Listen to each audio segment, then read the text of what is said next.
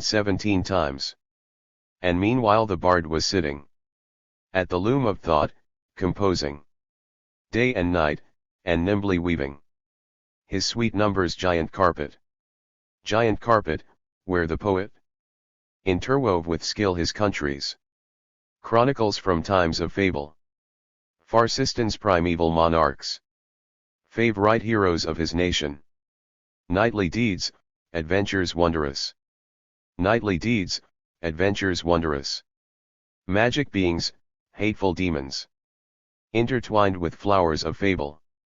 All were blooming, all were living, bright with colors, glowing, burning, with the heavenly rays illumined, from the sacred light of Iran, from the godlike light primeval, whose last pure and fiery temple, spite of Quran and of Mufti, in the poet's heart flamed brightly. When at last the work was finished, then the manuscript the poet sent to his illustrious patron, en 200,000 verses. It was in the public bathroom, in the bathing place at Gasna, that the Shah's black messengers found at last the bard Farjasi. Each a bag of money carried, which before the poet's feet he, kneeling placed, to be the guerdon, to reward his minstrel labors.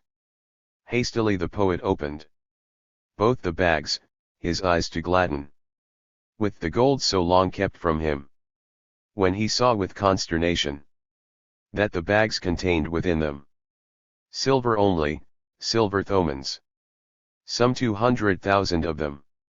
Bitterly then laughed the poet, laughing bitterly, the money he divided in three equal portions, and a third part gave he to the two black messengers, each a third, to be his guerdon for the message, and the third part gave he to the man who waited on his bath, as drinking money. Then his pilgrim staff he straightway grasped, and left at once the city. And before the gate the dust he from his very shoes rejected. 2. Had he been, like other men, heedless of his words once spoken, and his promise merely broken, I had not been angry then. Suffer this? I never will. His deceit my heart amazes, both his double-meaning phrases, and his silence, falser still. He was noble, fair to see, proud his gestures were, and stately, other men excelled he greatly, every inch a king was he. Fire-like did his glance once meet me, as the sun in yonder heaven he, truth's haughty image even, and he yet hath deigned to cheat me. 3. Shah Muhammad full well has dined, and his soul to be merry is fully inclined. In the garden at twilight, on purple seed, he sits by the fountain. Its splashing sounds sweet. With looks respectful his servants stand, his favorite Ansaris amongst the band. From marble vases a fiery gush of luxuriant flowers appears to rush, like odalisks with graceful arms. Stand fanning themselves the slender palms. The cypresses stand with branches unfurled, as if dreaming of heaven, forgetting the world. But sudden to strains of the lute ere long is heard a gentle mysterious song. The Shah sprang up, as if sorely perplexed. Who wrote of this song the charming text? Ansari, from whom he sought to know it, replied, "'Tis the work of Farjasi the poet." Farjasi! Exclaimed the prince in dismay, where is he? How fares the poet, O say? Ansari gave answer, in poverty great he has lived full long in a mournful state. At thus, the native town of the bard, where he in his garden works full hard. Shah Muhammad paused, and presently said, Ansari, a thought has come in my head. To my stables make haste, and with hands unthrifty take 100 mules, and camels 50. And lade them all with every treasure that fills the heart of a mortal with pleasure. That fills the heart of a mortal with pleasure. With splendid articles, rich and rare, with costly dresses and furniture fair. Of sandalwood and ivory white, with gold and silver tissues dyed. with precious handled goblets and pots, and leopard skins, all covered with spots. With carpets and shawls and the richest brocade that in my kingdom has ever been made. And don't forget to pack with the rest some glittering arms, and of housings the best. As well as drinks of every kind and eatables such as in pots we find. And almond cakes and sweetmeats Egyptian, and gingerbread of every description. And also add a dozen steeds as swift as arrows, of Arab breeds. And likewise a dozen slaves, black as coals, with bodies of steel, and sturdy souls. And sorry, when all these things thou hast got, thou must start on thy journey, and linger not. Thou must take them all with my kind regard to thus, to fair Jesse, the mighty bard. And sorry fulfilled his lord's behest. And loaded the camels and mules with the best and costliest presents, the value of which was enough to make a whole province quite rich. In propria persona he left at last. In propria persona he left at last the palace, when some 3 days had passed. And with a general's banner red in front of the caravan he sped. At the end of a week to thus came they. The town at the foot of the mountain lay. The caravan the western gate. With shouts and noises entered straight. The trumpets sounded, the loud drums beat. And songs of triumph rang through the street. La ilaha illallah, with joyous shout the camel drivers were calling out. But through the east gate at the farther end of thus, at that moment chanced to wend the funeral train so full of gloom, that the dead fair Jesse bore to his tomb. Voyage by night. The half-moon peered from the darksome clouds with coyness, while rocked the sea, and when in the bark our places we took, our number then was 3. There plashed in the water the strokes of the oar with sad monotony, white foaming billows came with a roar, and sprinkled all of us 3. She stood in the bark, as pale, as slim, as void of motion too, as though she a marble statue were. Diana's image true. The moon disappeared. The night wind piped with chilly blast on high, when over our heads there suddenly rose a wild and piercing cry. 'Twas the white and ghost-like sea-mew's voice, and at that terrible cry, which fearfully rang like a warning call, all 3 felt like to die. Am I in a fever? A vision is this of nightly fantasy? Am I aped by a dream? I'm dreaming a dream of wild buffoonery. Buffoonery wild.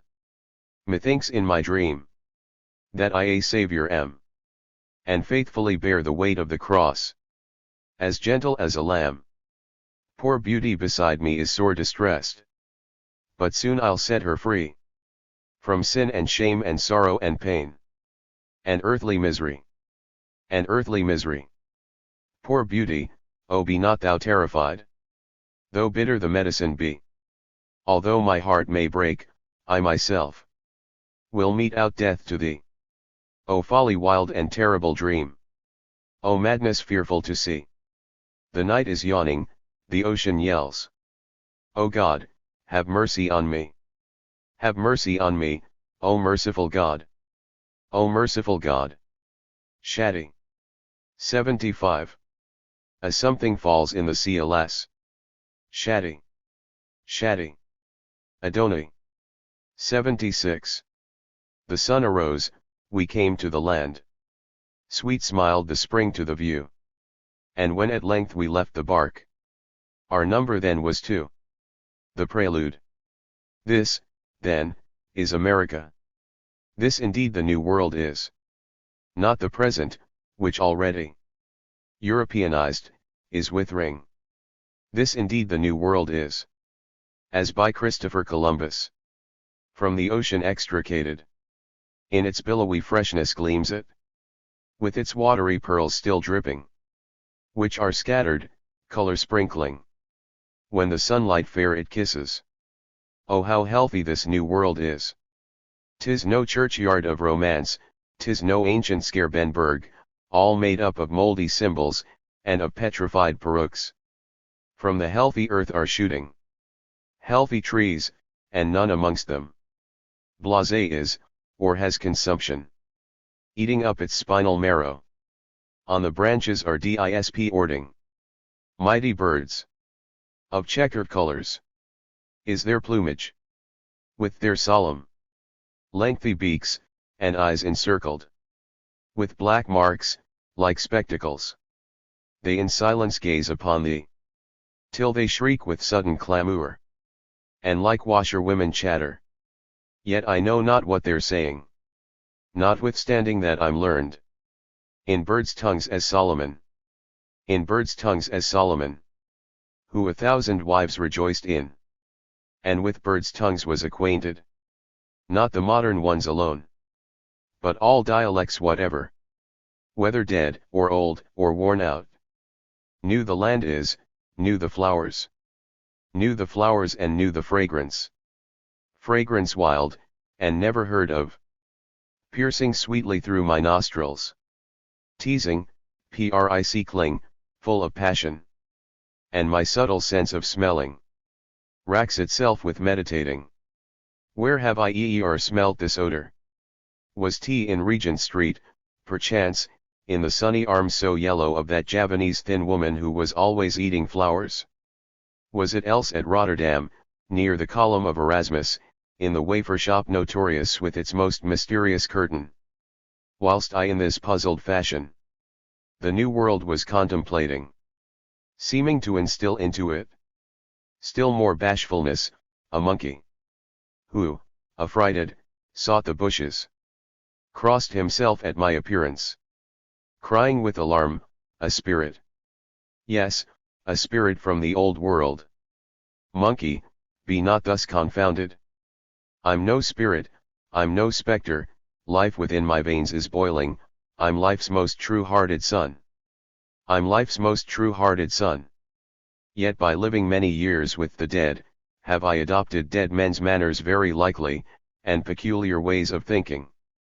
All the fairest years of life spent I in Kyffhauser's cavern, in the Venusberg, and other catacombs of the romantic. Have no fear of me, good monkey. Thee I like, for on thy hairless tanned and shaven hinder quarters thou dost bear my favourite colours. Darling colours. Black, red, golden. Yes, these monkey buttock colours.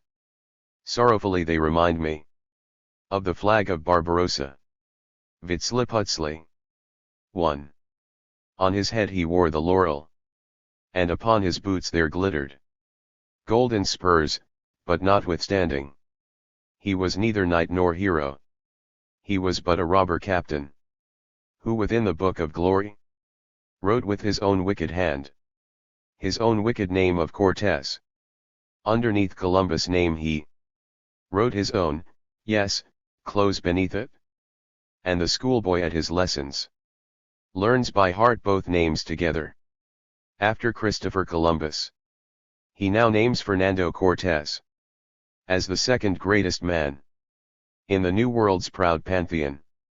Heroes fate's last stroke of malice, that our name should thus be coupled with the name of a vile scoundrel in the memory of mortals. Were 't not better e'en to perish, all unknown, than draggle with it through eternity's long ages? Such a name in comradeship? Master Christopher Columbus was a hero, and his temper, that was pure as e'en the sunlight, was as generous in addition. Many people much have given, but Columbus to the world, hath a world entire imparted, and 'tis called America. He had not the power to free us from our dreary earthly prison, but he managed to enlarge it, and our heavy chain to lengthen. Mortals thankfully revere him, being, not of Europe only, but of Africa and Asia, equally quite sick and weary. One alone, one hero only, gave us more and gave us better than Columbus, that one mean I, who a God bestowed upon us. His old father's name was Amram, and his mother's Jochebed, and himself, his name was Moses. And he is my greatest hero. But, my Pegasus, thou art loitering Far too long with this Columbus. Know thou that our flight today is with the lesser man, with Cortez. So extend thy colored pinions, winged steed, and carry me to the New World's beauteous country, that they Mexico entitle. Carry me to yonder castle, which the monarch Montezuma kindly offered to his Spanish guests, to be their habitation. Not mere food and shelter only. In extravagant profusion. In extravagant profusion. Gave the prince these foreign strollers. Presents rich and precious also. Valuable, wrought with cunning. All of massive gold, and jewels. Bear gay witness to the monarch's generosity and favor. This uncivilized, unlearned, superstitious, blinded heathen still believed in faith and honor, and the sacredness of guest right. He accepted a proposal to be present at a banquet that the Spaniards in their castle wished to give, to do him honor. And with all his court attendants came the inoffensive monarch kindly to the Spanish quarters, where by trumpets he was greeted. What they called the entertainment, know I not. 'Twas very likely Spanish truth, of which the author's name was Don Fernando Cortez. Cortez gave the signal straightway. They attacked the peaceful monarch, and they bound him and retained him in the castle as a hostage. But poor Montezuma died there, and the dam was broken down, which the bold adventurers, from the people's wrath protected. Terribly began the tempest. Like a wild and furious ocean. Like a wild and furious ocean. Raved and blustered ever nearer the excited human billows. Valiantly in truth the Spaniards drove the tempest back. But daily was the castle fresh blockaded, and the conflict was exhausting. When the king was dead, the convoys of provisions ceased entirely. In proportion as the rations shorter grew, each face grew longer. With long faces on each other gazed the sons of Spain with sadness. And they sighed, when they bethought them of their cozy Christian dwellings in their cherished fatherland, where the pious bells were ringing, and upon the hearth there bubbled peaceful olla podridas, thickly studded with garbanzos, under which, with waggish fragrance, chuckling famously, were hidden those dear garlic sausages. Then the leader held a council, and upon retreat decided. On the following morn at daybreak was the force to leave the city. Easy 'twas for clever Cortez cunningly to gain an entrance, but retreat to terra firma offered fatal obstacles. Mexico, the island city, in a mighty lake is founded. In a mighty lake is founded. In the middle, wave surrounded. In a haughty water fortress, with the continent connected, but by ships and rafts and bridges, which repose on piles gigantic. Little islands forming forts. 'Twas before the sun had risen that their march began. The Spaniards not a single drum was beaten, not a trumpeter was blowing. 'Twas their object not to waken from their quiet sleep their hosts. Yet without his host the Spaniard reckoned, when his plans he settled. For the Mexicans had risen earlier still today than he had. On the rafts and on the bridges, on the forts they all were waiting, that they to their guests might offer then and there the parting cup. On the rafts and forts and bridges. Ha! A frantic banquet followed. In red torrents streamed the blood, and the bold caro users struggled, body pressed to body. And we see on many naked Indian breasts the arabesque of the Spanish arms imprinted. 'Twas a throttling and a choking and a butchery that slowly, sadly slowly, rolled still onward, over rafts and forts and bridges, whilst the Indians sang and bellowed. Silently the Spaniards struggled, step by step with toil and labor, for their flight a footing gaining. Fighting thus in narrow passes. Small today the advantage lying in old Europe's strategy, or her cannons, armor, horses. Many Spaniards in addition, with the gold were heavy laden, lately captured or extorted. Ah! That yellow load of sin lamed and hemmed them in the conflict. And the devilish metal proved, not to the poor spirit only, ruinous, but to the body. And meanwhile the lake around them, with canoes and barks was covered. Archers in them sat, all shooting at the rafts and forts and bridges. True they hit in the confusion many of their Indian brethren, but they also hit full many excellent and brave hidalgos. On the third bridge fell at last poor young Gaston, who was bearing on that day the flag whereon was the Holy Virgin's image. And this image self was struck by the missiles of the Indians. 6 such missiles were left sticking. 6 such missiles were left sticking in its very heart, bright arrows, like those swords of golden color, which transfix the sorrowing bosom of the Mater Dolorosa. In Good Friday's sad procession, Gaston, when he died, made over his proud banner to Gonzalvo, who soon afterwards was stricken to death, and died. Then Cortés seized himself the precious banner, he, the leader, and he bore it on his steed till toward the evening, when the fight at length was over. On that day 100 Spaniards fell, and 60 in addition. 80 more alive were taken by the Indians' cruel hands, many of them sorely wounded, who ere long their breath surrendered. And a dozen horses, too, were partly killed and partly captured.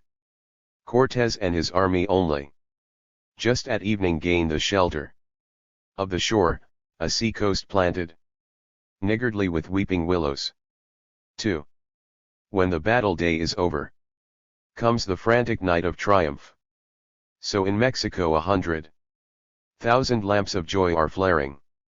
100,000 lamps of joy, with 100,000 lamps of joy, with woodpine torches, pitch ring fires, throw a light as clear as daylight over palaces and temples, and guild houses, likewise over Vitzliputzli's splendid temple, idol fortress built of red brick, strangely like the old Egyptian, Babylonian, and Assyrian monster buildings, so colossal as we see them in the pictures of the English Henry Martin. 77. Yes, it is the same broad staircase, so exceeding broad, that on it many thousand Mexicans up and down are walking freely, whilst upon the steps are lying mighty troops of savage warriors, banqueting in joyous fashion, flushed with triumph and with palm wine. This great staircase leadeth upwards, like a zigzag to the platform, by a balustrade surrounded. At the summit of the temple, there, upon his altar throne, sits the mighty Vitzliputzli, Mexico's bloodthirsty war god. He is but an evil monster, but so droll is his exterior, full of carvings, and so childish, that despite our inward horror, it must needs excite our laughter.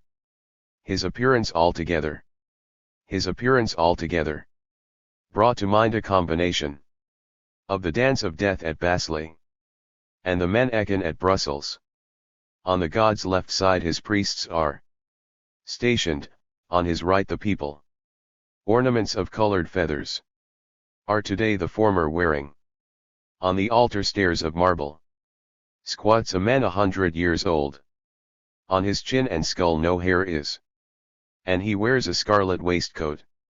He's the priest of sacrifices, and his bloody knife he's whetting. As he whets, he grins, and oft-times leers upon the god above him. Vitzliputzli seems the glances of his servant to appreciate. and he twitches every eyelash. And his lips at times he twitches. On the altar steps squat also the musicians of the temple. Kettle drummers, cowhorn blowers. Loud the clatter, loud the tooting. Loud the clatter, loud the tooting. And the Mexican Te Deum rises up in noisy chorus. As if many cats were mewing. As if many cats were mewing. But of that enlarged description, which are tiger cats entitled. And, instead of mice, eat people. When the night wind carries with it these loud noises to the seashore, the poor Spaniards there encamping feel sensations far from pleasant. Sadly 'neath the weeping willows are the Spaniards still remaining, gazing toward the distant city, which within the dark sea water mirrors back, in sheer derision, all the flames of former pleasure. There they stand, as in the pit of a vast gigantic playhouse. Vitzliputzli's temples radiant, platform serving as the stage, where they act a tragic mystery, to commemorate their triumph.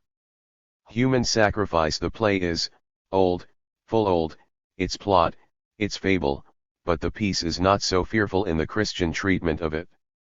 For into the blood is red wine, and into the actual body is a thin and harmless wafer, transubstantiated truly.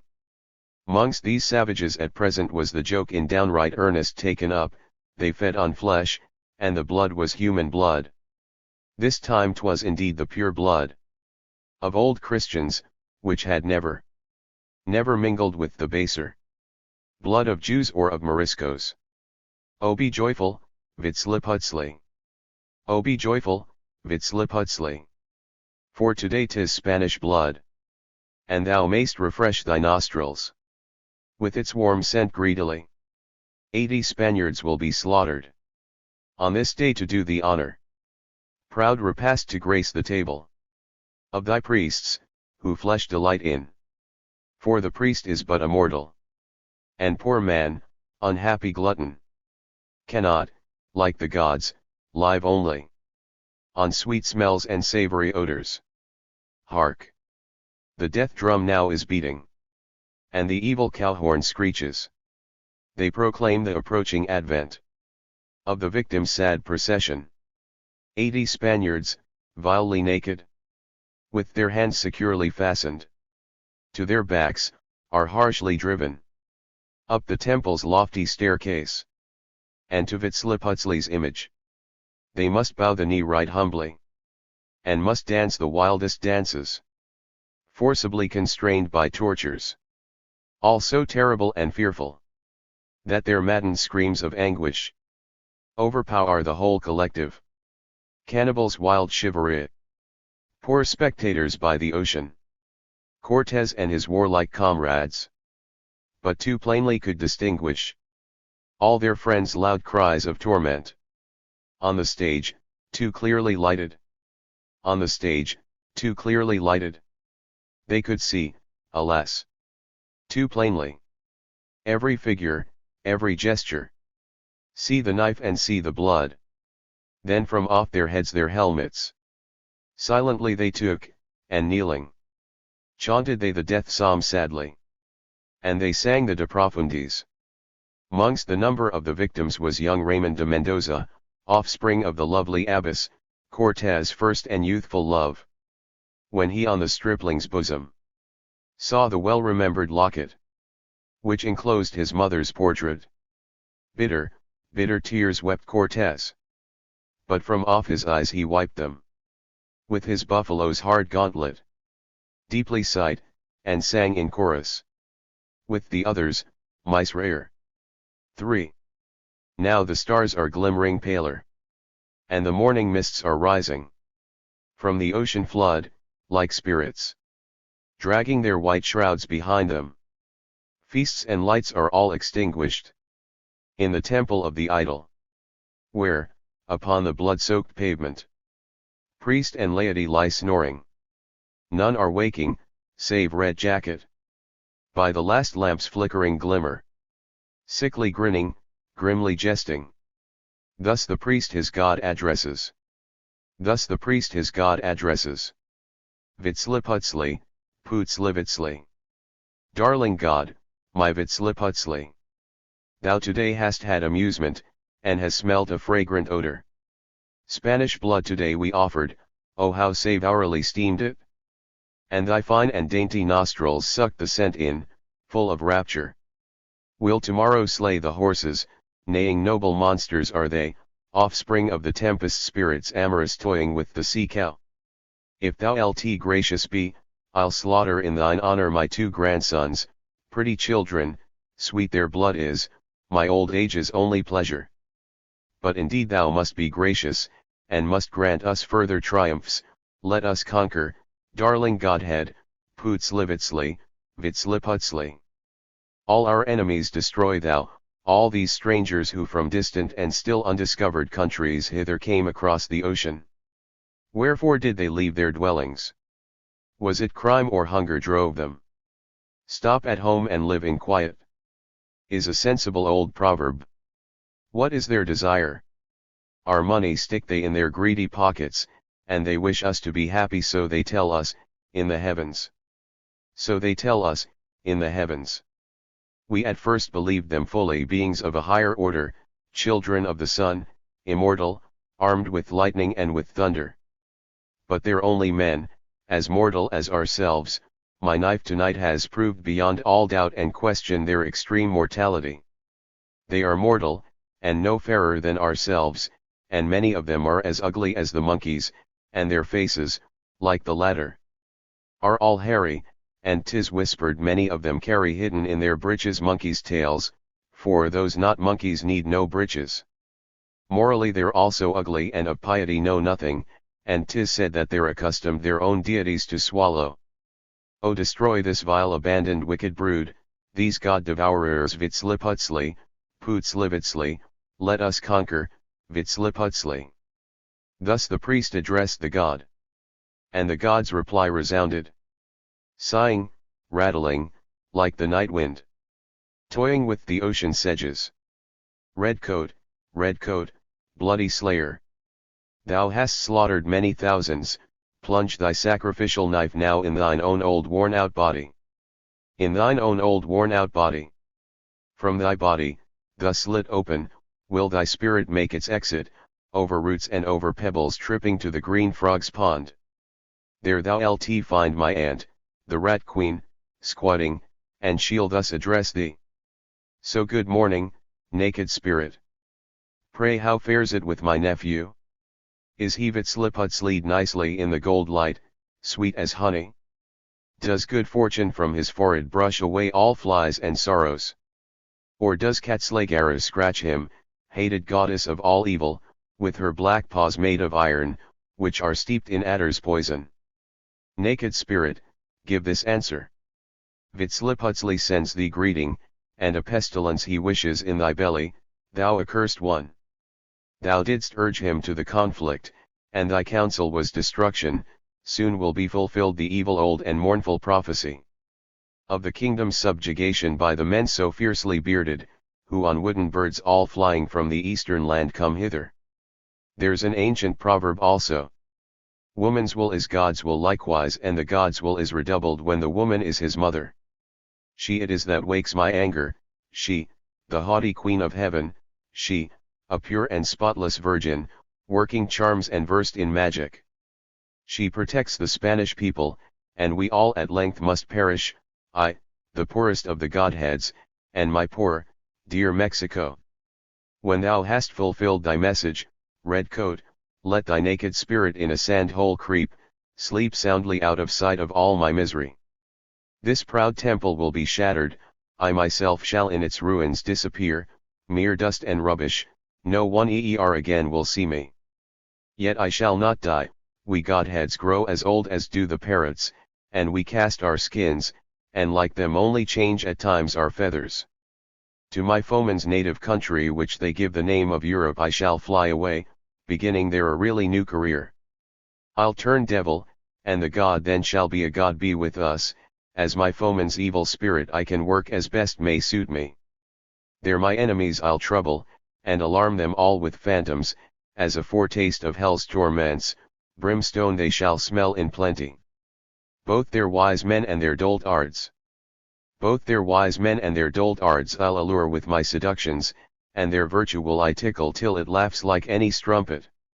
Yes, I'll turn into a devil, and salute as my dear comrades Satanas and Belial with him, Astaroth and Beelzebub. Thee I'll also greet, O lilies, sin's own mother, smooth-skinned serpent, teach me all thy dreadful secrets, and the charming art of lying. My beloved Mexico, I no longer can preserve thee, but I'll fearfully avenge thee, my beloved Mexico. Book 2. Lamentations. Good fortune quite a fickle missus, and in one place will never stay. The hair from off thy face with kisses she strokes, and then she flies away. Misfortune to her heart, however, to clasp thee tightly, ne'er omits. She says she's in a hurry never. Sits down beside thy bed and knits. Wood solitude. In former days, in my life's young morning, I wore a garland my brow adorning.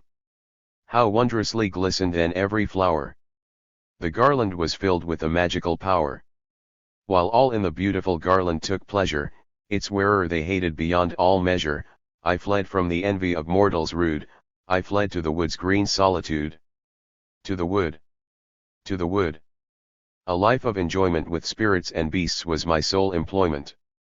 The fairies and stags, with their antlers tall, without any fear approached me all. They all approached me without any terror. In this they knew they committed no error. That I was no huntsman, the doe well knew. That I was no babbler, the fairies saw too.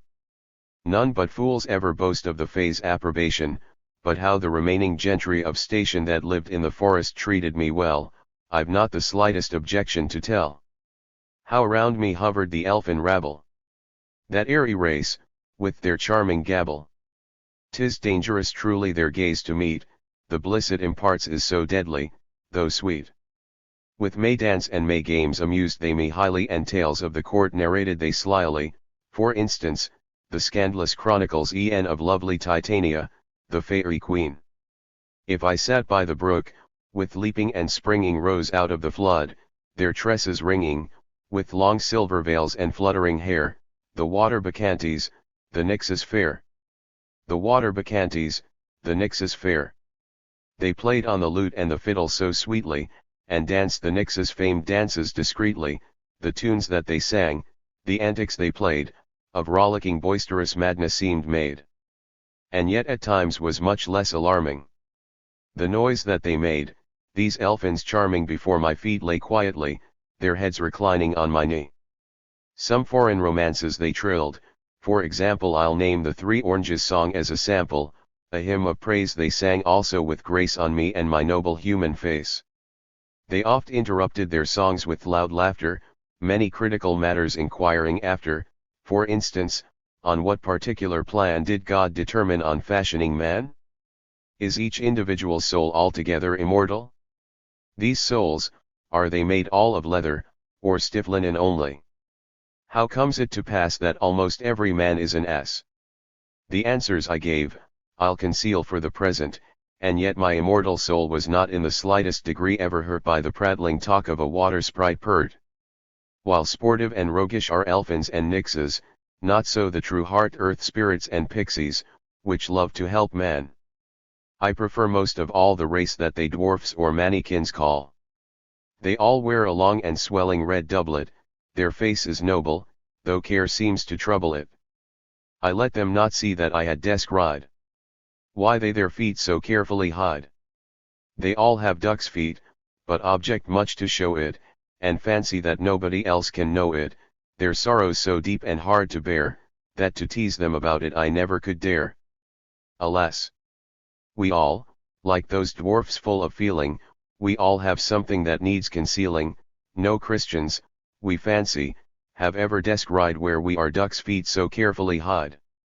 Salamanders for me had never attractions. I learned very little respecting their actions from other wood spirits. They passed me by night like fleeting shadows, mysteriously light. They are thin as a spindle, and long as a baby, with breeches and waistcoats tight-fitting as may be, of scarlet colors, embroidered with gold. Their faces are sickly and yellow and old. A golden crown, with rubies all over, the head of each of their number doth cover. The whole of these vain conceited elves, quite absolute monarchs consider themselves.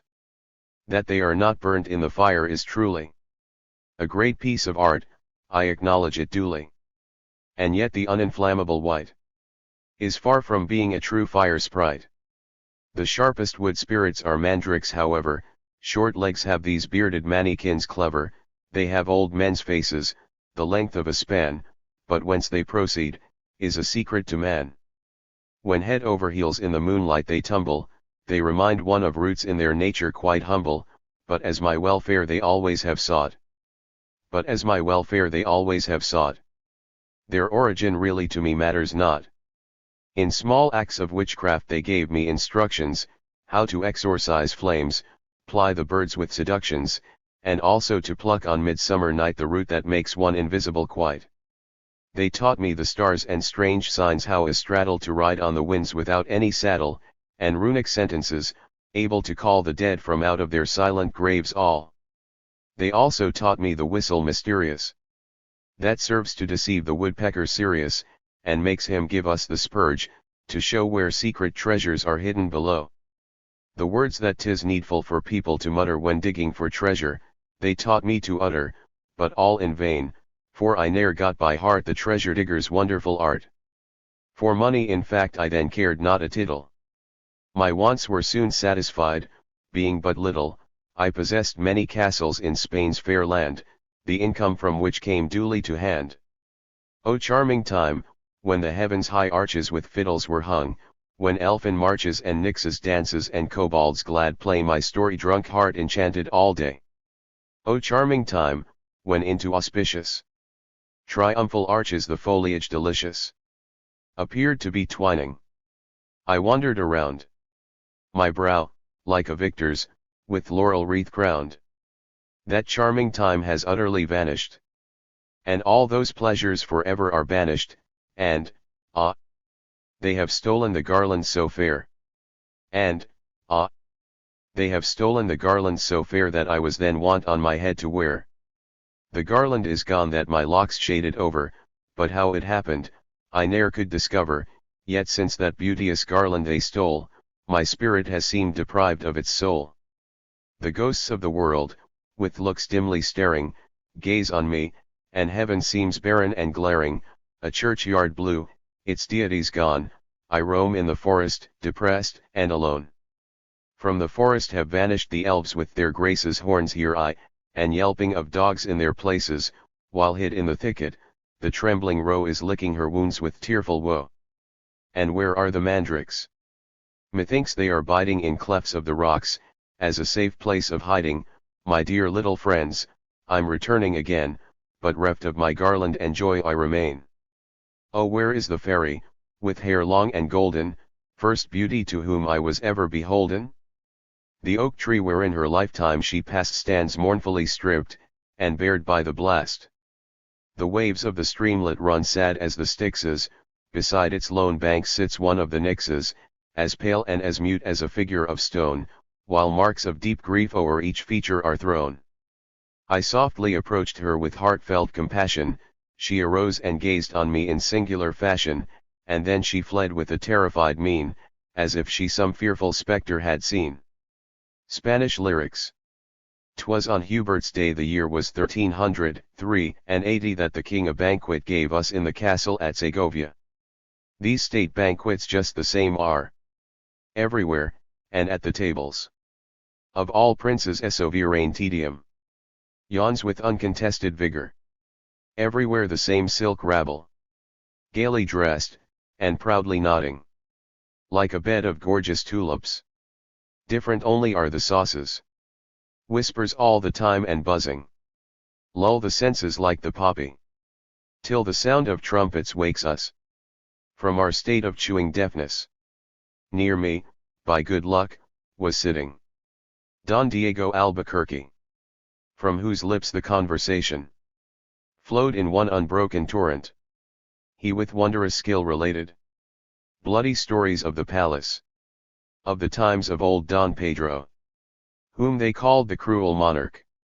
When I asked him why Don Pedro caused his brother Don Frederico to be secretly beheaded, with a sigh my neighbor answered, "Ah, Señor, the tales believe not, jingled on their vile guitars by balladzingers and mule drivers, in posadas, beer shops, taverns, in posadas, beer shops, taverns, and believe not what they chatter, of the love of Don Frederico, and Don Pedro's wife so beauteous, Donna Blanca of Bourbon. 'Twas not to the husband's jealous feelings, but to his low envy that as victim fell Frederico, chief of Calatrava's order. For the crime Don Pedro never would forgive him, was his glory. Glory such as Donna Fama loves with trumpet tongue to herald. Never could Don Pedro pardon his magnanimous high spirit, or the beauty of his person, which was but his spirit's image. Still within my memory blossoms that slim graceful hero flower. Ne'er shall I forget those lovely, dreamlike, soft, and youthful features. They were just of that description that the fairies take delight in, and a fable seeming secret spoke from all those features plainly. Blue his eyes were, their enamel being dazzling as a jewel, but a jewel's staring hardness seemed reflected in them likewise. Black his hair was in its color, bluish black, and strangely glistening, and in fair luxuriant tresses falling down upon his shoulders. In the charming town of Coimbra, which he from the Moors had taken, for the last time I beheld him in this world, unhappy prince. He was coming from Alcanzar, through the narrow streets fast riding. Many a fair young Moorish maiden eyed him from her latticed window. O'er his head his helm plume floated gallantly, and yet his mantle's rigid Calatrava cross scared away all loving fancies. By his side, and gaily wagging with his tail, his favorite Allen sprang, a beast of proud descent, and whose home was the Sierra. He, despite his size gigantic, was as nimble as a reindeer. Noble was his head to look at, though the fox's it resembled, snow white and like silk in softness. Down his back his long hair floated, and with rubies bright increased to stead was his broad and golden collar. It was said this collar hid the talisman fidelity. Never did the faithful creature leave the side of his dear master. Oh, that fierce fidelity! It excites my startled feelings when I think how 'twas made public. When I think how 'twas made public here, before our frightened presence. Oh, that day so full of horror! Here, within this hall, it happened. And as I today am sitting at the monarch's table sat I. At the high end of the table, where today young Don Henrico gaily tipples with the flower of Castilian chivalry. On that day there sat Don Pedro, darkly silent, and beside him, proudly radiant as a goddess, sat Maria de Padilla. At the table's lower end, where here today we see the lady, with the linen frill capacious, like a white plate in appearance, whilst her yellow face is gilded with a smile of sour complexion, like the citron that is lying on the plate already mentioned. At the table's lower end here was a place remaining empty. Some great guest of lofty station seemed the golden seat to wait for. Don Frederico was the guest, for whom the golden seat was destined. Yet he came not. Ah! Now know we but too well why thus he tarried. Ah! That self-same hour the wicked deed of blood was consummated, and the innocent young hero, suddenly attacked and basely, by Don Pedro's myrmidons, tightly bound, and quickly hurried to a dreary castle dungeon, lighted only by some torches. Executioners stood ready, and their bloody chief was with them, who, upon his axe while leaning, thus with saddened look addressed him: "Now, Grand Master of San Jago, now must thou for death prepare thee, just 1/4 of an hour still is left for thee to pray in." Don Frederico then knelt humbly, and he prayed with pious calmness, and then said, "I now have finished," and received the stroke of death. In the very self-same moment that the head rolled on the pavement, faithful Allen, who had followed, all unseen, sprang quickly to it. With his teeth the head straight seized he, by the long luxuriant tresses, and with this much valued booty, shot away with speed of magic. Agonizing shouts resounded everywhere as on he hastened, through the passages and chambers, sometimes upstairs, sometimes downstairs. Since the banquet of Belshazzar, never company at table was so utterly confounded, as was ours that filled this hall then, when the monstrous creature leapt in, with the head of Don Frederico, which he with his teeth was dragging, by the dripping bloody tresses, on the seat which, being destined for his master, still was empty. Sprang the dog and like a plaintiff, held the head before our faces. Ah! It was the well-remembered hero's features, but still paler, and more solemn now when dead, and all fearfully encircled by the locks in black luxuriance, which stood up as did the savage serpent headdress of Medusa, turning into stone through terror. Yes, turned into stone felt all then. Wildly stared we on each other, and each tongue was mute and palsied, both by etiquette and horror. But Maria de Padilla broke the universal silence, wringing hands, and sobbing loudly. She forebodingly lamented, "Now it will be said 'twas I that brought about this cruel murder, rancor will assail my children, my poor innocent young children." Don Diego interrupted at this place his tale, observing that the company had risen, and the court the hall was leaving, kind and courteous in his manners.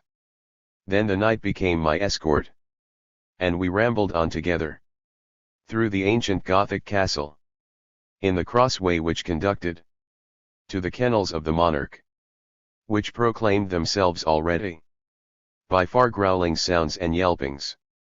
There I noticed, built up strongly, in the wall, and on the outside, firmly fastened by strong iron, like a cage, a narrow cell, and inside it sat 2 human figures, 2 young boys appearing, by the legs securely fettered.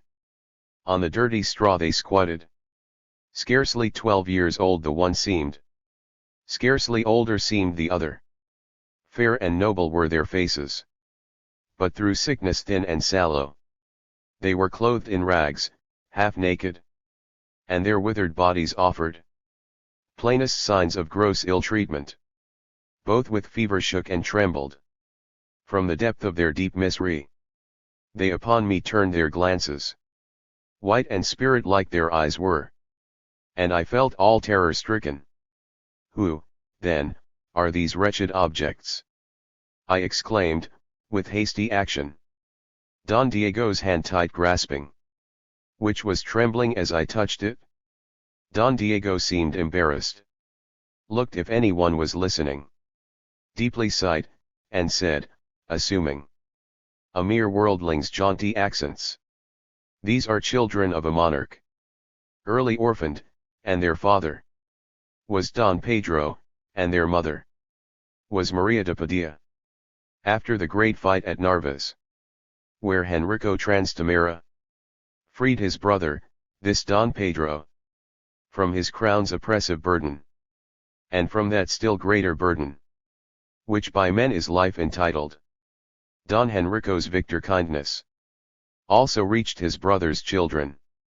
Under his own care he took them, as becomes a kindly uncle, and in his own castle gave them, free of charge, both board and lodging.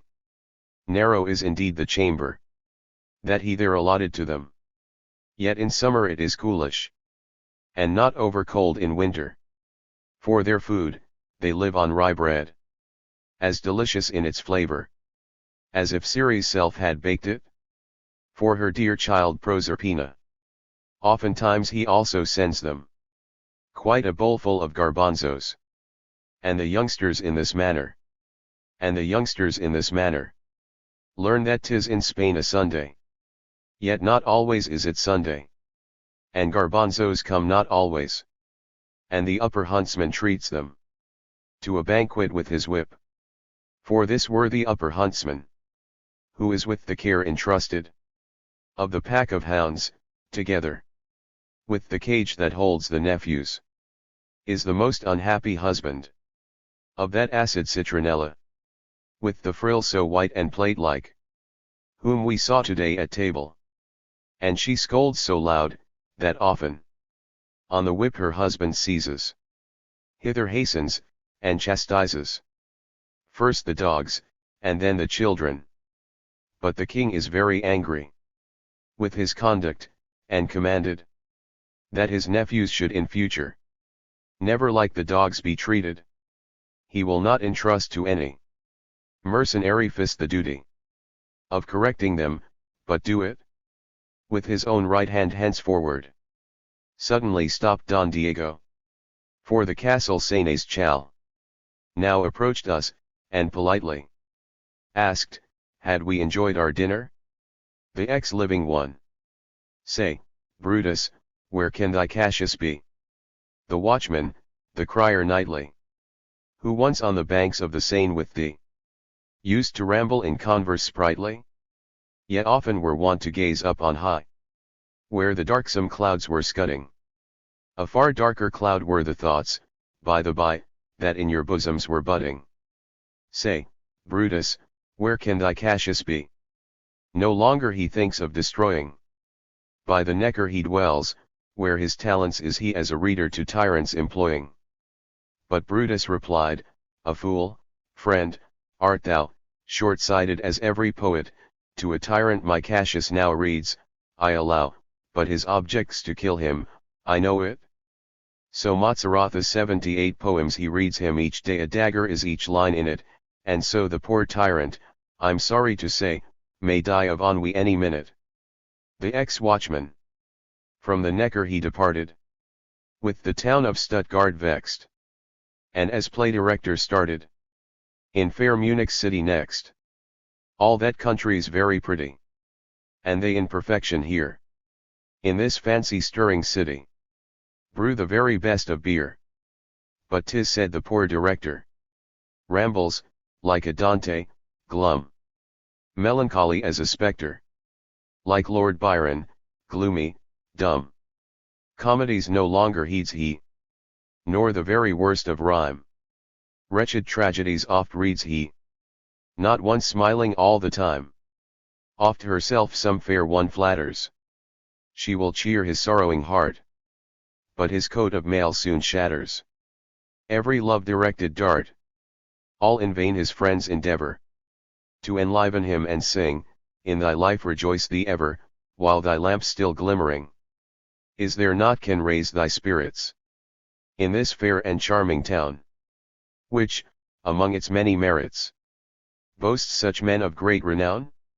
It is true, that it has lately lost full many a man of worth, whom we miss and valued greatly. Chorus leaders and so forth. Would that mass man left us never, he would surely have some day, by his antics strange but clever, driven all thy cares away. Shelling 79 loss is very serious, and can never be replaced. A philosopher mysterious, and a mimic highly graced, that the founder of Valhalla went away, and left behind all his manuscripts, by Allah, that was really too unkind. With Cornelius AD also perished All his pupils whatsoever. They shaved off their tresses cherished. And their strength was in their hair. For their prudent master planted in their hair some magic springs. And it seemed, as if enchanted, to be full of living things. Apropos. The arch-notorious priest, as Dollingerius known. That's, I think, his name inglorious. Has he from the Isar flown? In Good Friday's sad procession, I beheld him in his place, 'mongst the men of his profession he had far the gloomiest face. On Monaco Monacorum. Nowadays the cap doth fit. Ob virorum obscurorum. Glorified by Hutton's wit. 81. At his name thy dull eye flashes.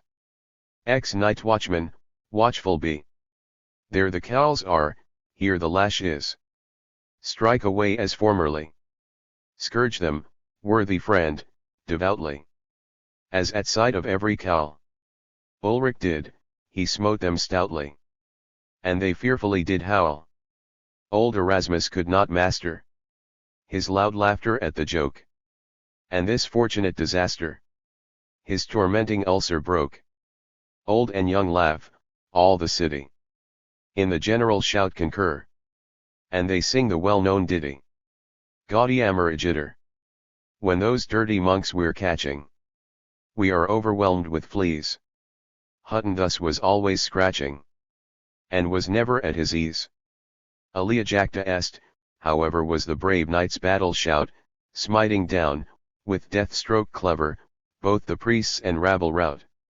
Night watchman, now be wiser. Feel st thou not thy bosom glow? Wake to action on the Isar. And thy sickly spleen o'erthrow. Call thy long legs transcendental into full and active play. Vulgar be the monks or gentle. Vulgar be the monks or gentle. If they're monks, then strike away. He however sighed, and wringing both his hands he thus replied. My long legs, so apt at springing, are with Europe stupefied. And my corns are twitching sadly. Tight the German shoes I've on, where the shoe is pinching badly. Know I now, so pray begone. Mythology. Yes. Europa must knock under. Who could stand against a bull? Danae will forgive, no wonder. Golden rain made her a fool. Semele was a victim real. For she innocently thought that a heavenly cloud ideal could not injure her in aught. But poor Leda's tale notorious really stirs up all our spleen. Vanquished by a swan inglorious. What a goose must she have been! In Matilda's album, on these milled rags a change mysterious, I with a goose quill must rehearse partly in jest, and partly serious, some foolish nonsense turned to verse. I, who am wont my thoughts to utter upon thy rosy lips so fair, with kisses that like bright flames splutter up from my bosom's inmost lair. O fashion's rage! If I'm a poet, e'en by my wife I'm plagued at times, until I in her album scrawl some rhymes. To the young, heed not the confusion, resist the illusion of golden apples that lie in thy way. The swords are clashing, the arrows are flashing, but they cannot long the hero delay. A daring beginning is halfway to winning. An Alexander once conquered the earth. Restrain each soft feeling. The queens are all kneeling in the tent, to reward thy victorious worth. Surmounting each burden, we win as our guerdon the bed of Darius of old, and his crown, O deadly seduction! O blissful destruction! To die thus in triumph in Babylon town. The unbeliever. Thou wilt repose within mine arms. With rapturous emotion, my bosom heaves and throbs and thrills. At this delicious notion, thou wilt repose within mine arms. Whilst with thy fair gold tresses I sport, and thy dear darling head my shoulder gently presses. Thou wilt repose within mine arms. To truth will turn my vision, and here on earth shall I enjoy the highest bliss Elysian. St. Thomas. Scarce can I believe the fact, my doubts will linger, until upon my rapture's wounds I lay my eager finger. Whither now? Whither now? My stupid foot fain to Germany would guide me, but my reason shakes its head wisely, seeming thus to chide me. Ended is the war indeed, but they still keep up courts martial, and to writing things esteemed shootable, thou art far too partial. That's quite true, and being shot has for me no great attractions. I'm no hero, and unskilled in pathetic words and actions. Fain to England would I go, viewed I not with such displeasure. Englishmen and coals their smell makes me sick beyond all measure. To America methinks I would sail the broad seas over, to that place of freedom where all alike may live in clover. Did I not detest a land where tobacco's mongst their victuals, where they never use spittoons, and so strangely play at skittles? Russia, that vast empire fair, might be tolerably pleasant, but I should not like the knout that's their usual winter present. Sadly gaze I up on high, where the countless stars are gleaming, but I nowhere can discern where my own bright star is beaming. Where my own bright star is beaming. Perhaps in heaven's gold labyrinth it has got benighted lately, as I on this bustling earth have myself been wandering greatly. An old song. Thou now art dead, and thou knowest it not. The light of thine eyes is quenched and forgot, thy rosy mouth is pallid for ever, and thou art dead, and wilt live again never. 'Twas in a dreary midsummer night, I bore thee myself to the grave outright, the nightingales sang their soft lamentations, and after us followed the bright constellations.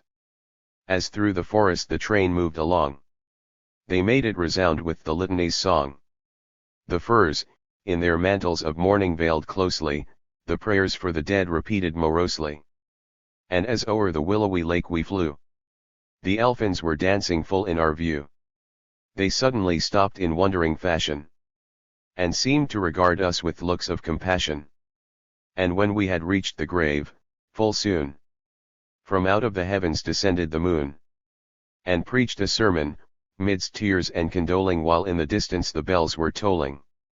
Ready money, love, before she granted favors, one day told the god Apollo.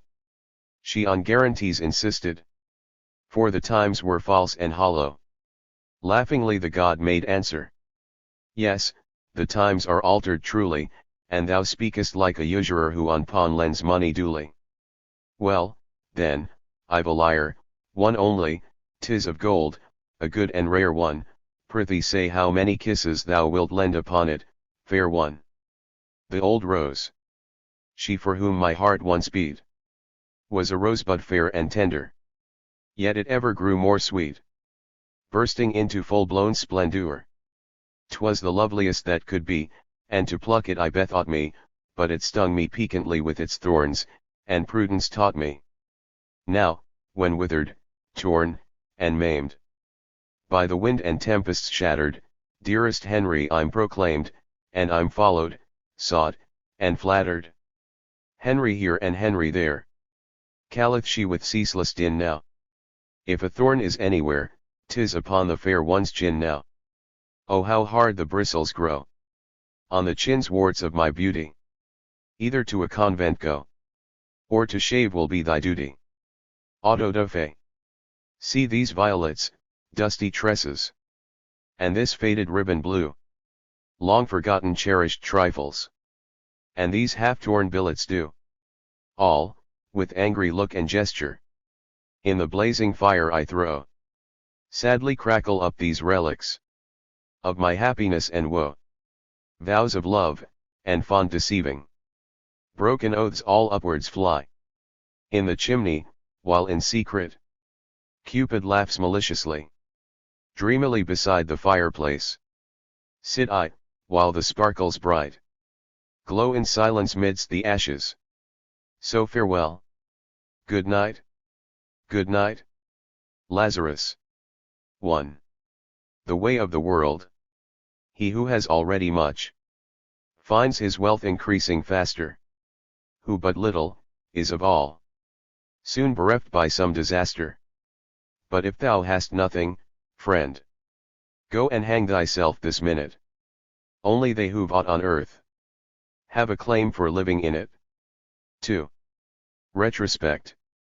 I've snuffed at every smell that has birth in this delightful kitchen of earth.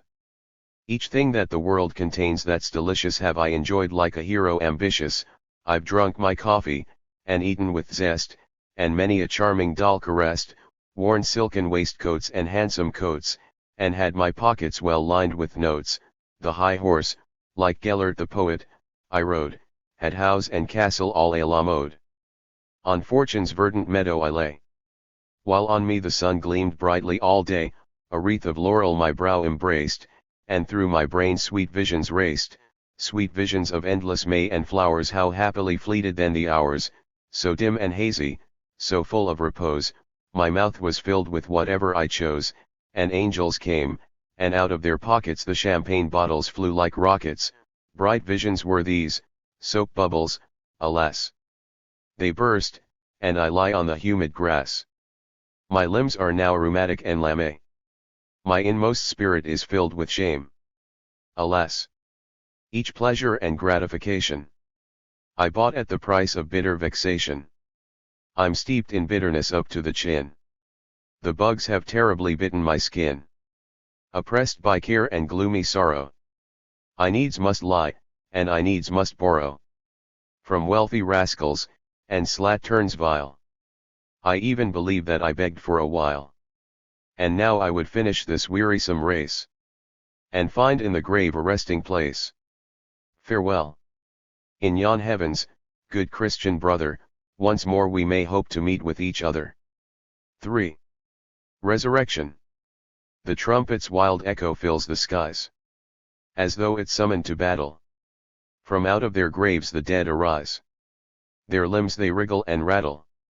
Each thing that has legs prepares for the race. The spectres white are all driven to Jehoshaphat, the gathering place, where judgment is now to be given. There sits, as head of the court, the Lord, by all his apostles surrounded. Assessors are they, each judgment, each word on love and wisdom is founded. No face is disguised in all that array, for every mask is seen falling in the radiant light of the judgment day. At the sound of the trumpet enthralling, at Jehoshaphat, in the valley at last, the whole of the troop is united. And since the defendants' numbers so vast, I've the summary only recited. The goats to the left, and the sheep to the right, the parting is quickly effected, for the pious good sheep heaven's mansions of light, and hell for the goats is selected. 4. The dying one, flying after bliss and light, thou returnest in piteous plight. German truth and German shirt, strangers draggle through the dirt. Pale as death hast thou become, but take comfort, thou art at home. Warm as by the household hearth, lie we under German earth. Many others, who fell lame, home again, alas, ne'er came, though they yearningly implored. Oh have pity, gracious Lord. 5. Rascality. Rich people only can be won by open, barefaced flattery. Money is flat, my worthy son, and needs must flatly flattered be. The box of incense swing with zeal before all worshipped golden calves. In dust and mire with meekness kneel, and, above all, ne'er praise by halves. The price of bread this year is high. Fine words we lavish all in vain. Messina's dog to praise, then, try and earn a bellyful again. 6. Retrospect. The pearl for the first, and the case for the second. O William Wysocki, thy days were soon reckoned, but the kitten was saved. 82. The beam that he clung to, that stretched o'er the current beneath him broke down, and he sank in the torrent, but the kitten was saved. We followed the corpse of this darling of ours, they buried him under a grave of mayflowers, but the kitten was saved. O prudent wert thou, thus early in striving to 'scape from life's storms, and in harbor arriving, but the kitten was saved. Happy thou, that thus early thy danger was over, before thou wert ill, thou thy health didst recover, but the kitten was saved. For many a year have I thought, child so cherished, with envy and grief how thou early hast perished, but the kitten was saved. 7. Imperfection. Nothing is perfect in this world of ours. The thorn grows with the rose, that queen of flowers, methinks the angels, who for our protection dwell in the skies, are stained with imperfection. The tulip has no scent. The saying is, Honor once stole a sucking pig, old quiz. Had not Lucretia stabbed herself, she maybe would have in time brought forth a thumping baby. The haughty peacock has but ugly feet. A woman may be witty and discreet, and yet, like Voltaire's Henriade, may weary, or be, like Klopstock's famed meshes, dreary. The best of cows no Spanish knows, I ween. Massman no Latin. Much too smooth ren. The marble buttocks of Canova's Venus. Too flat is Massman's nose. In pretty songs are hidden wretched rhymes. As bee stings in the honey lurk at times. A vulnerable heel the son of Thetis. And Alexander Dumas is quite a Matisse. The fairest star that in the heavens has birth, when it has caught a cold, straight falls to earth, prime cider of the barrel bears the traces, and many a spot the sun's bright face defaces. And thou, much honored madam, even thou, faultless art not, nor free from failings now. What, then, is wanting, askest thou and starest, a bosom, and a soul within it, fairest. 8. Pious warning. When thou dost quit this mortal abode, immortal spirit, beware thee, lest dangers seek to ensnare thee. Through death and night conductate the road. The soldiers of God at the golden door of the city of light are collected. Here actions and deeds are respected. Mere name and station avail no more. The pilgrim leaves at the portal behind his shoes so heavy and dusty. Oh, enter with confidence trusty. Soft slippers, sweet music, and rest thou lt find. 9. The cooled down one. When we are dead, we long must lie within the tomb, distressed am I. Yes, sad am I that resurrection delays so long to give perfection. Once more, before the light of life is quenched, before this weary strife is o'er, fain would I, ere I perish, have woman's love, to bless and cherish. Some fair one I would now invite, with eyes as soft as moonbeams light. No more I relish the advances of wild brunettes with burning glances. Young men, exulting in their youth, prefer tumultuous love in truth. With them excitements all the fashion, and soul enthralling mutual passion. No longer young, bereft of power, as I, alas, am at this hour.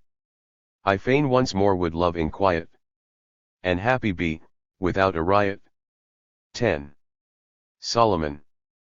The drums, trumps, cornets at length sink to slumber, by Solomon's couch, as he lieth sleeping, full-girded angels the watch are keeping, on either side 6,000 in number. The monarch protect they from cares while dreaming, and as he frowns in his slumbers nightly, from out of their sheaths straight draw they lightly 12,000 swords, all fiercely gleaming. But presently back in their sheaths are falling the angels' swords. The brow of the sleeper grows smooth, his slumber is softer and deeper, and soon his lips are gently calling. O Sulamith, thou whom so dearly I cherish. O'er countries and kingdoms I rule, great and glorious, of Israel and Judah the monarch victorious, but if thou lt not love me, I wither and perish. 11. Lost wishes. Similar in disposition. Like a brother linked to brother. We unconsciously were ever growing fonder of each other. Each one knew the other's meaning, just as if we were omniscient. Words, in fact, we found superfluous, and a look was quite sufficient. How I longed to have thee near me, revelling in peace and plenty, as my staunch and valiant comrade, in a dolce far niente. Always to remain beside thee was the aim of each endeavor. Everything that gave thee pleasure to accomplish sought I ever. I enjoyed what thou didst relish, neither would I touch the dishes thou didst hate, and even smoking I commenced, to meet thy wishes. Many a funny Polish story that thy merriment excited, in a strange and Jewish accent, to repeat I then delighted. Yes, then longed I to approach thee, leave my foreign habitation, and beside thy fortune's fireplace, take for evermore my station. Golden wishes, mere soap bubbles, like my life they all have vanished. On the ground I now am lying, crushed forever, hopeless, vanished. Crushed forever, hopeless, vanished. Fare ye well, ye golden wishes, where my darling hopes once centered. Ah! The blow was far too deadly, that my inmost heart has entered. 12. The anniversary. Not one mass will be chanted, not one Hebrew prayer be muttered. When the day I died returneth, nothing will be sung or uttered. Yet upon that day, it may be, if the weather has not chilled her, on a visit to Montmartre, with Pauline will go Matilda, with the wreath of immortelles she'll deck my grave in foreign fashion, sighing say pauvre homme, and sadly drop a tear of fond compassion. I shall then too high be dwelling, and, alas, no chair have ready, for my darling's used to offer, as she walks with foot unsteady. Sweet, stout little one, return not home on foot, I must implore thee. At the barrier gate is standing a fiacre all ready for thee. 13. Meeting again. One summer eve, in the woodbine bower, we sat once more at the window lonely. The moon arose with life-giving power, but we appeared two spectres only. 12 years had passed since the last occasion when we on this spot had sat together, each tender glow, each loving persuasion had meanwhile been quenched in life's rough weather. I silently sat.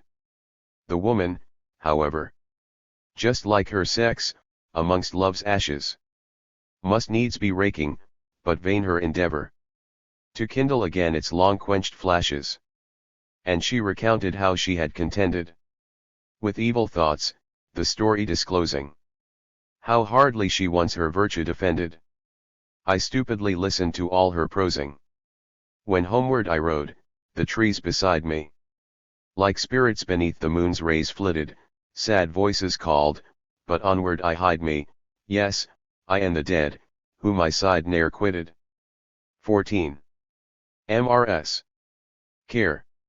When fortune on me shed her ray, the gnats around me danced all day. Plenty of friends then cherished me, and all, in fashion brotherly, my viands with me tasted, and my last penny wasted. Fortune has fled, and void is my purse. My friends have left for better for worse. Extinguished is each sunny ray. Around me the gnats no longer play. My friends and the gnats together have gone with the sunny weather. Beside my bed in the winter night, old Care as my nurse sits bolt upright. She wears a habit that's white enough, a bonnet black, and takes her snuff. The box is harshly creaking, as the woman a pinch is seeking. I often dream that the happy time of bliss has returned, and May's young prime, and friendship, and all the gnats as well, when creaks the snuff box, and, sad to tell, the bubble is straightway breaking, while the nurse her snuff is taking. 15. To the angels. This is dread than Ados indeed. He comes upon his pale white steed. I hear its tread, I hear its trot. The dusky horseman spares me not. He tears me from Matilda's fond embraces. This thought of woe all other thoughts effaces. She was at once my child, my wife.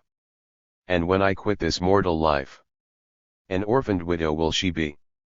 I leave alone on earth's wide sea the wife, the child, who, trusting to my guiding, slept on my bosom, careless and confiding. Ye angels in yon heavens so fair, receive my sobs, receive my prayer. When I am buried, from above, protect the woman that I love. Be shield and guardian to your own reflection, grant my poor child Matilda your protection.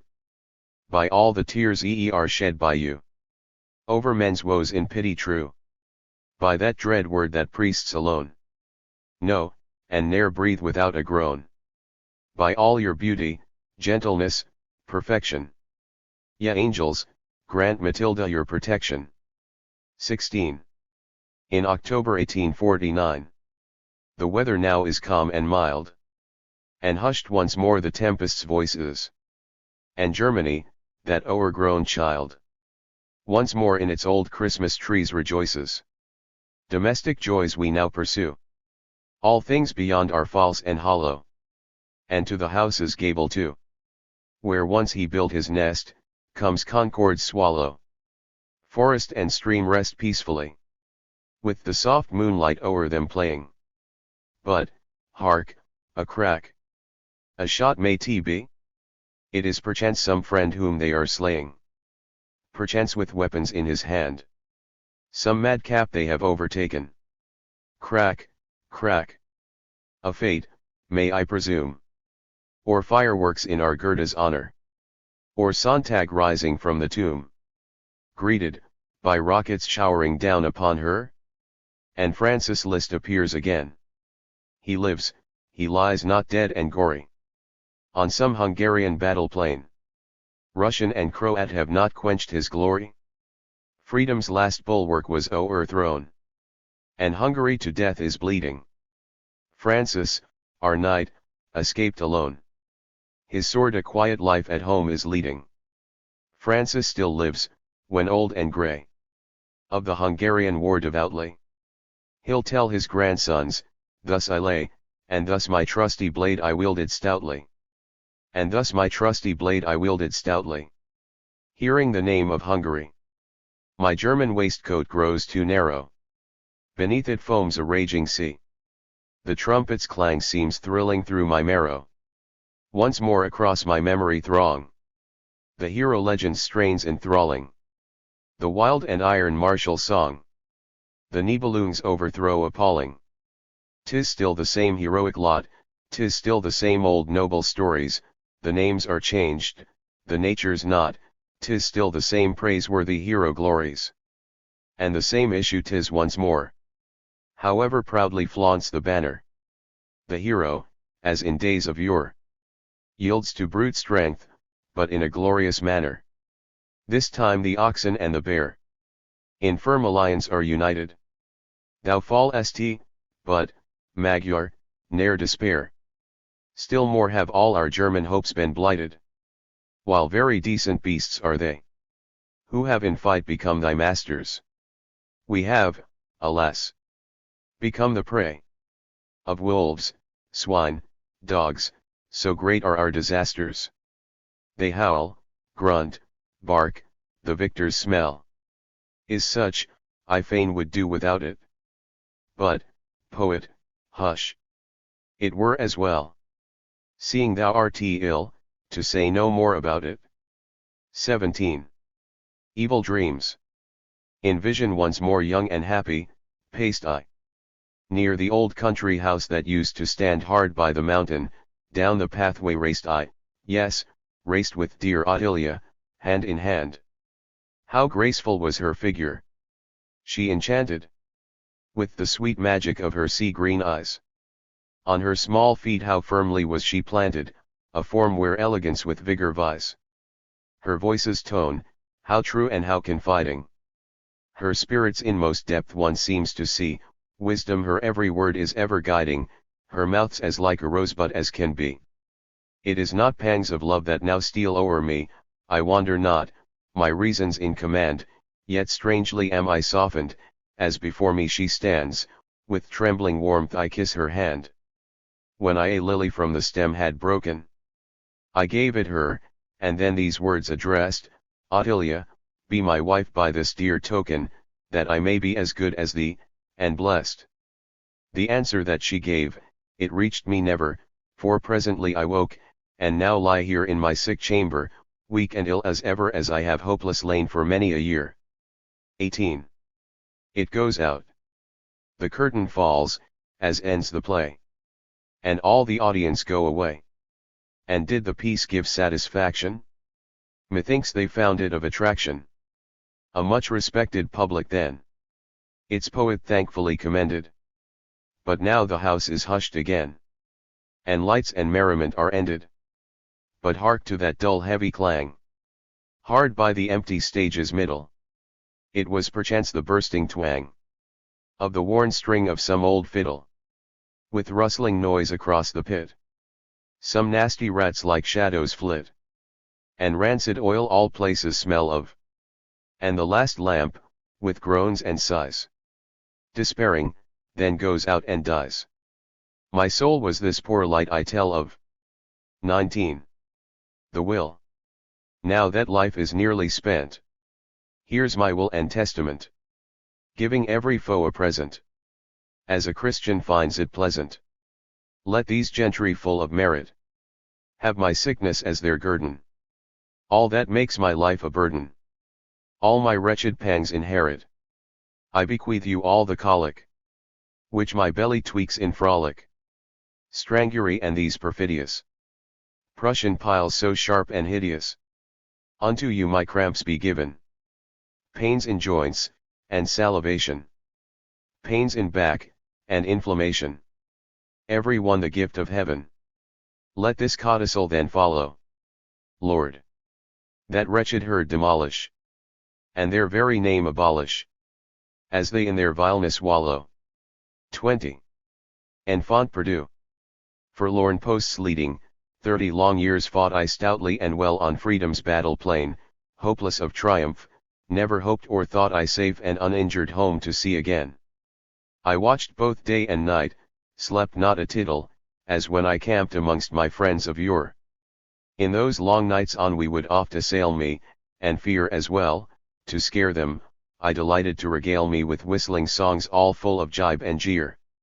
Yes, watchfully I stood, my weapon grasping, if a suspicious-looking fool drew nigh, I took a careful aim, and laid him gasping with a hot bullet in his paunch or thigh.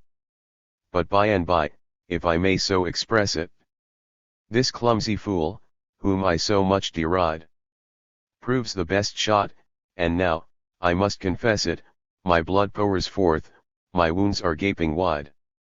A post is vacant. All my wounds are gaping. One falls, the others follow in his wake. Unvanquished fall I, from my hands escaping my arms break not, my heart alone doth break. Book 3. Hebrew Melodies. O let the days of thy life pass not without tasting life's blisses. And if thou art sheltered from the shot, let it fly, for it misses. If fortune should ever be passing thy way, to grasp her, forth sally. Don't build on the summit thy cottage, I pray, but down in the valley. Princess Sabbath.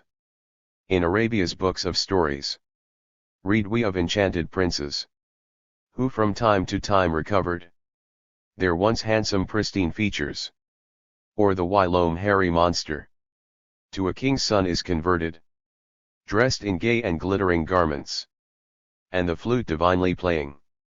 Yet the magic time expires, and once more and of a sudden, we behold his royal highness, changed into a shaggy monster, of a prince of such like fortune, sings my song.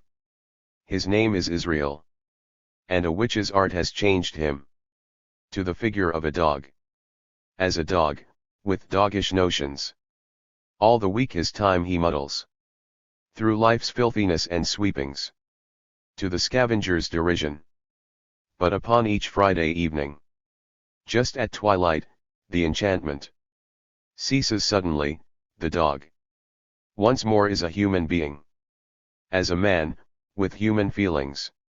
With his head and breast raised proudly. Dressed in festival attire. His paternal halls he enters.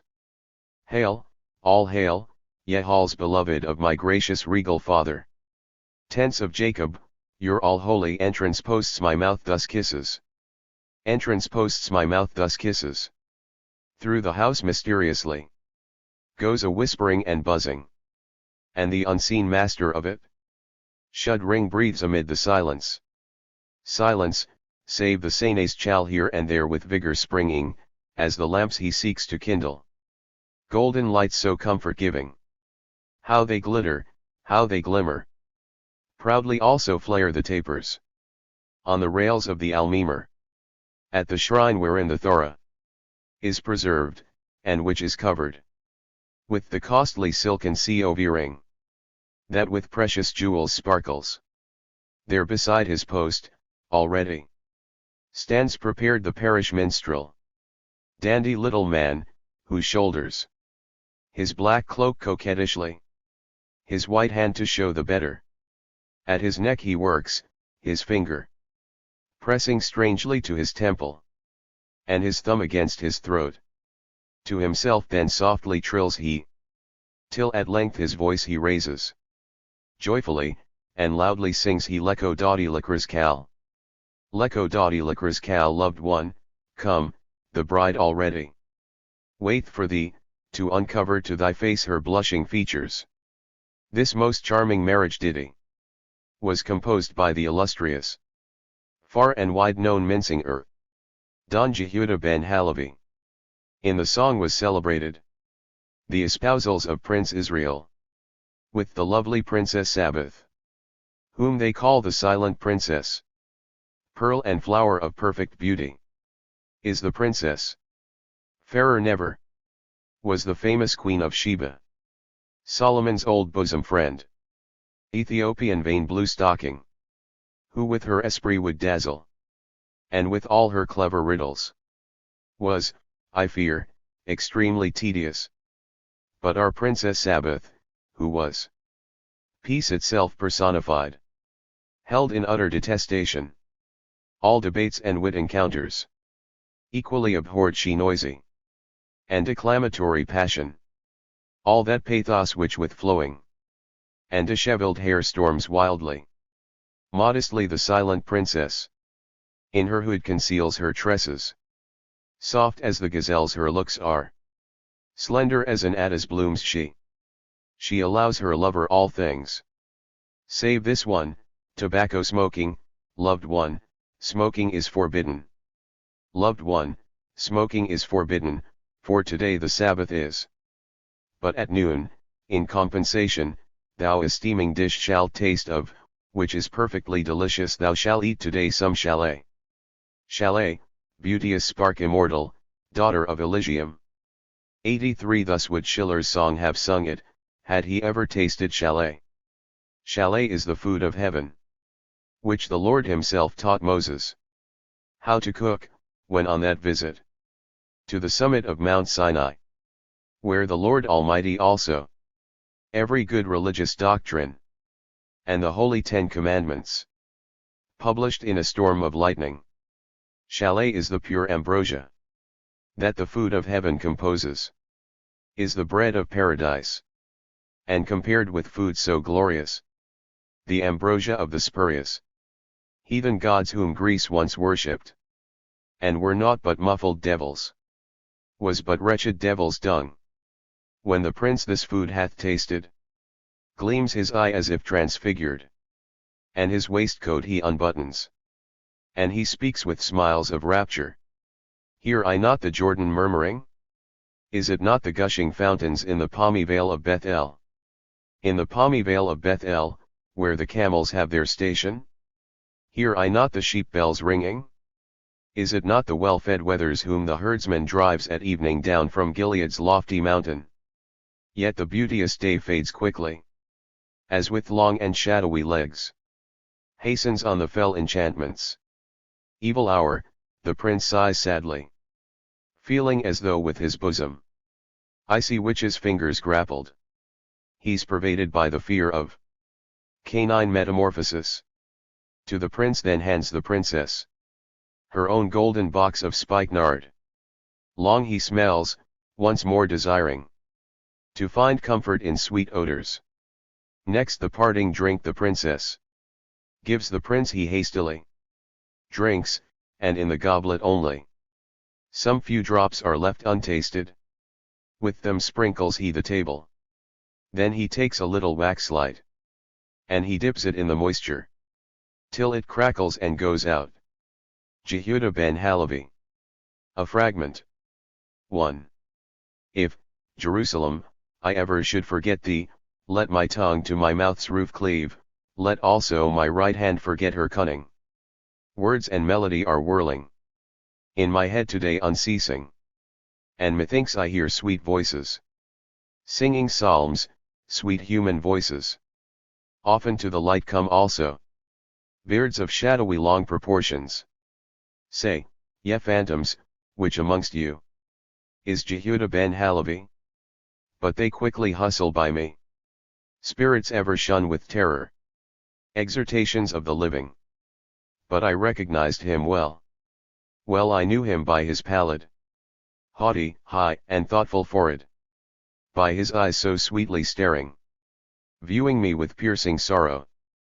But I recognized him mostly by the enigmatic smile which o'er his fair rhymed lips was playing, such as none but poets boast of. Years come on and years pass swiftly since Jehuda ben Halevi had his birth, have 700 years and 50 fleeted o'er us. At Toledo in Castile he for the first time saw the light, and the golden Tagus lulled him in his cradle with its music. His strict father the unfolding of his intellect full early cared for, and began his lessons with the book of God, the Torah. With his son he read this volume in the original, whose beauteous, picturesque and hieroglyphic old Chaldean quarto pages spring from out the childish ages of our world, and for that reason smile so trustingly and sweetly on each childlike disposition. And this genuine ancient text by the boy was likewise chanted in the ancient and established sing-song fashion, known as trop, and melodiously he gurgled those fat oily gutturals. Like a very bird he warbled that fine quaver, the Shulshalath, and the Targum Onkelos, which is written in the idiom, the low Hebrew-sounding idiom, that we call the Aramean, and that to the prophet's language has about the same relation as the Swabian to the German. In this bastard Hebrew likewise was the youth betimes instructed, and the knowledge thus acquired proved extremely useful to him in the study of the Talmud. Yes, full early did his father lead him onward to the Talmud, and he then unfolded to him the Halacha, that illustrious fighting school, where the expertest dialectic athletes both of Babylon and Pumbeditha carry on their mental combats. Here the boy could gain instruction in the arts, too, of polemics. Later, in the book Kosari, was his mastership established. Yet the heavens pour down upon us lights of two distinct descriptions: glaring daylight of the sun, and the moonlight's softer luster. Thus two different lights the Talmud also sheds, and is divided in Halacha and Haggadah. Now the first's a fighting school, but the latter, the Haggadah, I should rather call a garden. Yes, a garden, most fantastic, comparable to that other, which in days of yore was planted in the town of Babylon, great Semiramis's garden, that eighth wonder of the world. 'Tis said Queen Semiramis, who had, when a child, been brought up by the birds, and had contracted many a bird's peculiar custom. On the mere flat ground would never promenade, as human creatures mostly do, and so she planted in the air a hanging garden, high upon colossal pillars.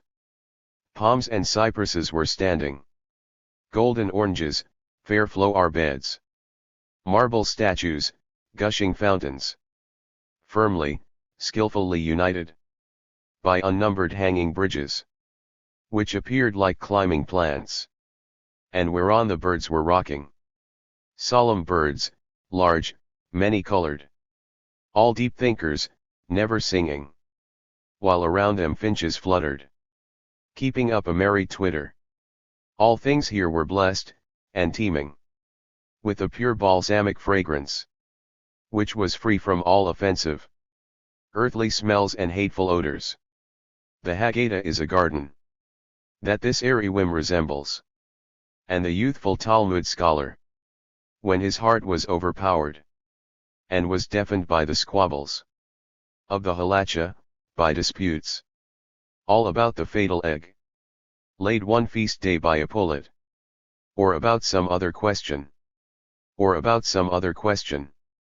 of the same importance, straightway fled the boy to find refreshment in the blossoming Haggadah, where the charming olden stories, tales of angels, famous legends, silent histories of martyrs, festal songs, and words of wisdom, hyperboles, far-fetched it may be, but impressed with deep conviction, full of glowing faith, all glittered, bloomed and sprung in such abundance, and the stripling's noble bosom was pervaded by the savage, but adventure-breathing sweetness, by the wondrous blissful anguish, and the fabulous wild terrors of that blissful secret world, of that mighty revelation, known to us as poesy, and the art of poesy, radiant knowledge, understanding, which we call the art poetic, opened on the boy's mind also.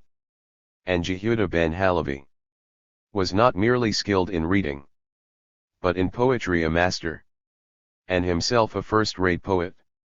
Yes, he was a first-rate poet, star and torch of his own age, light and beacon of his people. Yes, a very wondrous mighty, fiery pillar of all song, that preceded Israel's mournful caravan as it was marching through the desert of sad exile. Pure and true alike, and spotless was his song, as was his spirit, when this spirit was created by its maker, self-contented. He embraced the lovely spirit, and that kiss's beauteous echo thrills through all the poet's numbers, which are hallowed by this grace. As in life, in numbers also, grace is greatest good of all. He who has it, ne'er transgresses, in his prose or in his verses. Genius call we such a poet, of the mighty grace of God. He is undisputed monarch of the boundless realms of fancy. He to God alone accounteth, not to man, and, as in lifetime, so in art the mob have power to destroy, but not to judge us. 2. By the streams of Babylon sat we down and wept, we hanged our sad harps upon the willows. Knowest thou not the olden song? Knowest thou not the olden tune, which begins with elegiac crying, humming like a kettle, that upon the hearth is boiling? That upon the hearth is boiling? Long has it been boiling in me, 1,000 years. A gloomy anguish, and my wounds are licked by time, as Job's boils by dogs were licked. Thank thee, dog, for thy saliva, though it can but cool and soften. Death alone can ever heal me. But, alas, I am immortal. Years come round and years then vanish. Busily the spool is humming, as it in the loom is moving. What it weaves, no weaver knoweth. Years come round and years then vanish. Human tears are dripping, running on the earth, and then the earth sucks them in with eager silence. Seething mad, the cover leaps up happy, he whose daring hand taketh up thy little ones, dashing them against the stones. God be praised. The seething slowly in the pot evaporates, then is mewed. My spleen is softened, my west-eastern darksome spleen, and my Pegasus is neighing once more gaily, and the nightmare seems to shake with vigor off him, and his wise eyes thus are asking, are we riding back to Spain, to the little Talmudist there, who was such a first-rate poet, to Jehuda ben Halevi? Yes, he was a first-rate poet, in the realm of dreams sole ruler, with the spirit monarch as crown, by the grace of God a poet, who in all his sacred meters, in his madrigals, tertinas, canzonets, and strange gazellas, poured out all the abundant fire of his noble God-kissed spirit. Of a truth this troubadour was upon a par with all the best lute players of Provence, of Poitou and of Guyenne, Roussillon and every other charming orange-growing region of gallant old Christendom. Charming orange-growing regions of gallant old Christendom. How they glitter, smell, and tingle in the twilight of remembrance. Beauteous world of nightingales, where we only in the place of the true God, the false God worshipped, of the muses and of love, clergy, bearing wreaths of roses on their bald pates, sang the psalms, in the charming langue doc. Laity, all gallant knights, on their high steeds proudly trotting, verse and rhyme were ever making, to the honor of the ladies, whom their hearts to serve delighted. There's no love without a lady. There's no love without a lady. Therefore to a mincing earth was a lady just as needful as to bread and butter, butter. And the hero, whom we sing of, our Jehuda ben Halevi, also had his heart's fair lady. But she was of special kind. She no Laura was, whose eyes mortal constellations kindled on Good Friday the notorious fire within the famed cathedral. She was not a chatelaine, who, attired in youthful graces, took the chair at tournaments, and the laurel wreath presented, casuist in the laws of kisses. She was not, no doctrinaire, who within the learned college of a court of love gave lectures. She the rabbi was in love with, was a poor and mournful loved one, woeful image of destruction, and her name Jerusalem. In his early days of childhood, she his one sole love was always, and the word Jerusalem made his youthful spirit quiver. Purple flames were ever standing on the boy's cheek, and he hearkened, when a pilgrim to Toledo came from out the far east country, and recounted how deserted, and uncleanly was the city, where upon the ground the traces of the prophet's feet still glistened, where the air is still perfumed by the undying breath of God. Oh, the mournful sight, a pilgrim once exclaimed, whose beard was floating white as silver, notwithstanding that the hair which formed its end once again grew black, appearing as if getting young again. And a very wondrous pilgrim might he be, his eyes were peering as through centuries of sorrow, and he sighed, Jerusalem, she, the crowded holy city, is converted to a desert, where wood devils, werewolves, jackals their accursed home have made. Serpents, birds of night, are dwelling in its weather-beaten ruins. From the window's airy bough peeps the fox with much contentment. Here and there a ragged fellow comes sometimes from out the desert, and his hunchbacked camel feedeth in the long grass growing round it. On the noble heights of Zion, where stood up the golden fortress whose great majesty bore witness to the mighty monarch's glory, there, with noisome weeds encumbered, not now lies but grey old ruins, gazing with such looks of sorrow one must fancy they are weeping. And 'tis said they wept in earnest, once in each year, on the 9th day of the months that known as Ab, with my own eyes, full of weeping. I the clammy drops have witnessed down the large stones slowly trickling, and have heard the broken columns of the temple sadly moaning. Such like pious pilgrim sayings wakened in the youthful bosom of Jehuda ben Halevi. Yearnings for Jerusalem. Poet's yearnings. As foreboding, visionary, sad, as those in the Chateau Blay experienced whilome by the noble Vidame Messer Geoffroy Rodello. When the knights, returning homeward from the eastern land, asserted loudly, as they clashed their goblets, that the paragon of graces, and the flower and pearl of women, was the beauteous Melisande, Margravine of Tripoli. Each one knows that for this lady raved the troubadour thenceforward. Her alone he sang, and shortly Chateau Blay no more could hold him. And he hastened thence. At set. And he hastened thence. At set. Took he ship, but on the ocean he fell ill and sick and dying. He arrived at Tripoli. Here at length, on Melisande, he, too, gazed with eyes all loving, which that self same hour were covered by the darksome shades of death.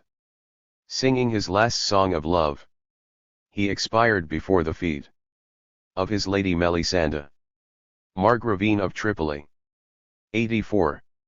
Wonderful was the resemblance in the fate of these two poets, save that in old age the former his great pilgrimage commenced, and Jehuda ben Halevi at his mistress' feet expired, and his dying head, it rested on Jerusalem's dear knees.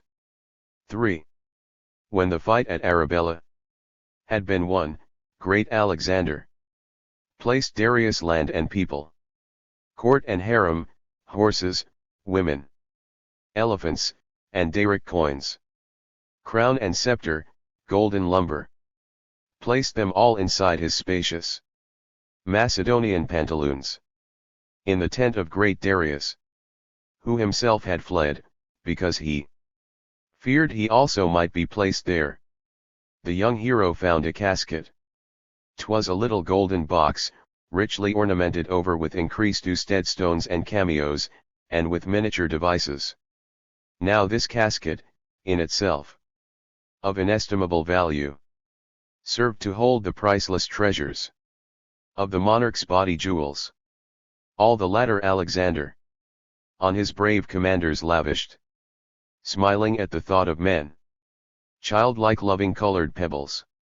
One fair valuable gem he to his mother dear presented, 'twas the signet ring of Cyrus, turned into a brooch henceforward. To his famous old preceptor Aristotle he presented a fine onyx for his splendid cabinet of natural history. In the casket were some pearls too, forming quite a wondrous string, which were once to Queen Atossa given by the false knave Smerdis. But the pearls were all quite real, and the merry victor gave them to a pretty dancer whom he brought from Corinth, named Miss Tis. In her hair the latter wore them, in bacchantic fashion streaming. On that night when she was dancing, on that night when she was dancing at Persepolis, and wildly in the regal castle hurled her impious torch, till, loudly crackling, soon the flames obtained the mastery, and the fortress laid in ruins. On the death of beauteous Tis, who of some bad Babylonian illness died at Babylon, all her pearls were sold by auction at the public auction rooms there, purchased by a priest from Memphis. He to Egypt took them with him, where they on the toilet table of fair Cleopatra glistened, she the finest pearl amongst them, crushed and mixed with wine and swallowed. Her friend Antony to banter with the final Umayyad monarch, came the string of pearls to Spain, and they twined around the turban worn at court by the Caliph Abderrahman III. He wore them as his breast knot at the tourney, where he pierced through 30 golden rings, and fair Zulima's bosom. When the Moorish race was vanquished, then the Christians gained possession of the pearls, which ranked thenceforward as crown jewels of Castile. Their most Catholic majesties, queens of Spain, were wont to wear them on all court and state occasions. On all court and state occasions. At all bullfights, grand processions. And at each auto da fe. When they took their pleasure, sitting at the balcony, in sniffing up the smell of burnt old Jews. Later still, old Mentezabel, Satan's grandson, pawned these jewels, vainly hoping thus to meet the deficit in the finances. At the Tuileries the jewels finally appeared again, glittering on the neck of Madame Salomon, the Baroness. With the fair pearls thus it happened. Less adventurous the fortune of the casket, Alexander, keeping it for his own use. He the songs enclosed within it, of ambrosia scented Homer, his great favourite, and the casket, all night long was wont to stand at his bed's head, when the monarch slept, the hero's airy figures came from out it, o'er his visions, creeping in fantastic fashion. Other times and other birds too. I myself have erst delighted in the stories of the actions of Pelides, of Odysseus. All then seemed so sunny golden, and so purple to my spirit. Vine leaves twined around my forehead. Vine leaves twined around my forehead. And the trumpets flourished loudly. Hush, no more. All broken lieth now my haughty victor chariot. And the panthers, who once drew it, now are dead, as are the women, who, to sound of drum and cymbal, danced around, and I myself writhe upon the ground in anguish.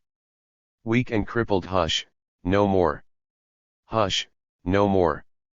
We now are speaking of the casket of Darius. And within myself thus thought I. Should I or possess the casket, and not be obliged to change it into cash, for want of money, I would then enclose within it all the poems of our Rabbi, all Jehuda ben Halevi's festal songs and lamentations, and Gazellus, the description of his pilgrimage. The whole I would have written on the cleanest parchment by the best of scribes, and the manuscript deposit in the little golden casket. This should stand upon the table near my bed, and then, whenever friends appeared and were astonished at the beauty of the trinket, at the wondrous bas-reliefs, small in size, and yet so perfect, notwithstanding, at the jewels, notwithstanding, at the jewels, of such size increased to stead on it, I should smilingly address them. That is but the vulgar covering that contains a nobler treasure. In this casket there are lying diamonds, whose light doth mirror and reflect the light of heaven, rubies glowing as the heart's blood, turquoises of spotless beauty, and fair emeralds of promise, likewise pearls of greater value than the pearls to Queen Atossa, given by the false knave Smerdis, and that afterwards were worn by all the notabilities who this mundane earth have dwelt in. Tis first, then Cleopatra, priests of Isis, Moorish princes, and the queens of old Hispania, and at last the worthy Madame Salomon, the Baroness. For those pearls of worldwide glory, after all, are but the mucus of a poor unhappy oyster, lying sickly in the ocean. But the pearls within this casket are the offspring of a beauteous human spirit, far far deeper than the ocean's deepest depths. For they are the pearly tears of Jehuda ben Halevi. that he over the destruction of Jerusalem let fall pearly tears, which, joined together by the golden threads of rhythm, as a song from posies, golden smithy have proceeded. And this song of pearly tears is the famous lamentation that is sung in all the scattered and far distant tents of Jacob, on the 9th day of the month of that sad anniversary of Jerusalem's destruction by the Emperor Vespasian. Yes, it is the song of Zion that Jehudah ben Halevi sang when dying on the holy ruins of Jerusalem. Barefoot and in lowly garments sat he there upon the fragment of a pillar that had fallen, till upon his breast there fell, like a grey old wood, his hair, shading over in strange fashion his afflicted pallid features, with his eyes so like a spectre's. In this manner sat he, singing, in appearance like a minstrel, from the times of old, like ancient Jeremiah, grave arisen. Soon the birds around the ruins, by his number's mournful cadence, all were tamed, and he and the vulture, all were tamed, and he and the vulture, drew near listening, almost pitying. But an impious Saracen came one day in that direction, on his charger in his stirrups, balancing, his bright lance wielding, and the breast of our poor singer with this deadly spear transfixed he, and then galloped off instanter, winged as though a shadowy figure. Calmly flowed the rabbi's life blood, calmly to its termination sang he his sweet song. His dying sigh was still Jerusalem. It is said in olden legend that the Saracen was really not a wicked cruel mortal, but an angel in disguise, sent from the bright realms of heaven to remove God's favorite from the earth, and to advance him painlessly to those blessed regions.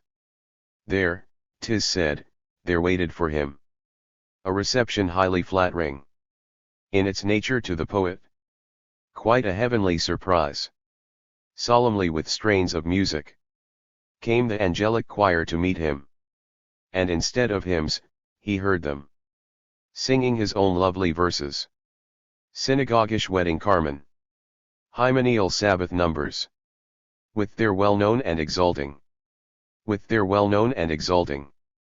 melodies, what notes enthralling, while some angels played the hautboy, others played upon the fiddle, others handled the bass viol, others beat the drum and cymbal.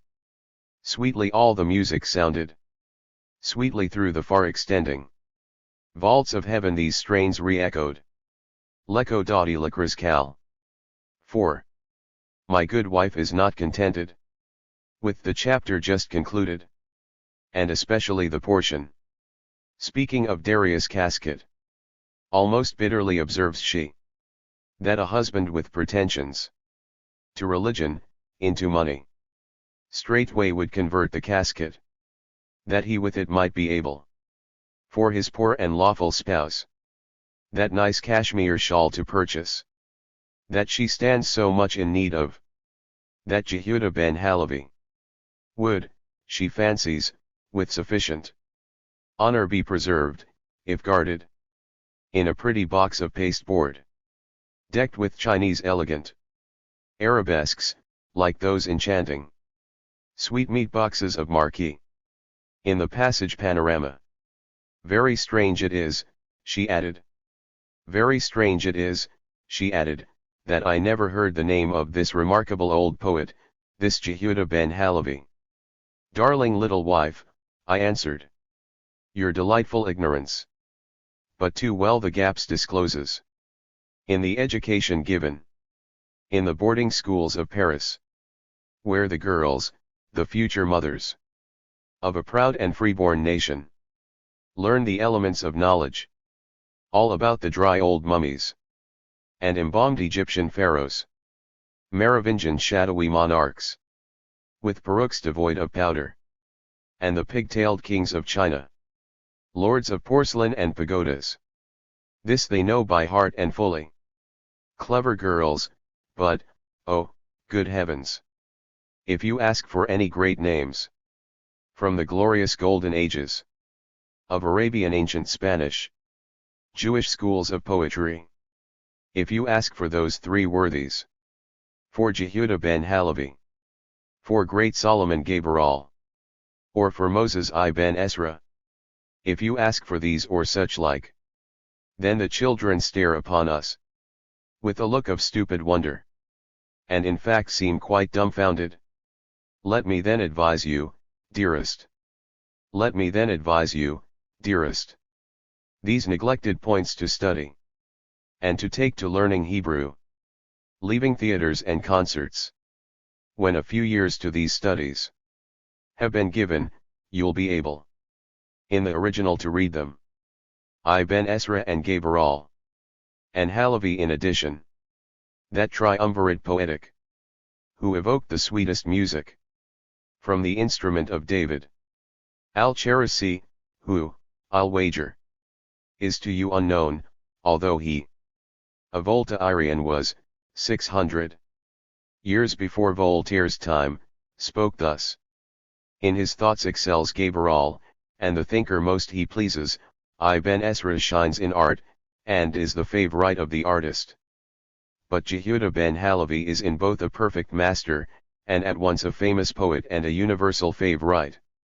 Ibn Esra was a friend, and I rather think, a cousin, of Jehuda ben Halevi, who in his famed book of travels, bitterly complains how vainly he had sought through all Granada for his friend, and only found there his friend's brother, the physician, Rabbi Meir, poet likewise, and the father of the beauty, who in Ibn Esra's bosom kindled such a hopeless passion, that he might forget his niece, he took in hand his pilgrim's staff. Like so many of his colleagues, living restlessly and homeless, toward Jerusalem he wandered, when some Tartars fell upon him, fastened him upon a steed's back, and to their wild deserts took him. Duties there devolved upon him, quite unworthy of a rabbi, still less fitted for a poet. He was made to milk the cows. Once, as he beneath the belly of a cow was sitting squatting, fingering hastily her udder, while the milk the tub was filling, a position quite unworthy of a rabbi, of a poet, melancholy came across him, and to sing a song began he, and he sang so well and sweetly, that the Khan, the horde's old chieftain, who was passing by, was melted, and he gave the slave his freedom, and he likewise gave him presents, gave a fox skin, and a lengthy Saracenic mandolin, and some money for his journey. Poet's fate, an evil star 'tis, which the offspring of Apollo, worried unto death, and even did not spare their noble father, when he, after Daphne lurking in the fair nymph's snowy body's stead, embraced the laurel only. He, the great divine Shlomil, yes, the glorious Delphic god is a Shlomil, and the laurel that so proudly crowns his forehead is a sign of his Shlomildom. What the word Shlomil betokens? Well, we know.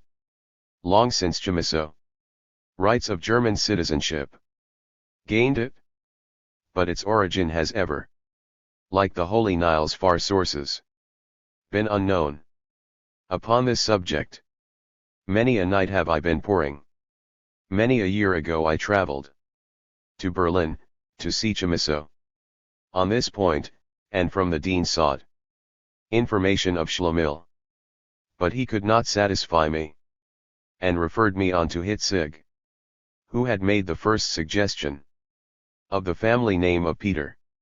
Shadowless, I straightway hired the first cab, and quickly hastened to the magistrate Herr Hitzig, who was formerly called Itzig, when he still was known as Itzig. In a vision saw he written In a vision saw he written his own name high in the heavens, and in front the letter H. "What's the meaning of this H?" asked he of himself. Herr Itzig, or the Holy Itzig. Holy is a pretty title. Not, though, suited for Berlin. At length he, tired of thinking, took the name of Hitzig, and his best friends only knew that Hitzig stood for holy. "Holy Hitzig," said I therefore when I saw him, "have the goodness to explain the derivation of the word Schlemihl, I pray you." Many circumvendibuses took the Holy One he could not recollect, and made excuses in succession like a Christian, till at length I burst the buttons in the breeches of my patience, and began to swear so fiercely, in such very impious fashion, that the worthy pietist, pale as death, with trembling knees, forthwith gratified my wishes. And the following story told me. In the Bible it is written how, while wandering in the desert, Israel oft committed whoredom with the daughters fair of Canaan. Then it came to pass that Phinehas chanced to see the noble Zimri. Thus engaged in an intrigue with a Canaanitish woman. Straightway in his fury seized he on his spear, and put to death Zimri on the very spot. Thus in the Bible 'tis recounted. But, according to an oral old tradition mongst the people, 'twas not Zimri that was really stricken by the spear of Phinehas, but the latter, blind with fury, in the sinner's place, by ill luck chanced to kill a guiltless person, named Schlemihl ben Zuri Shaddai. He, then, this Schlemihl the first, was the ancestor of all the race Schlemihlian. We're descended from Schlemihl ben Zuri Shaddai. Certainly no wondrous actions are preserved of his, we only know his name, and in addition, know that he was a Schlemihl. But a pedigree is valued, not according to its fruits, but its antiquity alone. Ours 3,000 years can reckon. Years come round, and years then vanish. Full 3,000 years have fleeted since the death of our forefather, this Schlemihl ben Zuri Shaddai. Phinehas, too, has long been dead. But his spear is in existence. And incessantly we hear it whizzing through the air above us. And the noblest hearts it pierces. Both Jehudah ben Halevi, also Moses ben Esra. And it likewise struck Gabaral. Yes, Gabaral, that true heart, God-devoted Minsinger, that sweet nightingale, who sang to God instead of to a rose. That sweet nightingale who caroled tenderly his loving numbers in the darkness of the Gothic medieval night of earth, undismayed and caring nothing for grimaces or for spirits, or the chaos of delirium and of death those ages haunting. Our sweet nightingale thought only of the godlike one he loved so, unto whom he sobbed his love, whom his hymns were glorifying. 30 springs Gabaral witnessed on this earth, but loud-tongued Fama trumpeted abroad the glory of his name through every country. Now at Cordova, his home, he had a Moor as next-door neighbor, who wrote verses, like the other, and the poet's glory envied. When he heard the poet singing, then the Moor's bile straight flowed over. And the sweetness of the songs was bitter wormwood to this base one. He enticed his hated rival to his house one night, and slew him there, and then the body buried in the garden in its rear. But behold, from out the spot where the body had been hidden, presently there grew a fig tree of the most enchanting beauty. All its fruit was long in figure, and of strange and spicy sweetness. He who tasted it, sank into quite a dreamy state of rapture. Mongst the people on the subject much was said aloud or whispered, till at length the rumor came to the illustrious Caliph's ears. He with his own tongue first tasted this strange fig phenomenon, and then formed a strict commission of inquiry on the matter. Summarily they proceeded on the owner of the tree's solace. 60 strokes of the bamboo they gave, and then his crime confessed he. Thereupon they tore the tree up by its roots from out the ground, and the body of the murdered man Gabriel was discovered. He was buried with due honor, and lamented by his brethren. And the self-same day they also hanged the Moor at Cordova. Disputation. In the Allah at Toledo, loudly are the trumpets blowing to the spiritual tourney. Gaily dressed, the crowd are going. This is no mere worldly combat. Not one arm of steel here glances, sharply pointed and scholastic. Words are here the only lances. Gallant paladins here fight not. Ladies honest fame defending. Capuchins and Jewish rabbis are the knights who are here contending.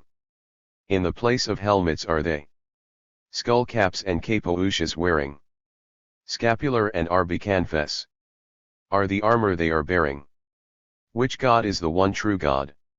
He, the Hebrew stern and glorious. Unity, whom Rabbi Judah of Navarre would see victorious.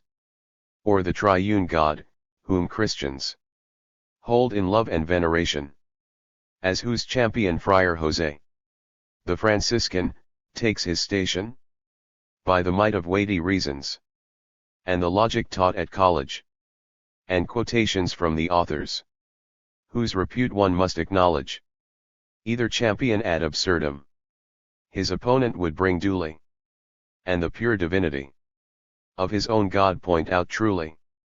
'Tis laid down that he whose foeman manages his cause to smother, should be bound to take upon him the religion of the other, and the Jew be duly christened. This was the express provision. On the other hand the Christian bear the rite of circumcision. Each one of the doughty champions has 11 comrades by him, all to share his fate determined, and for will or woe keep nigh him. While the monks who back the friar, with assurance full and steady, hold the holy water vessels for the rite of christening ready, swinging sprinkling brooms and censers, whence the incense smoke is rising. All their adversaries briskly whet their knives for circumcising. By the lists within the hall stand, ready for the fray, both forces, and the crowd await the signal, eager for the night's discourses. 'Neath a golden canopy, while their courtiers duly flatter, both the king and queen are sitting, quite a child appears the latter. With a small French nose, her features are in roguishness not wanting, and the ever-laughing rubies of her mouth are quite enchanting. Fragile fair inconstant flower, may the grace of God be with her. From the merry town of Paris she has been transplanted hither, to the country where the Spanish old grandees stiff manners gall her, whilome known as Blanche de Bourbon. Donna Blanca now they call her, and the monarch's name is Pedro, with the nickname of the Cruel. But today, in gentle mood, he looks as if he ne'er could do ill. With the nobles of his court he enters into conversation, and both Jew and Moor addresses with a courteous salutation. For these sons of circumcision are the monarch's favorite creatures. They command his troops, and also in finances are his teachers. Suddenly the drums gin beating, and the trumpet's bray announces that the conflict is beginning. Where each night the other trounces, the Franciscan monk commences, bursting into furious passion, and his voice, now harsh, now growling, blusters in a curious fashion. Father, Son, and Holy Spirit, in one sentence he comprises. And the seed accursed of Jacob, and the seed accursed of Jacob, in the rabbi exorcises.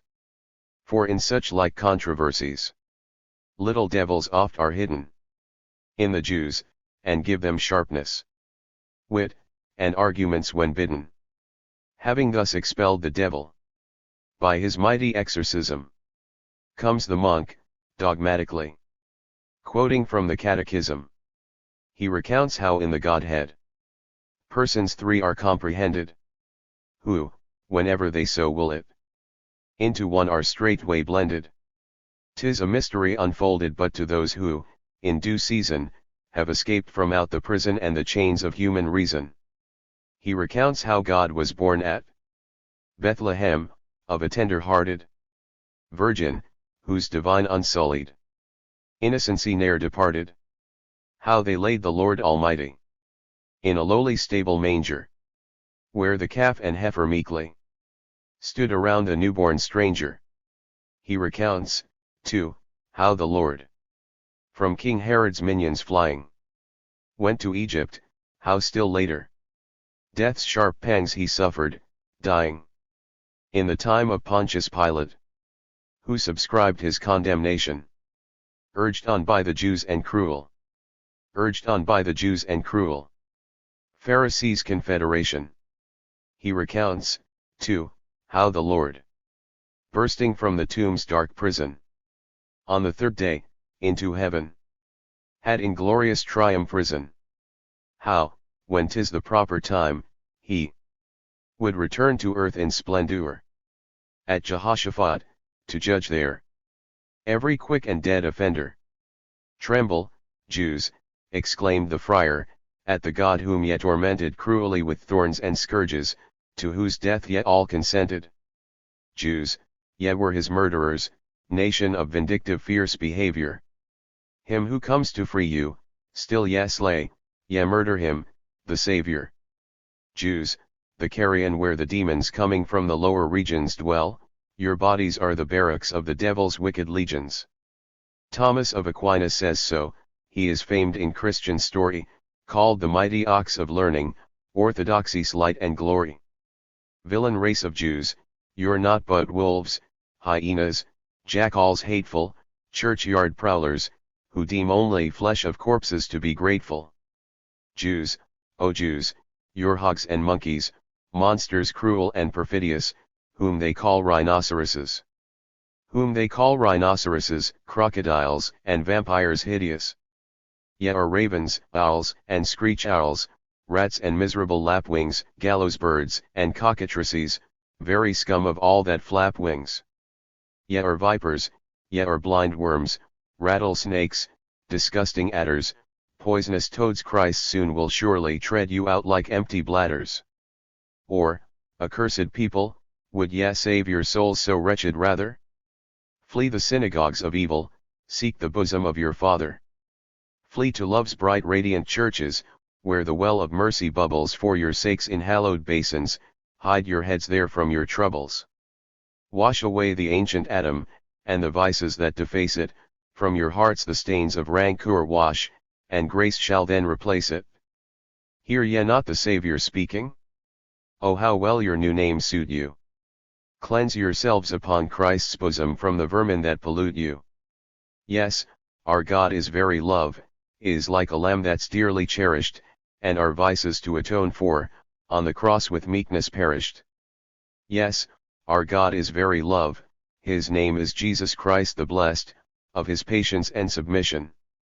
Of his patience and submission we aspire to be possessed. Therefore are we meek and gentle, courteous, never in a passion, fond of peace and charitable, in the Lamb the Saviour's fashion.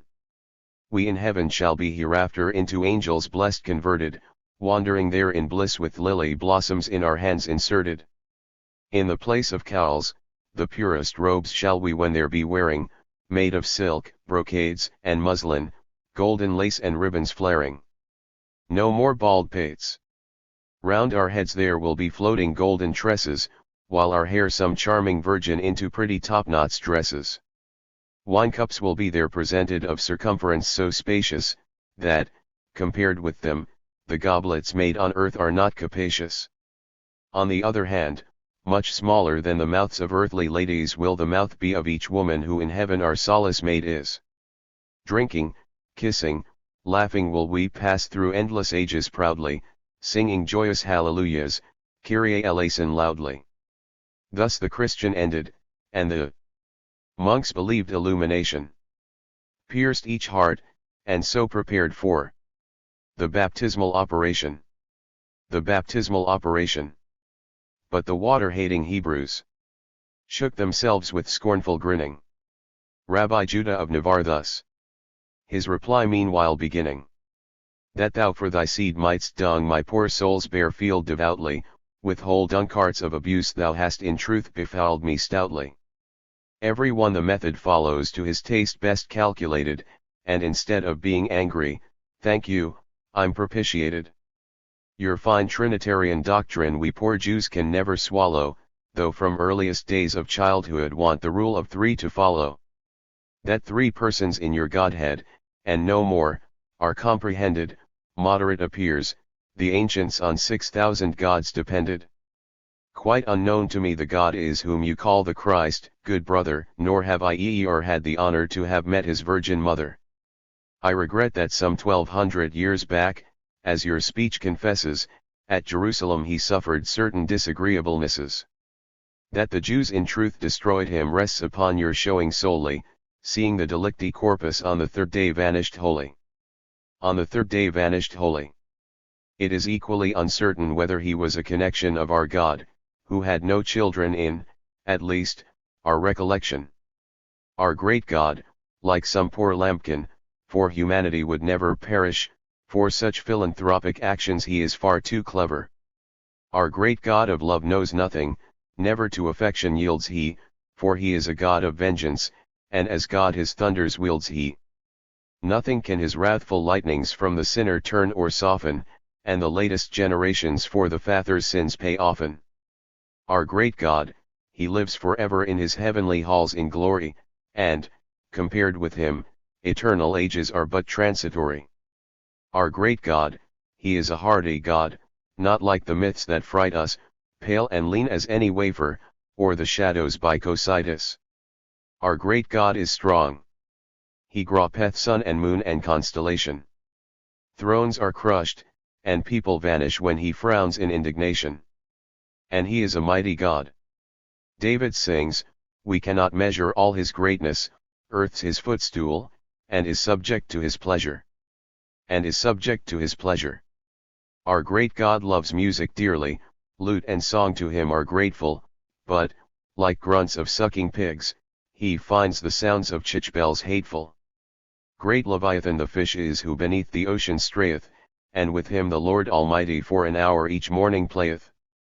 With the exception of the 9th day of the month Ab, that sad morrow, when they burned his holy temple, on that day too great's his sorrow. Just 100 miles in length is the Leviathan, each fin is big as Og the king of Bazan, and his tail no cedar thin is. Yet his flesh resembles turtle, and its flavor is perfection, and the Lord will ask to dinner on the day of resurrection. All his own elect, the righteous, those whose faith was firm and stable, and this fish, the Lord's own favorite, will be set upon the table.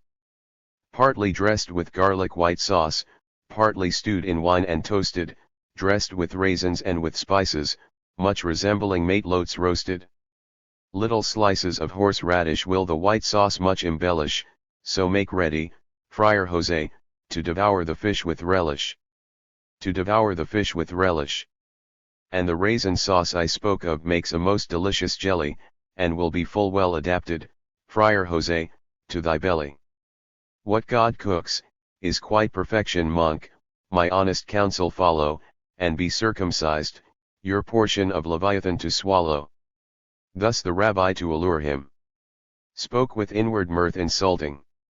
And the Jews, with pleasure grunting, brandished all their knives exulting, to cut off the forfeit foreskins. Victors after all the fighting. Genuine spolia opima. In this conflict so exciting. But the monks to their religion stuck, despite the Jews' derision, and were equally reluctant to submit to circumcision. Next the Catholic converter answered, when the Jew had finished his abuse again repeating, full of fury undiminished. Then the rabbi with a cautious ardor, with his answer followed. Though his heart was boiling over, all his rising gall he swallowed. He appeals unto the Mishnah, treatises and commentaries, and with extracts from the Tosfos Hontov his quotations varies. Hontov his quotations varies. But what blasphemy now speaks the friar, arguments in want of? He exclaimed, I wish the devil had your stupid Tosfos Hontov. This surpasses all, good heavens. Fearfully the rabbi screeches, and his patience lasts no longer, like a maniac soon his speech is. If the Tosfos Hontov's nothing, what is left? O vile detractor! Lord, avenge this foul transgression. Punish, Lord, this malefactor. For the Tosfos Hontov, God, is thyself. And on the daring Tosfos Hontov's base denier thou must vent thy wrath unsparing. Let the earth consume him, like the wicked band of Korah, quickly, who their plots and machinations sowed against thee, Lord, so thickly. Punish, O my God, his baseness. Thunder forth thy loudest thunder, thou with pitch and brimstone Sodom and Gomorrah didst bring under. Strike these Capetians with vigor, as of yore thou struckest Pharaoh who pursued us, as well laden flying from his land we were, O. Knights 100,000 followed this proud monarch of Mizraim, in steel armor, with bright weapons in their terrible yadaim. In their terrible yadaim. Lord, thy right hand then extending, Pharaoh and his host were smitten in the Red Sea, and were drowned there as we drown a common kitten. Strike these Capetians with vigor, show the wicked wretches clearly that the lightnings of thine anger are not smoke and bluster merely. Then thy triumphs praise and glory I will sing and tell of proudly, and moreover will, like Miriam, dance and play the timbrel loudly. Then the monk with equal passion answered thus the furious rabbi, Villain, may the Lord destroy thee, damnable, accursed, and shabby. I can well defy your devils whom the evil one created, Lucifer and Beelzebub, Astaroth and Belial hated. I can well defy your spirits, and your hellish tricks unhallowed, for in me is Jesus Christ, since I his body blessed have swallowed. Christ my only favorite food is, than Leviathan more savory, with its boasted garlic white sauce cooked by Satan, full of knavery. Ah, instead of thus disputing, I would sooner roast and bake you with your comrades on the warmest funeral pile, the devil take you. Thus for God and faith the tourney goes on in confusion utter. But in vain the doughty champions screech and rail and storm and splutter. For 12 hours the fight has lasted. Neither side gives signs of tiring. But the public fast grow weary. And the ladies are perspiring. And the court, too, grows impatient. Ladies make with yawn suggestions. To the lovely queen the monarch turns and asks the following questions. Tell me, what is your opinion? Which is right, and which the liar? Will you give your verdict rather for the rabbi or the friar? Donna Blanca gazes on him. Thoughtfully her hands she presses, with closed fingers on her forehead. And the monarch thus addresses. Which is right, I cannot tell you, but I have a shrewd suspicion that the rabbi and the monk are both in stinking bad condition. Latest poems. 1. Peace yearning. O let thy wounds bleed on, and let thy tears forever flow unbidden. In sorrow revel secret joy, and a sweet balm in tears is hidden. If stranger's hand did wound thee not, thou by thyself must needs be wounded. Thank God with all thy heart, if tears to wet thy cheek have abounded. The noise of day is hushed, and night in long dark mantle comes from heaven. While in her arms, nor fool, nor dolt, can break the rest to suit thee given. Here thou art safe from music's noise, and from the piano's hammer, from the grand opera's pompous notes, and the bravura's fearful clamour. Here thou art not pursued, nor plagued by endless crowds of idle smatterers, nor by the genius Giacomo, 85, and all the clique of world-known chatterers. O grave, thou art the paradise of ears that shun the rabble's chorus. Death's good indeed, yet better 'twere. Our loving mothers never bore us. 2. In May. The friends whom I kissed and caressed of yore have treated me now with cruelty sore, my heart is fast breaking. The sun, though, above with smiles is hailing the sweet month of love. Spring blooms around. In the greenwood is heard the echoing song of each happy bird, and flowers and girls wear a maidenly smile. O beauteous world, I hate thee the while. Yes, Arca's self I well nigh praise. No contrasts vain torment there are days. For suffering hearts 'tis better below. There where the Stygian night waters flow. That sad and melancholy stream. And the Stymphalide's dull scream. The Furies sing song, so harsh and shrill. With Cerberus bark the pauses to fill. These match full well with sorrow and pain. In Proserpine's accursed domain. In the region of shadows, the valley of sighs, all with our tears doth harmonize. But here above, like hateful things, the sun and the rose inflict their stings. I'm mocked by the heavens so May-like and blue. O beauteous world, I hate thee anew. 3. Body and soul.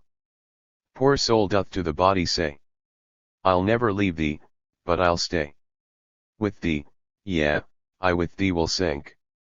In death and night, destruction drink. Thou ever wert my second eye. And round me clungest lovingly, as though a dress of satin bright, all lined throughout with ermine white. Alas! I've come to nakedness. A mere abstraction, bodiless. Reduced a blessed nullity. In yon bright realms of light to be. In the cold halls of heaven up yonder. Where the immortals silent wander. And gape upon me, clattering by. In leaden slippers wearily. 'Tis quite intolerable. Stay, stay with me, my dear body, pray. The body to poor soul replied. Cheer up, be not dissatisfied. We peacefully must learn to bear what fate apportions as our share. I was the lamp's wick, I must now consume away, the spirit, thou wilt be selected by and by, to sparkle as a star on high, of purest radiance. I'm but rags, mere stuff, like rotten tinder bags, collapsing fast, and nothing worth becoming, what I was, mere earth. Farewell. Take comfort, cease complaining. Perchance 'tis far more entertaining in heaven than now supposed by thee, if thou shouldst e'er the great bear see. In those bright climes, greet him from me 1,000 times. 4. Red slippers. A wicked cat, grown old and grey, that she was a shoemaker chose to say, and put before her window a board, where slippers for young maidens were stored, while some were of Morocco made, others of satin were there displayed, of velvet some, with edges of gold, and figured strings, all gay to behold. But fairest of all exposed to view, was a pair of slippers of scarlet hue. They gave full many a last delight, with their gorgeous colors and splendor bright. A young and snow-white noble mouse who chanced to pass the shoemaker's house first turned to look, and then stood still, and then peeped over the window sill. At length she said, Good day, mother cat. You pretty red slippers, I grant you that.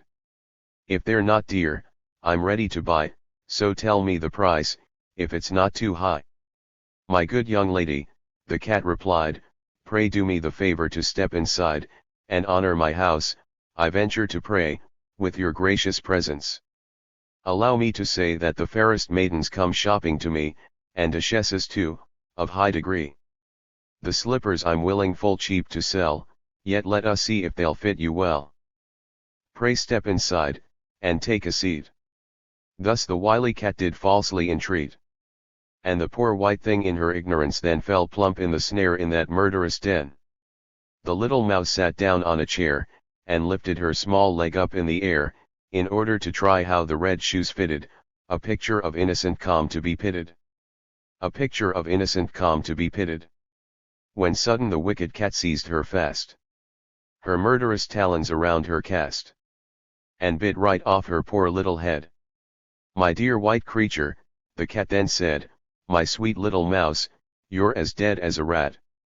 The scarlet red slippers that served me so bad I'll kindly place on the top of your tomb, and when is heard, on the last day of doom, the sound of the trump, O mouse so white, from out of your grave you'll come to light, like all the rest, and then you'll be able to wear your red slippers. Here ends my fable. Moral. Ya little white mice, take care where you go, and don't be seduced by worldly show. I counsel you sooner barefooted to walk, than buy slippers of cats, however they talk. 5. Babylonian Sorrows. I'm summoned by death. I'd fain, my love, have left thee behind in a wood to rove, in one of those forests of firs so drear, where vultures build, and wolves' howlings we hear, where the wild sow fearfully grunts evermore, the lawful spouse of the light grey boar. I'm summoned by death. 'Twere better far, if I, where the stormy billows are, had to leave thee, my wife, my child. And straightway the North Pole's tempest wild, the waters had flogged, and out of the deep, the hideous monsters that in it sleep, the crocodile fierce and the shark, had come, with open jaws, and around thee swum.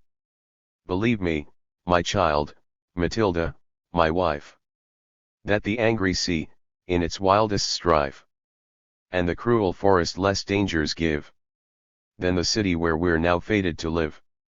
Though fearful the wolf and the vulture may be, the shark, and the monsters dread of the sea, far fiercer, more furious beasts have their birth in Paris, the capital proud of the earth.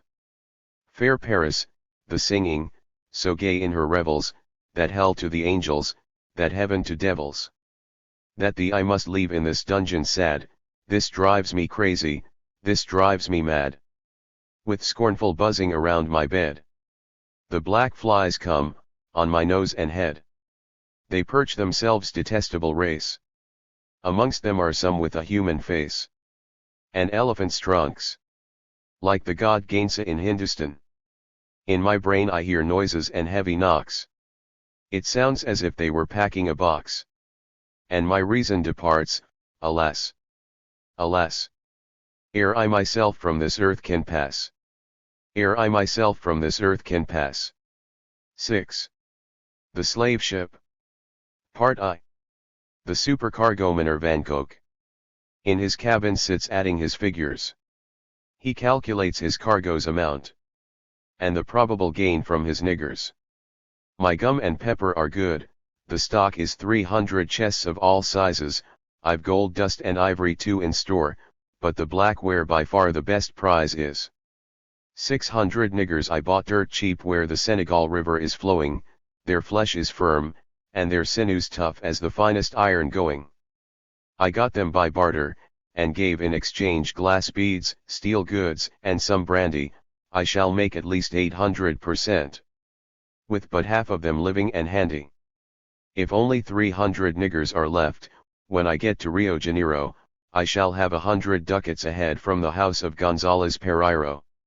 Here all of a sudden Van Koch was disturbed in his meditation. For Dr. Van Smissen entered in, the vessel's surgeon by station. His figure was just as thin as a lath, and his nose had warts all over. Well, worthy doctor, exclaimed Van Koch, are my niggers still living in clover?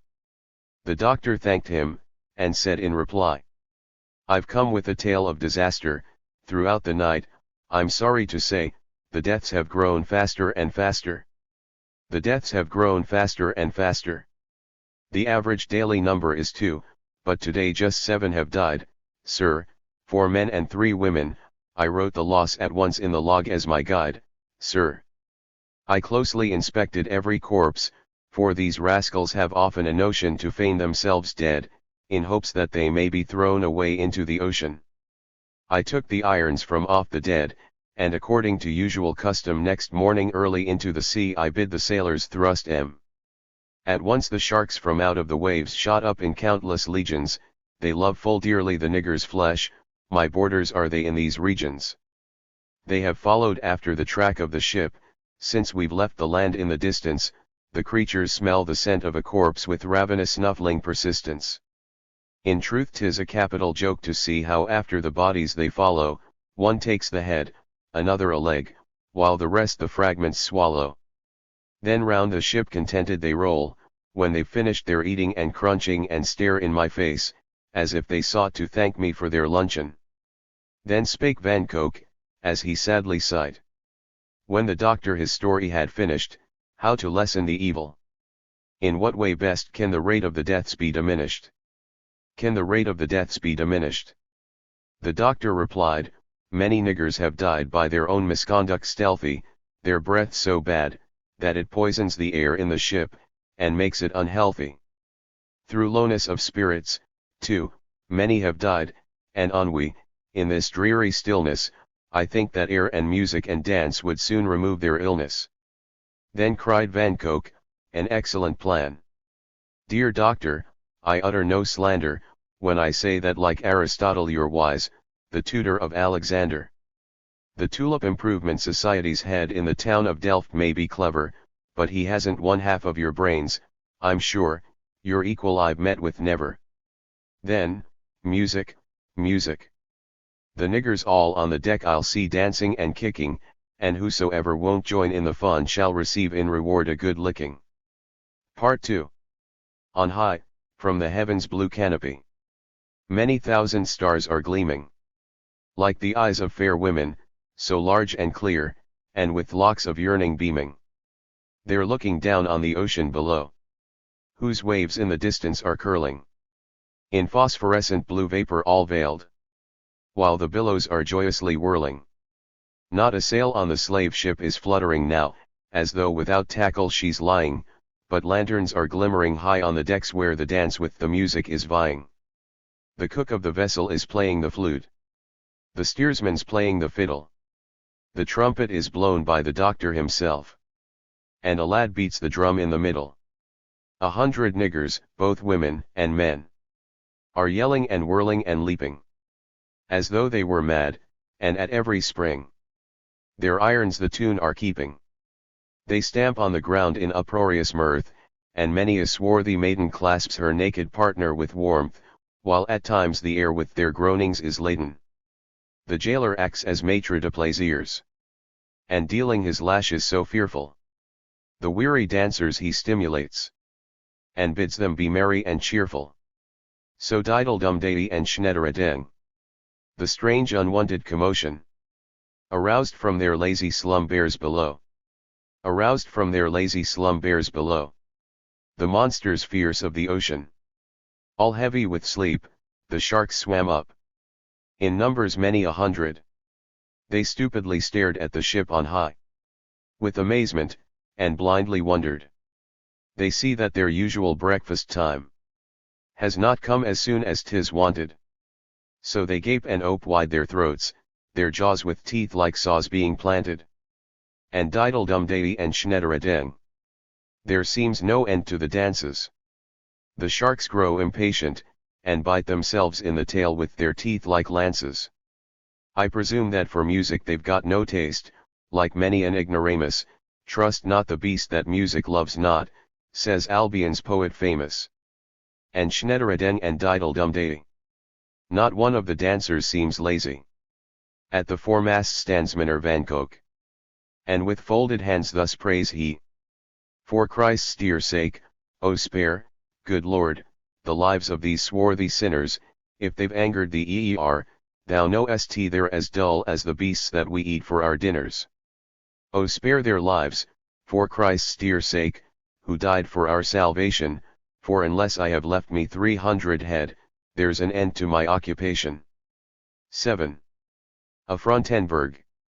Time fleeth, yet that castle old, with all its battlements, its tower, and simple folk that in it dwelt, appears before me every hour. I ever see the weathercock, that on the roof turned round so drilly. Each person, ere he spoke a word, was wont to look up towards it slyly. He that would talk, first learnt the wind.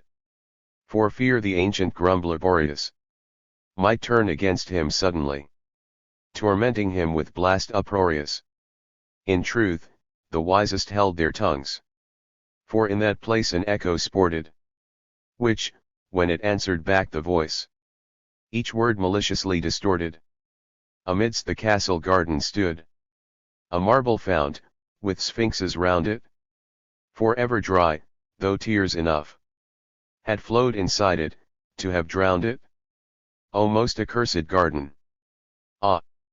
No single spot was in thy keeping, wherein my heart had not been sad, wherein my eye had not known weeping.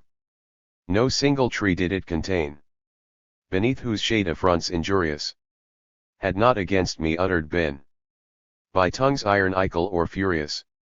The toad that listened in the grass unto the rat hath all confided, who told his aunt the viper straight the news in which himself he prided. The news in which himself he prided, she in her turn told cousin frog, and in this manner each relation in the whole filthy race soon learnt my dire affronts and sad vexation. The garden roses were full fair, and sweet the fragrance that they scattered, yet early withered they and died, by a mysterious poison shattered. And next the nightingale was sick to death, that songster loved and cherished, that sang to every rose her song, through her own poison's taste she perished. O most accursed garden! Yet, it was as though a curse oppressed it. Oft was I seized by ghostly fear, while broad clear daylight still possessed it. The green-eyed spectre on me grinned, terror with fearful mockery vying, while from the yew trees straightway rose a sound of groaning, choking, sighing. At the long alley's end arose the terrace where the Baltic Ocean at time of flood its billows dashed against the rocks in wild commotion. There sees one far across the main. There stood I oft, in wild dreams roaming. The breakers filled my heart as well, with ceaseless roaring, raging, foaming. A foaming, raging, roaring 'twas, as powerless as the billows curling, that the hard rock broke mournfully, proudly as they their shocks were hurling. Proudly as they their shocks were hurling.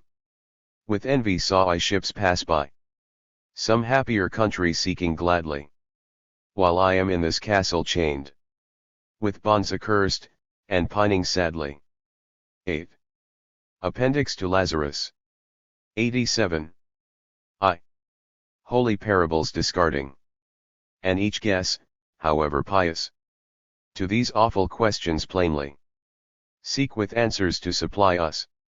Wherefore bends the just one, bleeding neath the cross's weight laborious, while upon his steed the wicked rides all proudly and victorious. Wherein lies the fault? It is not that our God is not almighty? Or hath he himself offended? Such a thought seems wild and flighty. Thus are we forever asking, till at length our mouths securely with a clod of earth are fastened. That is not an answer, surely. 2. My head by the maiden swarthy but fair was pressed gainst her bosom with yearning. But, alas! to grey soon turned my hair, where had fallen her tears so burning. She kissed me ill, and she kissed me lame. She kissed till my eyes were faded. My spinal marrow dried up became, by her mouth's wild sucking pervaded. My body is now a corpse, wherein my spirit is fettered closely. 'Tis often angry, and makes a din. 'Tis often angry, and makes a din, and storms and struggles morosely. O impotent curses! Not even a fly can be killed by mere execrations. Submit to thy fate, and patiently try to bear heaven's dispensations. 3. How slowly time is crawling on, that serpent terrible and creeping, while I, alas, all motionless, on the same spot am ever weeping. On my dark cell no ray of hope hath shone, no sunbeam hath risen. For nothing but the churchyard's vault Shall I exchange this fatal prison? Perchance I long ago did die. Perchance the fantasies which nightly hold in my brain their shifting dance are not but ghostly forms unsightly. They may full well the spectres be of some old heathen gods or devils. They gladly choose the empty skull of a dead poet for their revels.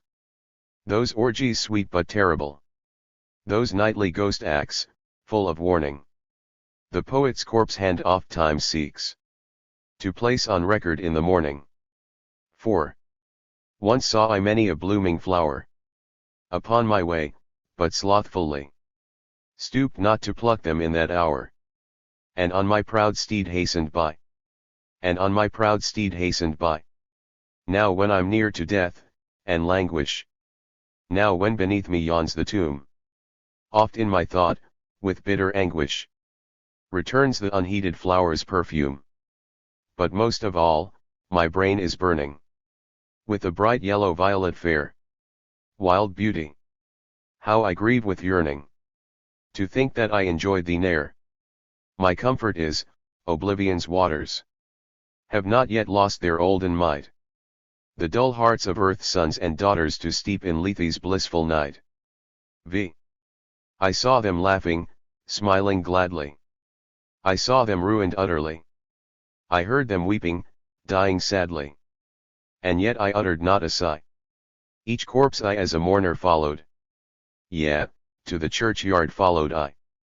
And then with appetite I swallowed my noontide meal, I'll not deny. I now recall that band long perished, with feelings saddened and oppressed, like sudden glowing love once cherished. They strangely storm within my breast, and most 'tis Juliet's tears so burning, that in my memory spring to light. My sadness turns to ceaseless yearning. I call upon her day and night. In feverish dreams, with soft emotion, the faded flower oft comes again. The faded flower oft comes again. Methinks a posthumous devotion to my love's glow it offers then. O gentle phantom, clasp me often with strong and ever stronger power. Unto my lips press thine, and soften the bitterness of this last hour. 6. Thou wast a maiden fair, so good and kindly, so neat, so cool. In vain I waited blindly, till came the hour wherein thy gentle heart would ope, and inspiration play its part. Yea, inspiration for those lofty things which prose and reason deem but wanderings, but yet for which the noble, lovely, good, upon this earth rave, suffer, shed their blood. Upon the Rhine's fair strand, where vine hills smile, once in glad summer days we roamed the while, bright laughed the sun, sweet incense in that hour streamed from the beauteous cup of every flower. The purple pinks and roses breathed in turn red kisses on us, which like fire did burn. Even the smallest daisy's faint perfume appeared a life ideal then to bloom. But thou didst peacefully beside me go, in a white satin dress, demure and slow. Like some girl's portrait limned by Netschere's art, a little glacier seemed to be thy heart. 7. At reason's solemn judgment seat, thy full acquittal hath been spoken. The verdict says, the little one, by word or deed no law hath broken. By word or deed no law hath broken. Yes, dumb and motionless thou stoodst. While maddening flames were raging through me, thou stirredst not, no word thou spakest, yet thou lt be ever guilty to me.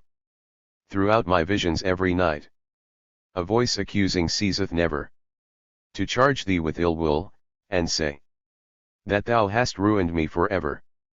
It brings its proofs and witnesses, its musty rolls from thought long banished. And yet at morning, with my dream, lo, the accuser too hath vanished. Now hath it in my inmost heart, with all its records, refuge taken. One only haunts my memory still, that I am ruined and forsaken. 8. Thy letter was a flash of lightning, illuming night with sudden glow. It served with dazzling force to show How deep my misery is, how frightening! E'en thou compassion then didst share, who, mid my life's sad desolation, stood like the sculptor's mute creation, as cold as marble, and as fair. O God, how wretched must I be! For into speech her lips are waking, from out her eyes the tears are breaking. The stone feels for me tenderly, the sight hath filled me with confusion. Have pity, Lord, though thou mayst chasten. Have pity, Lord, though thou mayst chasten. Thy peace bestow, and quickly hasten this fearful tragedy's conclusion. 9. The true SPHYNX's forms the same as woman's, this I see full clearly. And the pause and lion's body are the poet's fancy merely. Dark as death is still the riddle of this true SPHYNX. E'en the clever son and husband of Jocasta, such a hard one found out never. By good luck, though, woman knows not her own riddle's explanation. If the answer she discovered, earth would fall from its foundation. X. 3 women sit at the crossway lonely. They're thinking and spinning. They're sighing and grinning. Their very aspect is hideous only. The distaff the first holds, so placid. The threads she setteth, and each one wetteth. So her hanging lip is all dry and flaccid. The spindle the second one dances. In a circle 'tis whirling, in droll fashion twirling. The old woman's eyes shoot blood-red glances. The third fate's hands, so befitting, hold the scissors so dreary. She hums Misraer. She hums Misraer. And sharp is her nose, with a wart on it sitting. Oh, hasten thee quickly, and sever my life's thread so saddening. Escaping this maddening turmoil of life's distresses forever. 11. I scorn the heavenly plains above me. In the blessed land of paradise, no fairer women there will love me than those whom here on earth I prize. No angel blessed, his high flight winging, could there replace my darling wife. To sit on clouds, whilst psalms I'm singing, would small enjoyment give to life. O Lord, methinks 'twere best to leave me upon this lower world to dwell. But first from sufferings reprieve me, some money granting me as well. The world, I know, is overflowing with sin and misery, yet I have learned full well the art of going along its pavement quietly. Life's bustle cannot now annoy me, for 'tis but seldom that I roam.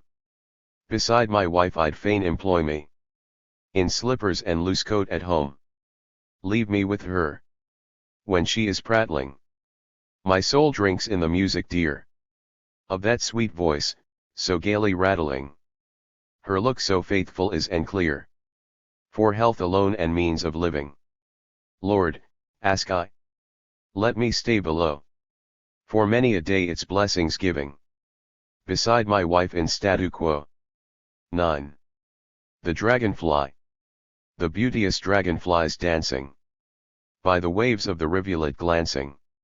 She dances here and she dances there. The glimmering, glittering flutterer fair, full many a beetle with loud applause admires her dress of azure gauze, admires her body's bright splendor, and also her figure so slender. Full many a beetle, to his cost, his modicum small of reason lost. Her wooers are humming of love and truth, Brabant and Holland pledging forsooth. The dragonfly smiled and thus spake she: Brabant and Holland are not to me, but haste, if my charms you admire, and fetch me a sparklet of fire. The cook has just been brought to bed, and I my supper must cook instead. The coals on the hearth are burnt away, so fetch me a sparklet of fire, I pray. Scarce had the false one spoken the word, when off the beetles flew, like a bird. They seek for fire, and soon they find their home in the woods left far behind. At length they see a candle's light in garden bower burning bright, and then with amorous senseless aim, they headlong rush in the candle's flame. The candle's flame with crackling consumed the beetles and their fond hearts so doomed, while some with their lives did expiation, some only lost wings in the conflagration. Oh woe to the beetle, whose wings have been burnt off in a foreign land, I ween. He must crawl on the ground like vermin fell, with humid insects that nastily smell. One's bad companions, he's heard to say, are the worst of plagues, in exile's day. We're forced to converse with every sort of noxious creatures, of bugs in short, who treat us as though their comrades were we, because in the self-same mud we be. Of this complained old Virgil's scholar, the poet of exile and hell, with choler. I think with grief of the happier time, when I in my glory's well-winged prime, in my native ether was playing, on sunny flowers was straying, from rosy calyxes food I drew, was thought of importance, and wheeling flew, with butterflies all of elegance rare, and with the cricket, the artist fair. But since my poor wings I happen to burn, to my fatherland now I ne'er can return. I'm turned to a worm, that will soon expire. I'm rotting away in foreign mire. Oh would that I had never met the dragonfly, that azure coquette, with figure so fine and slender, the fair but cruel pretender. 10. Ascension. The body lay on the bier of death, while the poor soul, when gone its breath, escaping from earth's constant riot, was on its way to heavenly quiet. Then knocked it at the portal high, and spake these words with a heavy sigh, Saint Peter, give me inside a place, I am so tired of life's hard race. On silken pillows I fain would rest in heaven's bright realms, and play my best with darling angels at blind man's buff, enjoying repose and bliss enough. A clatter of slippers ere long was heard. A bunch of keys appeared to be stirred, and out of a lattice, the entrance near, Saint Peter's visage was seen to peer. He spake, the vagabonds come again, the gypsies, Poles, and their beggarly train, the idlers and the Hottentots, they come alone and they come in knots, and fain would enter on heaven's bright rest, and there be angels, and there be blessed. Hello, hello. For gallows faces like yours, for such contemptible races were never created the halls of bliss, your portions with Satan, far off from this. Away, away, and take your flight to the black pool of endless night. The old man thus growled, but hadn't the heart to continue to play a blustering part, so added these words, its spirits to cheer. Poor soul, in truth thou dost not appear to that base troop of rogues to belong. To that base troop of rogues to belong, well, well, I'll grant thy desire so strong, because it is my birthday today, and I feel just now in a merciful way. But meanwhile tell me the country and place from whence thou comest, and was it the case that thou wast married? It happens sometimes a husband's patience atones for all crimes, a husband need not in hell to be stewed, nor need we him from heaven exclude. The soul replied, from Prussia I came, my native town is Berlin by name, there ripples the Spree, and in its bed the young cadets jump heels over head, it overflows kindly, when rains begin a beautiful spot is indeed Berlin. I was a private teacher when there, and much philosophy read with care. I married a Chanoina, strange to say, she quarreled frightfully every day, especially when in the house was no bread. 'Twas this that killed me, and now I am dead. Saint Peter cried, alack, alack! Philosophy's but the trade of a quack. In truth it is a puzzle to me why people study philosophy. It is such tedious and profitless stuff, and is moreover godless enough, in hunger and doubt they're votarized well, till Satan carries them off to hell. Well, thy Xantip might make exclamations against the thin and washy potations from whence upon her, with comforting gleam no eye of fat could ever beam. But now, poor soul, pray comforted be. The strictest commands are given to me, 'tis true, that each who whilst he did live to philosophy used his attention to give, especially to the godless German, should be driven away from hence like vermin. Yet 'tis my birthday today, as I have said, so there is a reason why I'll not reject thee, but ope for a minute the gate of heaven quick, enter within it with utmost speed now all is right. The whole of the day, from morn's first light till late in the evening, thou canst walk round heaven at will, and dreamily stalk along its jewel-paved streets so fair, but mind, thou must not meddle when there with any philosophy, or I shall be soon compromised most terribly. When angels thou hearest singing, assume a face of rapture, and never of gloom, but if an archangel sang the song, be full of inspiration strong, and say that Molly Brand ne'er pretended to have a soprano so rich and splendid, and ever applaud each tuneful hymn of cherubim and of seraphim. Compare them all with Signor Rubini, with Mario and Tamburini, give them the title of excellencies, and be not sparing of reverencies. The singers in heaven, as well as on earth, have all loved flattery since their birth. The world's great chapel master on high, e'en he is pleased when they glorify his works, and delighteth to hear the wonders of God, the mighty Lord, and when a psalm to his glory and praise in thickest incense clouds they raise. Forget me not. Whenever to thee the glory of heaven causes ennui, then hither come, and at cards we'll play. All games alike are in my way, from double dummy to faro I'll go, we'll also drink. But, apropos, if thou shouldst meet, when going from hence, the Lord, and he should ask thee from whence thou comest, let no word of Berlin be said, but say, from Vienna or Munich instead. 11. The affianced ones. Thou weepest, and on me lookest, believing that thou art for my anguish grieving. Thou knowest not, wife, that 'tis for thee. The tear escapes thee, not for me.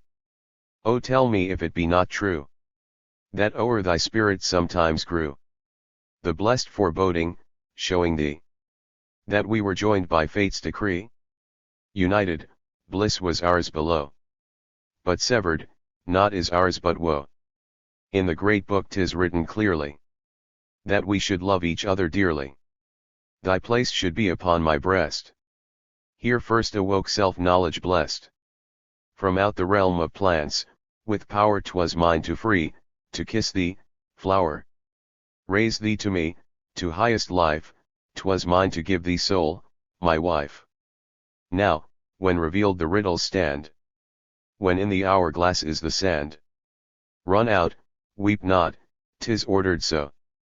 Alone thou lt wither, when I go. Thou lt wither, ere thou yet hast bloomed. Ere thou hast glowed, be quenched and doomed, thou lt die and be the prey of death ere thou hast learned to draw thy breath. I know it now. By heaven, 'tis thou, whom I have loved.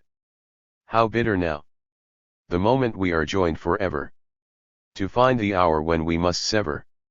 The welcome meanwhile must give way to sad farewell. We part today, for evermore, for 'tis not given to us to meet again in heaven. To us to meet again in heaven. Beauty to dust will fall at last. Thou lt pass away, and crumble fast. The poet's fate will happier be. Death cannot kill them utterly. Annihilation strikes us ne'er. We live in Poesy's land so fair. In Avalon, where fairies dwell. Dear corpse, forever fare thee well. 12. The philanthropist. There once was a brother and sister. The sister was poor, the brother was rich. The poor one said to the rich one, "Give me a piece of bread." The rich one said to the poor one, "Leave me today in peace, while I give my yearly banquet to the lords of the council all. The first doth turtle soup relish, the second doth pineapples eat, the third is fond of pheasant and Perigord truffles too. The fourth eats not but seafish, the fifth in salmon delights, the sixth of each dish eateth, and drinketh even more." The poor rejected sister went hungry back to her house. She threw herself on her straw bed, and deeply sighed and died. We all alike must perish. The scythe of death at last mowed down the wealthy brother, as it the sister had mown. And when the wealthy brother his end approaching saw. He sent for his notary quickly, and straightway made his will, with legacies large and liberal.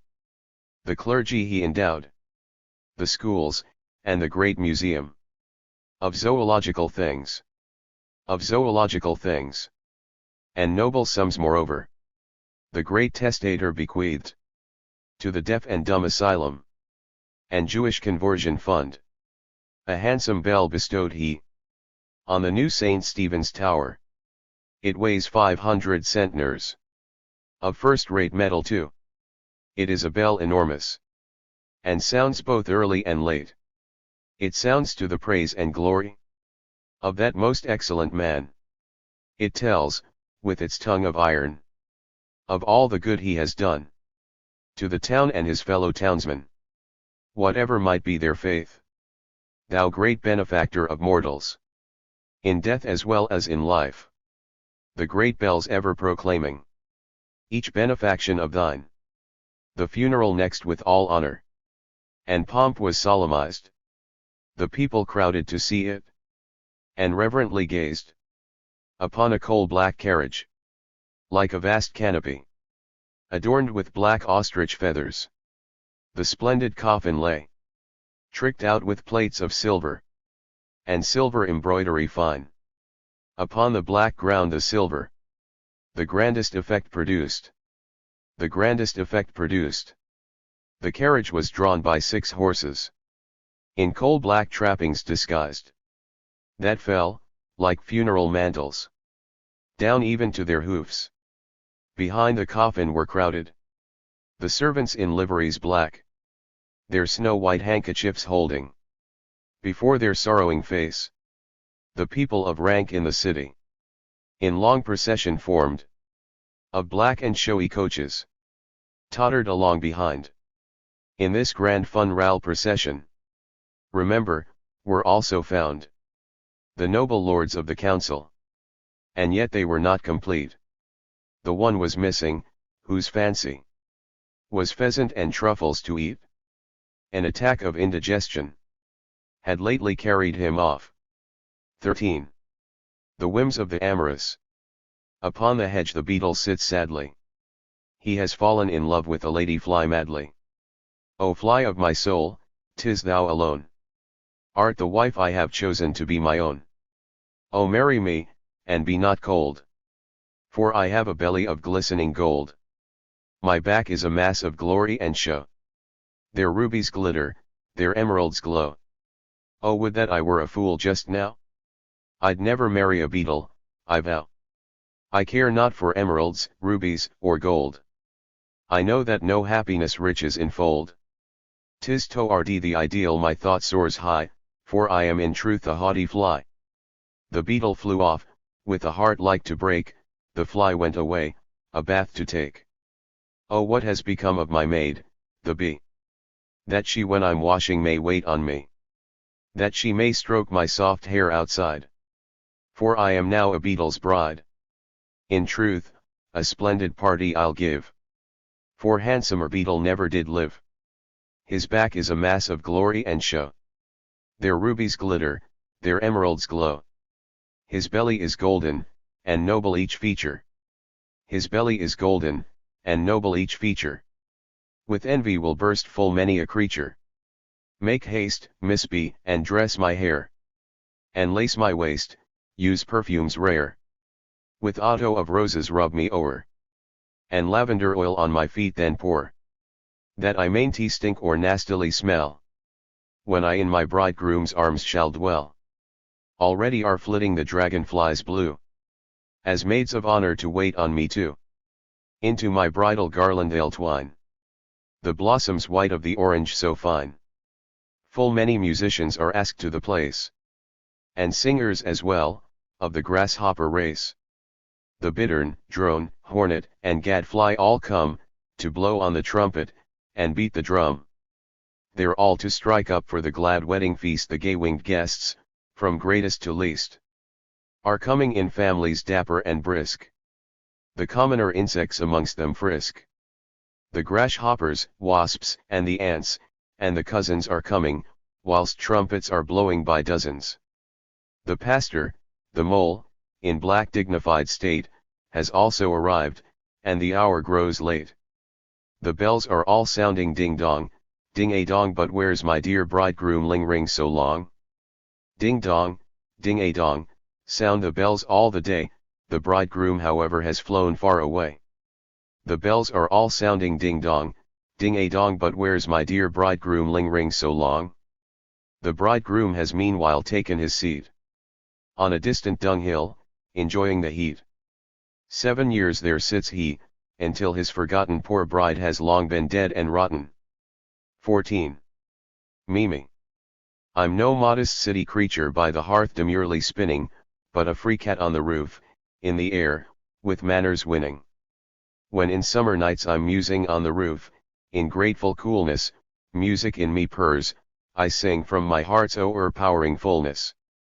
Thus she speaks, and from her bosom wild and wedding songs stream thickly, and the melody allures all the cats unmarried quickly. Purring, mewing, thither hasten all the young cats, plain or brindled, and with Mimi join in chorus, full of love, with passion kindled. They are no mere virtuosos, who profane, for sordid wages, music, but of harmony, are apostles true, and sages. They no instruments use ever, each is his own flute and viol. All their noses trumpets are, bellies, drums, and no denial. They in chorus raise their voices, in one general intermezzo, playing fugues, as if by Bach, or by Guido of Arezzo, while the symphonies they're singing, like capriccios of Beethoven, or of Berlioz, who's excelled by their strains so interwoven. By their strains so interwoven. Wonderful their music's might is. Magic notes without an equal. E'en the heavens they shake, the stars all turn pallid in the sequel, when the magic notes she heareth, and the wondrous tones delightful. Then Selene hides her face with a veil of clouds so frightful. But the nightingale with envy, scandalous old prima donna, turns her nose up, snuffs, and scorns Mimi's voice, to her disianure. Never mind. She'll go on singing, spite the envy of Signora, till on the horizon seen, smiling Rosalie, Aurora. 15. Good advice. Cease thy blushes and thy sorrow. Boldly woo, and, not aside. Civil they will be tomorrow. And thou thus wilt win thy bride. 'Tis the fiddle makes the revel, give, then, the musicians gold, though thou wish them at the devil, kiss thy aunts-in-law, though old. Give a prince his meed of laurel. Of a woman speak not ill. With thy sausages don't quarrel, when thou hast a sow to kill. If the church to thee is hateful, all the more attend its shrine. To the parson be thou grateful. Send him, too, a flask of wine. If an itching chance to tease thee, like a man of honor, scratch. If thy shoe be tight and squeeze thee, slippers get with all dispatch. If thy soup has too much seasoning, be not in an angry mood. Smiling say, instead of reasoning, sweet wife, all thou cookest is good. If thy wife a wish expresses, for a shawl, straight buy her too. Buy her golden brooches, dresses, lace and jewels not a few.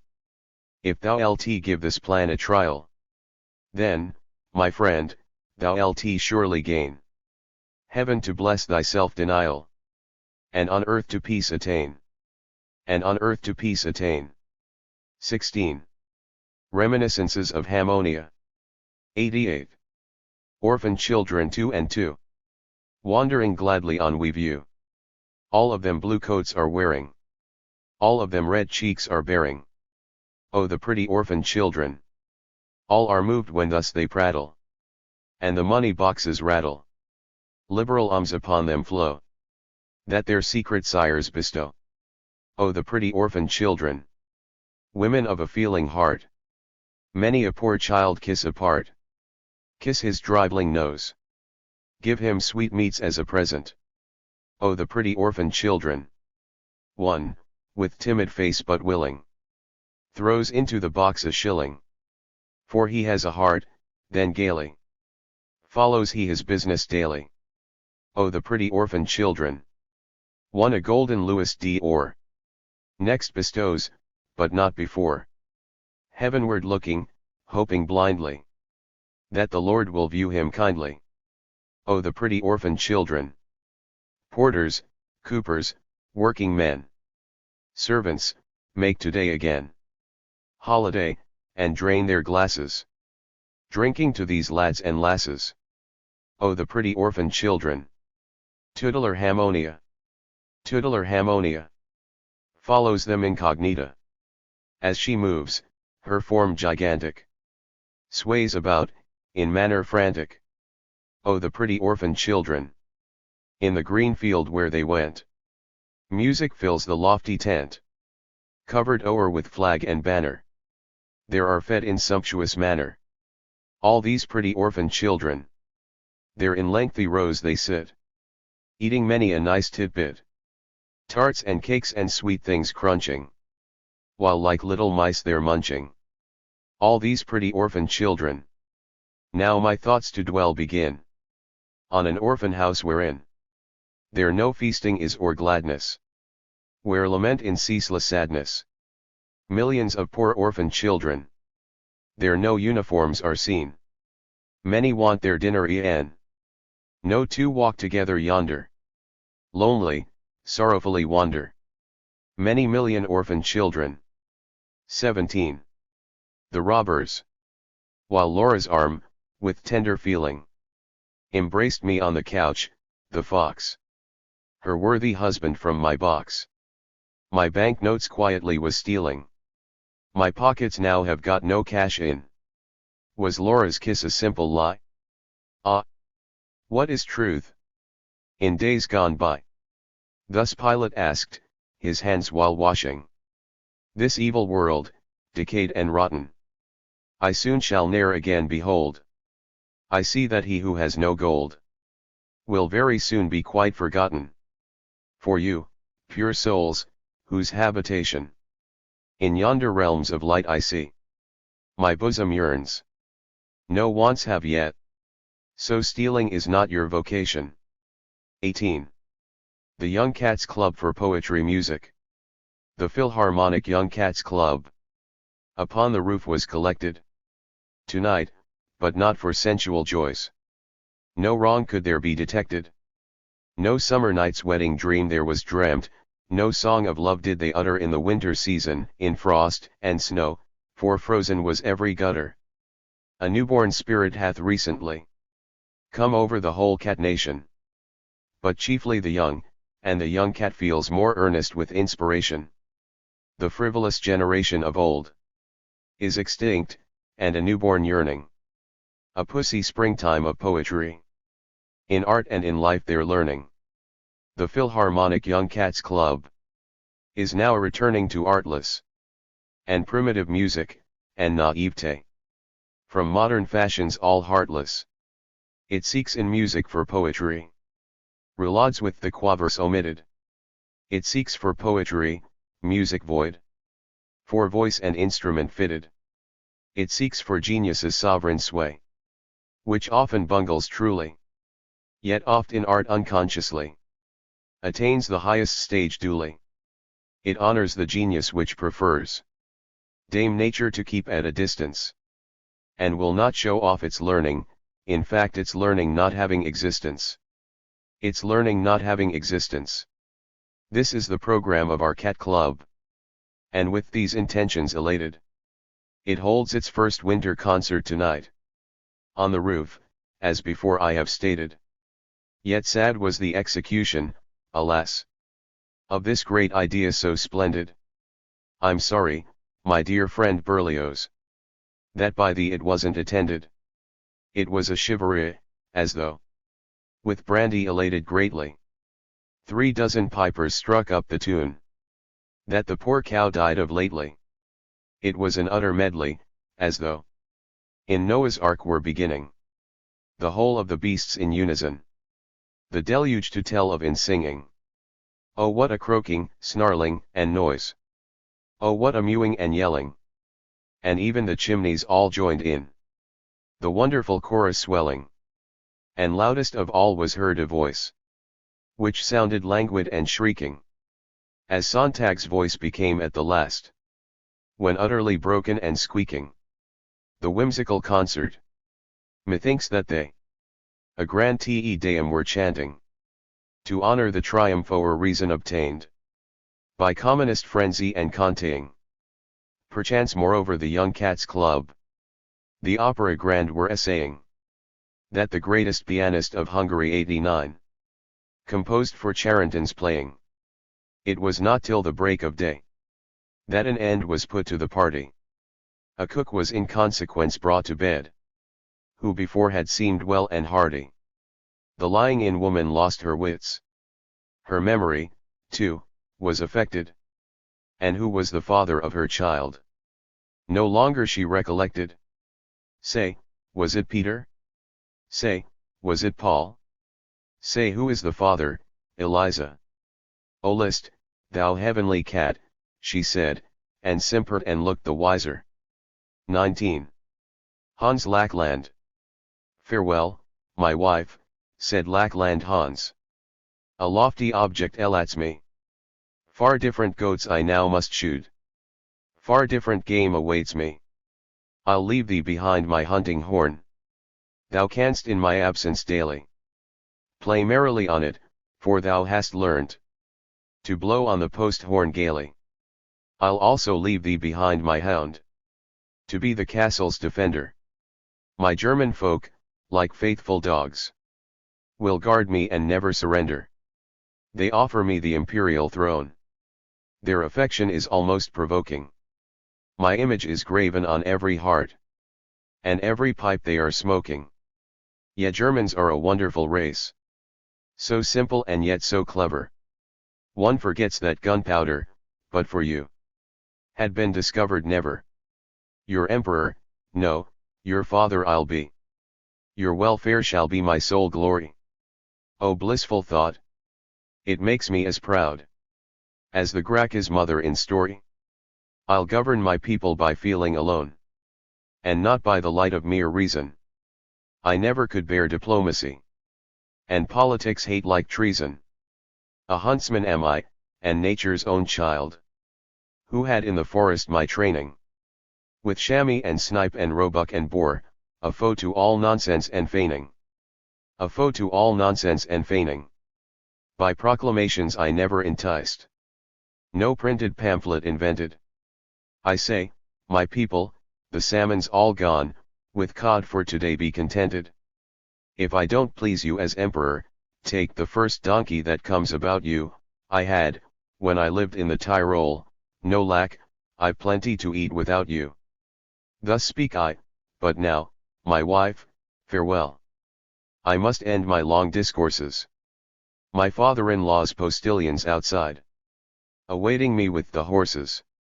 Quick, hand me over my travelling cap, with the ribbon all black red golden. Thou lt see me soon with the diadem, in the dress imperial and olden. Thou lt see me in the pluvial too, the purple robe so glorious, the gift of the Saracen Sultan erst, to Otto, the Caesar victorious. Beneath, I shall wear the Dalmatian dress, whereon, in each species of jewel, a train of lions and camels is worked, and fabulous monsters and cruel. Upon my breast the stole I shall wear, significantly blended, with eagles black on a yellow ground. The garment is really splendid. Farewell. Posterity shall say, I reigned with honest intention. Who knows? Posterity perchance my name will never mention. My name will never mention. 20. Recollections from Krawinkel's days of terror. We, Mayor and Senate of the town, the following orders now lay down, to all who love their city truly, enjoining them to keep them duly. 'Tis foreigners and strangers most who their rebellious spirit boast, Thank God, such rogues the children of the soil are rarely. The atheists likewise are concerned. For he by whom his God is spurned, is sure at last to hold detested all those on earth with power invested. Christian and Jew, at close of day, must shut their shops without delay. Obey your rulers should be ever both Jew and Christian's first endeavor. No person shall be seen at night in any street without a light. Where 3 or more in groups are standing, let them at once begin disbanding. Each one must bring his weapons all, and lay them down in the guild hall.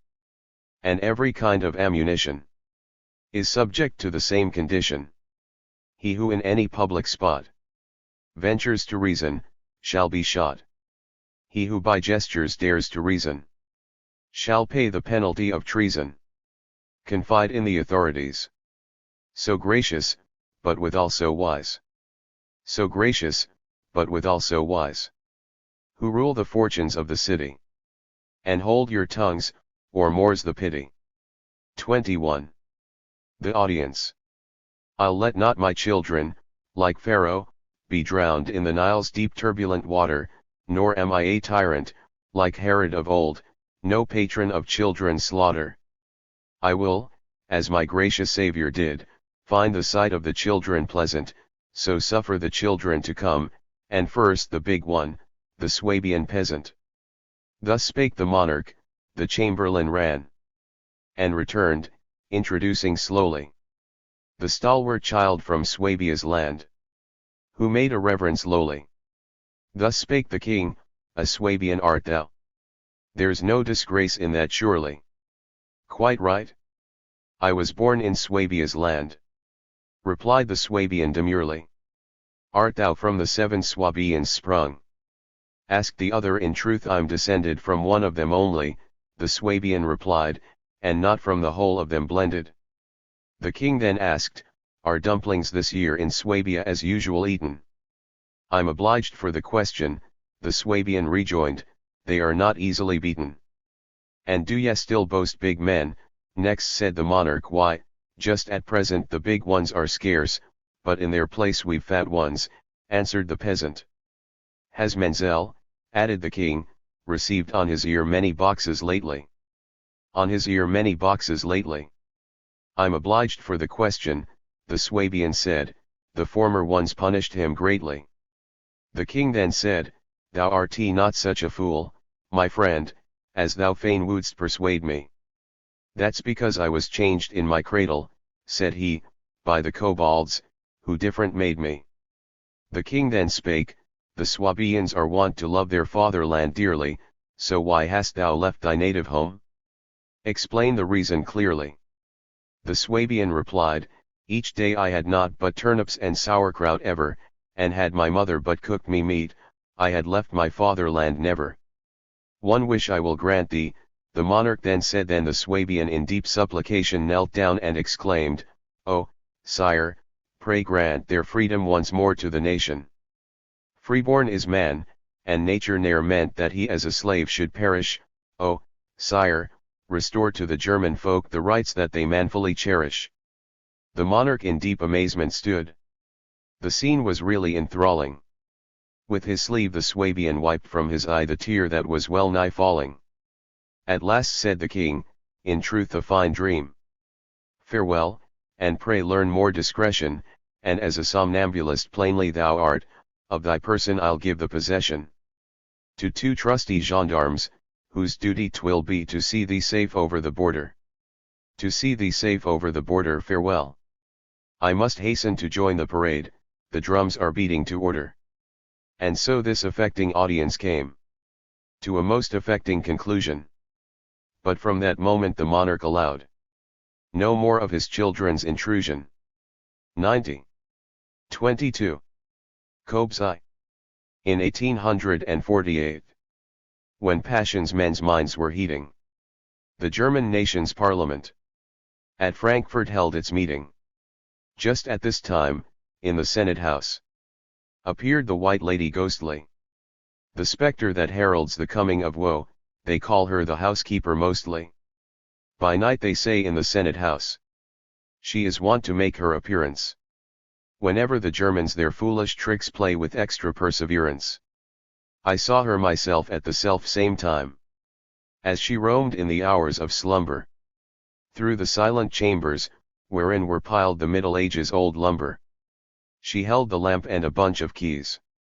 In her hands so pale and sickly. She opened the presses against the walls. And the chests strewed around her thickly. There lie the imperial insignia all. There lies the bull all golden. The scepter, the regal apple, the crown. And more of such fancies olden. There lie the ancient imperial robes. The purple frippery faded. The German kingdom's wardrobe in fact. Now rusted and rot pervaded. The housekeeper mournfully shakes her head. At the sight, then with deep displeasure. She suddenly cries at the top of her voice. The whole of them stink beyond measure. The whole of them stink beyond measure. The whole of them stink with mice's dung and rotten and moldy's the ermine, and all the gaudy trumpery work is swarming with noxious vermin.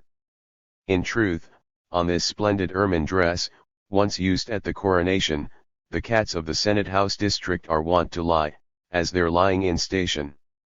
'Tis useless to clean them, I pity the fate of the emperor next elected, by the fleas in his coronation robe his health will be surely affected. And know ye, that all the people must scratch, whenever the emperor itches. O Germans, I dread the princely fleas who swallow up much of your riches. Yet what is the use of monarch and fleas? For rusty are now and all rotten the olden costumes, by modern days are the ancient dresses forgotten. The German poet at Kyffhauser said to Barbarossa quite truly. I find that we want no emperor now, when I weigh the matter duly.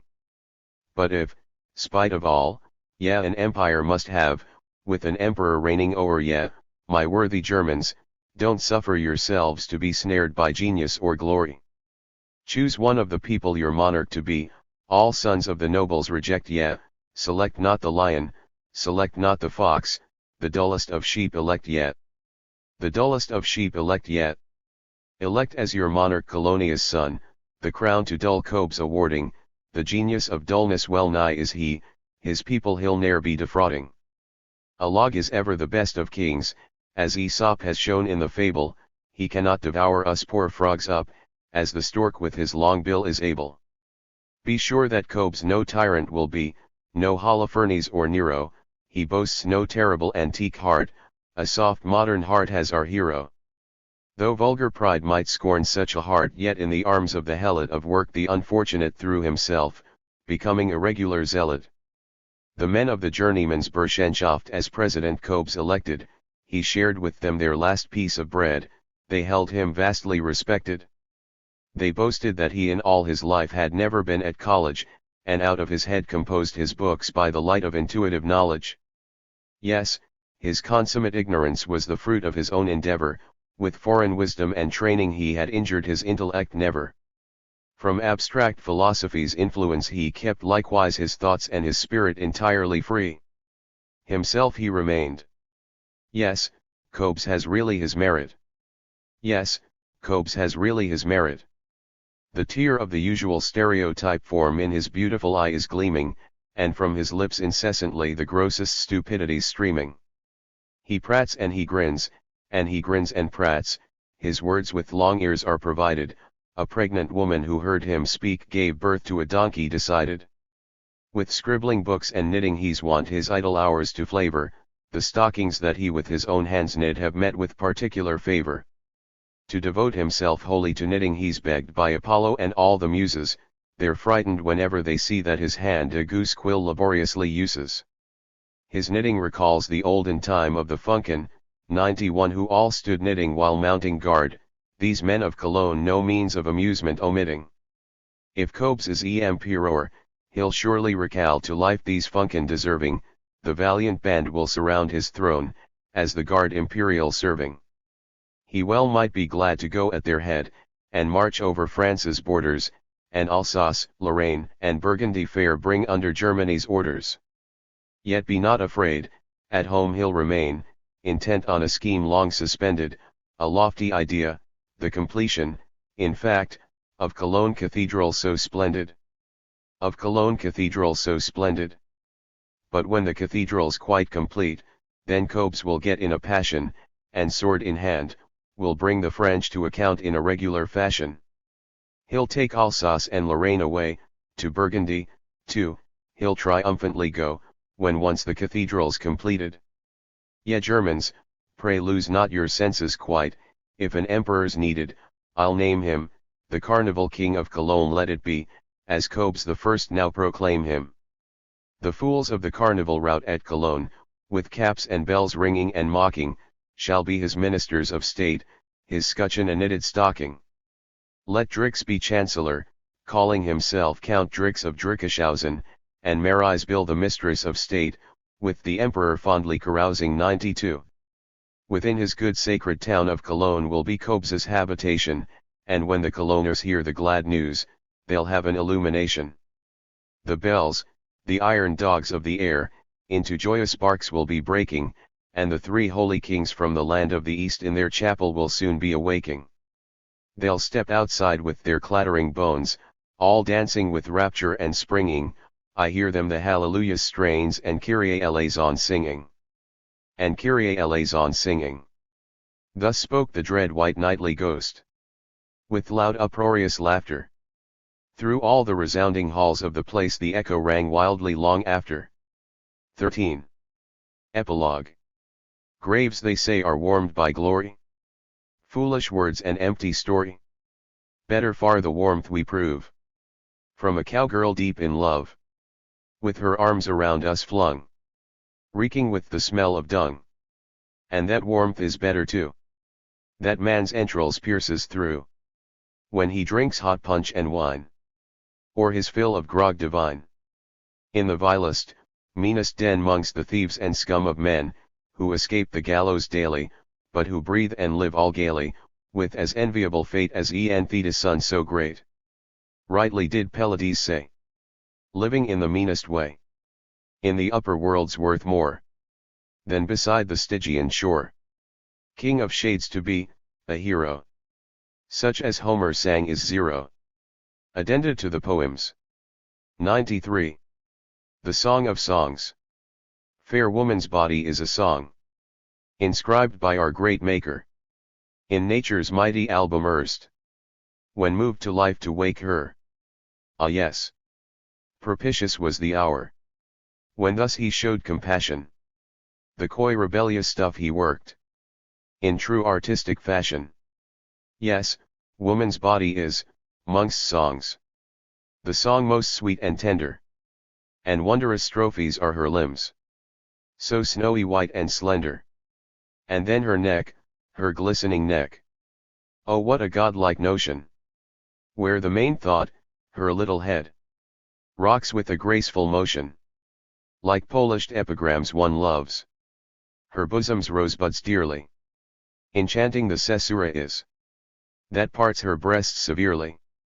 The song has flesh, ribs, hands, and feet. No abstract poem this is. With lips that rhyme deliciously. It smiles and sweetly kisses. True poetry is breathing here. Grace shines in each direction. The song upon its forehead bears the stamp of all perfection. I'll praise thee, Lord, and in the dust will humbly kneel to show it.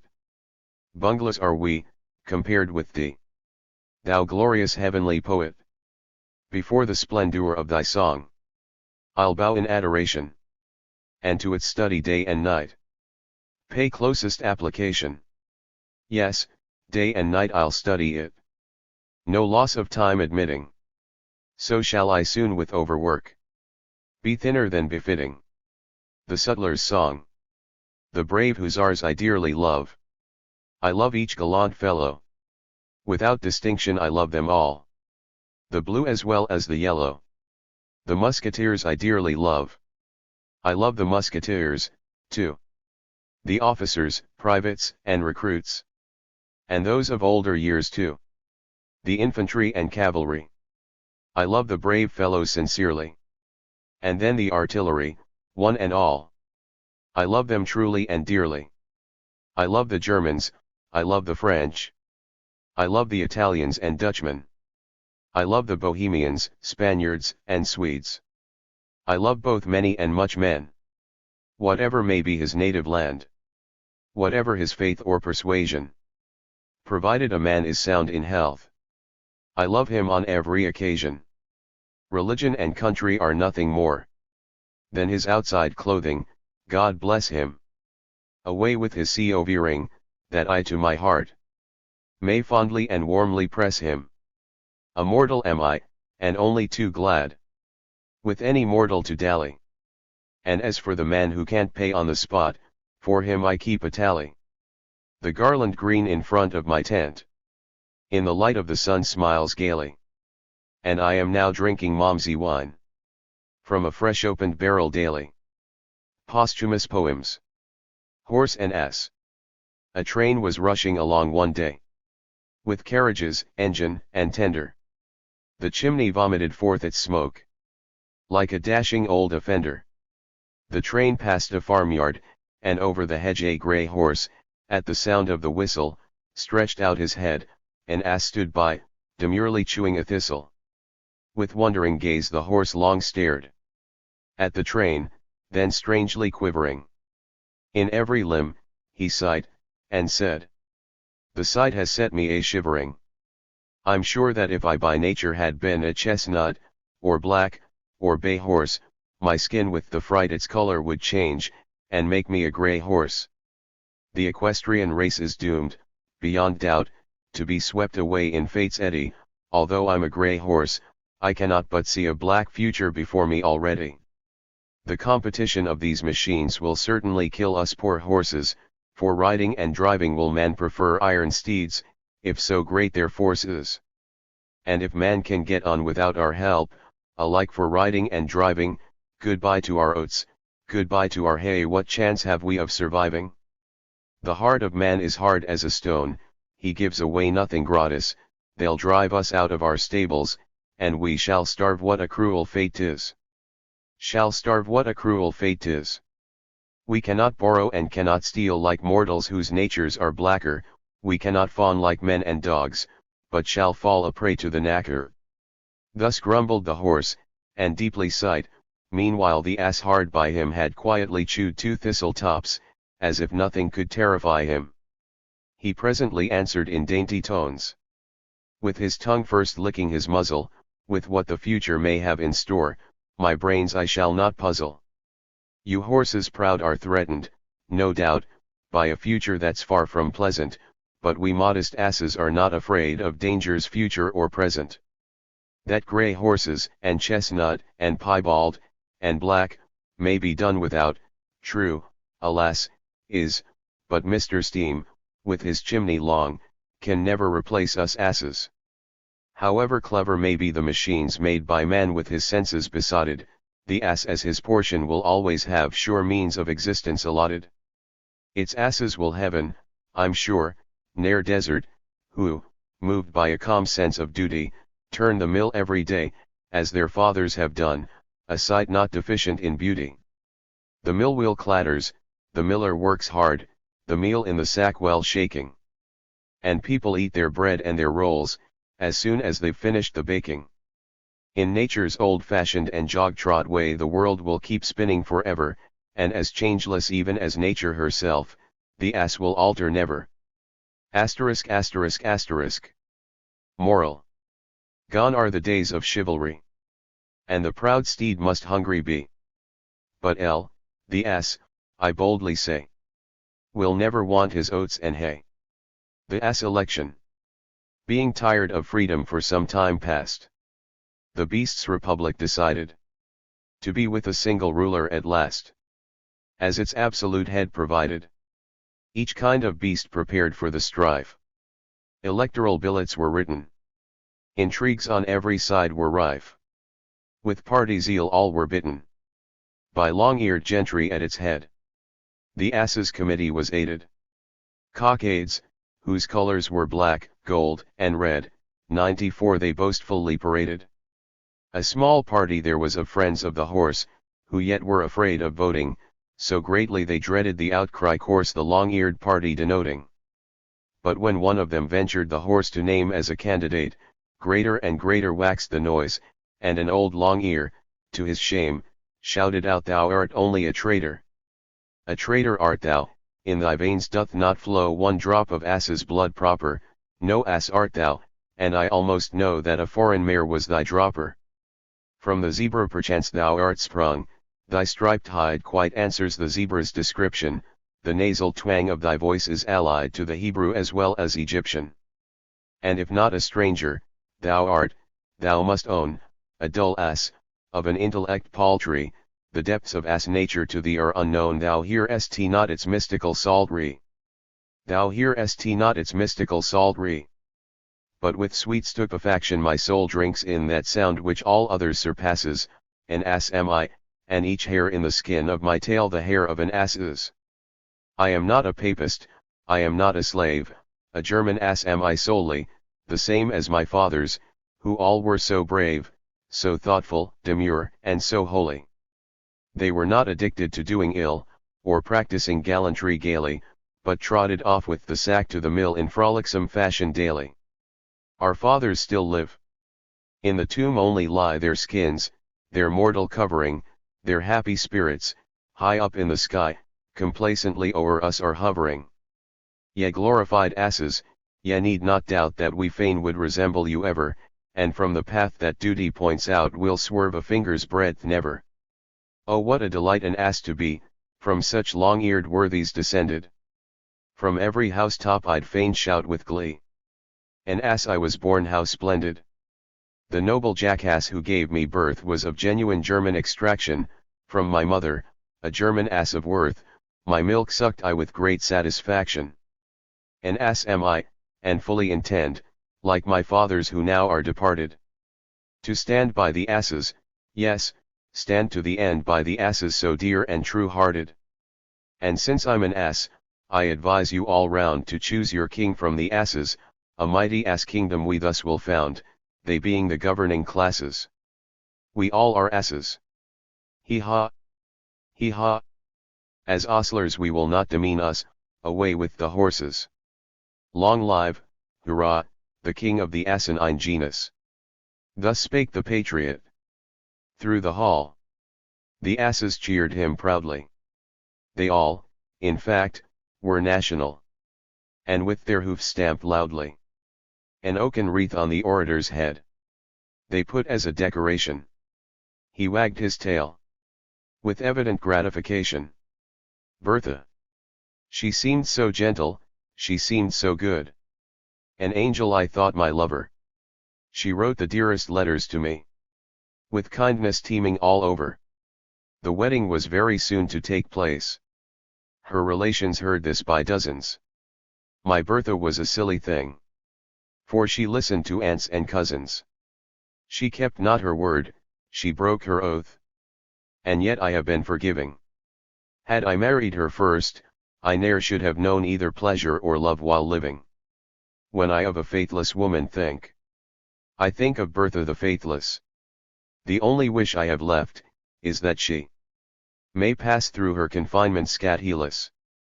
In the cathedral, before me the sexton's daughter fair, through the sacred edifice skipped. Her size was small, and light her hair. From her neck her kerchief had slipped. In the old cathedral for sixpence I got a sight of its marvelous creatures. Its tombs, lights, crosses, I turned quite hot when I gazed on Elspetha's features. And once again I stared about at the sacred relics entrancing, in their underpetticoats all tricked out. On the window the women were dancing. The sexton's little daughter fair stood by me, while thus I inspected. She had a very pretty pair of eyes, wherein all was reflected. Before me the sexton's daughter fair from the sacred edifice skipped. Her mouth was small, her neck was bare. From her bosom her kerchief had slipped. The dragonfly blues all the fashion in beetle land, in the present day. The butterflies their addresses pay to the beauty with amorous passion. Her hips are excessively slender. She wears a gauze dress of delicate hue. With very symmetrical movements too. She flutters about in splendor.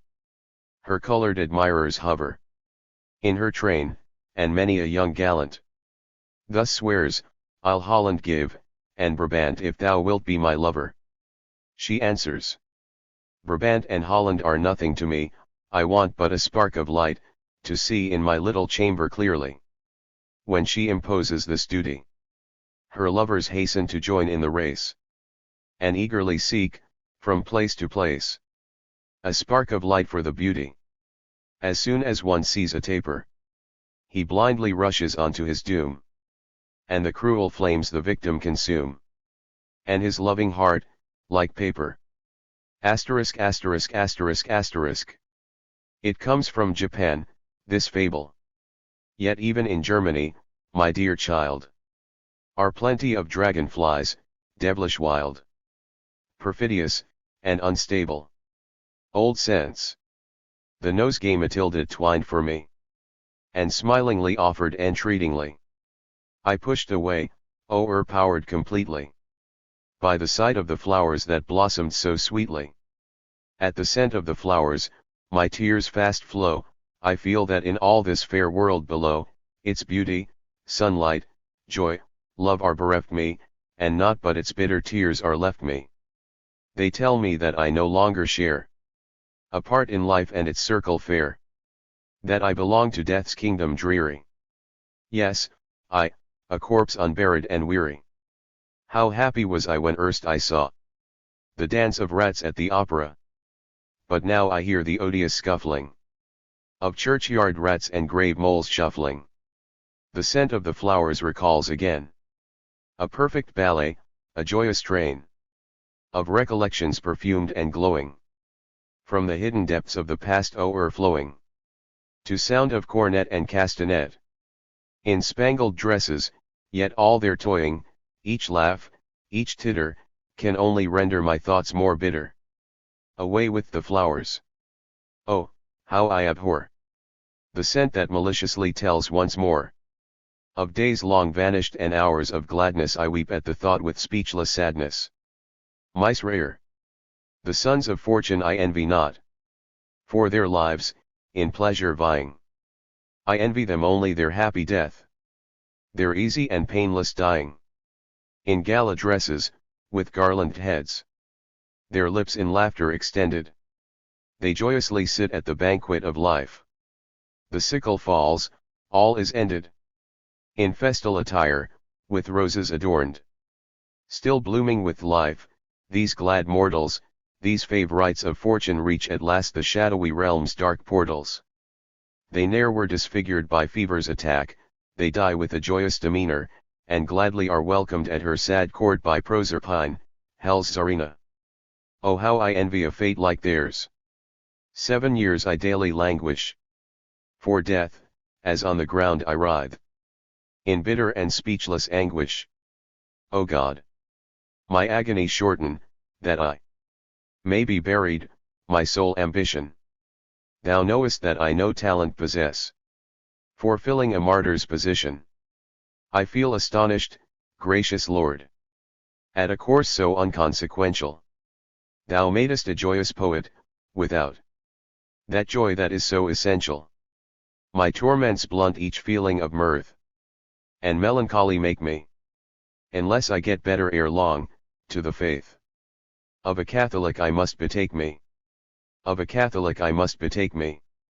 Like other good Christians, I then shall howl in thine ears my wailings dreary. The best of humorists then will be lost forever. O mice rare! To Matilda I was, dear lamb, ordained to be a shepherd here, to watch o'er thee. I nourished thee with mine own bread, with water from the fountain head. And when the winter storm roared loudly against my breast, I warmed thee proudly. There held I thee encircled well, whilst rain in torrents round us fell. When, through its rocky dark bed pouring, the torrent, with the wolf, was roaring, thou fearedst not, no muscle quivered.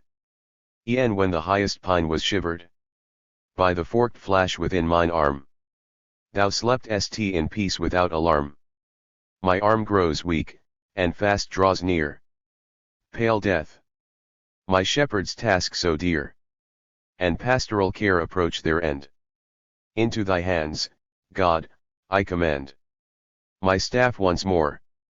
O do thou guard my lamb, when I beneath the sward am laid in peace, and suffer ne'er a thorn to prick her anywhere.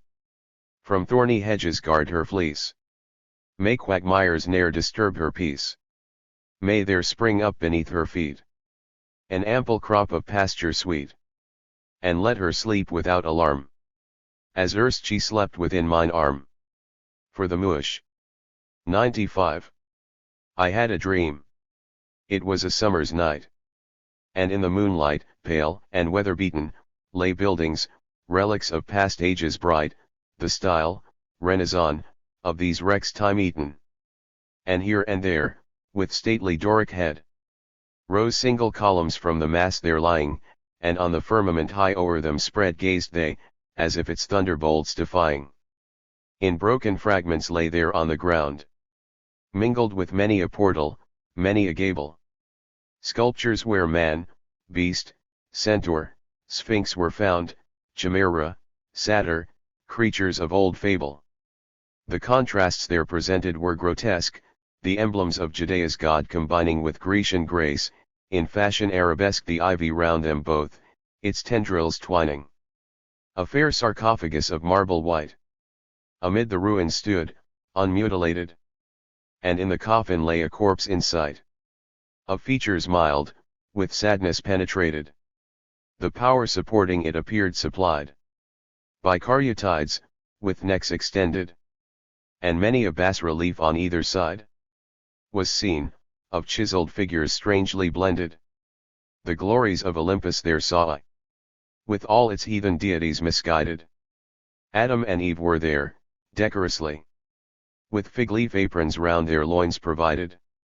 Troy's taking and Troy's burning here were seen, Hector and Helen, Paris, Moses and Aaron also stood between, with Esther, Judith, Holofernes, Haman. With Esther, Judith, Holofernes, Haman. God Amor also had his place hard by. Phoebus, Apollo, Vulcan, Madame Venus, Pluto, Proserpina, and Mercury. God Bacchus, and Priapus, and Silenus. Likewise was Balaam's ass omitted not, and Abraham's temptation too, and Lot, who by his daughters was intoxicated. Herodias' daughter's dance was shown as well, the Baptist's head was in the charger given, the monster Satan too was there, and hell, and Peter, with the heavy keys of heaven. And next in order saw I sculptured there the loves of Jove, with his vile actions blending, how as a swan he ravished Leda fair, and Danae, in golden shower descending. The wild hunt of Diana was displayed, with her fleet dogs, and nymphs attired so trimly, and Hercules, in woman's clothes arrayed, distaff on arm, the spindle whirling nimbly. And next was Sinai's mountain to be viewed, and Israel near it, with his oxen lowing. The Lord a child within the temple stood, disputing with the doctors proud and knowing. But, strange to tell, when I had dreamily these forms a while observed, in thought suspended, I suddenly conceived myself to be the corpse, in that fair marble tomb extended. And at the head of this my grave there stood a flower full fair, of strange configuration, its leaves were yellow-tinged and violet-hued, the flower possessed a wondrous fascination. The flower possessed a wondrous fascination. 'Tis by the name of passion flower well known, on Golgotha, they say, 'twas first created the day they crucified God's only Son, and the Redeemer's body lacerated. Blood witness doth this flower now bear, they say, each instrument of torture then invented and used at his sad martyrdom that day, is in its calyx duly represented. Yes. Every passion attribute adorns the flower, each emblem of their cruel malice, for instance, scourge and rope and crown of thorns, the hammer and the nails, the cross, the chalice. Such was the flower which at my grave did stand, and o'er my body bending with compassion, as with a woman's sorrow, kissed my hand, my eyes, and forehead, in sad silent fashion. But oh, my dream's strange magic! Wondrously, the passion flower, the yellow-hued and rare one, changed to a woman's likeness, ah! And she was my loved one, she was mine own fair one. Thou wert the flower, yes, thou, my darling child. At once I knew thee by thy kisses yearning, no lips of flowers so tender are and mild, no tears of flowers so fiery are and burning. Although mine eyes were closed, my spirit gazed with steadiness upon thy face entrancing, thou lookedst at me with raptured look amazed, strangely illumined in the moonlight glancing. No words we spake, and yet my heart could see the thoughts that in thy mind in silence hovered, a word when spoken has no modesty, by silence is love's modest blossoms covered. By silence is love's modest blossoms covered. Voiceless our converse. Wondrous doth it seem how in our silent, tender conversation the time passed in that summer night's fair dream, when joy commingled was with consternation. That which we spoke of then, ne'er seek to learn, the glowworm ask, why in the grass it gloweth, the torrent, why it roareth in the burn, the west wind, why it waileth as it bloweth? Ask the carbuncle why it gleams so bright. The rose and violet, why so sweetly scented? But ask not what, beneath the moon's soft light, the martyr flower talked with her love lamented. I cannot tell how long it was that I enjoyed, as in the marble tomb I slumbered, that beauteous, happy dream. It fleeted by. Too soon the moments of my rest were numbered. Death with thy grave-like silence. Thou alone canst give us pleasure in a lasting fashion. Vain barbarous life, for joy is ever known to give us restless bliss, convulsive passion. Alas, alas! My happiness soon fled. For suddenly arose a noise exciting. It was a savage conflict, fierce and dread. Ah, my poor flower was scared by all this fighting. Yes. There arose outside, with hideous yell, a quarreling, a yelping, and a scolding. Methought that many a voice I knew full well, it was the bas reliefs my tomb enfolding. Is the stone haunted by those visions wan? And are those marble phantoms all disputing the fearful clamour of the wood god Pen? Moses's fierce anathema confuting. Moses's fierce anathema confuting. Alas! This contest ne'er will ended be. The true and beautiful will wrangle ever. Greeks and barbarians in wild rivalry. The ranks of man are always doomed to sever. They cursed and raved. No end would there have been to this long squabble, and their passion towering, had Balaam's ass not come upon the scene, the voices of the gods and saints o'erpowering. The stupid beast, with his disgusting brag, that sobbing sound of sheer abomination, made me cry out in terrible dismay. And I awoke at last in desperation. The end. Endnotes. 1. I believe that a translation of one of Heine's works, his Book of Songs, was published in this country a few years ago, but I have not met with it. An American version of the Pictures of Travel also appeared in 1855. 2. One of the finest in the collection, The Grenadiers, which is thoroughly imbued with the spirit of Berenger, was written as early as 1815, when Heine was not 16 years old, and before Berenger had written his analogous poems Le Vieux Drapeau, Le Vieux Sergent, and c. 3. The Army News of Tacitus. 4. A suburb of Frankfurt, on the further side of the Main. 5. German literateurs of more or less note. 6. In the original, Hell and Kind, well-known writers. It is necessary to translate the names for the sake of the pun. 7. The word gimple in the original has the double meaning of bullfinch and blockhead, and the point of this verse is therefore lost in a translation. 8. See Heine's tragedy of that name. 9. The Hindu god corresponding to Cupid. 10. Spring. 11. The eminent professor and editor of Hegel's works. He died in 1839. 12. It is with real hesitation that I publish this lame and impotent conclusion to a legend, the first two parts of which are in Heine's best style. 13. The three following verses are extracted by Heine verbatim from Schiller's well-known Lament of Ceres.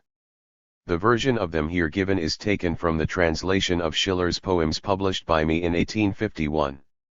14. Names for the three royal houses of Prussia, Austria, and Bavaria. 15. See the account of the old drum major Legrand contained in the prose section of Heine's Pictures of Travel, entitled Book Legrand. 16. A well-known Republican poet and writer, born at Stuttgart, at one time caressed, and afterwards banished, by the King of Prussia. He took an active part in the political troubles of 1848. 17. See Schiller's play of Don Carlos. 18. Evidently a satire on the King of Prussia. 19. A famous theological writer, who died in 1850, at the age of 90. He was formerly counselor of the consistory at Würzburg, and for many years professor of church history, and see at Heidelberg. 20. A polite allusion to the late King of Bavaria and his Valhalla. 21. This refers to a poem of Freiligrath's, entitled The Debt to the Living, for which he was prosecuted, but acquitted, in 1848. 22. A hill close to Berlin. 23.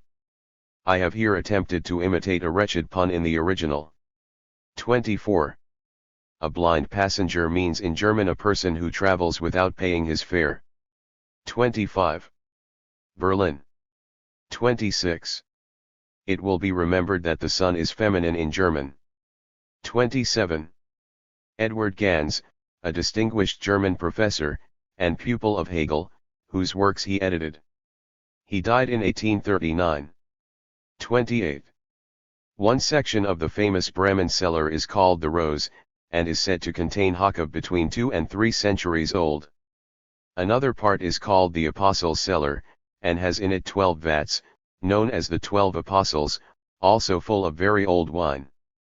29. See Freiligrath's poems. 30. Well-known German writers. 31. A race not unlike the Cretans. 32. Shakespeare. 33. Alluding to the large number of petty states into which Germany is divided. 34. A well-known poet and physician, born in 1786, and founder of the so-called modern Swabian school of poetry. 35. A voluminous writer, born at Stuttgart in 1807. He attacked Heine's school of poetry, and was repaid by Heine in the same coin. 36. See Lessing's Emilia Galati. 37. See the concluding words of the last scene but one of the above play. 38. See the end of Schiller's Gods of Greece. 39. This refers to the time of Heine's residence in Berlin, when he was intimate with these and other well-known personages. See sketch of his life, ante. 40. The slightly irregular meter of this fine poem is a close copy of the original. 41. A popular German poet, born in 1798, who was deprived of his professorship in the University of Breslau, in 1842, for publishing a volume entitled Unpolitical Songs. 42. The last 4 verses were erased by the censors from the original edition. 43. A famous theologian, poet, and orator, and one of Luther's chief followers. He died in 1523. 44. A Dominican friar, who was one of Luther's first antagonists. 45. The first edition ended with this verse, which was struck out by the censors, and replaced by the 5 following verses. 46. The remains of John of Leyden and his 2 chief accomplices were exposed in these cages, which still remain in their old position. 47. A youthful poet, who excited great enthusiasm in Germany by a poem, written in 1840, beginning, "They shall not have the German Rhine." 48. The well-known French poet, who replied to the above poem of Becker's, by another commencing, "We have had your German Rhine." 49. A noted theologian, born in 1802, and one of the leaders of the Orthodox party in Prussia. 50. Called Arminius by the Romans. 51. The famous historian and professor of theology at Berlin. He died in 1850. 52. A well-known actress and voluminous dramatic author, born in 1800. 53. The historian. 54. A professor of gymnastics. 55. A linguist and professor of languages and gymnastics jointly. In the latter science he was a pupil of John. 56. A monument has been recently erected in Detmold to commemorate the victory of Arminius over Varus. 57. A poetess of some reputation, who died in 1791. Her granddaughter, Helene Shea, born in 1783, was also well known as a poetess and romance writer. 58. The great composer Mendelssohn was grandson to the famous philosopher of that name. 59. The rest of this chapter was erased by the censors from the original edition. 60. The Great Fire at Hamburg took place in May, 1842, or shortly before this poem was written. 61. A nickname of a relation of Heine's. 62. A leading publisher at Hamburg, employed by Heine to publish many of his works. 63. A noted critic, poet, and historian, born in 1798. He had literary quarrels with both Heine and Born. 64. For the full particulars of this story see Herodotus, Book 2. C. 121. 65. The French author. 66. Carnival masks. 67. Or Valkyries, a race of martial virgins, described in northern mythology as riding in the air and fighting under Odin. 68. This poem was formerly suppressed by the censors. 69. This poem was originally suppressed by the censors. 70. Meaning the founder of the Teutonic race. 71. A noted brigand, executed in 1803. 72. A Polish term of endearment. 73. This poem was originally suppressed by the censors. 74. A poet and writer, born in 1816, and persecuted by the police for his liberal writings. 75. An ancient Hebrew word for Almighty. 76. A Hebrew word for Lord. 77. Doubtless John Martin is here meant. 78. A recent poet of no great reputation. He was the joint editor of the Rhine Annual with Freilagrath and Simrock. 79. The famous philosopher, who at one time resided in Munich. 80. The eminent painter, who decorated the Glyptothek and Pinakothek at Munich. He was afterwards director of the Berlin Academy. 81. One of Hutton's well-known works was entitled Epistolae Obscurorum Vivarum. 82. This poem recounts the untimely fate of a playmate, who was drowned when trying to save a kitten. See Heine's Reisbilder, Chapter 6. 83. A parody on the beginning of Schiller's Hymn to Joy. 84. See also this story in Book I of the Romancero. 85. Meyerbeer. 86. The famous composer, whose real name was Beer. 87. See Book 2. Of Romancero. 88. The tutelar goddess of Hamburg. See Heine's Germany. 89. List. 90. The hero of this story is the well-known Swabian poet George Herwegh.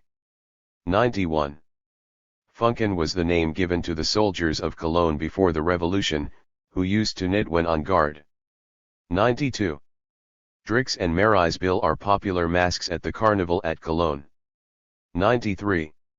These two poems were first published in the Musenalmanach for 1854. 94. The National Colors of Germany. 95. This was the nickname of a young lady whose acquaintance Heine made towards the end of his life, who attended him in his last illness, and for whom he felt a strong affection. The present poem was the last composition of Heine, and was written only 2 or 3 weeks before his death. It is undoubtedly one of the finest of his works. The poems. The Berlin University, 1850. Heine arrived in Berlin in March 1821. It was the largest and most cosmopolitan city he had ever visited. The university gave Heine access to notable cultural figures as lecturers, the Sanskritist Franz Bopp and the Homer critic F.A. Wolf, who inspired Heine's lifelong love of Aristophanes. The University today. Franz Bopp. List of poems in chronological order. Early poems. Songs of Love. Love's Salutation. Love's Lament. Yearning. The White Flower. Presentiment. Miscellaneous poems. Germany. 1815. Dream. 1816. The Consecration. The Moor's Serenade. Dream and Life. The Lesson. To Francis V.Z. A Prologue to the Heart's Journey. Defend Not. A Parody. Walking Flowers at Berlin. Evening Songs. Sonnets. To Augustus William von Schlegel. To the Same. To Counselor George S., of Göttingen. To J. B. Rousseau. The Night Watch on the Drachenfels. To Fritz von B. In Fritz Steinmann's album. To her. Goethe's Monument at Frankfurt on the Main. 1821. Dresden Poetry. Breadless Art. Book of Songs. Preface. Youthful Sorrows. Visions. Songs. Romances. The Mournful One. The Mountain Echo. The Two Brothers. Poor Peter. The Prisoner's Song. The Grenadiers. The Message. Taking the Bride Home. Don Ramiro. Belshazzar. The Minnesingers. Looking from the Window. The Wounded Knight. The Sea Voyage. The Song of Repentance. To a Singer, on her singing an old romance. The Song of the Ducats. Dialogue on Paderborn Heath. Life's Salutations. Quite True. Sonnets. To A. W. von Schlegel. To My Mother, B. Heine, née von Geldern. To H. S. Fresco Sonnets to Christian S. Lyrical Interlude. Prologue. The God's Twilight. Ratcliffe. 8. Donna Clara. Almansor. The Pilgrimage to Kevlar. The Dream. New Poems. Seraphina. Angelica. Diana. Hortense. Clarissa. Yolande and Mary. Emma. Frederica. Catherine. Songs of Creation. Abroad. Tragedy. The Tannhauser. Romances. A Woman. Celebration of Spring. Child Herald. The Exorcism. Extract from a Letter. The Evil Star. Anno 1829. Anno 1839. At Dawn. Sir Olave. The Water Nymphs. Bertrand de Born. Spring. Ali Bey. Psyche. The Unknown One. The Change. Fortune.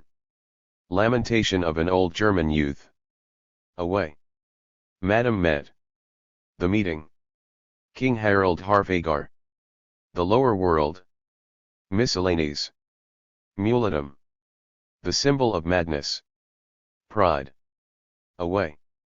Winter. The Old Chimney Piece. Longing. Helena. The Wise Stars. The Angels. Poems for the Times. Sound Doctrine. Adam the First. Warning. To a quondam follower of Goethe. The Secret. On the Watchman's arrival in Paris. The Drum Major. 15. Degeneracy. Henry. Life's Journey. The New Jewish Hospital at Hamburg. George Herweg. 16. The Tendency. The Child. The Promise. The Changeling. The Emperor of China. 18. Church Counselor Prometheus. To the Watchman. Consoling Thoughts.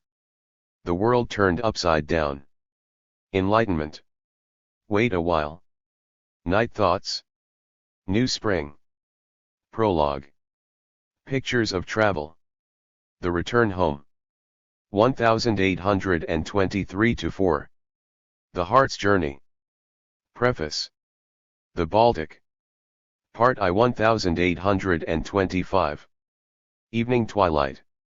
Sunset. The Night on the Strand. Poseidon. Homage. Declaration. In the Cabin at Night.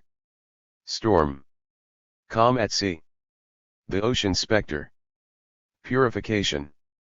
Peace. Part 2. 1826. Sea Salutation. Thunderstorm. The Shipwrecked One. Sunset. The Song of the Ocean Ides. The Gods of Greece. Questions. The Phoenix. Echo. Seasickness. In Harbor. Epilogue. Monologue. Adatrole, A Summer Night's Dream. Caput I. Caput II. Caput III. Caput IV. Caput V. Caput VI. Caput VII. Caput VIII. Caput IX. Caput X. Caput XI. Caput XII. Caput XIII. Caput XIV. Caput XV. Caput XVI. Caput XVII. Caput XVIII. Caput XIX. Caput XX. Caput XXI. Caput XXII. Caput XXIII. Caput XXI. Caput XXV. Caput XXVI. Caput XXVII. Germany. 40. Caput I. Caput II. Caput III. Caput IV. Caput V. Caput VI. Caput VII. Caput VIII. Caput IX. Caput X. Caput XI. Caput XII. Caput XIII. Caput XIV. Caput XV. Caput XVI. Caput XVII. Caput XVIII. Caput XIX. Caput XX. Caput XXI. Caput XXII. Caput XXIII. Caput XXIV. Caput XXV. Caput XXVI. Caput XXVII. Roman Ciro. Book I. Histories. Rampsnitus. 64. The White Elephant. Knave of Bergen. The Valkyries. 67. Hastings Battlefield. Charles I. Marie Antoinette. The Salchion Weavers. 68. Homer. The Apollo God. Hymn to King Louis. 69. Two Knights. Our Marine. 73. The Golden Calf. King David. King Richard. The ASRA. The Nuns. Paul's Gravinuta. The Moorish King. Geoffrey Rudel and Melisande of Tripoli. The Poet Fergussi. Voyage by Night. The Prelude. Vitzliputzli. Book 2. Lamentations. Wood Solitude. Spanish Lyrics. The Ex-Living One. The Ex-Watchman. Mythology. In Matilda's album. To the Young. The Unbeliever. Whither Now? An Old Song. Ready Money. The Old Rose. Auto da Fe.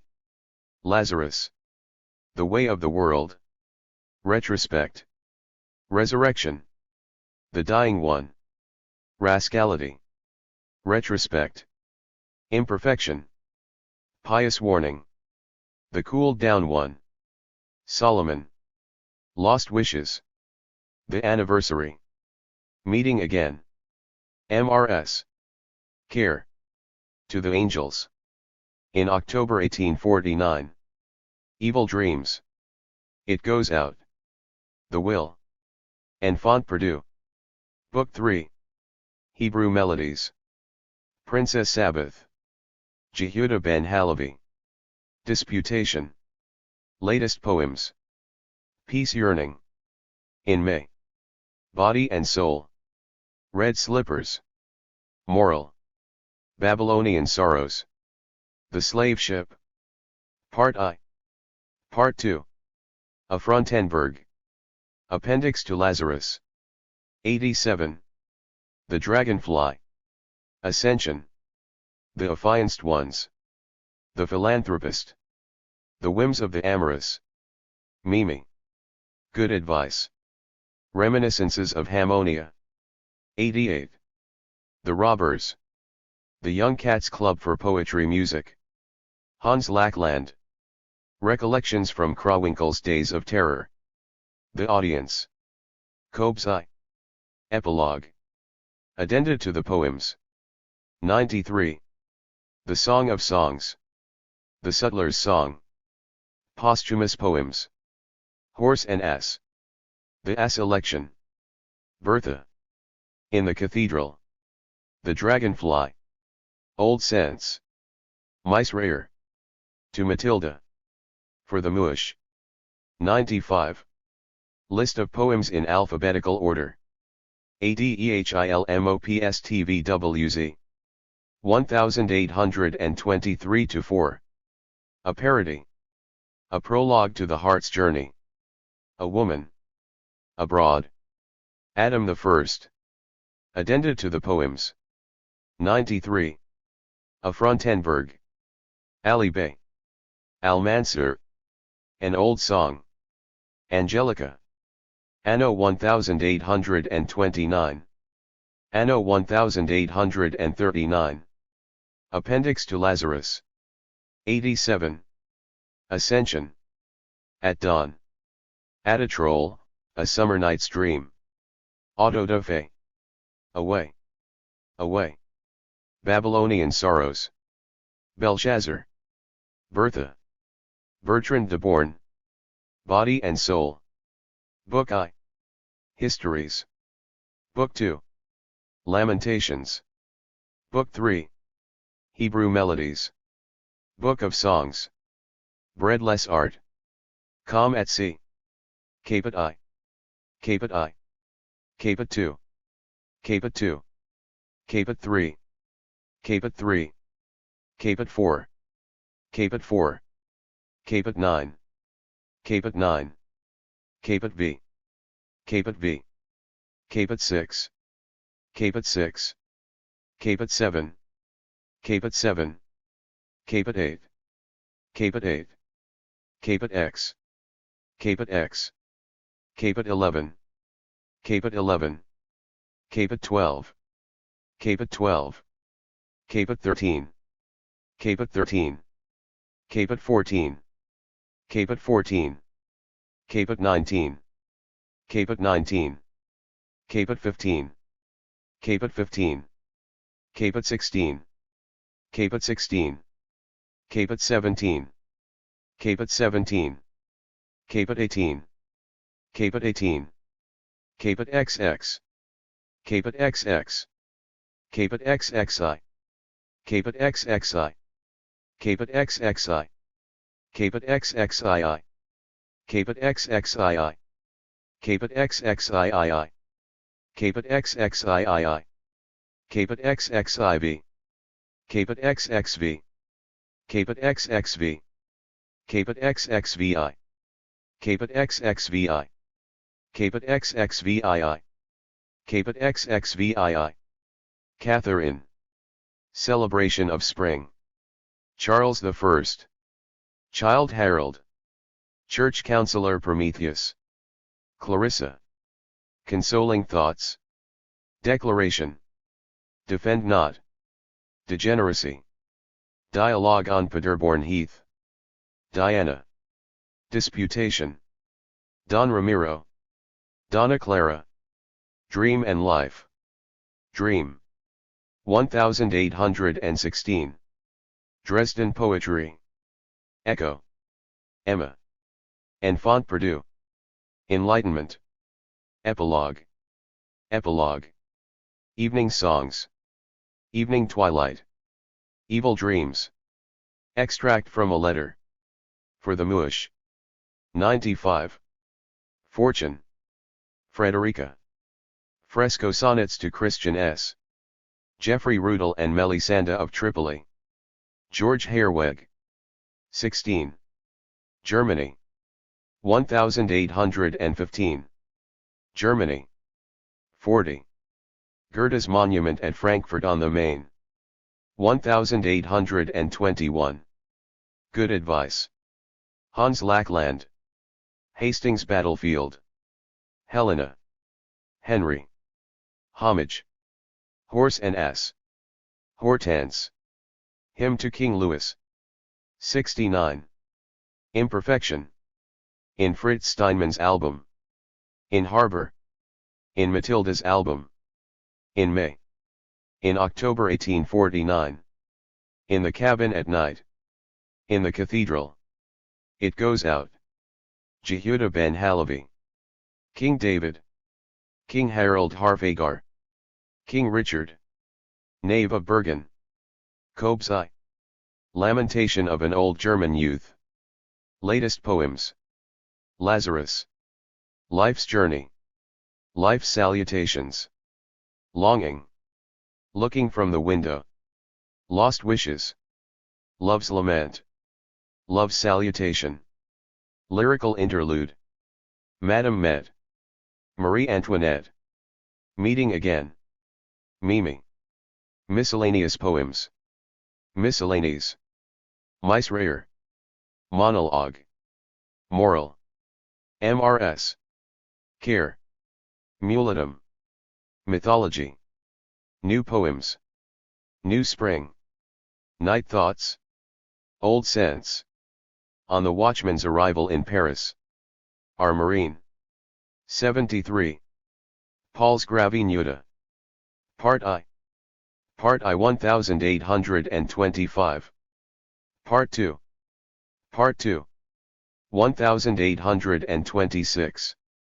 Peace. Peace Yearning. Pictures of Travel. Pious Warning. Poems for the Times. Pomer. Poor Peter. Poseidon. Posthumous Poems. Preface. Preface. Presentiment. Pride. Princess Sabbath. Prologue. Prologue. Psyche. Purification. Questions. Quite true. Rascality. Ratcliffe. 8. Ready Money. Recollections from Krawinkel's Days of Terror. Red Slippers. Reminiscences of Hammonia. 88. Resurrection. Retrospect. Retrospect. Rampsnitus. 64. Romancero. Romances. Romances. Sea Salutation. Sea Sickness. Seraphina. Sir Olave. Solomon. Songs of Creation. Songs of Love. Songs. Sonnets. Sonnets. Sound Doctrine. Spanish Lyrics. Spring. Storm. Sunset. Sunset. Taking the Bride Home. The Affianced Ones. The Angels. The Anniversary. The Apollo God. The ASRA. The AS Election. The Audience. The Baltic. The Change. The Changeling. The Child. The Consecration. The Cooled Down One. The Dragonfly. The Dragonfly. The Dream. The Drum Major. 15. The Dying One. The Emperor of China. 18. The Evil Star. The Ex-Living One. The Exorcism. The Ex-Watchman. The Gods of Greece. The Gods' Twilight. The Golden Calf. The Grenadiers. The Heart's Journey. The Lesson. The Lower World. The Meeting. The Message. The Minnesingers. The Moor's Serenade. The Moorish King. The Mountain Echo.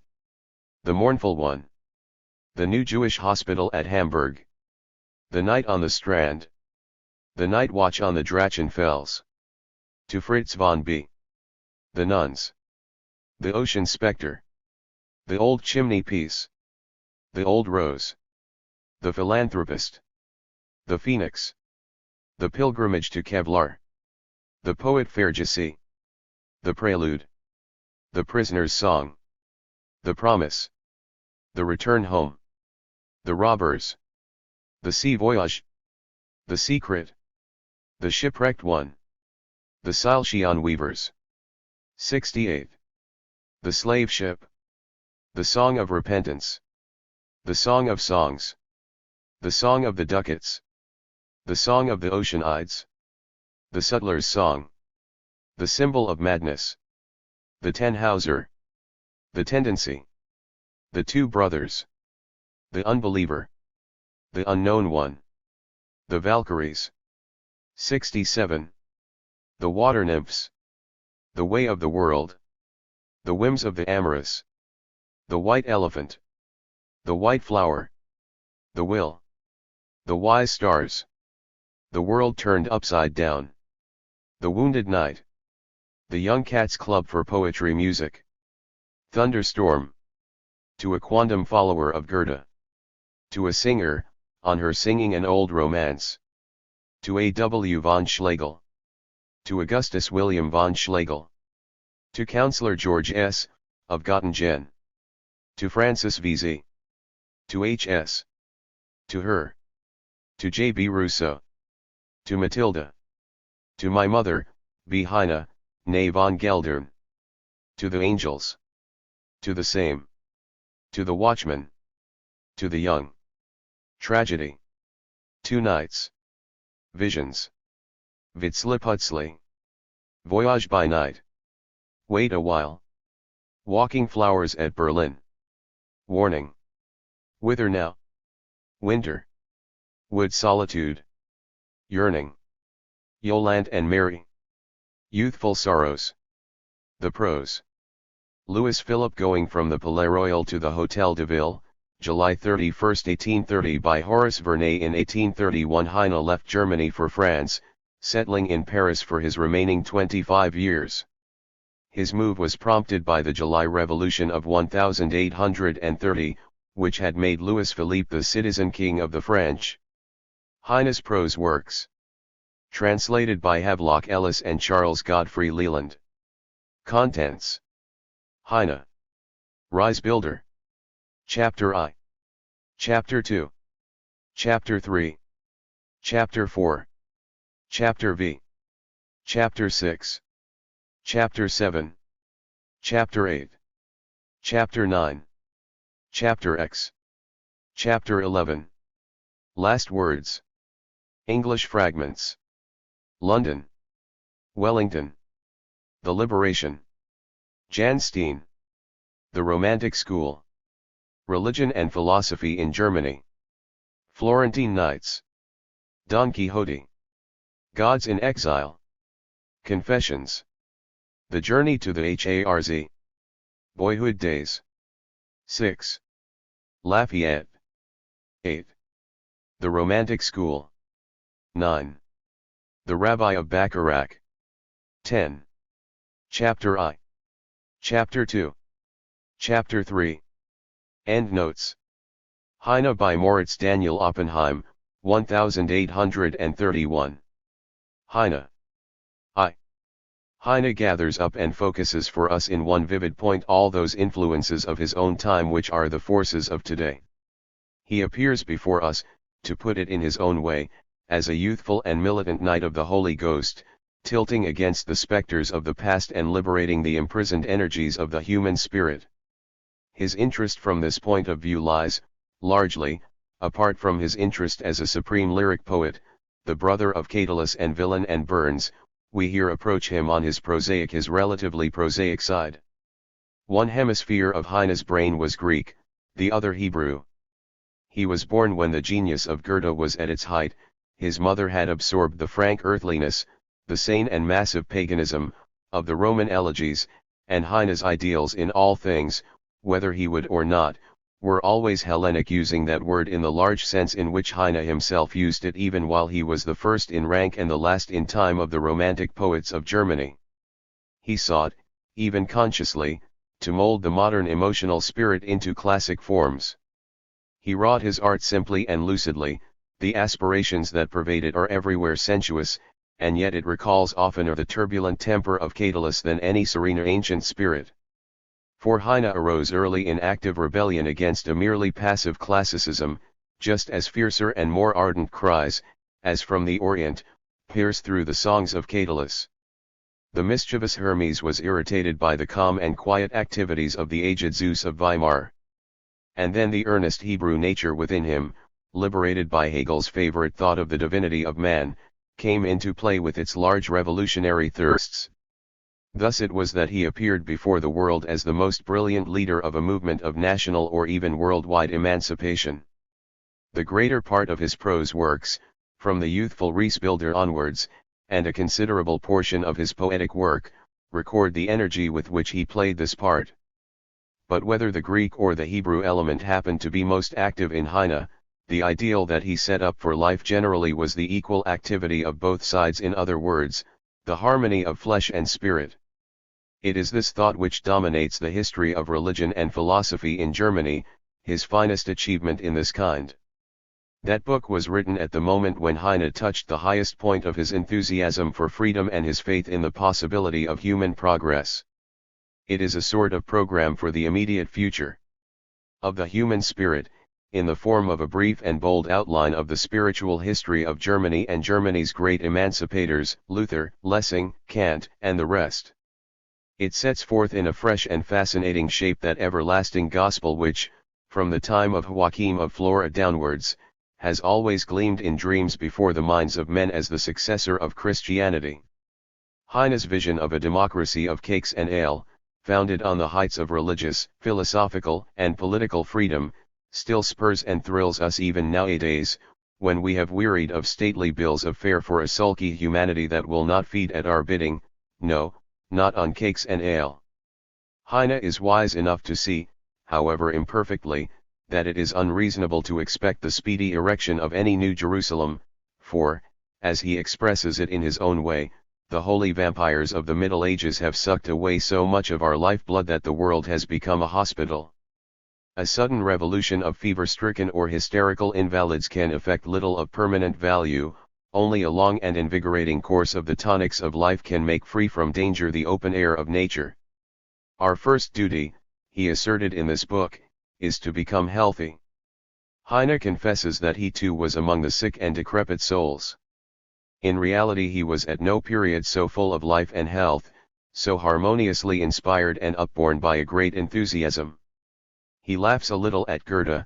He fails to see that the Phidian Zeus, at whose confined position he jests, was the greatest liberator of them all, but for the most part his mocking sarcasm is here silent. It was not until 10 years later, when the subtle seeds of disease had begun to appear, and when, too, he had perhaps gained a clearer insight into the possibilities of life, that Heine realized that the practical reforming movements of his time were not those for which his early enthusiasm had been aroused. And then he wrote Atatroll. With the slow steps of that consuming disease, and after the revolution of 1848, Heine ceased to recognize as of old any common root for his various activities, or to insist on the fundamental importance of religion. Everything in the world became the sport of his intelligence.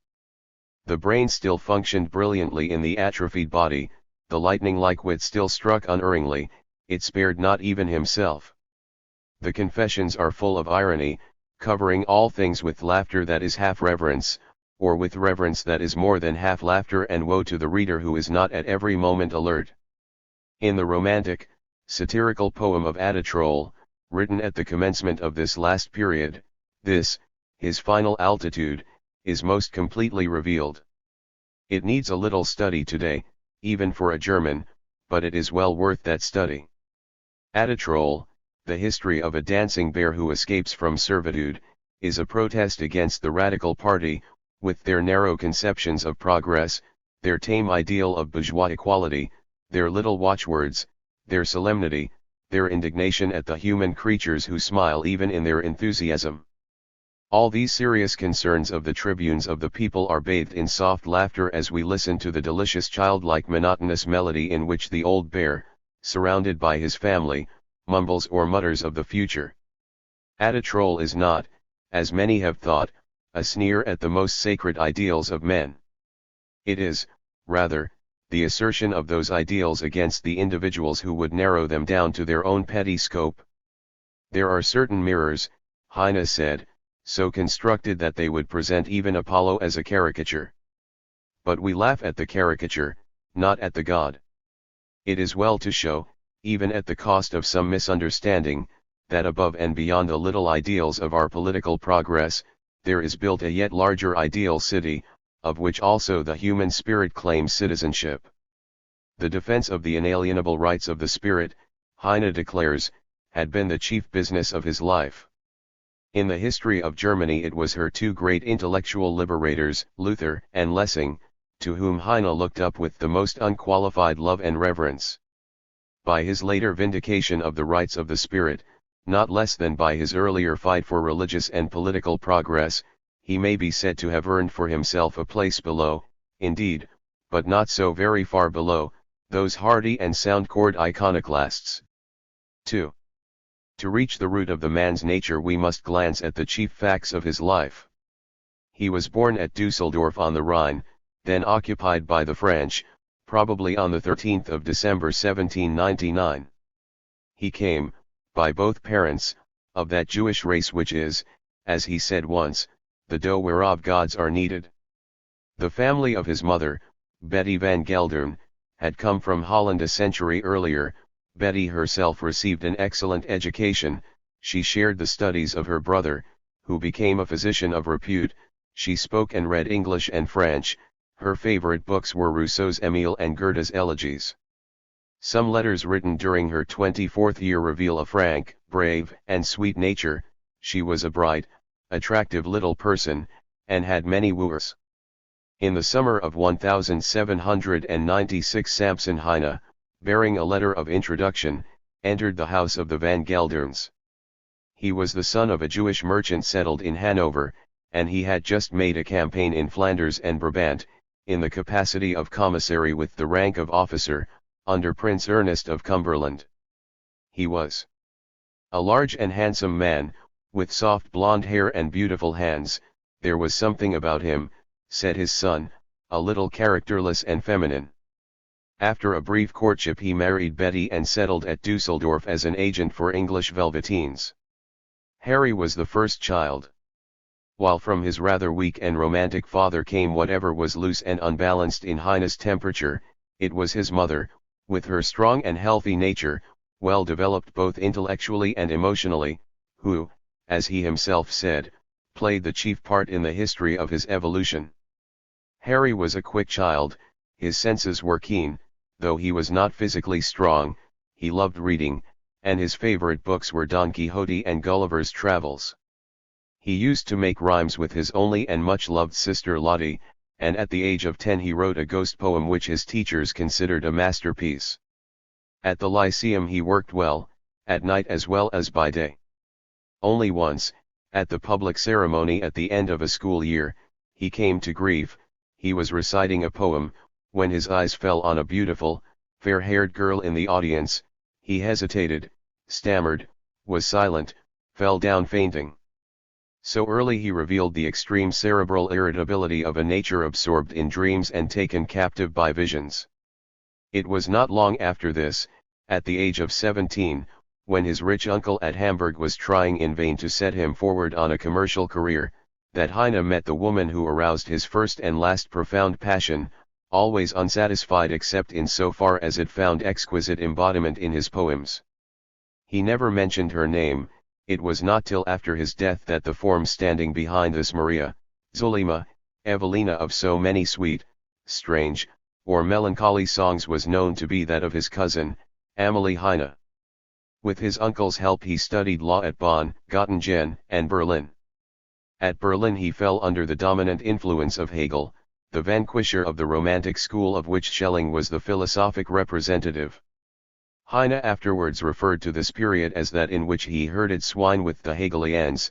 It is certain that Hegel exerted great and permanent influence over him.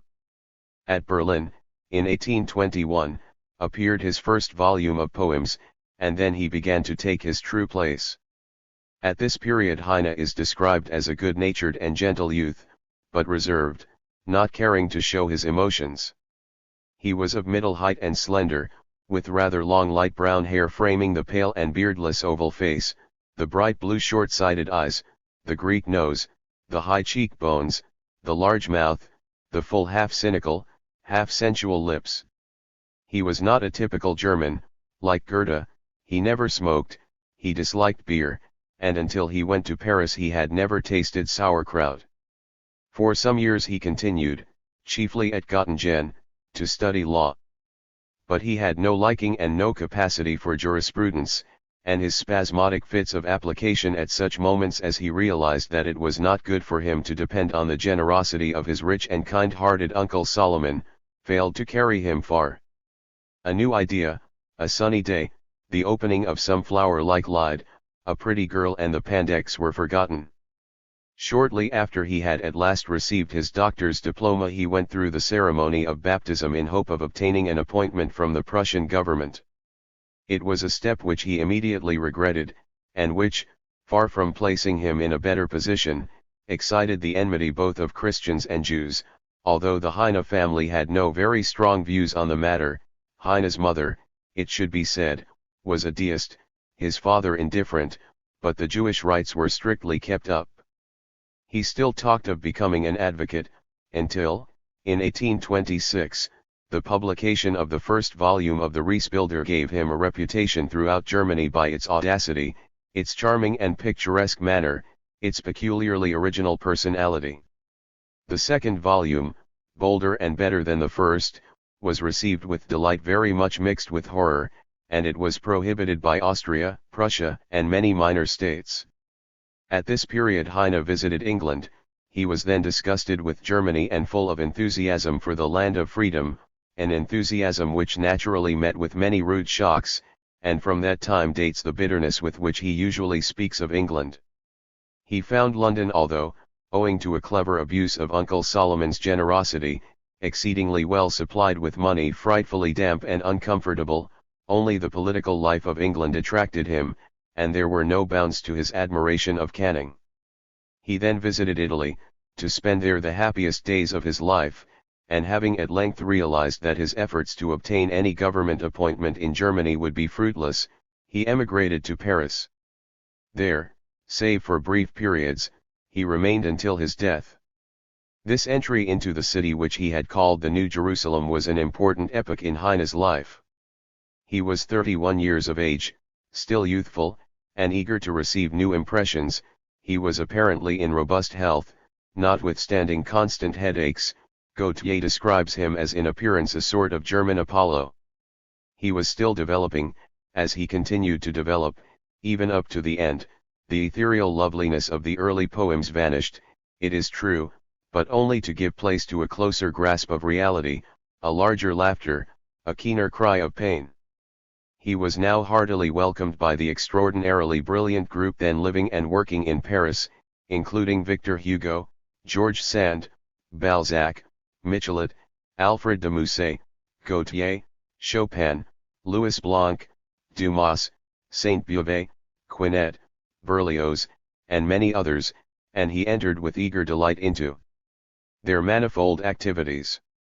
For a time also he attached himself rather closely to the school of Saint Simon, then headed by Enfantin. He was especially attracted by their religion of humanity, which seemed the realization of his own dreams. Heine's book on religion and philosophy in Germany was written at Enfantin's suggestion, and the first edition dedicated to him. Enfantin's name was, he said, a sort of shibboleth, indicating the most advanced party in the liberation war of humanity. In 1855 he withdrew the dedication. It had become an anachronism. Enfantin was no longer ransacking the world in search of la femme libre. The martyrs of yesterday no longer bore a cross unless it were, he added characteristically, the cross of the Legion of Honor.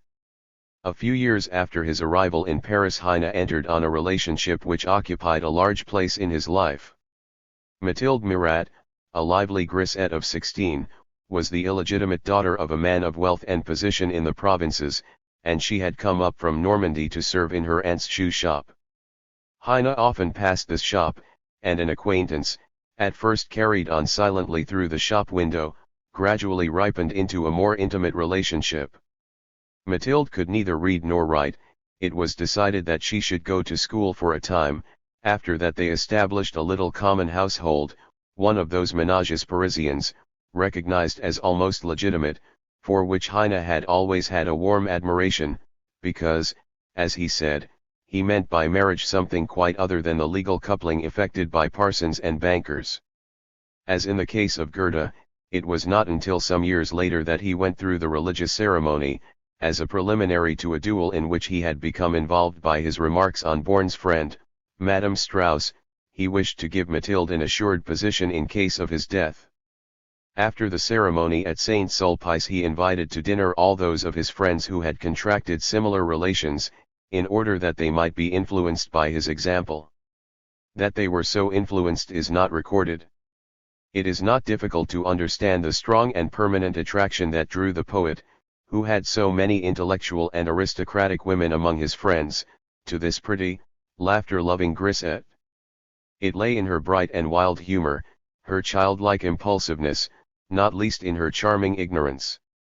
It was delightful to Heine that Mathilde had never read a line of his books, did not even know what a poet was, and loved him only for himself. He found in her a continual source of refreshment. He had need of every source of refreshment. In the years that followed his formal marriage in 1841, the dark shadows, within and without, began to close round him. Although he was then producing his most mature work, chiefly in poetry Adatrol, Romancero, Deutschland, his income from literary sources remained small. Mathilde was not a good housekeeper, and even with the aid of a considerable allowance from his uncle Solomon, Heine was frequently in pecuniary difficulties, and was consequently induced to accept a small pension from the French government, which has sometimes been a matter of concern to those who care for his fame. As years passed, the enmities that he suffered from or cherished increased rather than diminished, and his bitterness found expression in his work. Even Mathilde was not an unalloyed source of joy. The charming child was becoming a middle-aged woman, and was still like a child. She could not enter into Heine's interests. She delighted in theaters and circuses, to which he could not always accompany her, and he experienced the pangs of an unreasonable jealousy more keenly than he cared to admit. Then Uncle Solomon died, and his son refused, until considerable pressure was brought to bear on him, to continue the allowance which his father had intended Heine to receive. This was a severe blow, and the excitement it produced developed the latent seeds of his disease. It came on with alarming symptoms of paralysis, which even in a few months gave him, he says, the appearance of a dying man. During the next 2 years, although his brain remained clear, the long pathological tragedy was unfolded. He went out for the last time in May 1848. Half blind and half lame, he slowly made his way out of the streets, filled with the noise of revolution, into the silent Louvre, to the shrine dedicated to the goddess of beauty, Our Dear Lady of Milo. There he sat long at her feet. He was bidding farewell to his old gods. He had become reconciled to the religion of sorrow. Tears streamed from his eyes, and she looked down at him, compassionate but helpless. Dost thou not see, then, that I have no arms, and cannot help thee? On you did un Apollon Germanique, so Gautier said of the Heine of 1835, 20 years later an English visitor wrote of him: he lay on a pile of mattresses, his body wasted so that it seemed no bigger than a child under the sheet which covered him, his eyes closed, and the face altogether like the most painful and wasted ecce homo ever painted by some old German painter. His sufferings were only relieved by ever larger doses of morphia, but although still more troubles came to him, and the failure of a bank robbed him of his small savings, his spirit remained unconquered. "He is a wonderful man," said one of his doctors. "He has only two anxieties: to conceal his condition from his mother, and to assure his wife's future." His literary work, though it decreased in amount, never declined in power, only, in the words of his friend Berlioz, it seemed as though the poet was standing at the window of his tomb, looking around on the world in which he had no longer a part. He saw a few friends, of whom Ferdinand Lassalle, with his exuberant power and enthusiasm, was the most interesting to him, as the representative of a new age and a new social faith, and the most loved, that girl-friend who sat for hours or days at a time by the mattress grave in the Rue d'Amsterdam, reading to him or writing his letters or correcting proofs. To the last the loud, bright voice of Mathilde, when he chanced to hear it, scolding the servants or in other active exercise, often made him stop speaking, while a smile of delight passed over his face.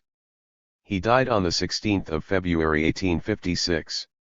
He was buried, silently, in Montmartre, according to his wish, for, as he said, it is quiet there. 3. Throughout and above all Heine was a poet. From first to last he was led by three angels who danced forever in his brain, and guided him, singly or together, always. They were the same as in at a troll he saw in the moonlight from the casement of Eureka's hut, the Greek Diana, grown wanton, but with the noble marble limbs of old, Abunda, the blonde and gay fairy of France, Herodias, the dark Jewess, like a palm of the oasis, and with all the fragrance of the East between her breasts. Oh, you dead Jewess, I love you most, more than the Greek goddess, more than that fairy of the north. Those genii of three ideal lands danced forever in his brain, and that is but another way of indicating the opposition that lay at the root of his nature. From one point of view, it may well be, he continued the work of Luther and Lessing, though he was less great-hearted, less sound at core, though he had not that element of sane Philistinism which marks the Shakespeares and Goethes of the world. But he was, more than anything else, a poet, an artist, a dreamer, a perpetual child. The practical reformers among whom at one time he placed himself, the men of one idea, were naturally irritated and suspicious. There was a flavor of aristocracy in such idealism. In the poem called Disputation, a Capuchin and a rabbi argued before the king and queen at Toledo concerning the respective merits of the Christian and Jewish religions. Both spoke at great length and with great fervour, and in the end the king appealed to the beautiful queen by his side. She replied that she could not tell which of them was right, but that she did not like the smell of either, and Heine was generally of the queen's mind. He sighed for the restoration of Barbarossa, the long-delayed German Empire, and his latest biographer asserts that he would have greeted the discovery of Barbarossa under the disguise of the King of Prussia, with Bismarckian insignia of blood and iron, as the realization of all his dreams. It is doubtful, however, whether the meeting would be very cordial on either side. It would probably be the painful duty of the Emperor, as of the Emperor of the Vision in Deutschland, to tell Heine, in very practical language, that he was wanting in respect, wanting in all sense of etiquette, and Heine would certainly reply to the Emperor, as under the same circumstances he replied to the visionary Barbarossa, that that venerable gentleman had better go home again, that during his long absence emperors had become unnecessary, and that, after all, scepters and crowns made admirable playthings for monkeys. "We are founding a democracy of gods," he wrote in 1834, "all equally holy, blessed and glorious. You desire simple clothing, ascetic morals and unseasoned enjoyments. We, on the contrary, desire nectar and ambrosia, purple mantles, costly perfumes, pleasure and splendor, dances of laughing nymphs, music and plays. Do not be angry, You virtuous Republicans, we answer all your reproaches in the words of one of Shakespeare's fools. Dost thou think that because thou art virtuous there shall be no more cakes and ale? What could an austere Republican, a puritanic liberal, who scorned the vision of roses and myrtles and sugar plums all round, say to this? Bourne answered, I can be indulgent to the games of children, indulgent to the passions of a youth, but when on the bloody day of battle a boy who is chasing butterflies gets between my legs, when at the day of our greatest need, and we are calling aloud on God, the young coxcomb beside us in the church sees only the pretty girls, and winks and flirts, then, in spite of all our philosophy and humanity, we may well grow angry.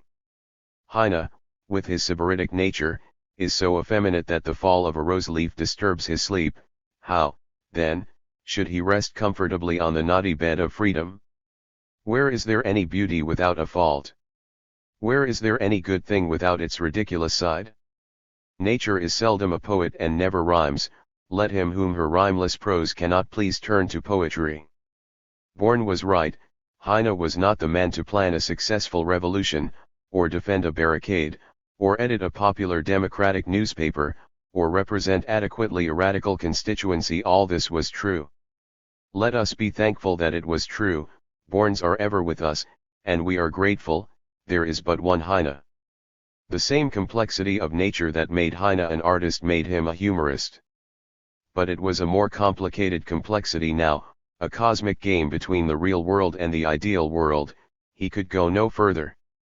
The young Catullus of 1825, with his fiery passions crushed in the winepress of life and yielding such divine ambrosia, soon lost his faith in passion. The militant soldier in the liberation war of humanity of 1835 soon ceased to flourish his sword. It was only with the full development of his humor, when his spinal cord began to fail and he had taken up his position as a spectator of life, that Heine attained the only sort of unity possible to him, the unity that comes of a recognized and accepted lack of unity. In the lambent flames of this unequaled humor he bathed all the things he counted dearest. To its service he brought the secret of his poet's nature, the secret of speaking with a voice that every heart leaps up to answer. It is scarcely the humor of Aristophanes, though it is a greater force, even in molding our political and social ideals, than Bourne knew. It is oftener a modern development of the humor of the mad king and the fool in Lear, that humor which is the last concentrated word of the human organism under the lash of fate. And if it is still asked why Heine is so modern, it can only be said that these discords out of which his humor exhaled are those which we have nearly all of us known, and that he speaks with a voice that seems to arise from the depth of our own souls. He represents our period of transition. He gazed, from what appeared the vulgar Pisgah of his day, behind on an Eden that was forever closed, before on a promised land he should never enter. While with clear sight he announced things to come, the music of the past floated up to him. He brooded wistfully over the vision of the old Olympian gods, dying, amid faint music of cymbals and flutes, forsaken. In the medieval wilderness, he heard strange sounds of psalteries and harps, the psalms of Israel, the voice of Princess Sabbath, sounding across the remote waters of Babylon. In a few years the significance of Heine will be lost. That it is not yet lost, the eagerness with which his books are read and translated sufficiently testifies. Havelock Ellis. Rise Builder. Ideas, or the Book Le Grand. Chapter I. She was lovable, and he loved her. But he was not lovable, and she did not love him. Old play. Madam, do you know the old play? It is quite an extraordinary play, only a little too melancholy. I once played the leading part in it myself, so that all the ladies wept. Only one did not weep, not even a single tear, and that was the point of the play, the whole catastrophe. Oh, that single tear! It still torments my thoughts. When Satan wishes to ruin my soul, he hums in my ear a ballad of that unwept tear, a deadly song with a more deadly tune. Ah! Such a tune is only heard in hell. You can readily form an idea, madam, of what life is like in heaven, the more readily as you are married. There people amuse themselves altogether superbly, Every sort of entertainment is provided, and one lives in mere desire and delight. One eats from morning to night, and the cookery is as good as Jaggers. Roast geese fly round with gravy boats in their bills, and feel flattered if any one eats them. Tarts gleaming with butter grow wild like sunflowers. Everywhere there are brooks of bouillon and champagne, everywhere trees on which napkins flutter, and you eat and wipe your lips and eat again without injury to your stomach. You sing psalms, or flirt and joke with the dear, delicate little angels, or take a walk on the green. Hallelujah meadow, and your white flowing garments fit very comfortably, and nothing disturbs the feeling of blessedness, no pain, no vexation even when one accidentally treads on another's corns and exclaims, "Excuse," he smiles as if enraptured, and assures, "Thy foot, brother, did not hurt in the least, quite au contraire." A deeper thrill of heavenly rapture shoots through my heart. But of hell, madam, you have no idea. Of all the devils you know, perhaps, only the little Amor, the pretty croupier of hell, Beelzebub, and you know him only from Don Juan, and doubtless think that for such a betrayer of innocence hell can never be made hot enough, though our praiseworthy theatre directors spend upon him as much flame, fiery rain, powder, and colophonium as any Christian could desire in hell. But things in hell look much worse than our theatre directors know, or they would not bring out so many bad plays. For in hell it is infernally hot, and when I was there, in the dog days, it was past endurance. Madam, you can have no idea of hell. We have very few official returns from that place. Still, it is rank calumny to say that down there all the poor souls are compelled to read, the whole day long, all the dull sermons that are printed on earth. Bad as hell is, it has not come to that. Satan will never invent such refinements of torture. On the other hand, Dante's description is too mild on the whole, too poetic. Hell appeared to me like a great kitchen, with an endlessly long stove, on which stood 3 rows of iron pots, and in these sat the damned, and were cooked. In one row were placed Christian sinners, and, incredible as it may seem, their number was anything but small, and the devils poked the fire up under them with a special goodwill. In the next row were Jews, who continually screamed and cried, and were occasionally mocked by the fiends, which sometimes seemed very amusing, as, for instance, when a fat, wheezy old pawnbroker complained of the heat, and a little devil poured several buckets of cold water on his head, that he might realize what a refreshing benefit baptism was. In the third row sat the heathen, who, like the Jews, could take no part in salvation, and must burn forever. I heard one of these, as a burly devil put fresh coals under his kettle, cry out from his pot, "Spare me! I was Socrates, the wisest of mortals. I taught truth and justice, and sacrificed my life for virtue."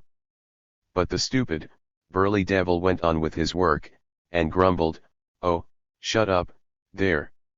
All heathens must burn, and we can't make an exception for the sake of a single man." I assure you, madam, the heat was terrible, with such a screaming, sighing, groaning, quacking, grunting, squealing, and through all these terrible sounds rang distinctly the deadly tune of the Song of the Unwept Tear. Chapter 2. She was lovable, and he loved her. But he was not lovable, and she did not love him. Old play. Madam. That old play is a tragedy, though the hero in it is neither killed nor commits suicide. The eyes of the heroine are beautiful, very beautiful, madam. Do you smell the perfume of violets? Very beautiful, and yet so piercing that they struck like poignards of glass through my heart and probably came out through my back, and yet I was not killed by those treacherous, murderous eyes. The voice of the heroine was also sweet, madam. Did you hear a nightingale just then? A soft, silken voice, a sweet web of the sunniest tones, and my soul was entangled in it, and choked and tormented itself. I myself, it is the Count of Ganges who now speaks, and the story goes on. In Venice I myself soon had enough of these tortures, and had thoughts of putting an end to the play in the first act, and of shooting myself through the head, fool's cap and all. I went to a fancy shop in the Via Bersta, where I saw a pair of beautiful pistols in a case. I remember them perfectly well. Near them stood many pleasant playthings of mother of pearl and gold, steel hearts on gilt chains, porcelain cups with delicate devices, and snuff boxes with pretty pictures, such as the divine history of Susanna, the swan song of Leda, the rape of the Sabines, Lucretia, a fat, virtuous creature, with naked bosom, in which she was lazily sticking a dagger, the late Bethman, La Belle Ferronnière, all enrapturing faces. But I bought the pistols without much ado, and then I bought balls, then powder, and then I went to the restaurant of Senior Somebody, and ordered oysters and a glass of hock. I could eat nothing, and still less could I drink. The warm tears fell in the glass, and in that glass I saw my dear home, the holy, blue Ganges, the ever-gleaming Himalaya, the giant banyan woods, amid whose broad arcades calmly wandered wise elephants and white-robed pilgrims. Strange dream-like flowers gazed on me with meaning glance, wondrous golden birds sang wildly, flashing sun rays and the sweet, silly chatter of monkeys pleasantly mocked me. From far pagodas sounded the pious prayers of priests, and amid all rang the melting, wailing voice of the Sultana of Delhi. She ran impetuously around in her carpeted chamber, she tore her silver veil, with her peacock fan she struck the black slave to the ground, she wept, she raged, she cried. I could not, however, hear what she said. The restaurant of Senior Somebody is 3,000 miles distant from the harem of Delhi, besides the fair Sultana had been dead 3,000 years, and I quickly drank up the wine, the clear, joy-giving wine, and yet my soul grew darker and sadder. I was condemned to death. As I left the restaurant I heard the bell of poor sinners ring, a crowd of people swept by me, but I placed myself at the corner of the Strada San Giovanni, and recited the following monologue. In ancient tales they tell of golden castles, where harps are sounding, lovely ladies dance, and gay attendants gleam, and jessamine, myrtle, and roses spread their soft perfume, and yet a single word of sad enchantment sweeps all the glory of the scene to naught, and there remain but ruins old and grey, and screaming birds of night and foul morass. Even so have I, with but a single word, enchanted nature's blooming loveliness. There lies she now, lifeless and cold and pale, just like a monarch's corse laid out in state, the royal deathly cheeks fresh stained with rouge, and in his hand the kingly scepter laid, yet still his lips are yellow and most changed, for they forgot to dye them, as they should, and mice are jumping over the monarch's nose, and mock the golden scepter in his grasp. It is everywhere agreed, madam, that one should deliver a soliloquy before shooting himself. Most men, on such occasions, use Hamlet's to be, or not to be. It is an excellent passage, and I would gladly have quoted it, but charity begins at home, and when a man has written tragedies himself, in which such farewell to life speeches occur, as, for instance, in my immortal Almansor, it is very natural that one should prefer his own words even to Shakespeare's. At any rate, the delivery of such speeches is a very useful custom, one gains at least a little time. And so it came to pass that I remained a rather long time standing at the corner of the Strada San Giovanni, and as I stood there like a condemned criminal awaiting death, I raised my eyes, and suddenly beheld her. She wore her blue silk dress and rose-red hat, and her eyes looked at me so mildly, so death-conqueringly, so life-givingly. Madam, you well know, out of Roman history, that when the Vestals in ancient Rome met on their way a malefactor led to death, they had the right to pardon him, and the poor rogue lived. With a single glance she saved me from death, and I stood before her revived, and dazzled by the sunbeams of her beauty, and she passed on and left me alive. Chapter 3. And she left me alive, and I live, which is the main point. Others may, if they choose, enjoy the good fortune of having their lady love adorn their graves with garlands and water them with the tears of fidelity. Oh, women! Hate me, laugh at me, jilt me, but let me live. Life is all too laughably sweet, and the world too delightfully bewildered.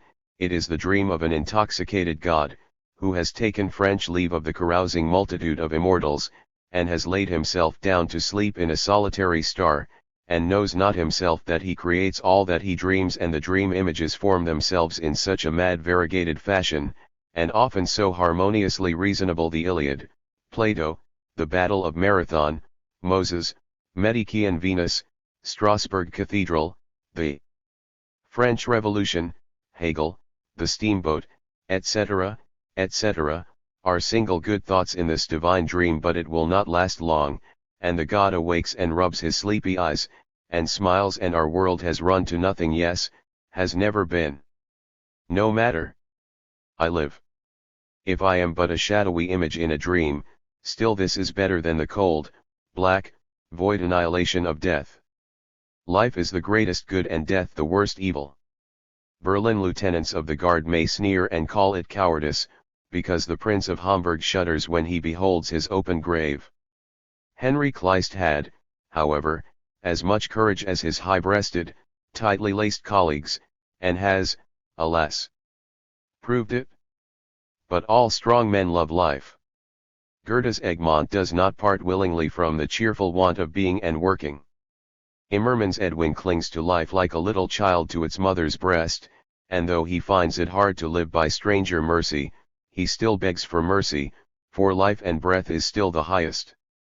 When Odysseus in the underworld sees Achilles as the leader of dead heroes, and extols his renown among the living, and his glory even among the dead, Achilles answers, "No more discourse of death, consolingly, noble Odysseus. Rather would I in the field as daily laborer be toiling, slave to the meanest of men, a pauper and lacking possessions, than mid the infinite host of long-vanished mortals be ruler." Yes, when Major Duvent challenged the great Israel Leon to fight with pistols and said to him, "If you do not meet me, Mr. Leon, you are a dog," the latter replied, "I would rather be a live dog than a dead lion," and he was right. I have fought often enough, madam, to dare to say this God be praised. I live. Red life pulses in my veins, earth yields beneath my feet, in the glow of love I embrace trees and statues, and they live in my embrace. Every woman is to me the gift of a world. I revel in the melody of her countenance, and with a single glance of my eye I can enjoy more than others with their every limb through all their lives. Every instant is to me an eternity.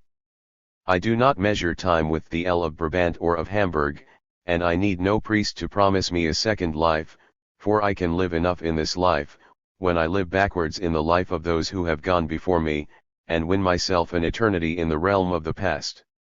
And I live. The great pulsation of nature beats too in my breast, and when I carol aloud, I am answered by a thousand-fold echo. I hear 1,000 nightingales. Spring has sent them to awaken earth from her morning slumber, and earth trembles with ecstasy. Her flowers are hymns, which she sings in inspiration to the sun. The sun moves far too slowly, I would fain lash on his steeds that they might advance more rapidly. But when he sinks hissing in the sea, and the night rises with her great passionate eyes, oh! Then true pleasure first thrills through me, the evening breezes lie like flattering maidens on my wild heart, and the stars wink to me, and I rise and sweep over the little earth and the little thoughts of men. Chapter 4. But a day will come when the fire in my veins will be quenched, when winter will dwell in my heart, when his snowflakes will whiten my locks, and his mists will dim my eyes. Then my friends will lie in their lonely graves, and I alone shall remain like a solitary stalk forgotten by the reaper. A new race will have sprung up with new desires and new ideas, full of wonder I shall hear new names and listen to new songs, for the old names will be forgotten, and I myself forgotten, perhaps still honored by a few, scorned by many and loved by none. And then the rosy-cheeked boys will spring around me and place the old harp in my trembling hand, and say, laughing, "You have been long silent, you grey-beard, sing us again songs of your youthful dreams." Then I will grasp the harp, and my old joys and sorrows will awake, tears will again spring from my dead eyes, there will be spring again in my breast, sweet tones of sorrow will tremble on the harp strings, I shall see again the blue stream and the marble palaces and the lovely faces of women and girls, and I will sing a song of the flowers of Brenta.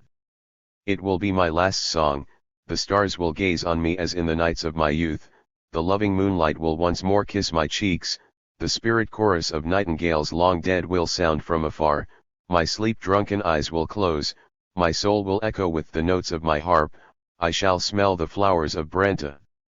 A tree will shadow my grave. I would gladly have it a palm, but that tree will not grow in the north.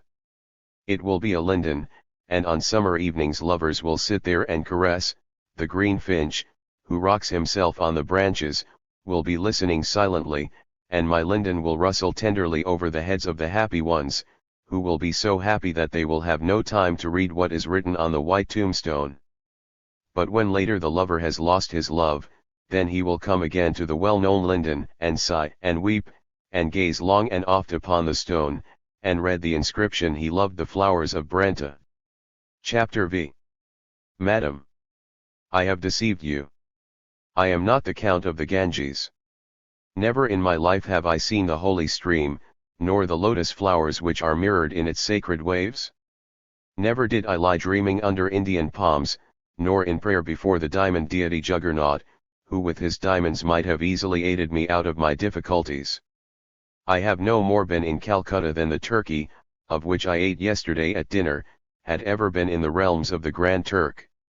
Yet my ancestors came from Hindustan, and therefore I feel so much at my ease in the great forest of Song of Valmiki.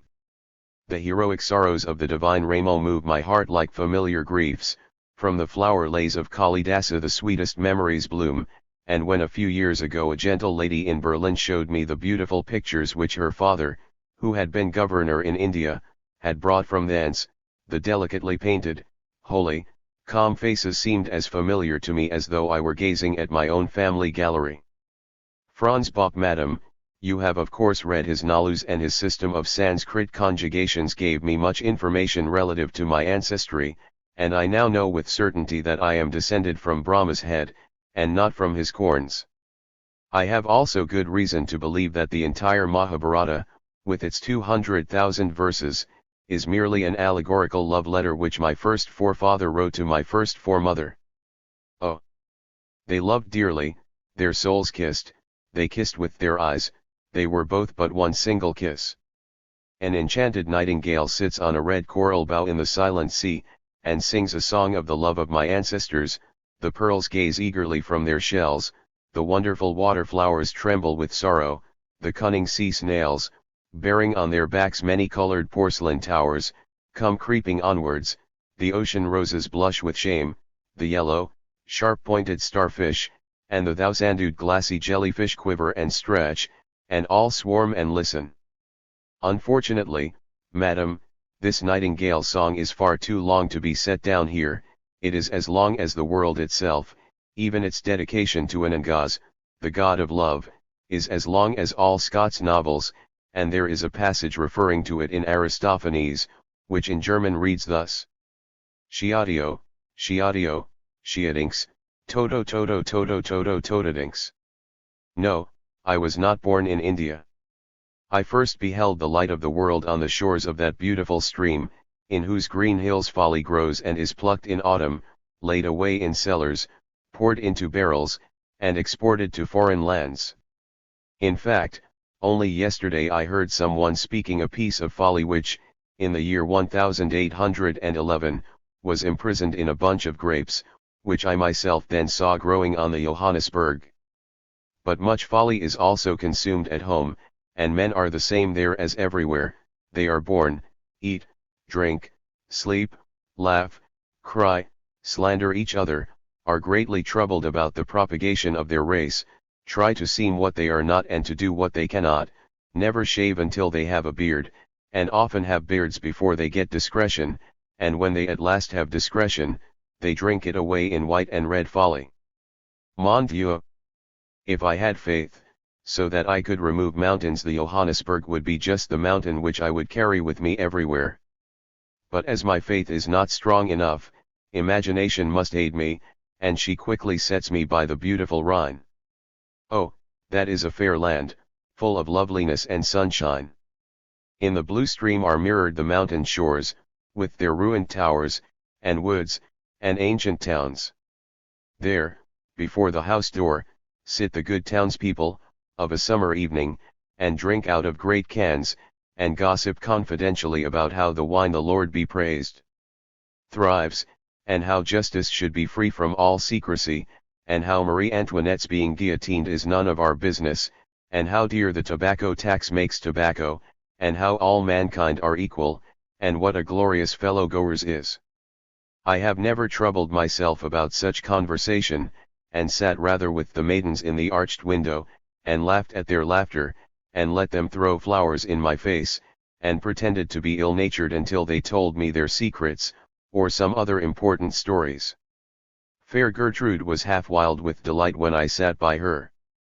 She was a girl like a flaming rose, and once, as she fell on my neck, I thought that she would burn away into perfume in my arms. Fair Catherine flamed into sweet music when she talked with me, and her eyes were of a pure, internal blue, which I have never seen in men or animals, and very seldom in flowers one gazed so gladly into them, and could then think such sweet things. But the beautiful Hedwig loved me, for when I came to her she bowed her head till her black curls fell down over her blushing face, and her bright eyes shone like stars from the dark heaven. Her bashful lips spoke not a word, and I too could say nothing to her. I coughed and she trembled. She often begged me, through her sisters, not to climb the rocks so rashly, or to bathe in the Rhine when I was hot with running or drinking wine. Once I overheard her pious prayer before the Virgin Mary, which she had adorned with gold leaf and illuminated with a lamp, and which stood in a corner at the entrance. I plainly heard her pray to the Mother of God to keep him from climbing, drinking, and bathing. I should certainly have been desperately in love with her if she had been indifferent to me, and I was indifferent to her because I knew that she loved me.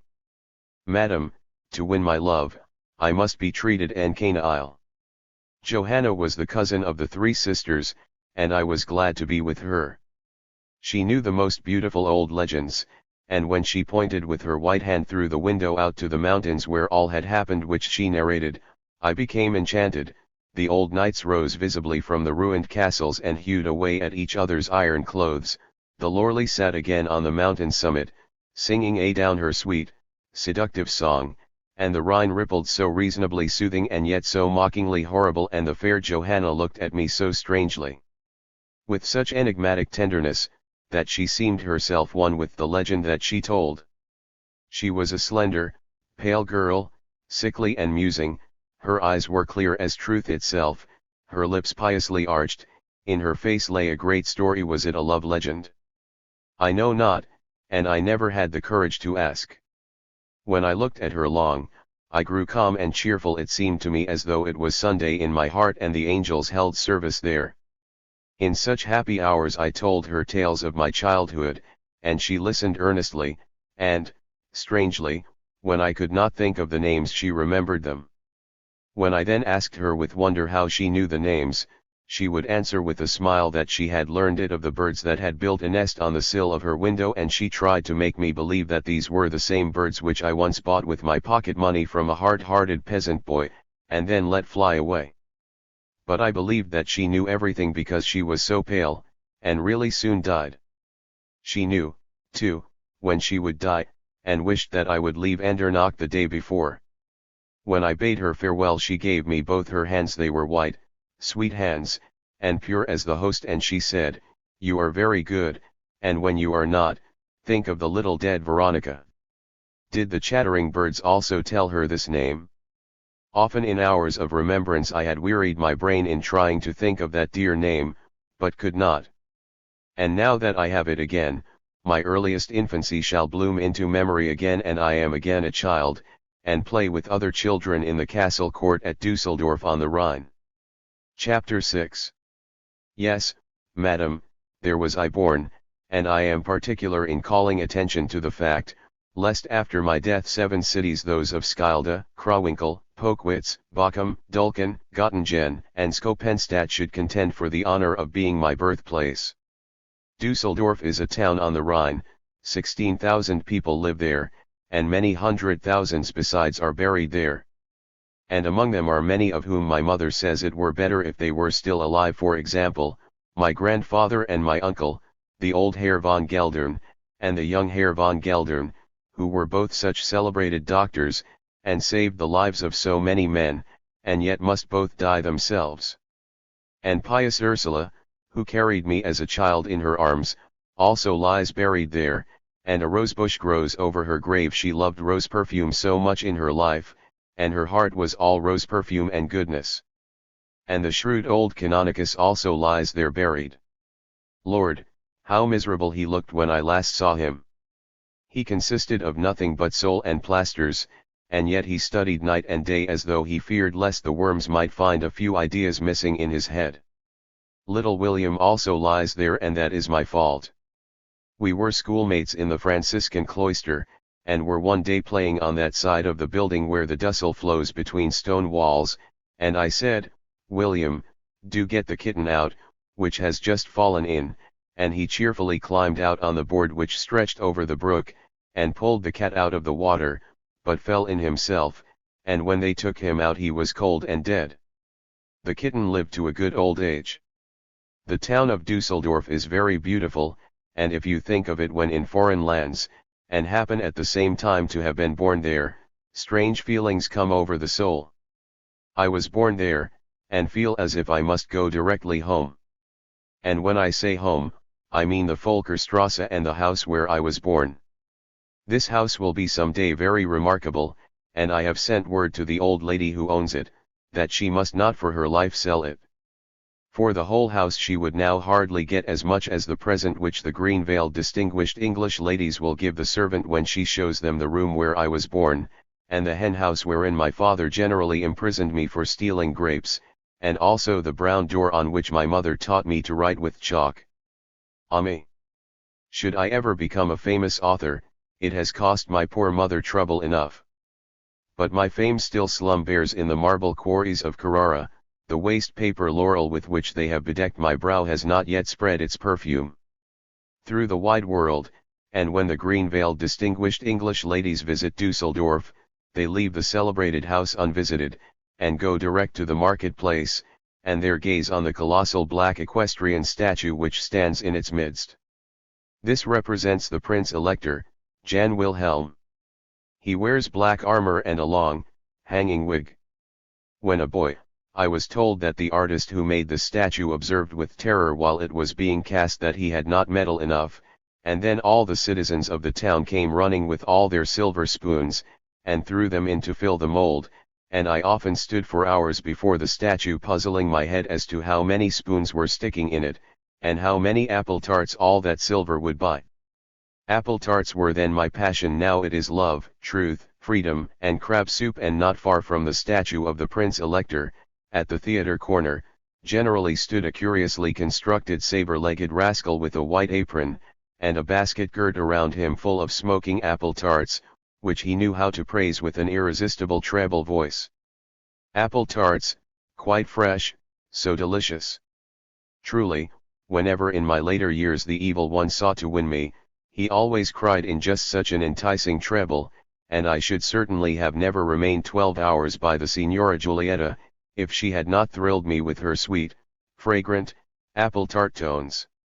And, in fact, the apple tarts would never have so enticed me, if the crooked Herman had not covered them up so mysteriously with his white apron. And it is aprons, you know, which but I wander from the subject. I was speaking of the equestrian statue which has so many silver spoons in its body and no soup, and which represents the Prince Elector, Jan Wilhelm. He must have been a brave gentleman, very fond of art, and skillful himself. He founded the picture gallery in Dusseldorf, and in the observatory there they show a very artistic piece of woodwork, which he, himself, had carved in his leisure hours, of which latter he had every day 24. In those days princes were not the persecuted wretches which they now are, the crowns grew firmly on their heads, and at night they drew their nightcaps over it and slept peacefully, and their people slumbered peacefully at their feet, and when they awoke in the morning they said, "Good morning, father," and he replied, "Good morning, dear children." But there came a sudden change over all this. One morning when we awoke in Dusseldorf and would say, "Good morning, father," the father had travelled away, and in the whole town there was nothing but dumb sorrow. Everywhere there was a funeral-like expression, and people slipped silently to the market and read the long paper on the door of the town hall. It was bad weather, yet the lean tailor Killian stood in his nankeen jacket, which he generally wore only at home, and his blue woolen stockings hung down so that his little bare legs peeped out in a troubled way, and his thin lips quivered as he murmured the placard. An old invalid soldier from the Palatine read it rather louder, and at some words a clear tear ran down his white honorable old mustache. I stood near him, crying too, and asked why we were crying. And he replied, the Prince-Elector has abdicated. And then he read further, and at the words, for the long manifested fidelity of my subjects, and hereby release you from allegiance, he wept still more.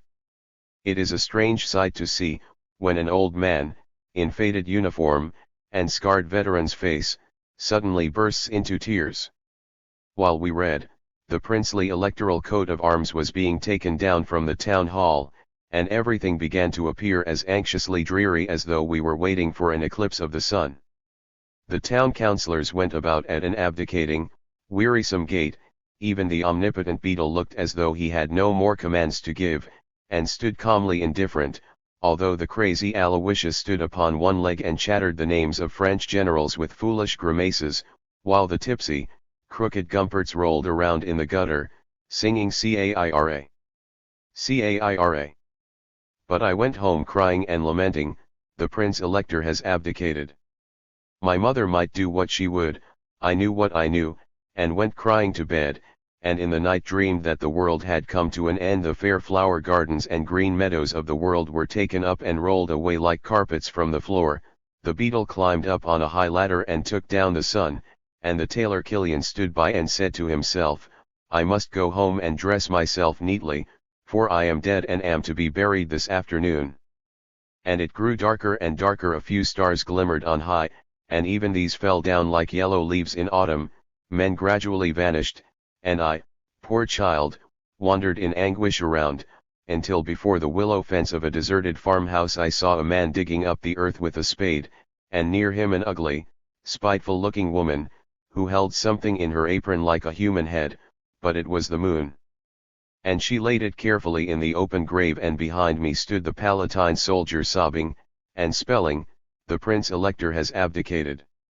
When I awoke the sun shone as usual through the window, there was a sound of drums in the street, and as I entered our sitting room and wished my father, who sat in his white dressing gown, good morning, I heard the little Lightfoot barber, as he made up his hair, narrate very minutely that homage would that morning be offered at the town hall to the Archduke Joachim. I heard, too, that the new ruler was of excellent family, that he had married the sister of the Emperor Napoleon, and was really a very respectable man, that he wore his beautiful black hair in curls, that he would shortly enter the town, and would certainly please all the ladies.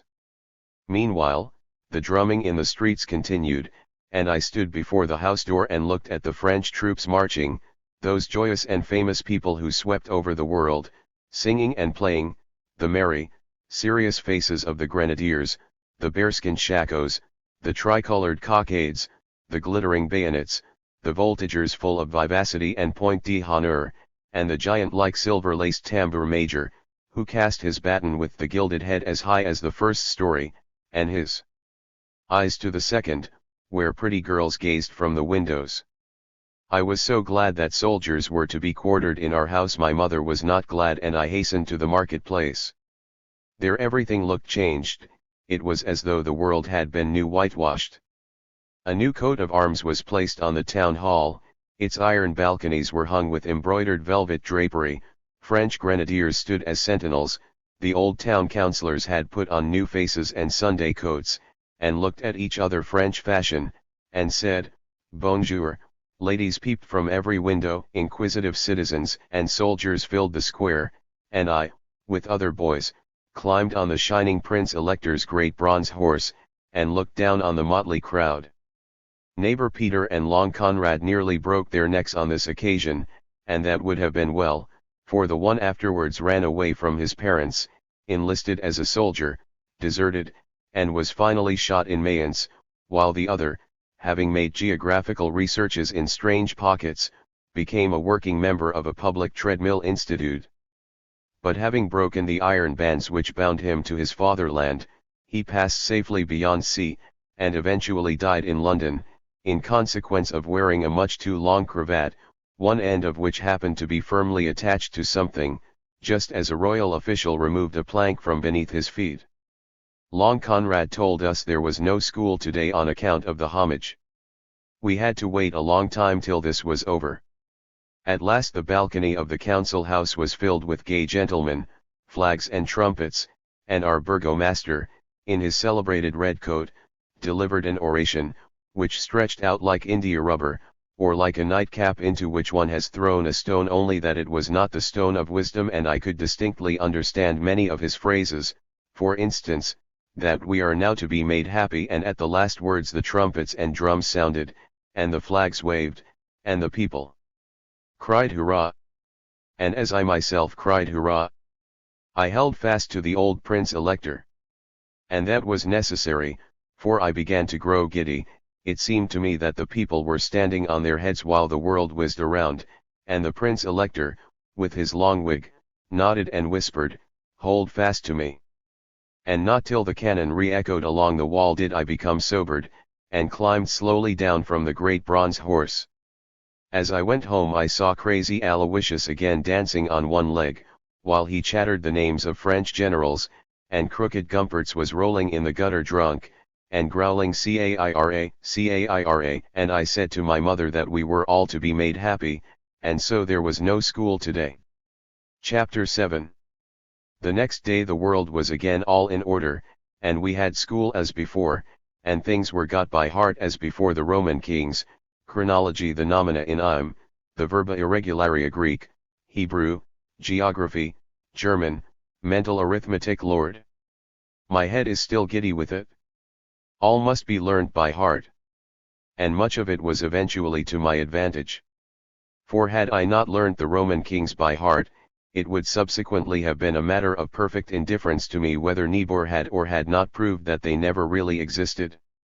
And had I not learnt chronology, how could I ever, in later years, have found out anyone in Berlin, where one house is as like another as drops of water, or as grenadiers, and where it is impossible to find a friend unless you have the number of his house in your head? Therefore I associated with every friend some historical event which had happened in a year corresponding to the number of his house, so that the one recalled the other, and some curious point in history always occurred to me whenever I met an acquaintance. For instance, when I met my tailor I at once thought of the Battle of Marathon. If I saw the well-dressed banker, Christian Gumpel, I remembered the destruction of Jerusalem. If a Portuguese friend, deeply in debt, of the flight of Muhammad. If the university judge, a man whose probity is well known, of the death of Haman, and if Wadzek, I was at once reminded of Cleopatra. Lieber Himmel. The poor creature is dead now, our tears are dry, and we may say of her, with Hamlet, take her for all in all, she was a hag, we oft shall look upon her like again. As I said, chronology is necessary. I know men who have nothing in their heads but a few years, yet who know exactly where to look for the right houses, and are, moreover, regular professors. But oh, the trouble I had at school with dates! And it went even worse with arithmetic. I understood subtraction best, and for this I had a very practical rule: 4 from 3 won't go, I must borrow 1, but I advise everyone, in such a case, to borrow a few extra shillings, for one never knows. But as for the Latin, madam, you can really have no idea how muddled it is. The Romans would never have found time to conquer the world if they had been obliged first to learn Latin. Those happy people knew in their cradles the nouns with an accusative in Im. I, on the contrary, had to learn them by heart, in the sweat of my brow, but still it is well that I knew them. For if, for example, when I publicly disputed in Latin, in the College Hall of Göttingen, on the 20th of July 1825, madam, it was well worth while to hear it. If, I say, I had said synapem instead of synapeme, the blunder would have been evident to the freshman, and an endless shame for me. Vis, burris, situs, tussus, cucumis, amusses, cannabis, sinope. These words, which have attracted so much attention in the world, effected this, because they belong to a determined class, and yet were exceptions. On that account I value them highly, and the fact that I have them ready at my fingers' ends when I perhaps need them in a hurry affords me in many dark hours of life much internal tranquility and consolation. But, madam, the verba irregularia, they are distinguished from the verbis regularibus by the fact that in learning them one gets more whippings, are terribly difficult. In the damp arches of the Franciscan cloister near our schoolroom there hung a large crucified Christ of grey wood, a dismal image, that even yet at times marches through my dreams and gazes sorrowfully on me with fixed bleeding eyes. Before this image I often stood and prayed, O thou poor and equally tormented God, if it be possible for thee, see that I get by heart the irregular verbs. I will say nothing of Greek, I should irritate myself too much. The monks of the Middle Ages were not so very much in the wrong when they asserted that Greek was an invention of the devil. Lord knows what I suffered through it. It went better with Hebrew, for I always had a great predilection for the Jews, although they to this very hour have crucified my good name, but I never could get so far in Hebrew as my watch, which had an intimate intercourse with pawnbrokers, and in consequence acquired many Jewish habits. For instance, it would not go on Saturday and learn the holy language, and was subsequently occupied with its grammar, for often when sleepless in the night I have to my amazement heard it industriously repeating, kittle, kitalta, kitalki kittle, kitalta, kitalti pocket, pocketeti picket pick. Meanwhile I learned much more German, and that is not such child's play. For we poor Germans, who have already been sufficiently plagued with soldiers quartered on us, military duties, poll taxes, and 1,000 other exact ions, must needs, over and above all this, torment each other with accusatives and datives. I learned much German from the old rector Schallmeyer, a brave, clerical gentleman, whose protégé I was from childhood. Something of the matter I also learned from Professor Scram, a man who had written a book on eternal peace, and in whose class my schoolfellows fought with a special vigor. And while thus dashing on in a breath, and thinking of everything, I have unexpectedly found myself back among old school stories, and I avail myself of this opportunity to show you, madam, that it was not my fault if I learned so little geography, that later in life I could not make my way in the world. For in those days the French had deranged all boundaries, everyday countries were recolored, those which were once blue suddenly became green, many even blood red. The old established rules were so confused and confounded that no devil would recognize them. The products of the country also changed. Chicory and beets now grew where only hares and hunters running after them were once to be seen. Even the characters of different races changed. The Germans became pliant, the French paid compliments no longer, the English ceased making ducks and drakes of their money, and the Venetians were not subtle enough. There was promotion among princes. Old kings obtained new uniforms, new kingdoms were cooked up and sold like hot cakes. Many potentates, on the other hand, were chased from house and home, and had to find some new way of earning their bread, while others went at once at a trade, and manufactured, for instance, sealing wax. Or madam, this sentence must be brought to an end, or I shall be out of breath. In short, it is impossible in such times to advance far in geography. I succeeded better in natural history, for there we find fewer changes, and we always have standard engravings of apes, kangaroos, zebras, rhinoceroses, etc. And having many such pictures in my memory, it often happens that at first sight many mortals appear to me like old acquaintances. I did well in mythology. I took real delight in the mob of gods and goddesses who ruled the world in joyous nakedness. I do not believe that there was a schoolboy in ancient Rome who knew the chief articles of his catechism, that is, the loves of Venus, better than I. To tell the truth, it seems to me that if we must learn all the heathen gods by heart, we might as well have kept them from the first, and we have not perhaps made so much out of our new Roman Trinity or even our Jewish monotheism. Perhaps that mythology was not in reality so immoral as we imagine, and it was, for example, a very decent thought of Homer's to give the much-loved Venus a husband. But I succeeded best of all in the French class of the Abbé d'Aulnoy, a French émigré who had written a number of grammars, and wore a red wig, and jumped about very nervously when he recited his Art Poétique, and his Histoire Allemande. He was the only one in the whole gymnasium who taught German history. Still, French has its difficulties, and to learn it there must be much quartering of troops, much drumming in, much apprendre par cœur, and above all, no one should be a bête allemande. Thus many bitter words came in. I remember still, as though it happened yesterday, the scrapes I got into through La Religion. 6 times came the question, Henry, what is the French for the faith? And 6 times, ever more tearfully, I replied, it is called le credit.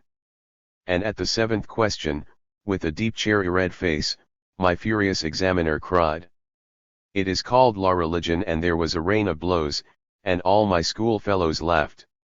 Madam, since that day I can never hear the word religion but my back turns pale with terror, and my cheeks red with shame. And to speak truly, le credit has during my life stood me in better stead than La Religion. It occurs to me at this moment that I still owe the landlord of the Lion, in Bologna, 5 thalers. And I pledge you my word of honor that I would owe him 5 thalers more if I could only be certain that I should never again hear that unlucky word, La Religion. Parbleu, madam. I have succeeded well in French. I understand not only patois, but even aristocratic nursemaid French. Not long ago, when in noble society, I understood full 1/2 of the conversation of 2 German countesses, each of whom could count at least 64 years, and as many ancestors. Yes, in the Café Royal, at Berlin, I once heard Monsieur Hans Michel Martins talking French, and understood every word, though there was no understanding in it. We must know the spirit of a language, and this is best learned by drumming. Parbleu! How much do I not owe to the French drummer who was so long quartered in our house, who looked like a devil, and yet had the heart of an angel, and who drummed so excellently. He was a little, nervous figure, with a terrible black moustache, beneath which the red lips turned suddenly outwards, while his fiery eyes glanced around. I, a youngster, stuck to him like a burr, and helped him to rub his military buttons like mirrors, and to pipe clay his vest, for Monsieur Legrand liked to look well, and I followed him to the watch, to the roll call, to the parade. In those times there was nothing but the gleam of weapons and merriment. Les jours de fête sont passés.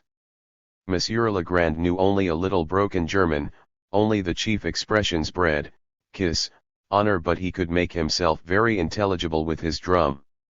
For instance, if I did not know what the word liberté meant, he drummed the Marseillaise and I understood him. If I did not understand the word égalité, he drummed the march, Caira, les aristocrats à la lanterne, and I understood him. If I did not know what bêtise meant, he drummed the Dessauer march, which we Germans, as Goethe also declares, have drummed in Champagne, and I understood him. He once wanted to explain to me the word l'Allemagne, and he drummed the all too simple primeval melody, which on market days is played to dancing dogs, namely, dum dum dum. I was vexed, but I understood him. In the same way he taught me modern history. I did not understand the words, it is true, but as he constantly drummed while speaking, I knew what he meant. At bottom this is the best method. The history of the storming of the Bastille, of the Tuileries, and the like, we understand first when we know how the drumming was done. In our school compendiums of history we merely read. Their Excellencies, the Baron and Count, with the most noble spouses of the aforesaid, were beheaded. Their Highnesses the Dukes, and Princes, with the most noble spouses of the aforesaid, were beheaded. His Majesty the King, with his most sublime spouse, the Queen, was beheaded. But when you hear the Red Guillotine March drummed, you understand it correctly, for the first time, and you know the how and the why. Madam, that is indeed a wonderful march. It thrilled through marrow and bone when I first heard it, and I was glad that I forgot it. One forgets so much as one grows older, and a young man has nowadays so much other knowledge to keep in his head: whist, Boston, genealogical tables, parliamentary data, dramaturgy, the liturgy, carving, and yet, notwithstanding all jogging up of my brain, I could not for a long time recall that tremendous tune. But, only think, madam. Not long ago I sat at table with a whole menagerie of counts, princes, princesses, chamberlains, court-martialesses, seneschals, upper court mistresses, court-keepers of the royal plate, court-hunters' wives, and whatever else these aristocratic domestics are termed, and their under-domestics ran about behind their chairs and shoved full plates before their mouths, but I, who was passed by and neglected, sat without the least occupation for my jaws, and I kneaded little bread balls, and drummed for ennui with my fingers, and, to my astonishment, I suddenly drummed the red, long-forgotten guillotine march. And what happened? Madam, the good people were not disturbed in their eating, nor did they know that other people, when they have nothing to eat, suddenly begin to drum, and that, too, very queer marches, which people thought long forgotten. Is drumming, now, an inborn talent, or was it early developed in me?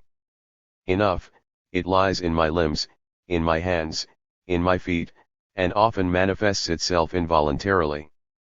I once sat at Berlin in the lecture room of the Privy Councillor Schmaltz, a man who had saved the state by his book on the red and black coat danger. You remember, perhaps, madam, out of Pausanias, that by the braying of an ass an equally dangerous plot was once discovered, and you also know from Livy, or from Becker's History of the World, that geese once saved the capital, and you must certainly know from Sallust that a loquacious Putane, the Lady Livia, brought the terrible conspiracy of Catiline to light. But to return to the mutton aforesaid. I listened to international law in the lecture room of the Herr Privy Councillor Schmaltz, and it was a sleepy summer afternoon, and I sat on the bench and heard less and less. My head had gone to sleep, when all at once I was wakened by the noise of my own feet, which had stayed awake, and had probably observed that the exact opposite of international law and constitutional tendencies was being preached, and my feet, which, with the little eyes of their corns, had seen more of how things go in the world than the Privy Councillor with his Juno eyes, these poor dumb feet, incapable of expressing their immeasurable meaning by words, strove to make themselves intelligible by drumming, and they drummed so loudly, that I thereby nearly came to grief. Cursed, unreflecting feet. They once played me a similar trick, when I on a time in Göttingen sponged without subscribing on the lectures of Professor Saalfeld, and as, with his angular activity, he jumped about here and there in his pulpit, and heated himself in order to curse the Emperor Napoleon in regular set style. No, my poor feet, I cannot blame you for drumming then. Indeed, I would not have blamed you if in your dumb naivete you had expressed yourselves by still more energetic movements. How could I, the scholar of Legrand, hear the Emperor cursed? The Emperor! The Emperor! The great Emperor! When I think of the great Emperor, my thoughts again grow summer green and golden. A long avenue of lindens rises blooming around, on the leafy twigs sit singing nightingales, the waterfall rustles, flowers are growing from full round beds, dreamily nodding their fair heads. I was once wondrously intimate with them. The rouge tulips, proud as beggars, condescendingly greeted me, the nervous sick lilies nodded with melancholy tenderness, the drunken red roses laughed at me from afar, the night violets sighed with the myrtles and laurels. I was not then acquainted, for they did not entice with a shining bloom, but the mignonette, with whom I now stand so badly, was very intimate. I am speaking of the court garden of Dusseldorf, where I often lay upon the bank, and piously listened while Monsieur Legrand told of the warlike feats of the great Emperor, beating meanwhile the marches which were drummed during the deeds, so that I saw and heard all to the life. I saw the passage over the Simplon, the Emperor in advance and his brave grenadiers climbing on behind him, while the scream of frightened birds of prey sounded around, and avalanches thundered in the distance. I saw the Emperor with flag in hand on the bridge of Lodi. I saw the Emperor in his grey cloak at Marengo. I saw the Emperor mounted in the Battle of the Pyramids, not around save powder smoke and Mamelukes. I saw the Emperor in the Battle of Austerlitz. How the bullets whistled over the smooth, icy road. I heard the battle of Jena dum, dum, dum. I heard the battles of Eylau, of Wagram. I could hardly bear it. Monsieur Legrand drummed so that the drums of my ears nearly burst. Chapter 8. But what were my feelings when I saw with my own highly graced eyes himself, Hosanna, the Emperor. It was in that very avenue of the court garden at Dusseldorf.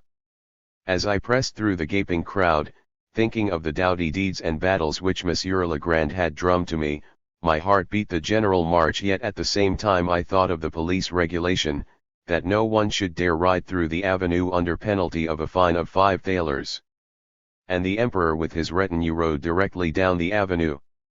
The trembling trees bowed towards him as he advanced, the sunbeams quivered, frightened, yet curious, through the green leaves, and in the blue heaven above there swam visibly a golden star. The Emperor wore his invisible green uniform and the little world-renowned hat. He rode a white steed, which stepped with such calm pride, so confidently, so nobly. Had I then been Crown Prince of Prussia, I would have envied that steed. Carelessly, almost lazily, sat the Emperor, holding his rein with one hand, and with the other good-naturedly patting the horse's neck. It was a sunny, marble hand, a mighty hand, one of those 2 hands which bound fast the many-headed monster of anarchy, and ordered the war of races, and it good-naturedly patted the horse's neck. Even the face had that hue which we find in the marble of Greek and Roman busts, the traits were as nobly cut as in the antique, and on that face was written, "Thou shalt have no gods before me." A smile, which warmed and soothed every heart, flitted over the lips, and yet all knew that those lips needed but to whistle et la prusse en existate, plus those lips needed but to whistle and the entire clergy would have stopped their ringing and singing, those lips needed but to whistle and the entire Holy Roman Empire would have danced. And those lips smiled and the eye smiled too. It was an eye clear as heaven, it could read the hearts of men, it saw at a glance all the things of this world, while we others see them only one by one and by their colored shadows. The brow was not so clear, the phantoms of future battles were nestling there, there was a quiver which swept over that brow, and those were the creative thoughts, the great 7-mile boot thoughts, wherewith the spirit of the Emperor strode invisibly over the world, and I believe that every one of those thoughts would have given to a German author full material wherewith to write, all the days of his life. The Emperor rode quietly straight through the avenue. No policeman opposed him. Proudly, on snorting horses and laden with gold and jewels, rode his retinue, the drums were beating, the trumpets were sounding, close to me the wild Aloysius was muttering his general's name, not far away the drunken Gumpertz was grumbling, and the people shouted with 1,000 voices, "Long live the Emperor!" Chapter 9. The Emperor is dead. On a waste island in the Atlantic Ocean is his lonely grave, and he for whom the world was too narrow lies quietly under a little hillock, where 5 weeping willows hang their green heads, and a little brook, murmuring sorrowfully, ripples by. There is no inscription on his tomb, but Cleo, with a just pen, has written thereon, invisible words, which will resound, like spirit tones, through thousands of years. Britannia. The sea is thine. But the sea has not water enough to wash away the shame with which the death of that mighty one has covered thee.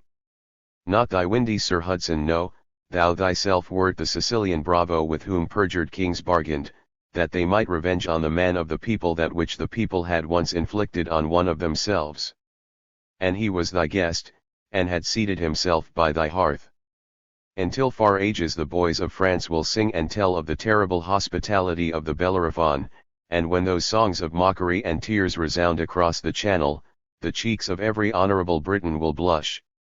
Some day, however, this song will ring thither, and Britannia will be no more, the people of pride will be humbled to the earth, Westminster's monuments will be broken, and the royal dust which they enclosed forgotten. And St. Helena is the holy grave, whither the races of the East and of the West will make their pilgrimage in ships with flags of many a color, and their hearts will grow strong with great memories of the deeds of the worldly Saviour, who suffered and died under Hudson Lowe, as it is written in the Evangelists, Las Casas, Omira, and Atamarca. Strange. A terrible destiny has already overtaken the three greatest enemies of the emperor. Londonderry has cut his throat, Louis XVIII has rotted away on his throne, and Professor Saalfeld is still professor in Göttingen. Chapter X. On a clear, frosty autumn morning, a young man of student-like appearance slowly loitered through the avenue of the Dusseldorf court garden, often, with childlike pleasure, kicking aside the leaves which covered the ground, and often sorrowfully gazing towards the bare trees, on which a few golden-hued leaves still hung. As he thus gazed up, he thought on the words of Glaucus.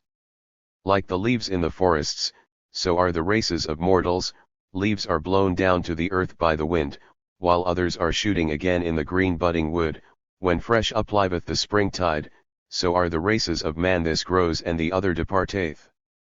In earlier days the youth had gazed with far different eyes on the same trees. He was then a boy, and sought birds' nests or summer insects, which delighted him as they merrily hummed around, and were glad in the beautiful world, and contented with a sap-green leaf and a drop of water, with a warm sunbeam and the sweet perfumes of the grass. In those times the boy's heart was as gay as the fluttering insects. But now his heart had grown older, its little sunbeams were quenched, all its flowers had faded, even its beautiful dream of love had grown dim. In that poor heart was nothing but pride and care, and, saddest of all, it was my heart. I had returned that day to my old father town, but I would not remain there overnight, and I longed for Godesberg, that I might sit at the feet of my girlfriend and tell of the little Veronica. I had visited the dear graves.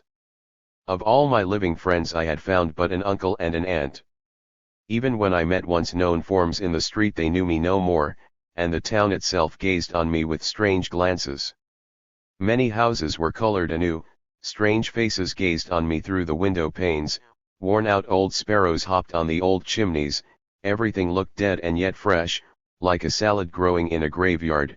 Where French was once spoken I now heard Prussian, even a little Prussian court had taken up its retired dwelling there, and the people bore court titles. My mother's old hairdresser had now become the court hairdresser, and there were court tailors, court shoemakers, court bed-bug destroyers, court grog shops. The whole town seemed to be a court asylum for court lunatics. Only the old Prince-Elector knew me. He still stood in the same old place, but he seemed to have grown thinner. For just because he stood in the market-place, he had had a full view of all the miseries of the time, and people seldom grow fat on such sights. I was in a dream, and thought of the legend of the enchanted city, and hastened out of the gate, lest I should awake too soon. I missed many a tree in the court garden, and many had grown crooked with age, and the four great poplars, which once seemed to me like green giants, had become smaller. Pretty girls were walking here and there, dressed as gaily as wandering tulips. And I had known these tulips when they were but little buds, for they were the neighbors' children with whom I had once played princes in the tower. But the fair maidens, whom I had once known as blooming roses, were now faded roses, and in many a high brow whose pride had once thrilled my heart, Saturn had cut deep wrinkles with his scythe. And now for the first time, and alas, too late, I understood what those glances meant, which they had once cast on the adolescent boy, for I had meanwhile in other lands fathomed the meaning of similar glances in other lovely eyes. I was deeply moved by the humble bow of a man whom I had once known as wealthy and respectable, and who had since become a beggar. Everywhere in the world we see that men when they once begin to fall, do so according to Newton's law, ever faster and faster as they descend to misery. One, however, who did not seem to be in the least changed was the little baron, who tripped merrily as of old through the court garden, holding with one hand his left coat skirt on high, and with the other swinging hither and thither his light cane. He still had the same genial face as of old, its rosy bloom now somewhat concentrated towards the nose, but he had the same comical hat and the same old queue behind, only that the hairs which peeped from it were now white instead of black. But merry as the old baron seemed, it was still evident that he had suffered much sorrow. His face would fain conceal it, but the white hairs of his queue betrayed him behind his back. Yet the queue itself seemed striving to lie, so merrily did it shake. I was not weary, but a fancy seized me to sit once more on the wooden bench, on which I had once carved the name of my love.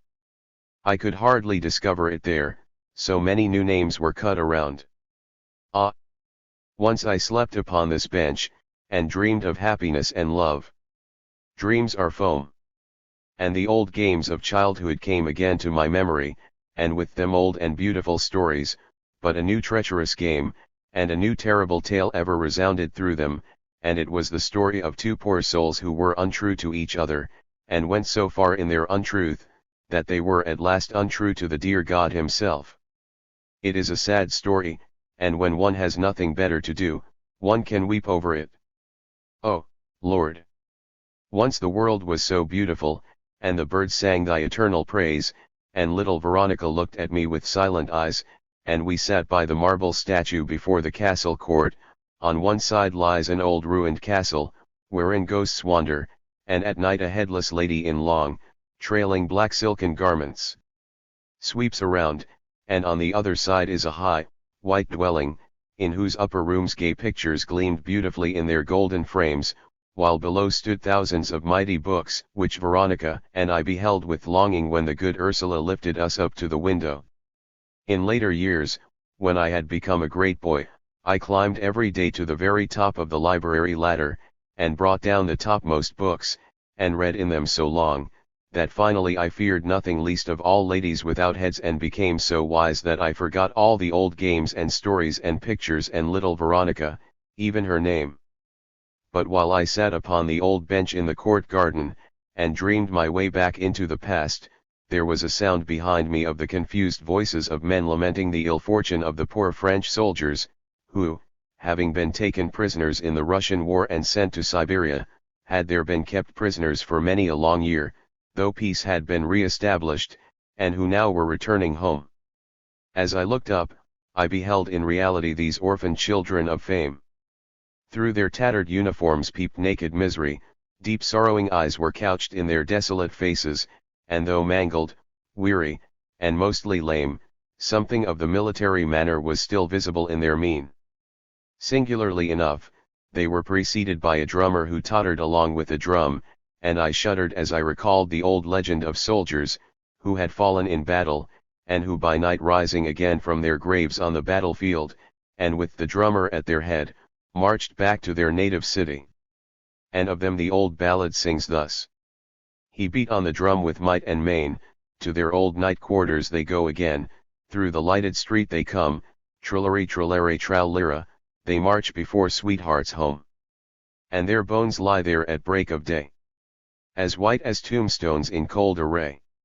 And the drummer he goes before, trillery trillere trallira, and we see them come no more. Truly the poor French drummer seemed to have risen but half repaired from the grave. He was but a little shadow in a dirty patched grey capote, a dead yellow countenance, with a great moustache which hung down sorrowfully over his faded lips. His eyes were like burnt out tinder, in which but a few sparks still gleamed, and yet by one of those sparks I recognized Monsieur Legrand. He too recognized me and drew me to the turf, and we sat down together as of old, when he taught me French and modern history on the drum. He had still the well-known old drum, and I could not sufficiently wonder how he had preserved it from Russian plunderers. And he drummed again as of old, but without speaking a word. But though his lips were firmly pressed together, his eyes spoke all the more, flashing fiercely and victoriously as he drummed the old marches. The poplars near us trembled, as he again thundered forth the Red Guillotine March. And he drummed as before the old war of freedom, the old battles, the deeds of the emperor, and it seemed as though the drum itself were a living creature which rejoiced to speak out its inner soul. I heard once more the thunder of cannon, the whistling of balls, the riot of battle. I saw once more the death rage of the guards, the waving flags, again, the emperor on his steed. But little by little there fell a sad tone in amid the most stirring confusion. Sounds rang from the drum, in which the wildest hurrahs and the most fearful grief were mysteriously mingled.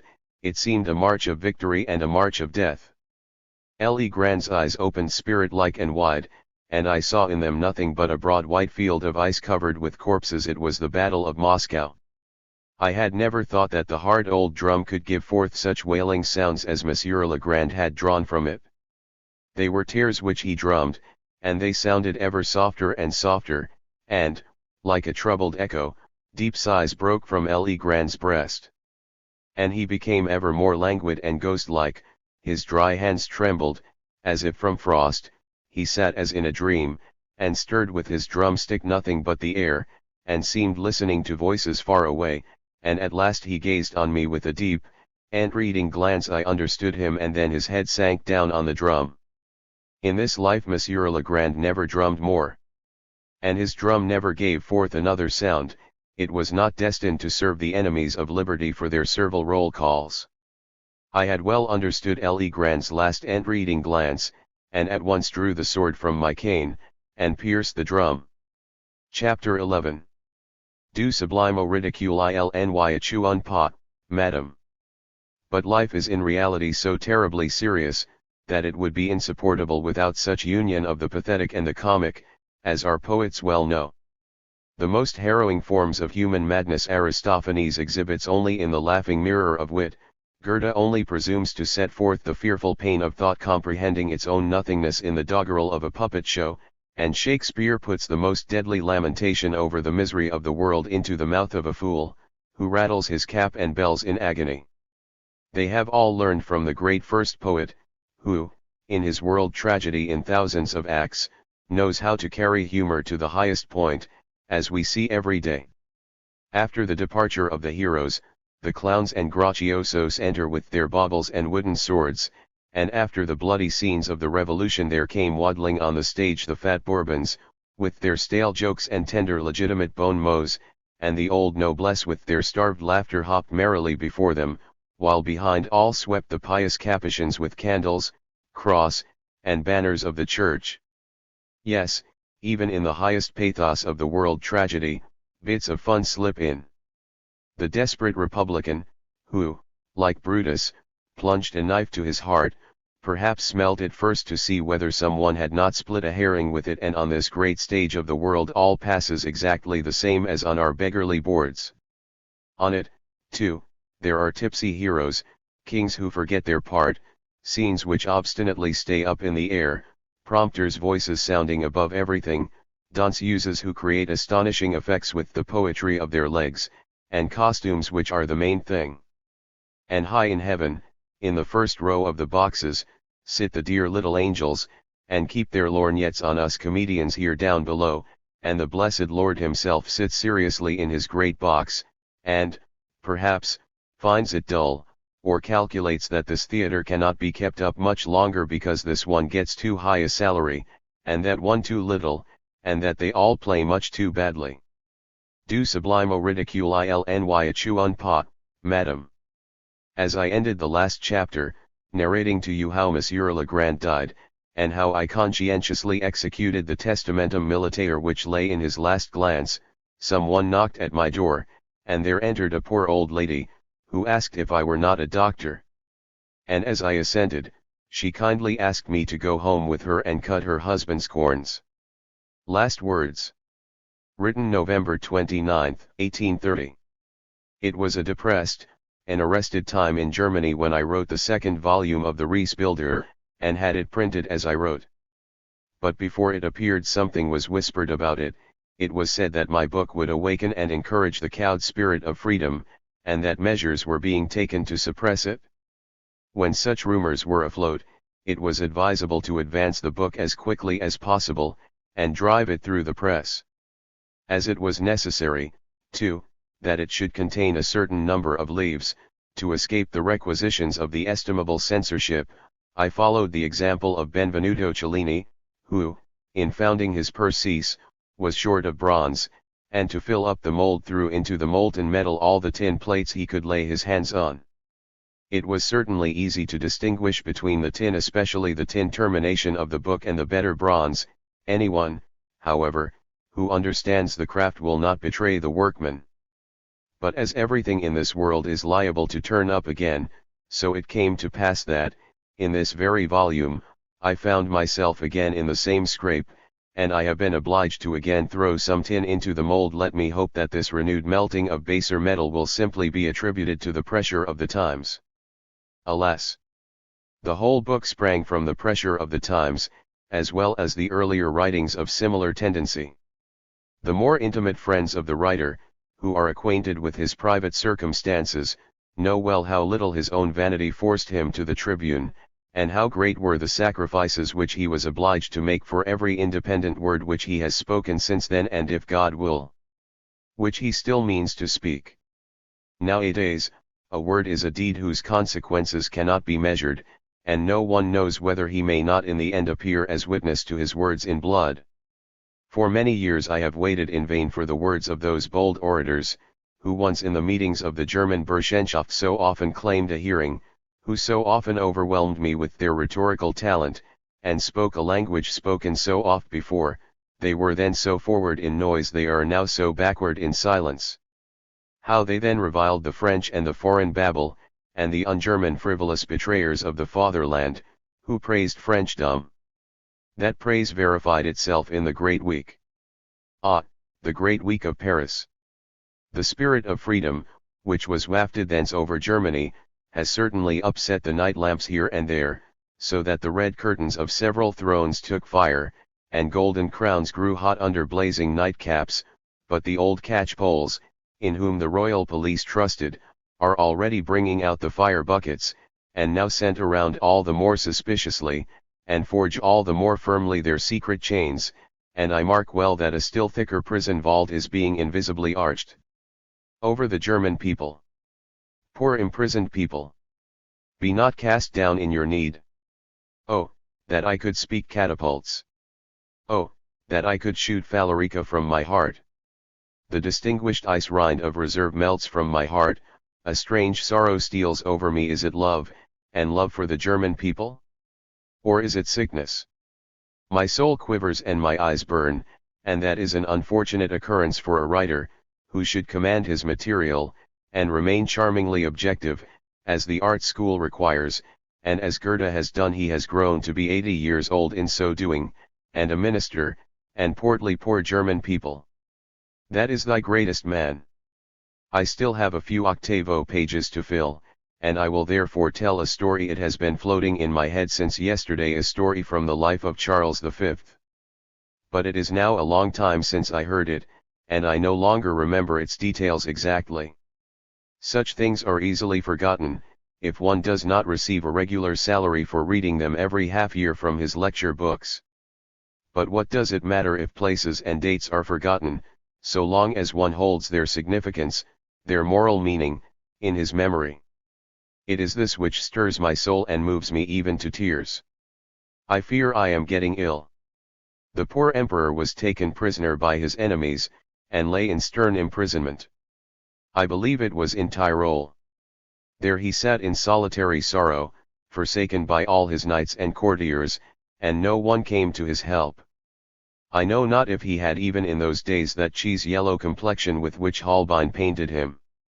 But the misanthropic underlip certainly protruded, even more than in his portraits. He must have despised the people who fawned around him in the sunshine of prosperity, and who left him alone in his bitter need. Suddenly the prison door opened, and there entered a man wrapped in a cloak, and as he cast it aside, the emperor recognized his trusty Kunz von der Rosen, the court fool. One brought him consolation and counsel, and it was the court fool. Oh, German fatherland!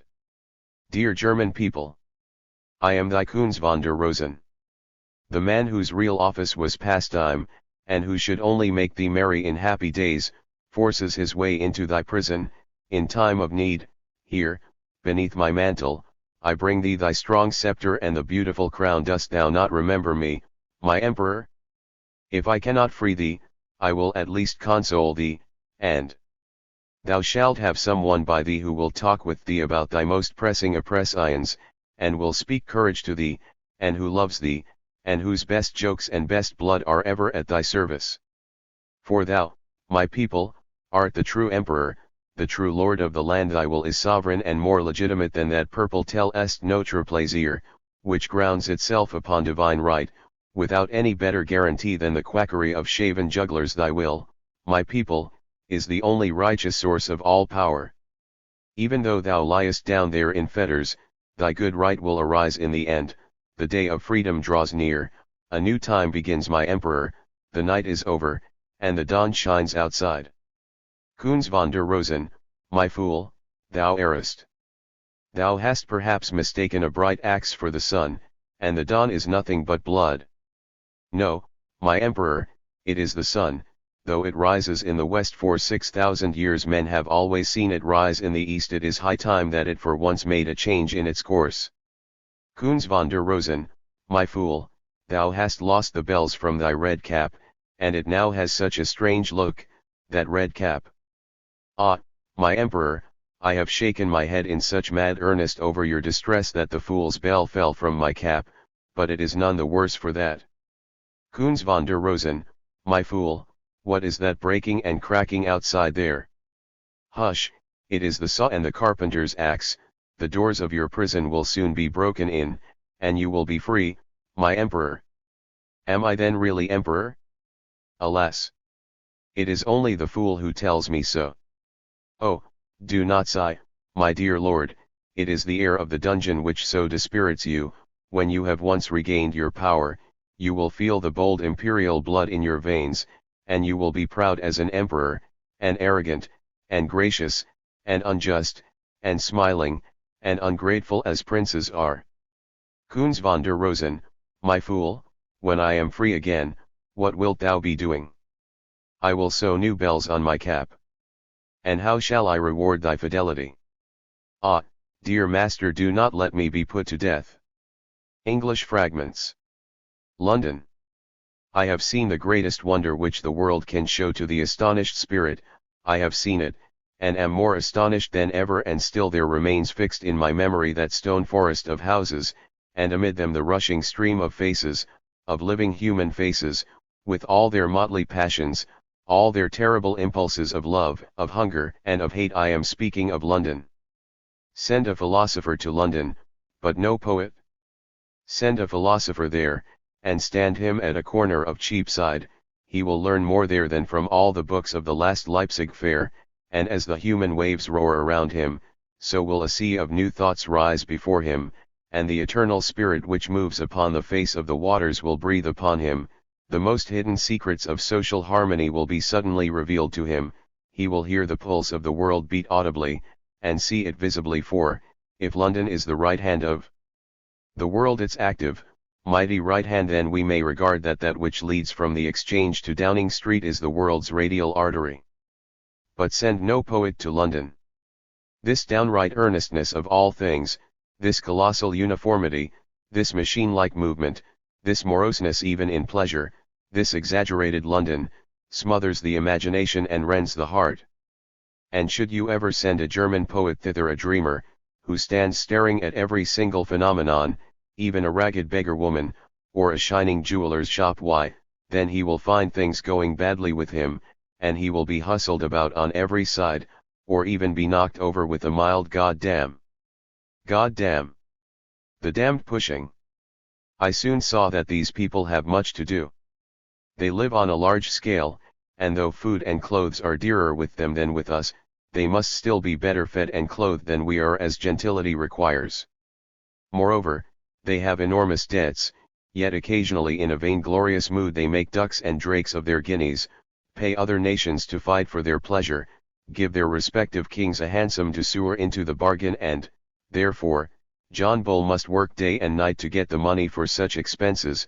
By day and by night he must tax his brain to discover new machines, and he sits and reckons in the sweat of his brow, and runs and rushes without looking about much from the docks to the Exchange, and from the Exchange to the Strand, and, therefore, it is quite pardonable if, when a poor German poet, gazing into a print shop window, stands in his way at the corner of Cheapside, he should knock him aside with a rather rough "God damn!"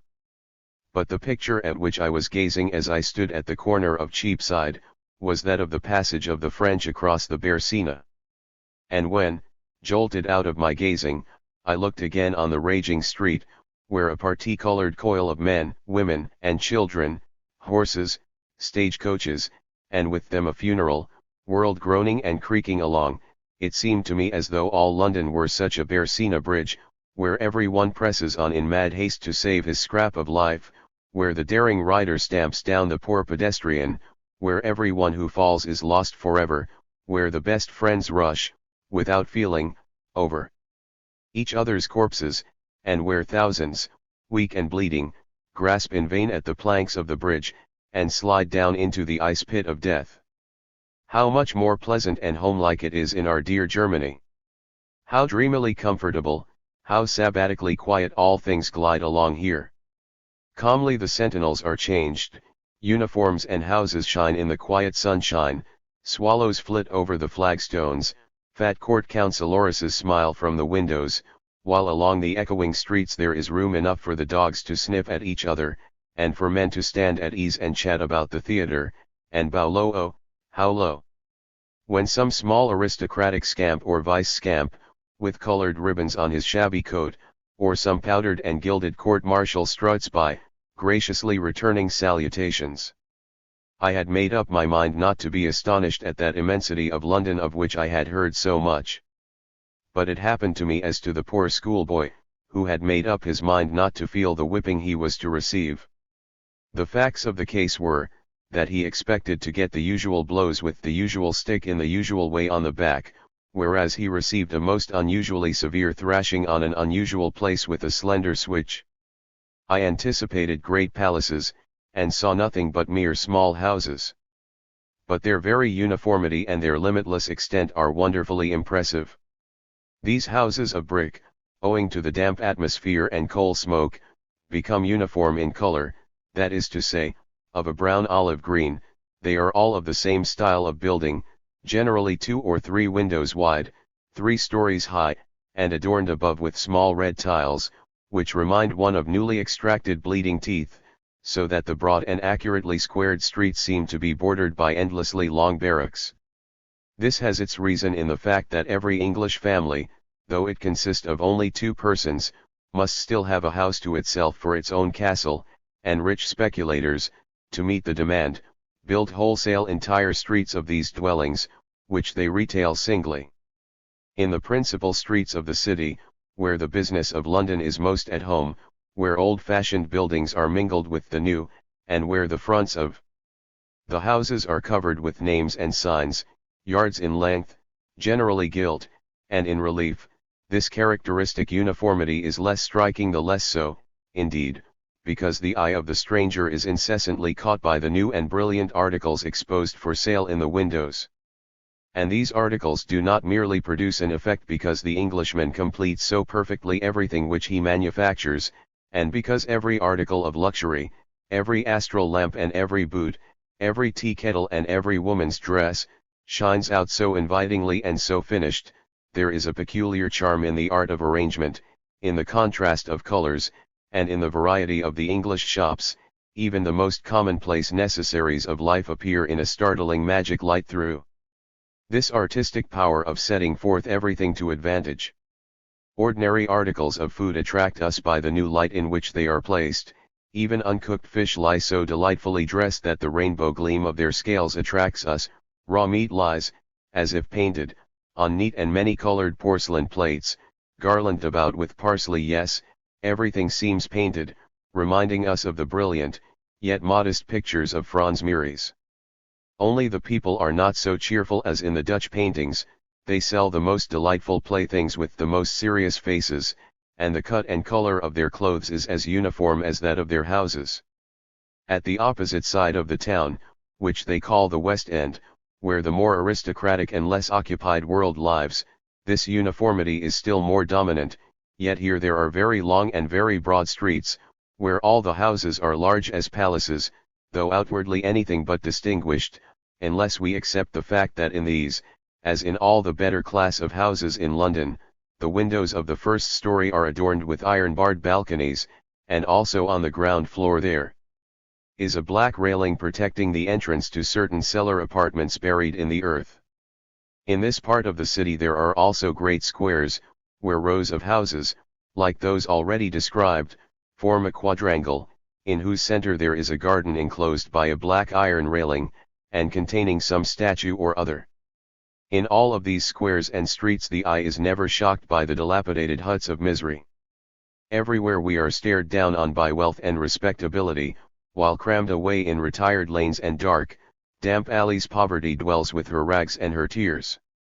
The stranger who wanders through the great streets of London, and does not chance right into the regular quarters of the people, sees little or nothing of the misery there.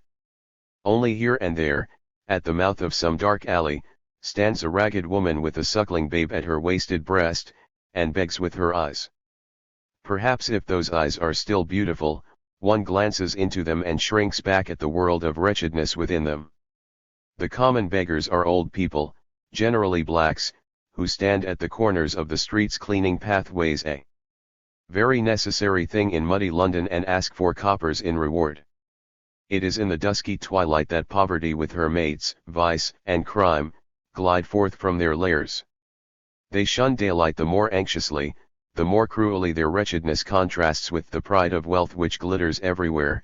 Only hunger sometimes drives them at noonday from their dens, and then they stand with silent, speaking eyes, staring beseechingly at the rich merchant who hurries along, busy and jingling gold, or at the lazy lord who, like a surfeited god, rides by on his high horse, casting now and then an aristocratically indifferent glance at the mob below, as though they were swarming ants, or, at all events, a mass of baser beings, whose joys and sorrows have nothing in common with his feelings.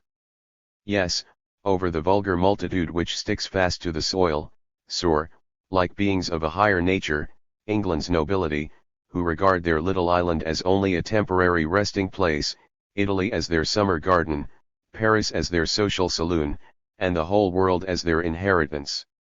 They sweep along, knowing nothing of sorrow or suffering, and their gold is a talisman which conjures into fulfillment their wildest wish. Poor poverty! How agonizing must thy hunger be where others swell in scornful superfluity! And when some one casts with indifferent hand a crust into thy lap, how bitter must the tears be wherewith thou moistenest it! Thou poisonest thyself with thine own tears. Well art thou in the right when thou alliest thyself to vice and crime. Outlawed criminals often bear more humanity in their hearts than those cold, blameless citizens of virtue, in whose white hearts the power of evil is quenched, but also the power of good. I have seen women on whose cheeks red vice was painted, and in whose hearts dwelt heavenly purity. I have seen women I would I saw them again. Wellington. This man has the bad fortune to meet with good fortune wherever the greatest men in the world were unfortunate, and that angers us, and makes him hateful. We see in him only the victory of stupidity over genius. Arthur Wellington triumphant where Napoleon Bonaparte was overwhelmed. Never was a man more ironically gifted by fortune, and it seems as though she would exhibit his empty littleness by raising him high on the shield of victory. Fortune is a woman, and perhaps, in womanly wise, she cherishes a secret grudge against the man who overthrew her former darling, though the very overthrow came from her own will. Now she lets him conquer again on the Catholic emancipation question, yes, in the very fight in which George Canning was overwhelmed. It is possible that he might have been loved had the wretched Londonderry been his predecessor in the ministry, but he is the successor of the noble Canning, of the much-wept, adored, great Canning, and he conquers where Canning was overwhelmed. Without so unlucky a luck, Wellington would perhaps pass for a great man. People would not hate him, would not measure him too accurately, at least not with the heroic measure with which a Napoleon and a Canning is measured, and consequently it would never have been discovered how small a man he is. He is a small man, and less than small. The French could say nothing more sarcastic of Polignac than that he was a Wellington without celebrity. In fact, what remains when we strip from a Wellington the field marshal's uniform of celebrity? I have here given the best apology for Lord Wellington in the English sense of the word. My readers will be astonished, however, when I honorably confess that I once clapped on all sail in praise of this hero. It is a good story, and I will tell it here.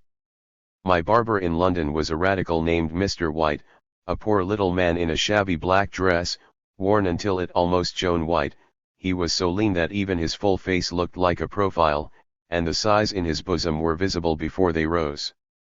These sighs were caused by the misfortunes of Old England, and by the impossibility of paying the national debt. Ah!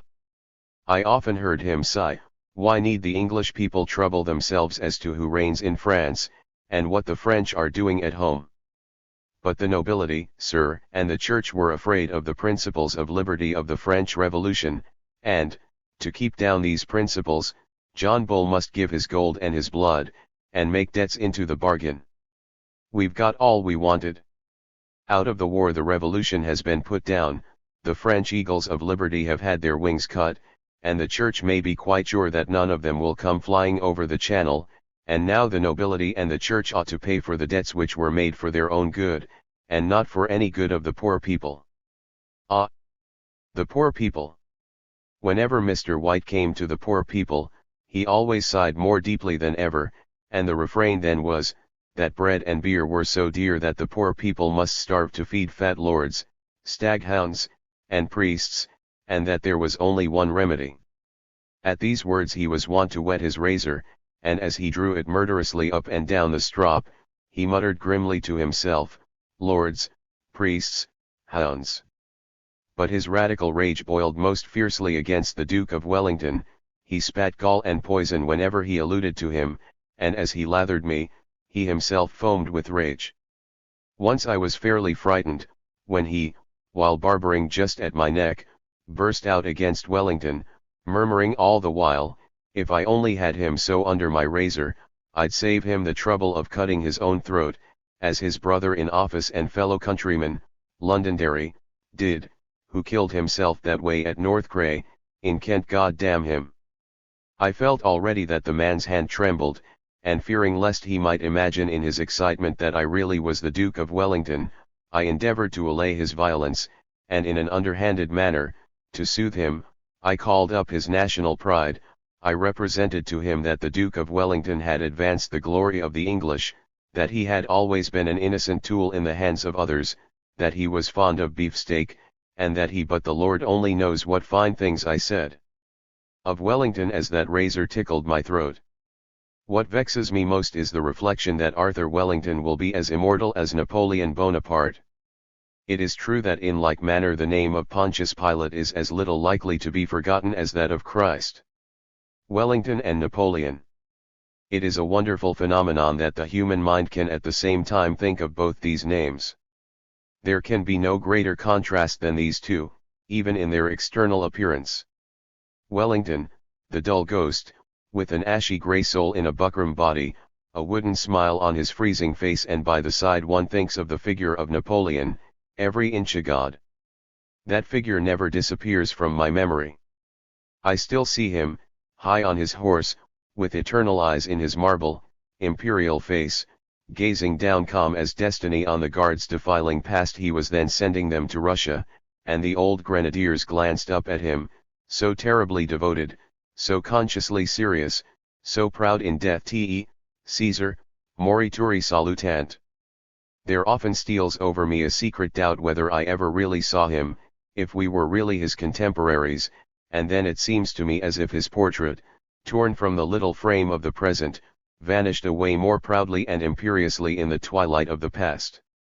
His name even now sounds to us like a word of the early world, as antique and heroic as those of Alexander and Caesar.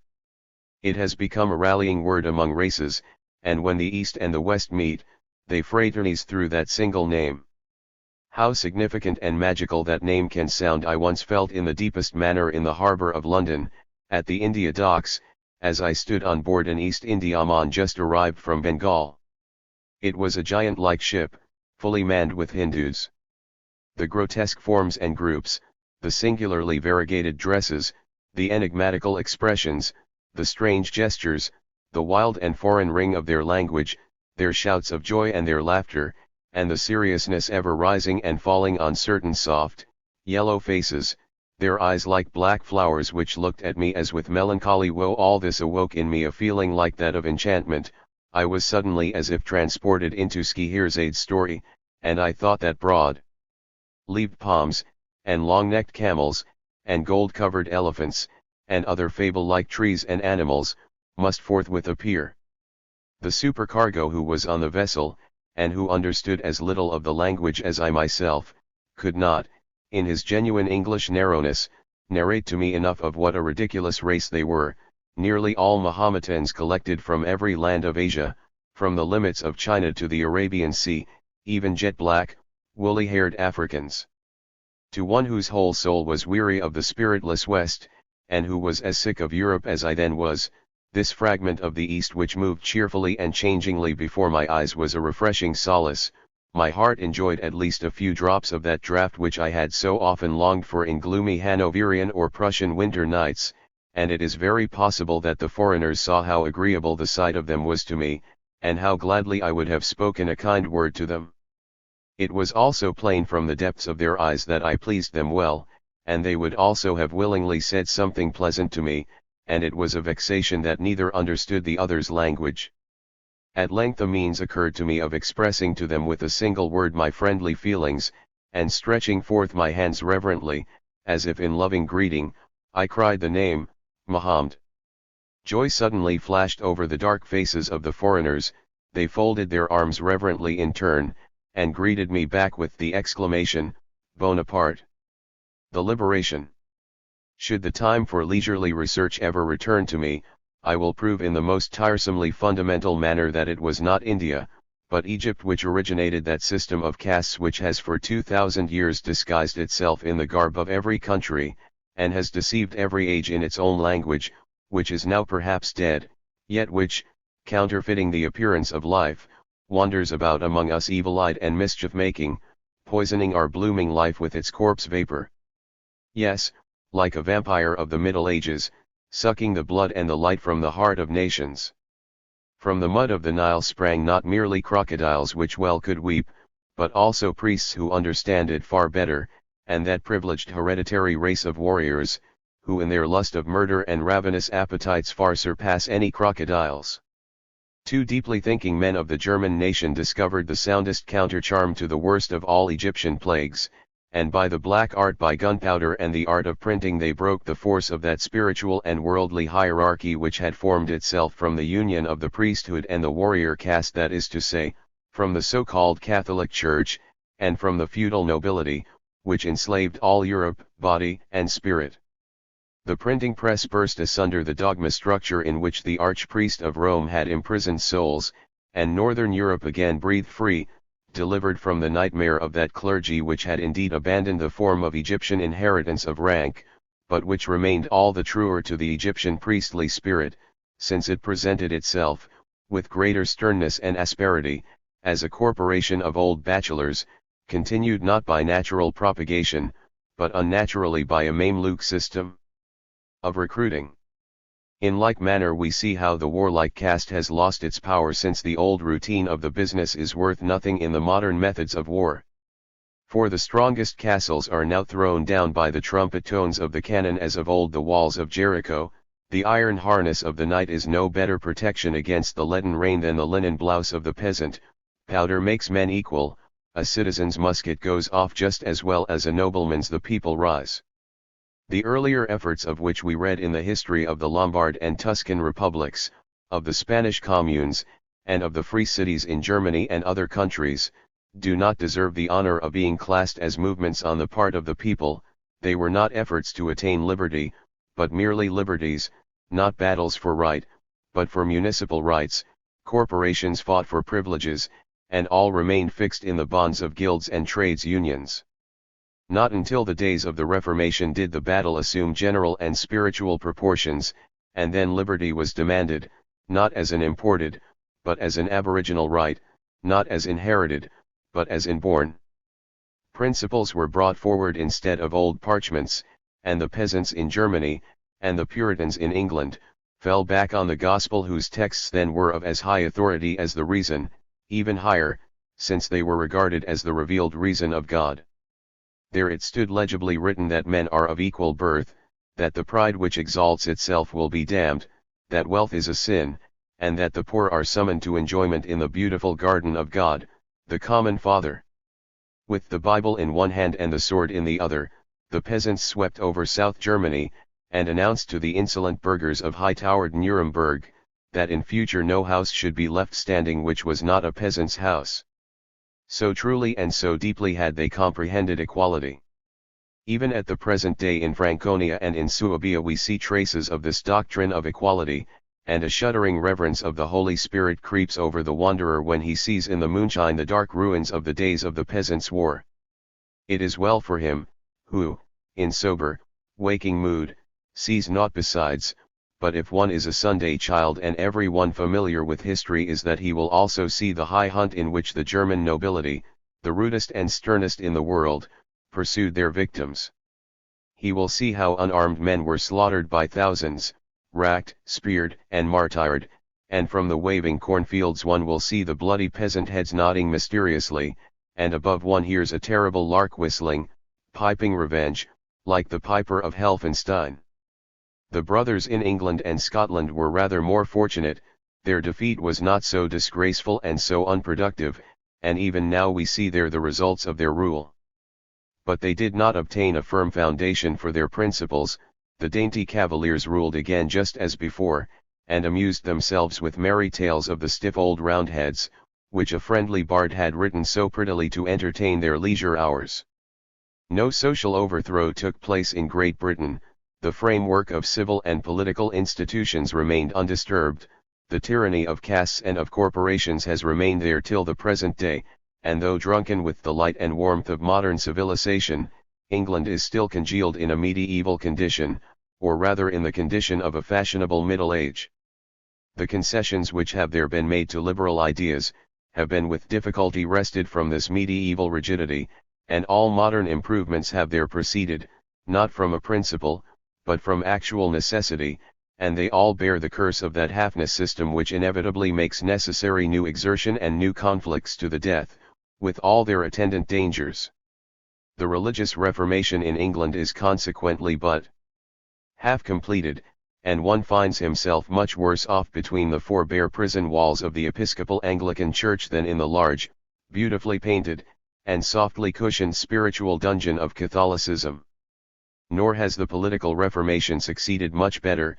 Popular representation is in England as faulty as possible, and if ranks are no longer distinguished by their coats, they are at least divided by differences in legal standing, patronage, rights of court presentation, prerogatives, customary privileges, and similar misfortunes, and if the rights of person and property depend no longer upon aristocratic caprice, but upon laws, still these laws are nothing but another sort of teeth with which the aristocratic brood seizes its prey, and another sort of daggers wherewith it assassinates people.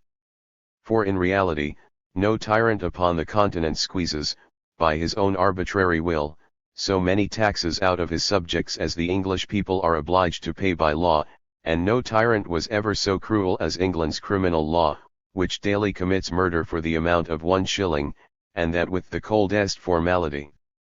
Although many improvements have recently been made in this melancholy state of affairs in England, although limits have been placed to temporal and clerical avarice, and though the great falsehood of a popular representation is, to a certain degree, occasionally modified by transferring the perverted electoral voice of a rotten borough to a great manufacturing town, and although the harshest intolerance is here and there softened by giving certain rights to other sects, still it is all a miserable patching up which cannot last long, and the stupidest tailor in England can foresee that, sooner or later, the old garment of state will be rent asunder into wretched rags.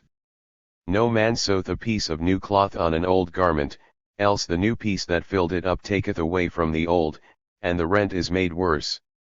And no man putteth new wine into old bottles, else the new wine doth burst the bottles, and the wine is spilled, and the bottles will be marred, but new wine must be put into new bottles. The deepest truth blooms only out of the deepest love, and hence comes the harmony of the views of the elder preacher in the Mount, who spoke against the aristocracy of Jerusalem, and those later preachers of the mountain, who, from the summit of the convention in Paris, preached a tricolored gospel, according to which, not merely the form of the state, but all social life should be, not patched, but formed anew, newly founded, yes, born again. I speak of the French Revolution, that epoch of the world in which the doctrines of freedom and of equality rose so triumphantly from those universal sources of knowledge which we call reason, and which must, as an unceasing revelation which repeats itself in every human head, and founds a distinct branch of knowledge, be far preferable to that transmitted revelation which makes itself known only in a few elect, and which, by the multitude, can only be believed. The privileged aristocracy, the caste system with their peculiar rights, were never able to combat this last-mentioned sort of revelation so safely and surely as reason, which is democratic by nature, now does. The history of the revolution is the military history of this strife, in which we have all taken a greater or lesser part. It is the death struggle with Egyptianism. Though the swords of the enemies grow duller day by day, and though we have already conquered the best positions, still we cannot raise the song of victory until the work is perfected. We can only during the night, when there are armistices, go forth with the lantern on the field of death to bury the dead. Little avails the short burial service. Calumny, the vile insolent spectre, sits upon the noblest graves. Oh, that the battle were only with those hereditary foes of truth who so treacherously poisoned the good name of their enemies, and who even humiliated that first preacher of the Mount, the purest hero of freedom, for as they could no longer deny that he was the greatest of men, they made of him the least of gods. He who fights with priests may make up his mind to have his poor good name torn and befouled by the most infamous lies and the most cutting slanders. But as those flags which are most rent by shot, or blackened by powder smoke, are more highly honored than the whitest and soundest recruiting banners, and as they are at last laid up as national relics in cathedrals, so at some future day the names of our heroes, the more they are torn and blackened, will be all the more enthusiastically honored in the holy Saint Genevieve of freedom.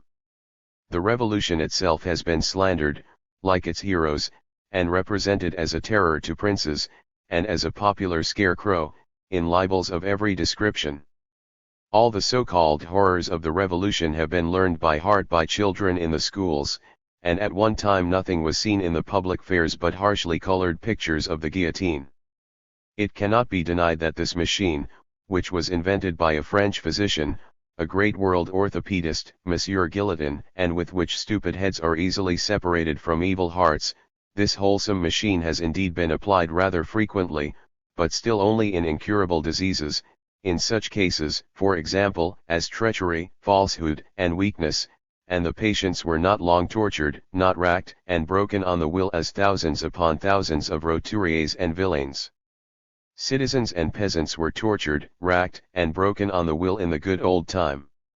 It is, of course, terrible that the French, with this machine, once even amputated the head of their state, and no one knows whether they ought to be accused, on that account, of parricide or of suicide, but on more thorough reflection, we find that Louis of France was less a sacrifice to passion than to circumstances, and that those men who force the people onto such a sacrifice, and who have themselves, in every age, poured forth princely blood far more abundantly, should not appear solely as accusers. Only 2 kings, both of them rather kings of the nobility than of the people, were sacrificed by the people, and that not in a time of peace, or to subserve petty interests, but in the extremest needs of war, when they saw themselves betrayed, and when they least spared their own blood. But certainly more than 1,000 princes were treacherously slain, on account of avarice or frivolous interests, by the dagger, by the sword, and by the poison of nobility and priests. It really seems as though these castes regarded regicide as one of their privileges, and therefore bewail the more selfishly the death of Louis XVI. And of Charles I. That kings at last would perceive that they could live more safely as kings of the people, and protected by the law, than under the guard of their noble body murderers. But not only have the heroes of our revolution and the revolution itself been slandered, but even our entire age has been parroted with unheard of wickedness, and if one hears or reads our vile traducers and scorners, then he will learn that the people are the Canaille, the vile mob, that freedom is insolence, and with heaven-bent eyes and pious eyes, our enemies complain and bewail that we were frivolous and had, alas, no religion. Hypocritical, sneaking souls, who creep about bent down beneath the burden of their secret vices, dare to vilify an age which is, perhaps, holier than any of its predecessors or successors, an age that sacrifices itself for the sins of the past and for the happiness of the future, a Messiah among centuries, which could hardly endure its bloody crown of thorns and heavy cross, did it not now and then trill a merry vaudeville, and crack a joke at the modern Pharisees and Sadducees. Its colossal pains would be intolerable without such jesting and persiflage. Seriousness shows itself more majestically when laughter leads the way. And the age in this shows itself exactly like its children among the French, who have written very terribly wanton books, and yet have been very strong and serious when strength and seriousness were necessary, as, for instance, Laclos, and even Levet de Cavray, who both fought for freedom with the self-sacrifice and boldness of martyrs, and yet who wrote in a very frivolous and indecent way, and, alas, had no religion. As if freedom were not as good a religion as any other. And since it is ours, we may, meeting with the same measure, declare its contemners to be themselves frivolous and irreligious. Yes, I repeat the words with which I began these pages, freedom is a new religion, the religion of our age. If Christ is not the God of this religion, he is still one of its high priests, and his name shines consolingly in the hearts of its children. But the French are the chosen people of the new religion, the first Gospels and dogmas were penned in their language. Paris is the New Jerusalem, and the Rhine is the Jordan which separates the land of freedom from the land of the Philistines. Jan Steen. In the house I lodged at in Leiden there once lived Jan Steen, the great Jan Steen, whom I hold to be as great as Raphael.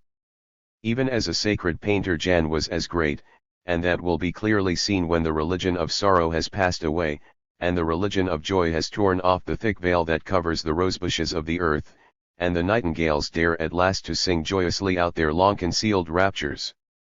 But no nightingale will ever sing so joyously as Jan Steen painted. No one has understood so profoundly as he that there shall be an eternal festival on the earth.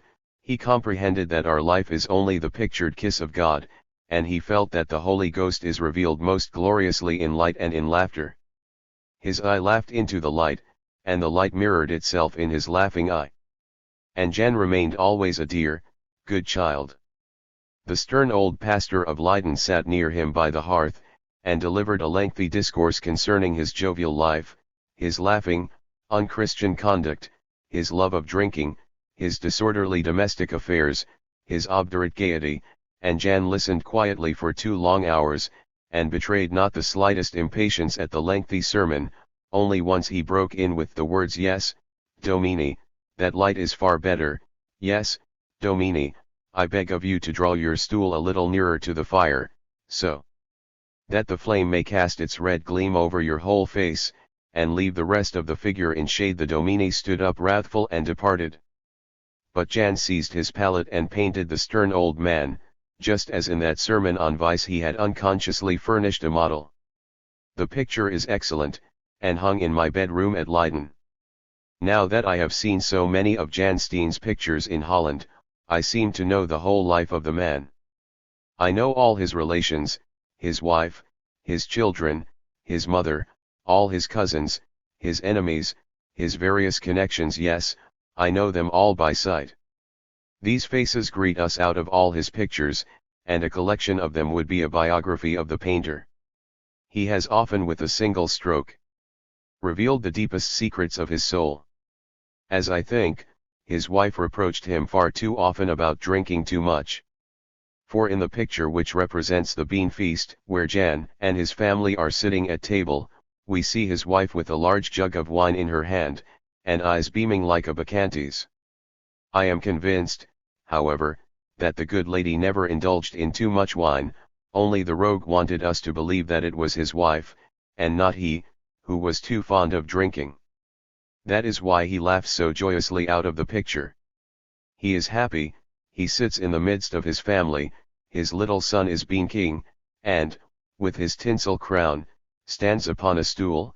His old mother, with the happiest smirk of satisfaction in the wrinkles of her countenance, carries the youngest grandchild upon her arm. The musicians play their maddest dance melodies, and the frugal, sulky housewife is painted in, an object of suspicion to all posterity, as though she were inebriated. How often, during my stay at Leyden, did I think myself back for whole hours into the household scenes in which the excellent Jan must have lived and suffered. Many a time I thought I saw him bodily, sitting at his easel, now and then grasping the great jug, reflecting and therewith drinking, and then again drinking without reflecting. It was no gloomy Catholic spectre that I saw, but a modern bright spirit of joy, who after death still visited his old workroom to paint merry pictures and to drink. Only such ghosts will our children sometimes see, in the light of day, while the sun shines through the windows, and from the spire no black, hollow bells, but red, exulting trumpet tones, announce the pleasant hour of noon. The Romantic School. Madame de Staël's work, De l'Allemagne, is the only comprehensive account of the intellectual life of Germany which has been accessible to the French, and yet since her book appeared a considerable period has elapsed, and an entirely new school of literature has arisen in Germany. Is it only a transitional literature? Has it already reached its zenith?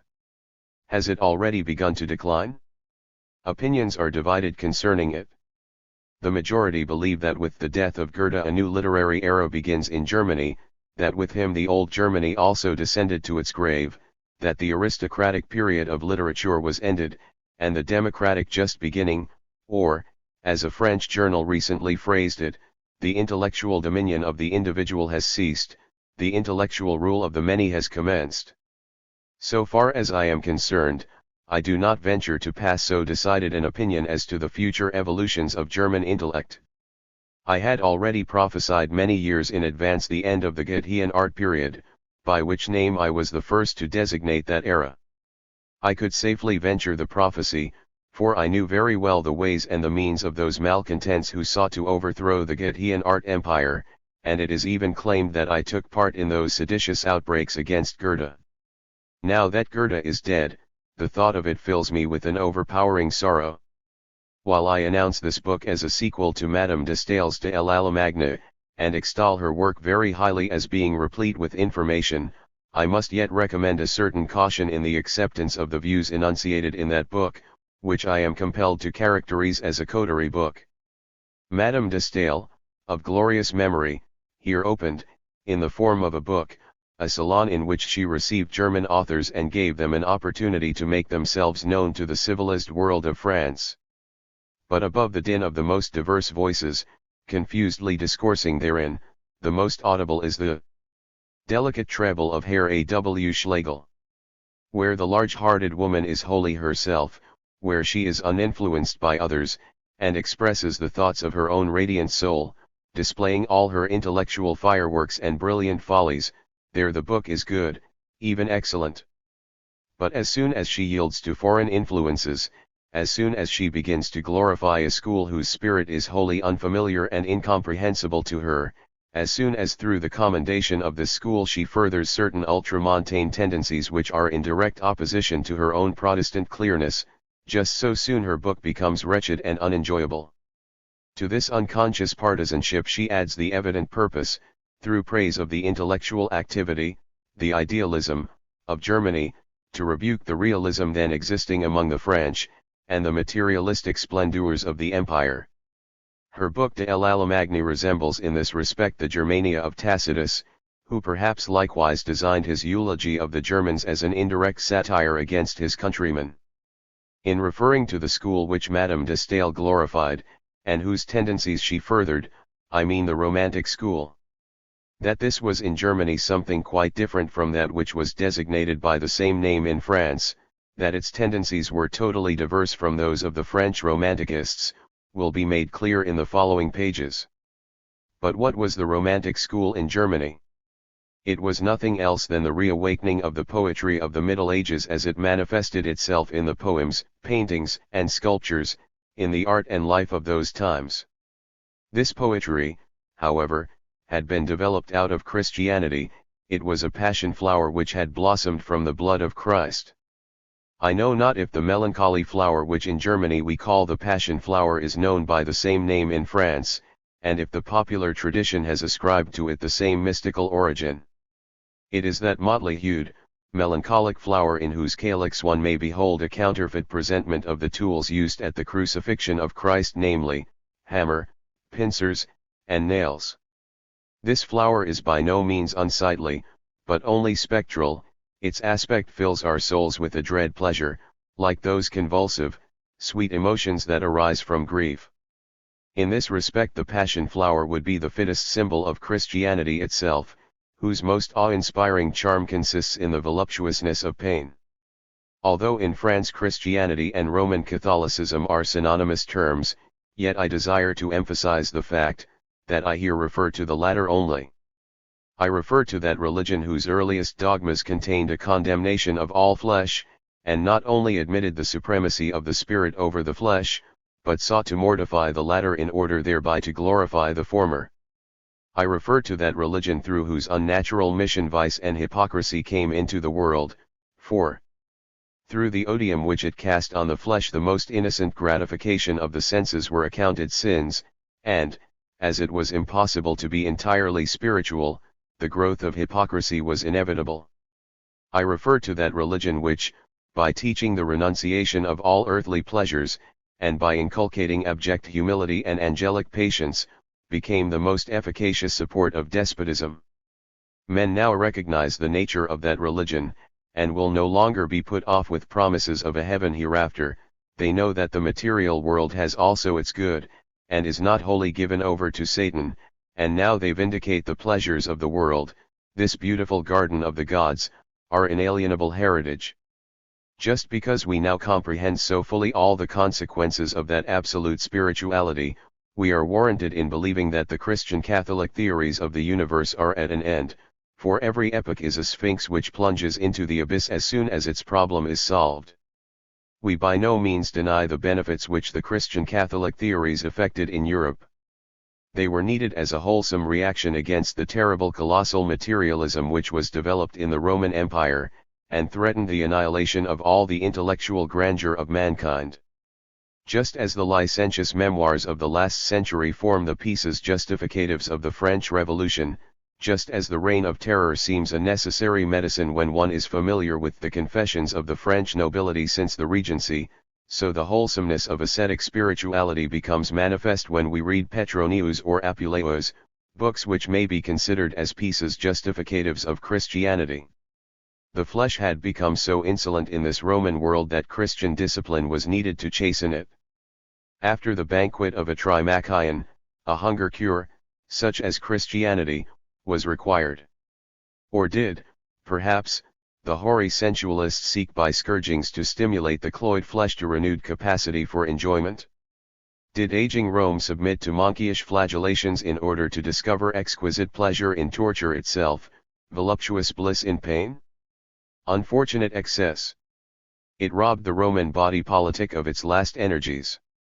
Rome was not destroyed by the division into two empires.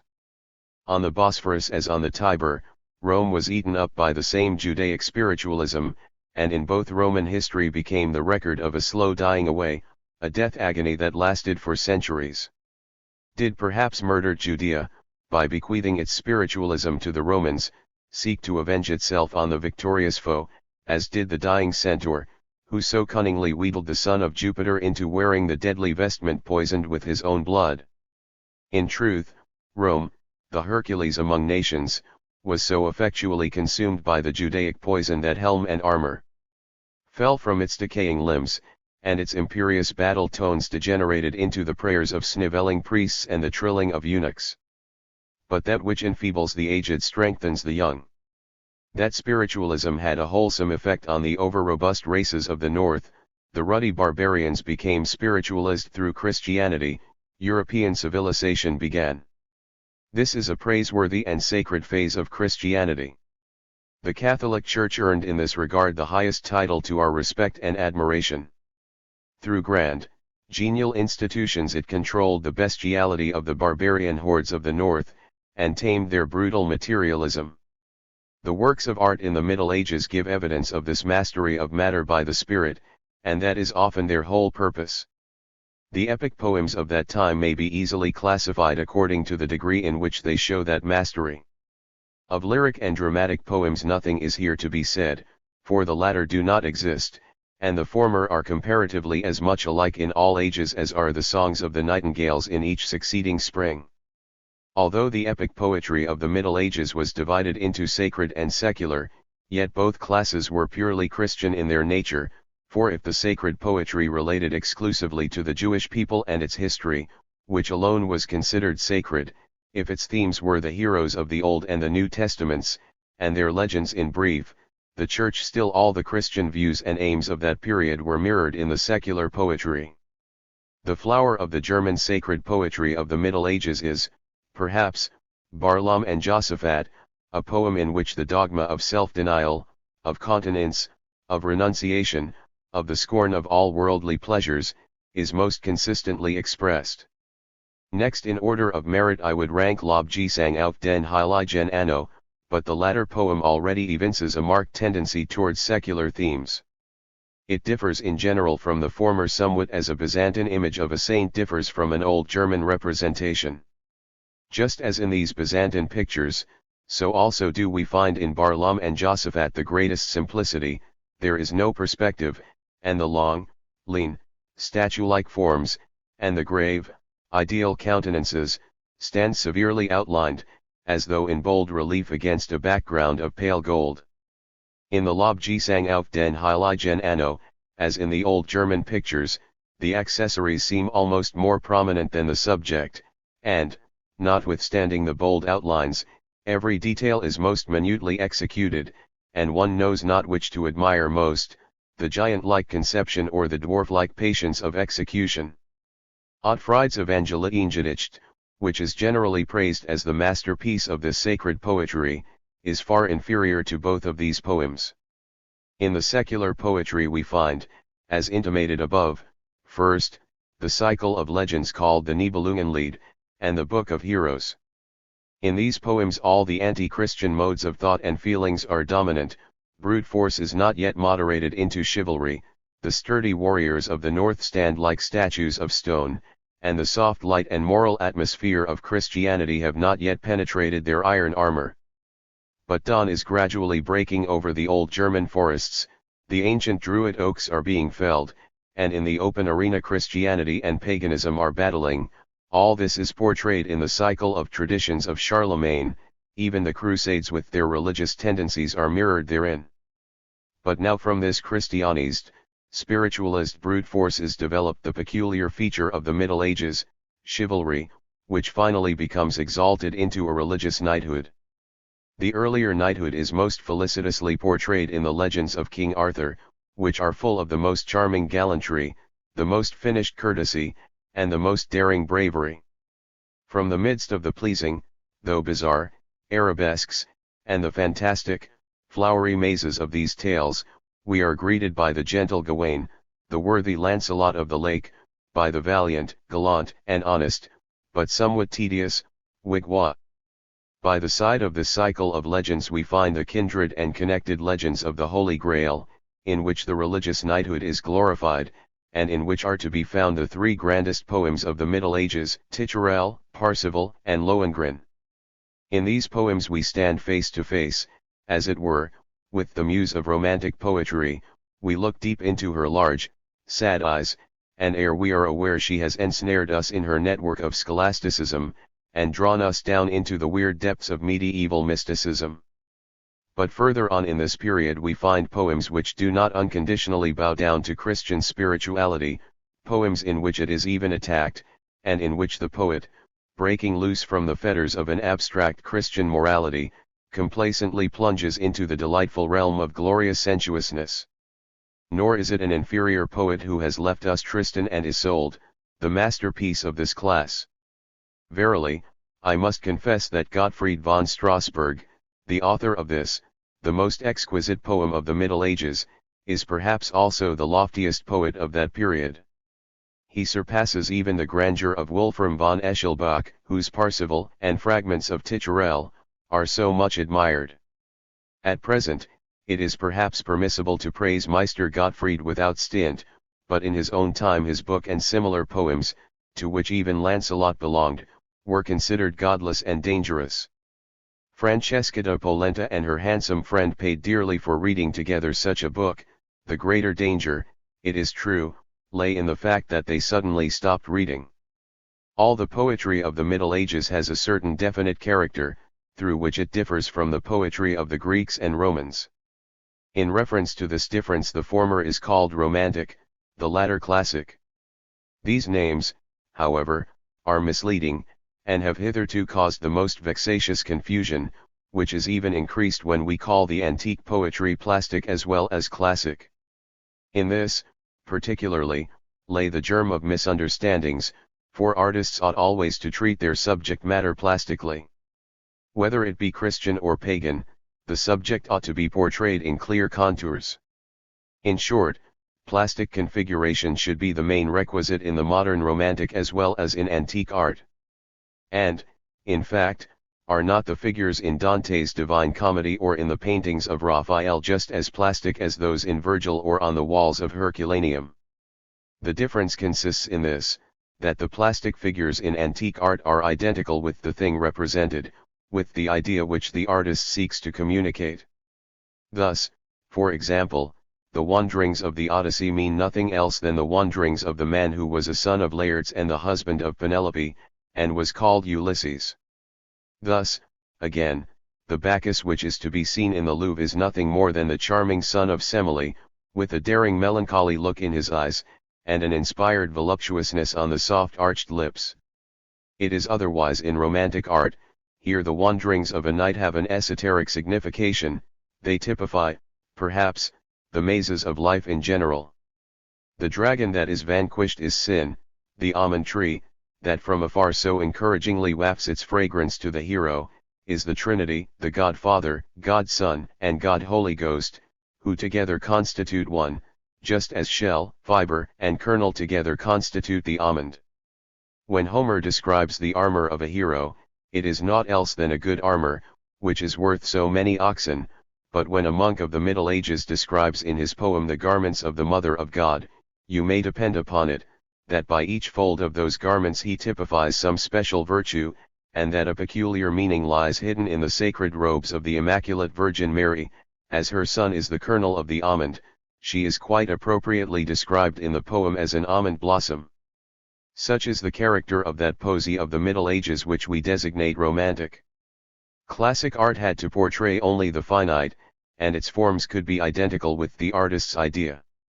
Romantic art had to represent, or rather to typify, the infinite and the spiritual, and therefore was compelled to have recourse to a system of traditional, or rather parabolic, symbols, just as Christ himself had endeavored to explain and make clear his spiritual meaning through beautiful parables. Hence the mystic, enigmatical, miraculous, and transcendental character of the art productions of the Middle Ages. Fancy strives frantically to portray through concrete images that which is purely spiritual, and in the vain endeavor invents the most colossal absurdities. It piles Ossa on Pelion, Parsifal on Titurel, to reach heaven. Similar monstrous abortions of imagination have been produced by the Scandinavians, the Hindus, and the other races which likewise strive through poetry to represent the infinite. Among them also do we find poems which may be regarded as romantic. Concerning the music of the Middle Ages little can be said. All records are wanting.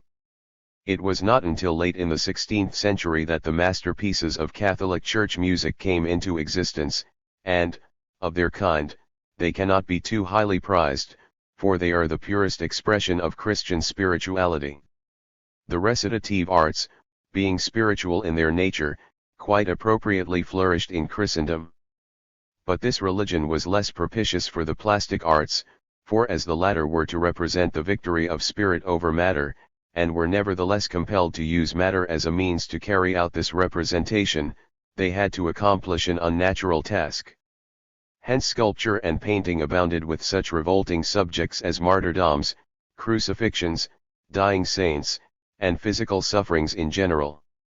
The treatment of such subjects must have been torture for the artists themselves, and when I look at those distorted images, with pious heads awry, long, thin arms, meager legs, and graceless drapery, which are intended to represent Christian abstinence and ethereality, I am filled with an unspeakable compassion for the artists of that period. It is true the painters were somewhat more favored, for color, the material of their representation, in its intangibility, in its varied lights and shades, was not so completely at variance with spirituality as the material of the sculptors, but even they, the painters, were compelled to disfigure the patient canvas with the most revolting representations of physical suffering. In truth, when we view certain picture galleries, and behold nothing but scenes of blood, scourgings, and executions, we are fain to believe that the old masters painted these pictures for the gallery of an executioner. But human genius can transfigure deformity itself, and many painters succeeded in accomplishing the unnatural task beautifully and sublimely. The Italians, in particular, glorified beauty, it is true, somewhat at the expense of spirituality, and raised themselves aloft to an ideality which reached its perfection in the many representations of the Madonna. Where it concerned the Madonna, the Catholic clergy always made some concessions to sensuality. This image of an immaculate beauty, transfigured by motherly love and sorrow, was privileged to receive the homage of poet and painter, and to be decked with all the charms that could allure the senses. For this image was a magnet, which was to draw the great masses into the pale of Christianity. Madonna Maria was the pretty dame du comptoir of the Catholic Church, whose customers, especially the barbarians of the north, she attracted and held fast by her celestial smiles. During the Middle Ages architecture was of the same character as the other arts, for, indeed, at that period all manifestations of life harmonized most wonderfully. In architecture, as in poetry, this parabolicing tendency was evident. Now, when we enter an old cathedral, we have scarcely a hint of the esoteric meaning of its stony symbolism. Only the general impression forces itself on our mind. We feel the exaltation of the spirit and the abasement of the flesh. The interior of the cathedral is a hollow cross, and we walk here amid the instruments of martyrdom itself. The variegated windows cast on us their red and green lights, like drops of blood, and ichor, requiems for the dead resound through the aisles. Under our feet are gravestones and decay. In harmony with the colossal pillars, the soul soars aloft, painfully tearing itself away from the body, which sinks to the ground like a cast-off garment. When one views from without these Gothic cathedrals, these immense structures, that are built so airily, so delicately, so daintily, as transparent as if carved, like Brabant laces made of marble, then only does one realize the might of that art which could achieve a mastery over stone, so that even this stubborn substance should appear spectrally etherealized, and be an exponent of Christian spiritualism. But the arts are only the mirror of life, and when Catholicism disappeared from daily life, so also it faded and vanished out of the arts. At the time of the Reformation, Catholic poetry was gradually dying out in Europe, and in its place we behold the long-buried Grecian style of poetry again reviving. It was, in sooth, only an artificial spring, the work of the gardener and not of the sun. The trees and flowers were stuck in narrow pots, and a glass sky protected them from the wind and cold weather. In the world's history every event is not the direct consequence of another, but all events mutually act and react on one another. It was not alone through the Greek scholars who, after the conquest of Constantinople, immigrated over to us, that the love for Grecian art, and the striving to imitate it, became universal among us, but in art as in life, there was stirring a contemporary Protestantism. Leo X, the magnificent Medici, was just as zealous a Protestant as Luther, and as in Wittenberg protest was offered in Latin prose, so in Rome the protest was made in stone, colors, and ottava rhyme. For do not the vigorous marble statues of Michelangelo, Giulio Romano's laughing nymph faces, and the life-intoxicated merriment in the verses of Master Ludovico, offer a protesting contrast to the old, gloomy, withered Catholicism? The painters of Italy combated priestdom more effectively, perhaps, than did the Saxon theologians. The glowing flesh in the paintings of Titian, all that is simple Protestantism. The limbs of his Venus are much more fundamental theses than those which the German monk nailed to the church door of Wittenberg. Mankind felt itself suddenly liberated, as it were, from the thraldom of 1,000 years. The artists, in particular, breathed freely again when the Alp-like burden of Christianity was rolled from off their breasts. They plunged enthusiastically into the sea of Grecian mirthfulness, from whose foam the goddess of beauty again rose to meet them. Again did the painters depict the ambrosial joys of Olympus, again did the sculptors, with the olden love, chisel the heroes of antiquity from out the marble blocks. Again did the poets sing of the house of Atros and of Laus. A new era of classic poetry arose. In France, under Louis XIV, this neoclassic poetry exhibited a polished perfection, and, to a certain extent, even originality. Through the political influence of the Grand Monarch, this new classic poetry spread over the rest of Europe. In Italy, where it was already at home, it received a French coloring. The Anjous brought with them to Spain the heroes of French tragedy. It accompanied Madame Henriette to England, and, as a matter of course, we Germans modelled our clumsy temple of art after the bepowdered Olympus of Versailles. The most famous high priest of this temple was Gottsched, that old periwigged pate, whom our dear Goethe has so felicitously described in his memoirs. Lessing was the literary Arminius who emancipated our theatre from that foreign rule. He showed us the vapidness, the ridiculousness, the tastelessness, of those apings of the French stage, which itself was but an imitation of the Greek. But not only by his criticism, but also through his own works of art, did he become the founder of modern German original literature. All the paths of the intellect, all the phases of life, did this man pursue with disinterested enthusiasm. Art, theology, antiquarianism, poetry, dramatic criticism, history, he studied these all with the same zeal and with the same aim.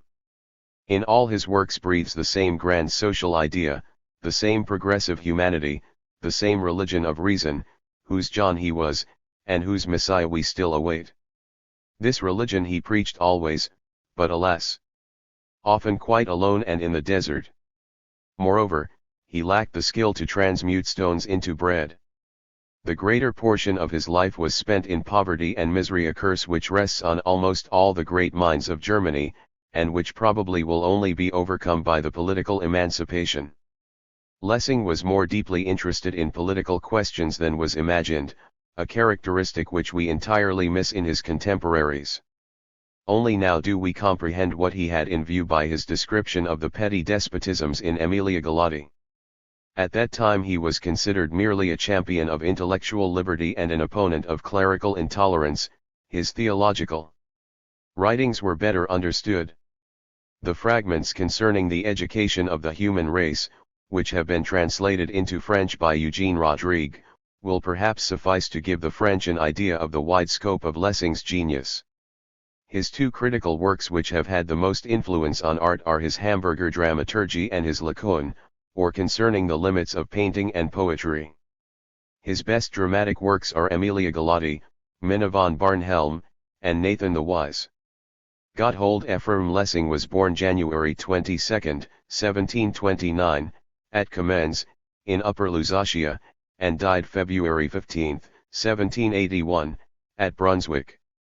He was a whole man, who, while with his polemics waging destructive battle against the old, at the same time created something newer and better. He resembled, says a German author, those pious Jews, who, at the second building of the temple, were often disturbed by the attacks of their enemies, and with one hand would fight against the foe, while with the other hand they continued to work at the house of God. This is not the place to discuss Lessing more fully, but I cannot refrain from saying that, in the whole range of literary history, he is the author whom I most love. I desire here to call attention to another author, who worked in the same spirit and with the same aim, and who may be regarded as Lessing's most legitimate successor. It is true, a criticism of this author would be out of place here, for he occupies a peculiarly isolated place in the history of literature, and his relation to his epoch and contemporaries cannot even now be definitely pronounced. I refer to Johann Gottfried Herder, born in 1744, at Morungen, in East Prussia, died in 1803, at Weimar, in Saxony. The history of literature is a great morgue, wherein each seeks the dead who are near or dear to him. And when, among the corpses of so many petty men, I behold the noble features of a Lessing or a Herder, my heart throbs with emotion. How could I pass you without pressing a hasty kiss on your pale lips?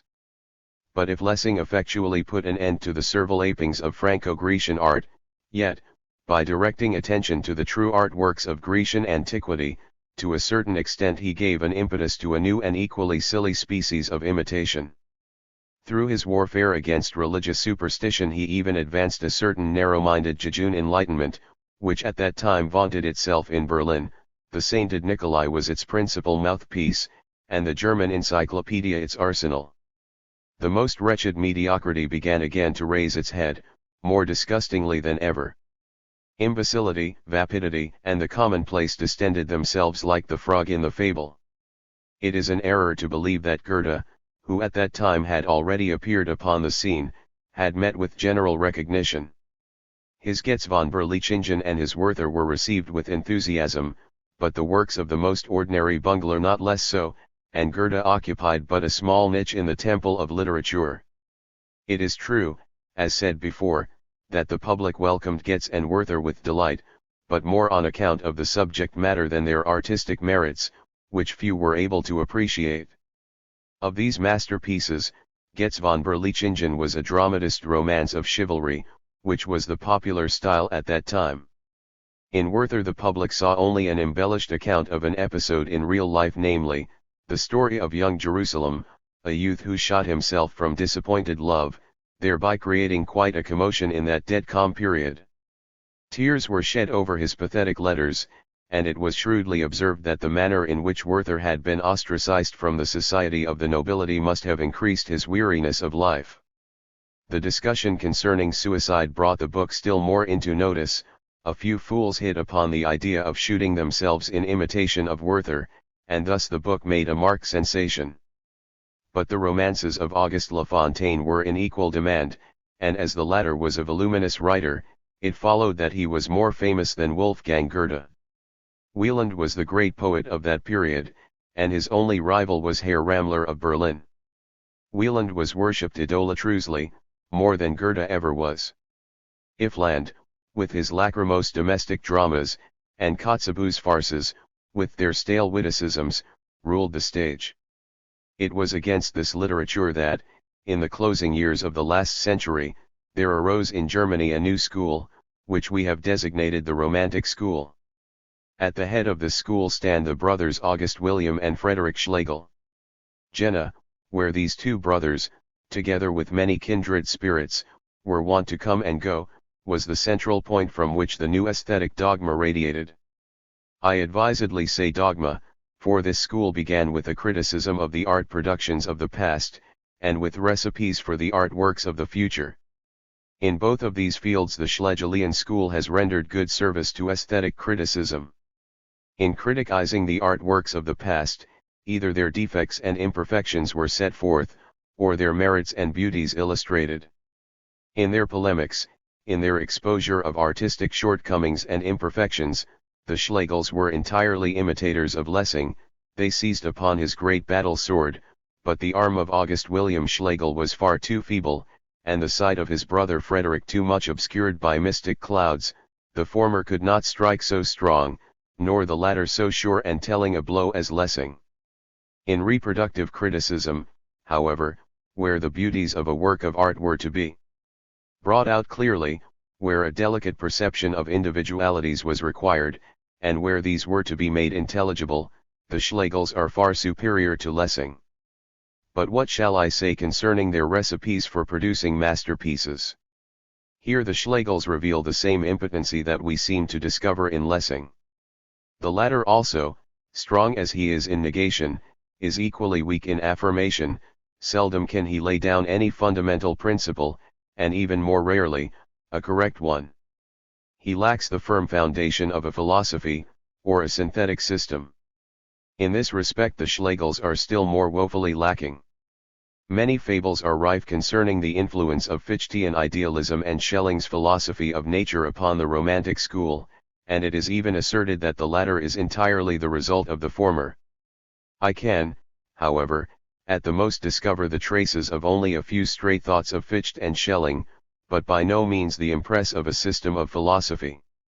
It is true that Schelling, who at that time was delivering lectures at Jena, had personally a great influence upon the Romantic school. Schelling is also somewhat of a poet, a fact not generally known in France, and it is said that he is still in doubt whether he shall not publish his entire philosophical works in poetical, yes, even in metrical form. This doubt is characteristic of the man. But if the Schlegels could give no definite, reliable theory for the masterpieces which they bespoke of the poets of their school, they atoned for these shortcomings by commending as models the best works of art of the past, and by making them accessible to their disciples.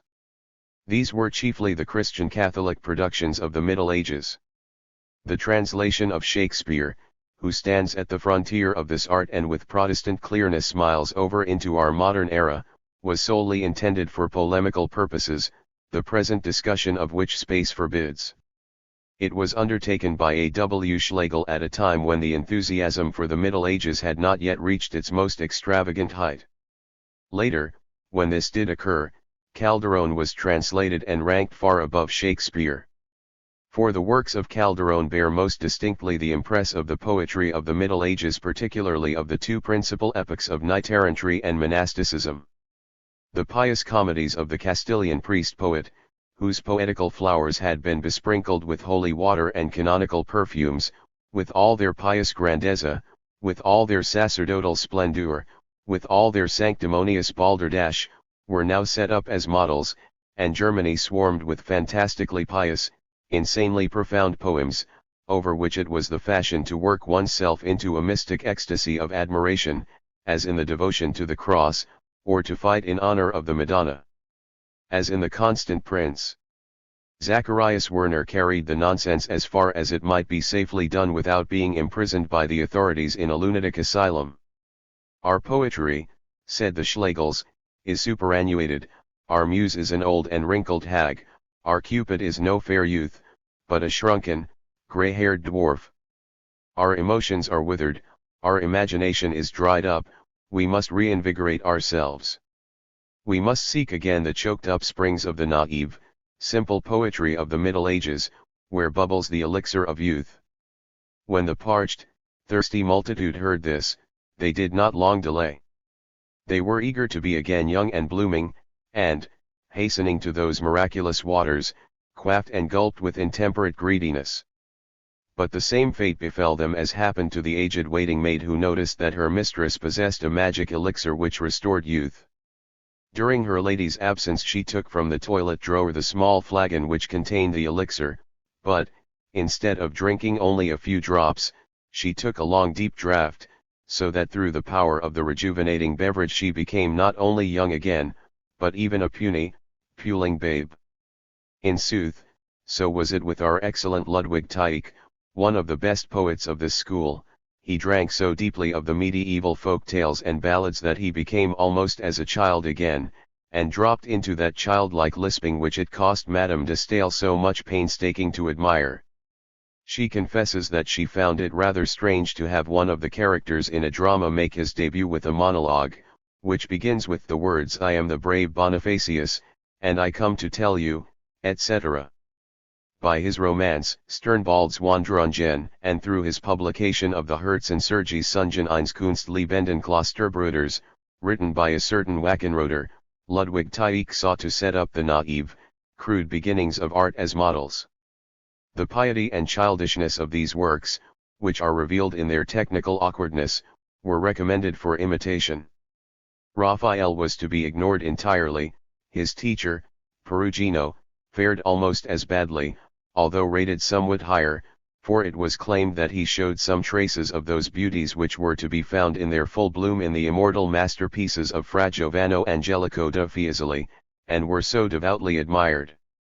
If the reader wishes to form an idea of the taste of the art enthusiasts of that period, let him go to the Louvre, where the best pictures of those masters, who were then worshipped without bounds, are still on exhibition, and if the reader wishes to form an idea of the great mass of poets who at that time, in all possible varieties of verse, imitated the poetry of the Middle Ages, let him visit the lunatic asylum at Charenton. I believe, however, that those pictures in the first salon of the Louvre are still too graceful to give the observer a correct idea of the art ideals of that period. The pictures of the old Italian school must be imagined translated into the old German, for the works of the old German painters were considered more artless and childlike, and therefore more worthy of imitation than the old Italian. It was claimed that we Germans, with our Gemüth, a word for which the French language has no equivalent, have been able to form a more profound conception of Christianity than other nations, and Frederick Schlegel, and his friend, Joseph Gors, rummaged among the ancient Rhine cities for the remains of old German pictures and statuary, which were superstitiously worshipped as holy relics. I have just likened the German Parnassus of that period to Charenton. Even that, however, is too mild a comparison. A French madness falls far short of a German lunacy in violence, for in the latter, as Polonius would say, there is method. With a pedantry without its equal, with an intense conscientiousness, with a profundity of which a superficial French fool can form no conception, this German folly was pursued. The political condition of Germany was particularly favorable to those Christian old German tendencies. Need teaches prayer, says the proverb, and truly never was the need greater in Germany. Hence the masses were more than ever inclined to prayer, to religion, to Christianity. No people is more loyally attached to its rulers than are the Germans. And more even than the sorrowful condition to which the country was reduced through war and foreign rule did the mournful spectacle of their vanquished princes, creeping at the feet of Napoleon, afflict and grieve the Germans. The whole nation resembled those faithful old servants in once great but now reduced families, who feel more keenly than even their masters all the humiliations to which the latter are exposed, and who in secret weep most bitterly when the family silver is to be sold, and who clandestinely contribute their pitiful savings, so that patrician wax candles and not plebeian tallow dips shall grace the family table just as we see it so touchingly depicted in the old plays. The universal sadness found consolation in religion, and there ensued a pious resignation to the will of God, from whom alone help could come. And, in fact, against Napoleon none could help but God himself. No reliance could be placed on the earthly legions, hence all eyes were religiously turned to heaven. We would have submitted to Napoleon quietly enough, but our princes, while they hoped for deliverance through heaven, were at the same time not unfriendly to the thought, that the united strength of their subjects might be very useful in effecting their purpose. Hence they sought to awaken in the German people a sense of homogeneity, and even the most exalted personages now spoke of a German nationality, of a common German fatherland, of a union of the Christian Germanic races, of the unity of Germany. We were commanded to be patriotic, and straightway we became patriots, for we always obey when our princes command. But it must not be supposed that the word patriotism means the same in Germany as in France. The patriotism of the French consists in this: the heart warms, through this warmth it expands, it enlarges so as to encompass, with its all-embracing love, not only the nearest and dearest, but all France, all civilization. The patriotism of the Germans, on the contrary, consists in narrowing and contracting the heart, just as leather contracts in the cold, in hating foreigners, in ceasing to be European and cosmopolitan, and in adopting a narrow-minded and exclusive Germanism. We beheld this ideal empire of churlishness organized into a system by Herr John. With it began the crusade of the vulgar, the coarse, the great unwashed against the grandest and holiest idea ever brought forth in Germany, the idea of humanitarianism, the idea of the universal brotherhood of mankind, of cosmopolitanism, an idea to which our great minds, Lessing, Herder, Schiller, Goethe, Jean Paul, and all people of culture in Germany, have ever paid homage. With the events that speedily followed you are only too familiar. After God, the snow, and the Cossacks had destroyed the best portion of Napoleon's forces, we Germans received the command from those highest in authority to free ourselves from the foreign yoke, and we straightway flamed with manly wrath at the bondage too long endured, and we let ourselves be excited to enthusiasm by the fine melodies, but bad verses, of Kerner's ballads, and we fought until we won our freedom, for we always do what our princes command. At a period when the crusade against Napoleon was forming, a school which was inimical to everything French, and which exalted everything in art and life that was Teutonic, could not help achieving great popularity. The Romantic school at that time went hand in hand with the machinations of the government and the secret societies, and A.W. Schlegel conspired against Racine with the same aim that Minister Stein plotted against Napoleon. This school of literature floated with the stream of the times, that is to say, with the stream that flowed backwards to its source. When finally German patriotism and nationality were victorious, the popular Teutonic Christian Romantic school, the new German religious patriotic art school, triumphed also.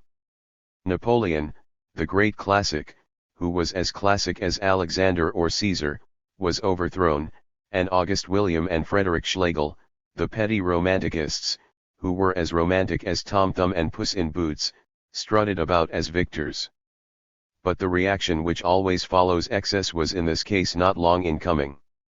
As the spiritualism of Christianity was a reaction against the brutal rule of imperial Roman materialism, as the revival of the love for Grecian art and science was a reaction against the extravagances of Christian spiritualism, as the Romanticism of the Middle Ages may also be considered as a reaction against the vapid apings of antique classic art, so also do we now behold a reaction against the reintroduction of that Catholic, feudal mode of thought, of that knighterantry and priestdom, which were being inculcated through literature and the pictorial arts, under bewildering circumstances.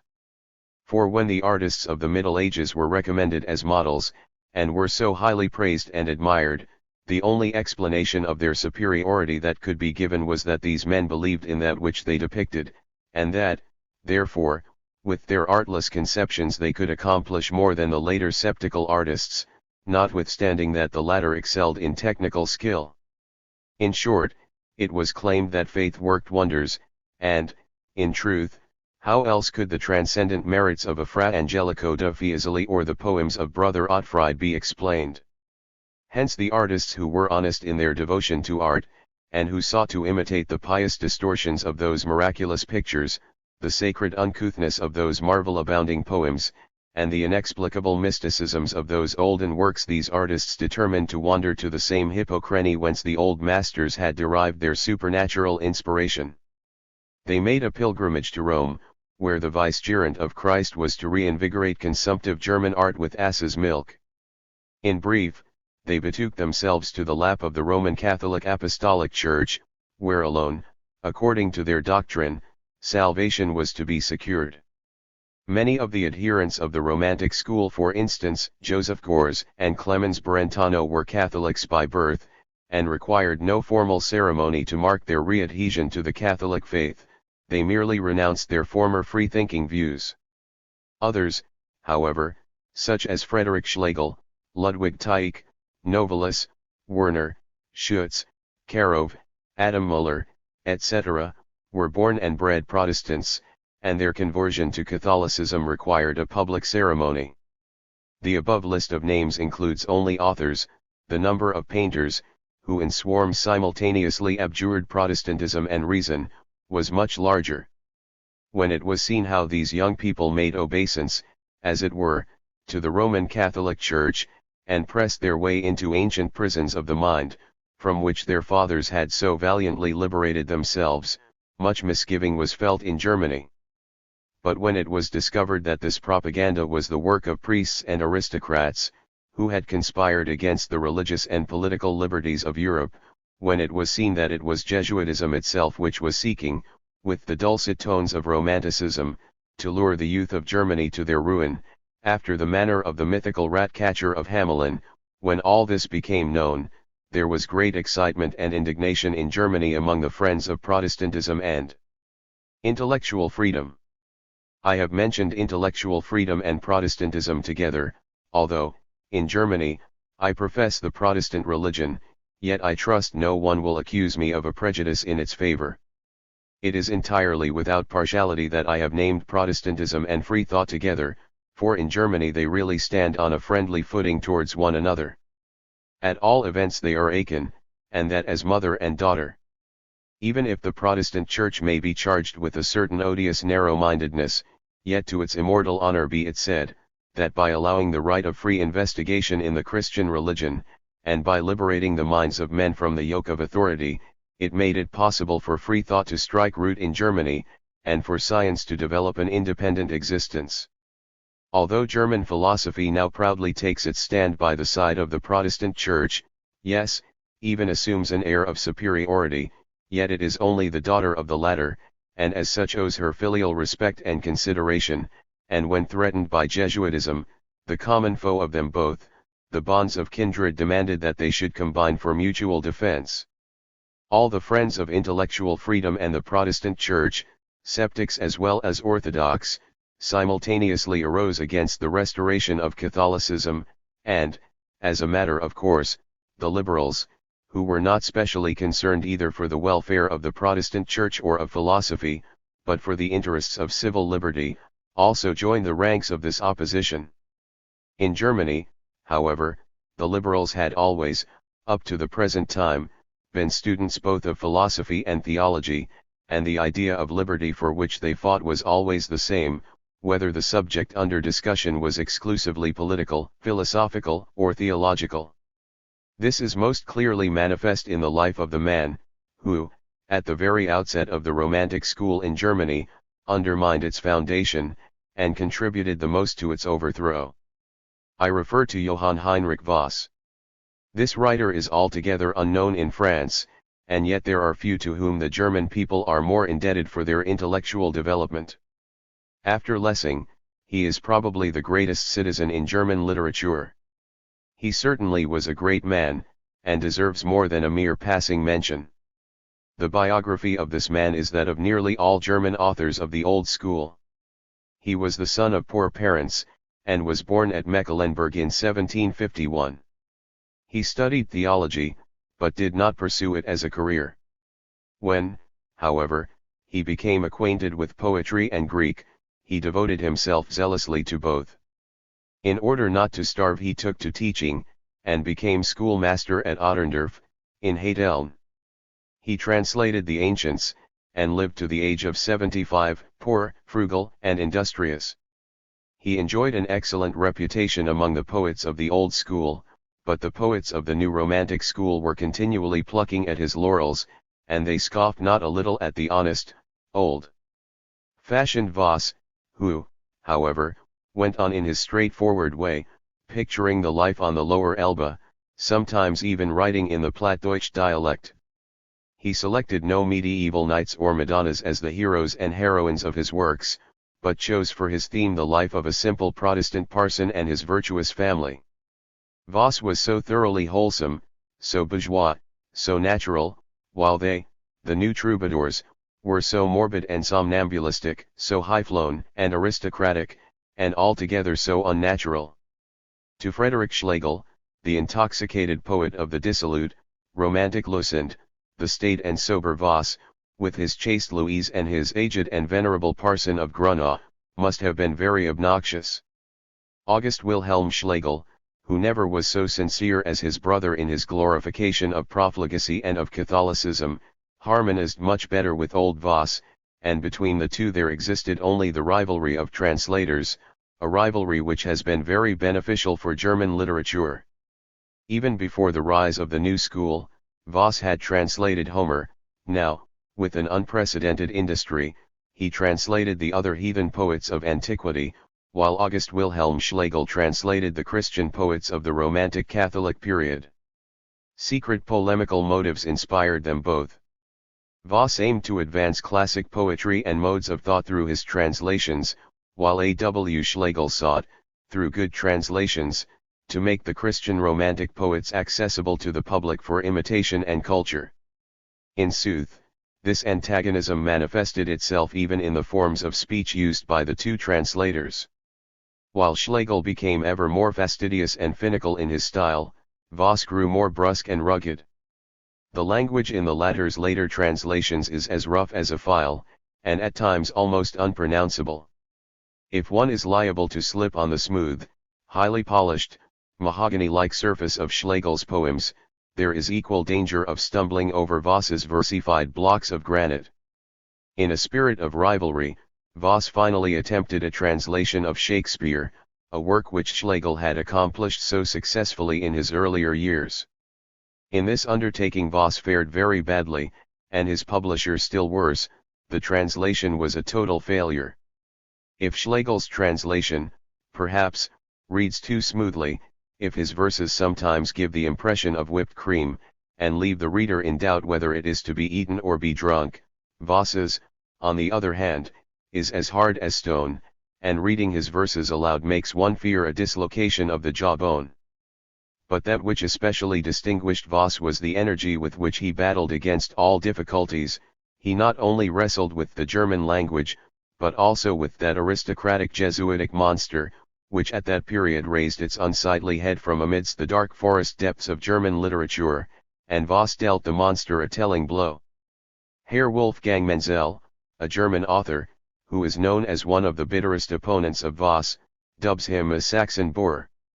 Notwithstanding the unfriendly sense in which this epithet is applied, it is nevertheless very fitting. In truth, Voss is a Saxon boor, just as Luther was one. He lacks all that is chivalrous, courteous, and gracious.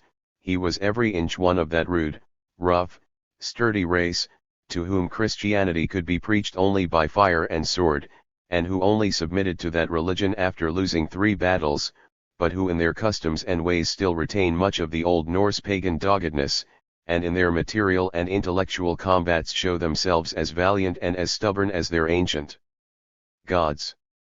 When I contemplate Johann Heinrich Voss in his polemics and in his whole manner, I seem to see before me the ancient one-eyed Odin himself, who has left Asgard and has become a school teacher in the province of Hadeln, and there teaches Latin declination and the Christian catechism to the little flaxen-haired Holsteiners. In his leisure hours he translates the Greek poets into German, and borrows from Thor his great hammer to beat the verses into shape, but after a while, becoming tired of the tedious work, he takes the hammer and cracks poor Fritz Stahlberg on the head. That was a famous affair. Frederick, Count of Stahlberg, was a poet of the old school, and was remarkably popular in Germany, not, perhaps, so much on account of his poetic talents as for his title of Count, which at that time counted for more in German literature than it does now.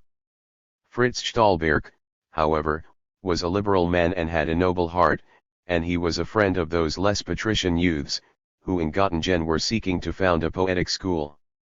I recommend French literary men to read the preface to the poems of Holti, in which Johann Heinrich Voss describes the idyllic life of the band of poets of which he and Fritz Stahlberg were members. Time passed, and these two only were left of all that galaxy of youthful poets. When Fritz Stahlberg, with great eclat, joined the Catholic Church, abjuring reason and the love of freedom, becoming a promoter of intellectual darkness, and by his aristocratic example drawing many weaklings after him, then Johann Heinrich Voss, the venerable man of 70, publicly entered the lists against the friend of his youth, and wrote the little book, Wie ward Fritz Stahlberg ein Unfreier. In it he analyzed Stahlberg's whole life, and showed how the aristocratic tendency in the nature of his old comrade had always existed, and that after the events of the French Revolution that tendency had steadily become more pronounced, that Stahlberg had secretly joined an association of the nobility, which had for its purpose to counteract the French ideas of liberty, that these nobles entered into a league with the Jesuits, that they sought, through the re-establishment of Catholicism, to advance also the interests of the nobility.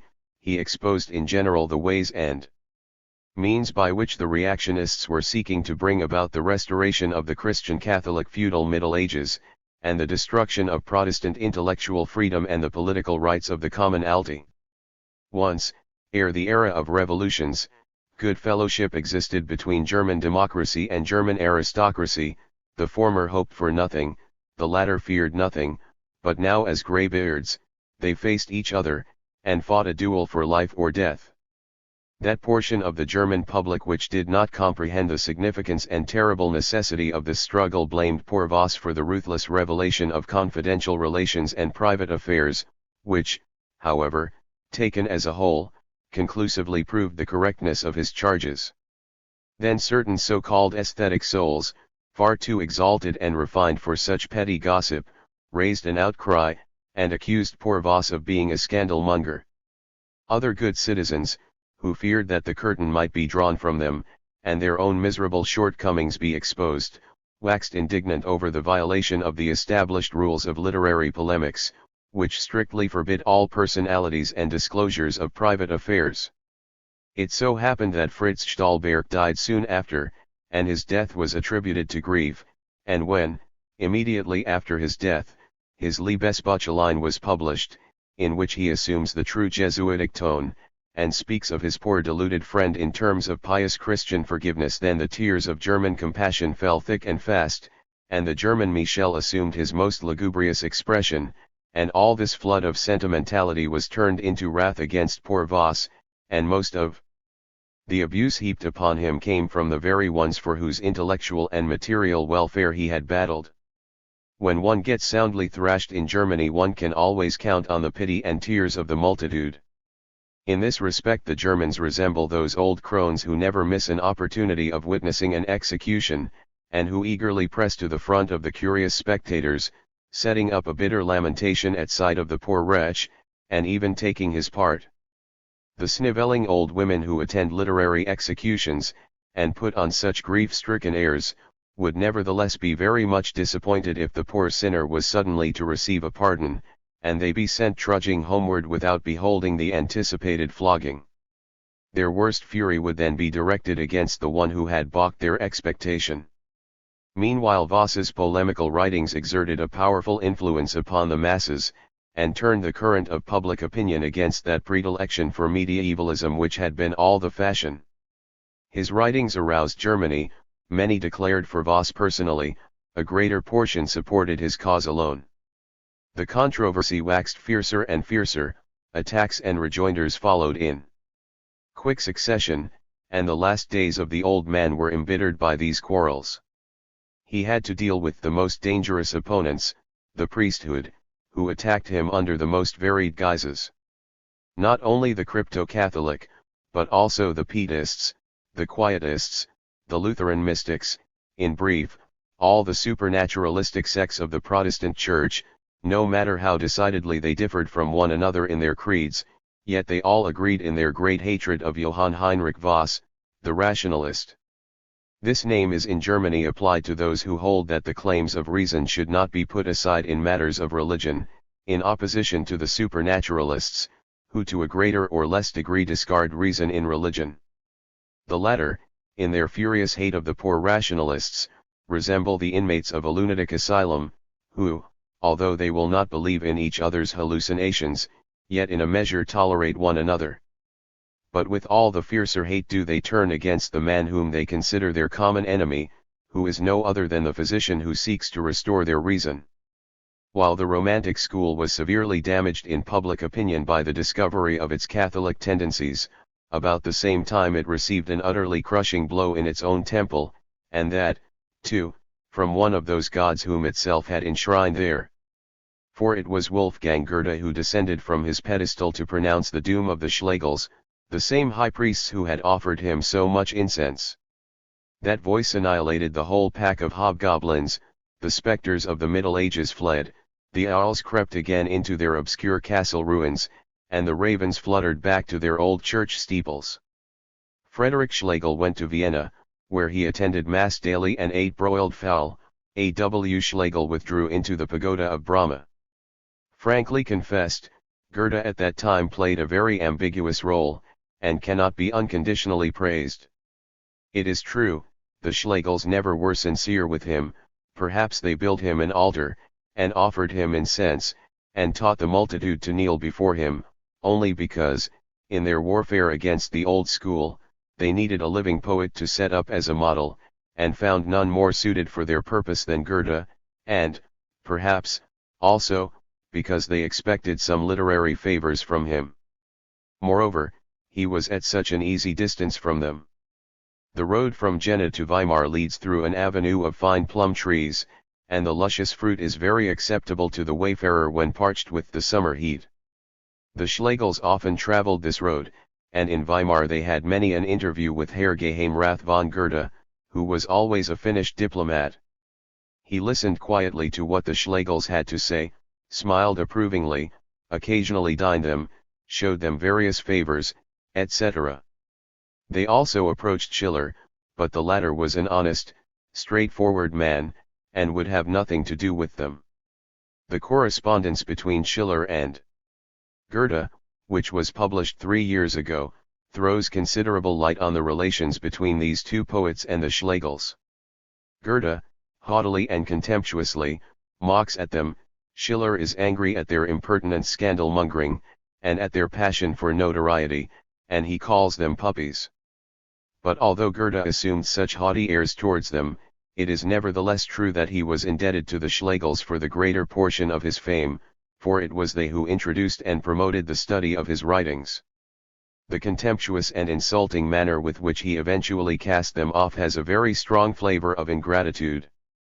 Perhaps Goethe, with his clear insight, was vexed that the Schlegels should seek to use him as an instrument to accomplish their projects. Perhaps those projects threatened to compromise him as the minister of a Protestant state. Perhaps it was the ancient pagan godlike wrath that awoke in him at sight of the mouldy Catholic follies. For as Voss resembled the stalwart one-eyed Odin, so did Goethe, in form and figure, resemble great Jupiter. The former was compelled to pound long and vigorously with his Thor's hammer, the latter needed but angrily to shake his majestic head, with its ambrosial locks, and the Schlegels trembled and crept out of sight. A public statement of Goethe's opposition to the Romantic school appeared in his journal, Kunst und die Altertum, and bore the title, Concerning the Christian Patriotic New German School of Art. With this article Goethe made his 18th Brumaire in German literature, for by chasing the Schlegels so summarily out of the temple, and attaching to himself so many of their young and zealous disciples, and being hailed with acclamations by the public, to whom the Schlegelian Directory had long been obnoxious, he established his autocratic sovereignty in German literature. From that hour nothing more was heard of the Schlegels. Only now and then their names were mentioned, just as one sometimes casually speaks of Barras or of Goyer. Neither Romantic nor classic poetry was henceforth spoken of, everywhere it was nothing but Goethe. It is true that several other poets arose in the meantime, who, in power and imagination, were but little inferior to Goethe. But out of courtesy they acknowledged him as their chief, they paid homage to him, they kissed his hand, they knelt before him. These grandees of Parnassus differed from the common multitude in being permitted to wear their laurel wreaths in Goethe's presence.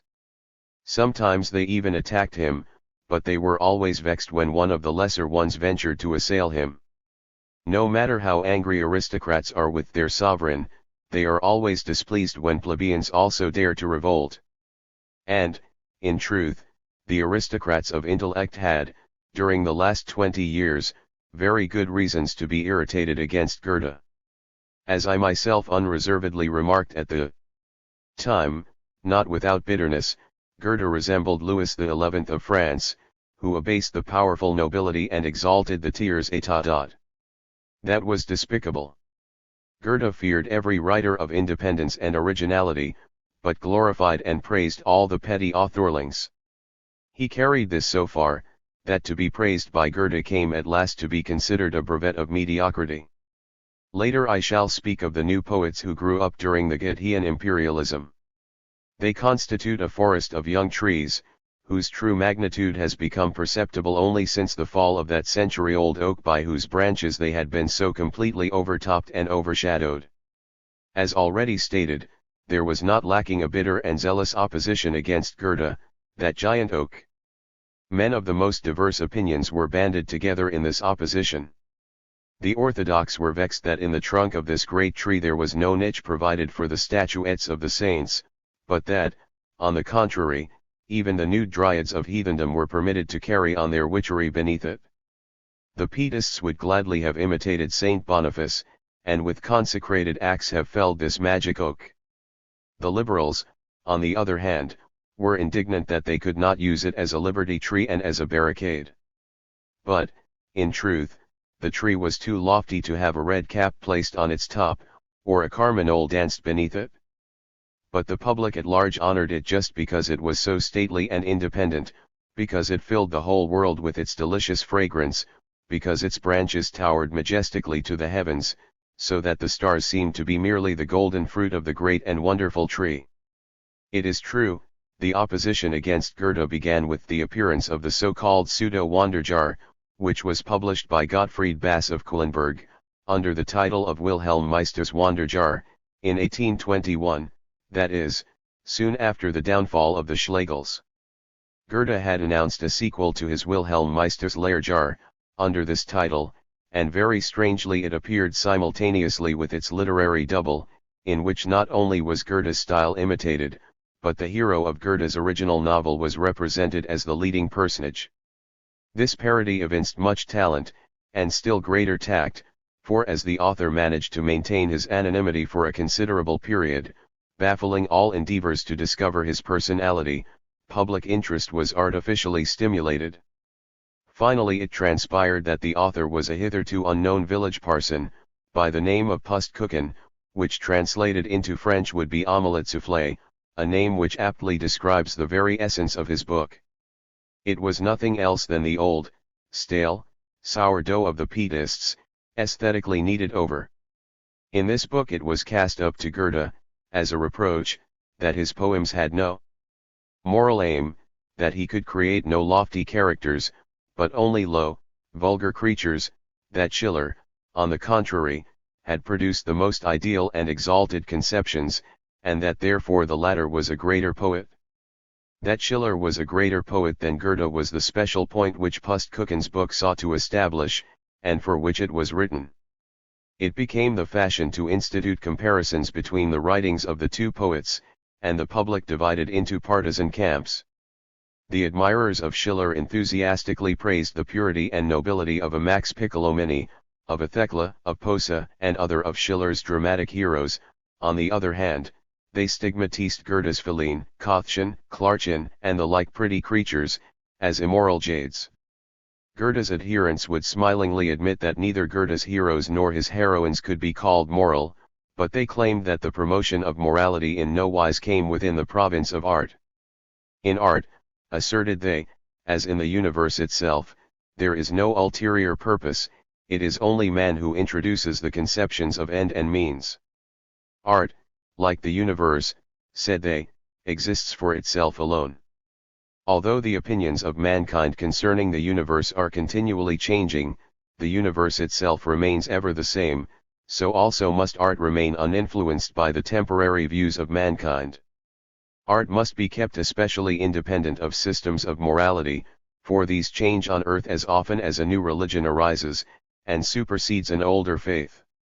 In fact, as after the lapse of a number of centuries a new religion always makes its appearance, influences the customs, and thus makes itself felt as a new system of morality, so in every period the art works of the past would be branded as heretical and immoral, were they to be judged by the temporary standard of morality. We have, in truth, lived to see good Christians, who condemn the flesh as of Satan, experience a feeling of anger at sight of the Greek mythological statues. Chaste monks have put an apron on the antique Venus. The ridiculous custom of bestowing a fig leaf on nude figures has continued even up to the present. A pious Quaker went so far as to sacrifice his whole fortune in buying up and burning Giulio Romano's most beautiful mythological paintings. Truly he deserves for his pains to reach heaven, and there to be flogged daily. A religion which should recognize God in matter only, and should regard the flesh only as divine, would, when it had impressed itself upon the customs of men, give rise to a system of morality, according to which those works of art which glorify the flesh would be alone deemed worthy of praise, and on the contrary, those Christian art works which depict the nothingness of the flesh would be considered as immoral. The works of art which are accepted as moral in one land would be considered immoral in another country, where a different religion had generated different customs. Thus, our pictorial arts awaken the disgust of a strict Mahometan, while much that in the Harems of the Orient is regarded as quite innocent, would be an abomination in the eyes of Christians. In India the occupation of a bayadir is not regarded as dishonorable, hence, the drama of Vasanthasena, the heroine of which is a courtesan, is there not at all considered immoral. If, however, the Théâtre Français ventured to produce this play, the whole pit would raise the cry of immorality, the same pit that witnesses with delight plays whose plots are amorous intrigues, and whose heroines are young widows who remarry at the end of the play, instead of having themselves burned to death on their deceased husband's funeral pyre, as required by Hindu morality. Starting with this idea, the Goetheans viewed art as a separate, independent world, which they would rank so high, that all the changing and changeable doings of mankind, their religions and systems of morality, should surge far below it. I cannot unconditionally endorse this view, but the Goetheans were led so far astray by it as to proclaim art in and of itself as the highest good. Thus they were induced to hold themselves aloof from the claims of the world of reality, which, after all, is entitled to precedence. Schiller united himself to the world of reality much more decidedly than did Goethe, and he deserves praise for this. The living spirit of the times thrilled through Friedrich Schiller, it wrestled with him, it vanquished him, he followed it to battle, he bore its banner, and, lo! It was the same banner under which the conflict was being enthusiastically waged across the Rhine, and for which we are always ready to shed our heart's best blood. Schiller wrote for the grand ideas of the revolution, he raised the bastilles of the intellect, he helped to erect the temple of freedom, that colossal temple which shelters all nations like a single congregation of brothers. In brief, he was a cosmopolitan. He began his career with that hate of the past which we behold in the robbers. In this work he resembles a diminutive Titan who has run away from school, got tipsy with schnapps, and throws stones at Jupiter's windows. He ended with that love for the future which already in his Don Carlos blossoms forth like a field of flowers. Schiller is himself that Marquis Posa who is simultaneously prophet and soldier, and battles for that which he foretells. Under that Spanish cloak throbs the noblest heart that ever loved and suffered in Germany. The poet is, on a small scale, but the imitator of the Creator, and also resembles God in creating his characters after his own image. If, therefore, Karl Moor and the Marquis Posa are wholly Schiller himself, so in like manner does Goethe resemble his Werther, his Wilhelm Meister, and his Faust, in whom the different phases of his intellect can be studied. While Schiller devotes himself to the history of the race, and becomes an enthusiast for the social progress of mankind, Goethe, on the other hand, applies himself to the study of the individual, to nature and to art. The physical sciences must of necessity have finally become a leading branch of study with Goethe, the Pantheist, and in his poems, as well as in his scientific works, he gave us the result of his researches. His indifferentism was to a certain extent the result of his pantheistic views. Alas! We must confess that pantheism has often led men into indifferentism. They reasoned thus: if everything is God, if everything is divine, then it is indifferent whether man occupies himself with clouds or ancient gems, with folk songs or the anatomy of apes, with real human beings or play actors. But that is just the mistake. Everything is not God, but God is everything. He does not manifest himself equally in all things, but he shows himself in different degrees according to the various matters. Everything bears within itself an impulse to strive after a higher degree of divinity, and that is the great law of progress throughout all nature. The recognition of this law, which has been most profoundly revealed by the disciples of Saint Simon, now makes pantheism a cosmic, universal theory, which not only does not lead to indifferentism, but, on the contrary, induces the most self-sacrificing endeavors. No, God does not manifest himself in all things equally, as Wolfgang Goethe believed, who through such a belief became an indifferentist, and, instead of devoting himself to the highest interests of humanity, occupied himself with art, anatomy, theories of color, botanical studies, and observations of the clouds. No, God is manifest in some things to a greater degree than in others. He lives in motion, in action, in time. His holy breath is wafted through the pages of history, which is God's true book of record. Friedrich Schiller felt this, and became an historian, a prophet of the past, and wrote The Revolt of the Netherlands, the 30 Years' War, The Maid of Orleans, and William Tell. It is true Goethe also depicted a few of the great struggles of freedom, but he portrayed them as an artist.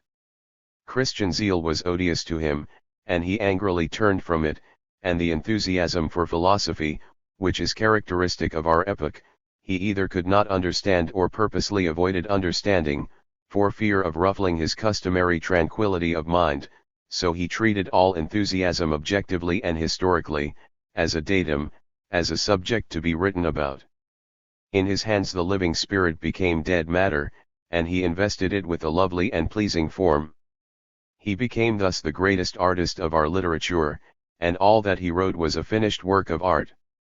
The example of the master misled the disciples, and there arose in Germany that literary epoch which I once designated as the art period, and which, as I then showed, had a most disastrous influence on the political development of the German people. At the same time, I by no means deny the intrinsic worth of the Goethean masterpieces. They adorn our beloved fatherland just as beautiful. Statues embellish a garden, but they are only statues after all.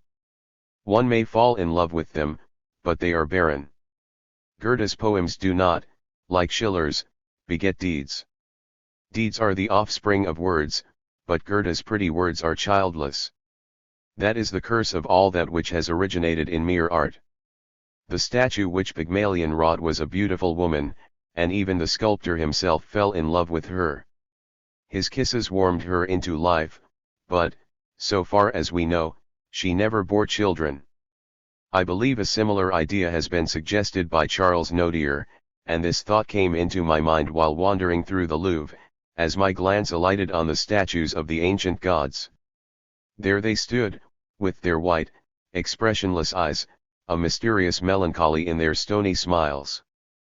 Perhaps they are haunted by sad memories of Egypt, that land of the dead from which they came, or perhaps it is a mournful longing for the life from which other divinities have expelled them, or a grieving over their immortality of death.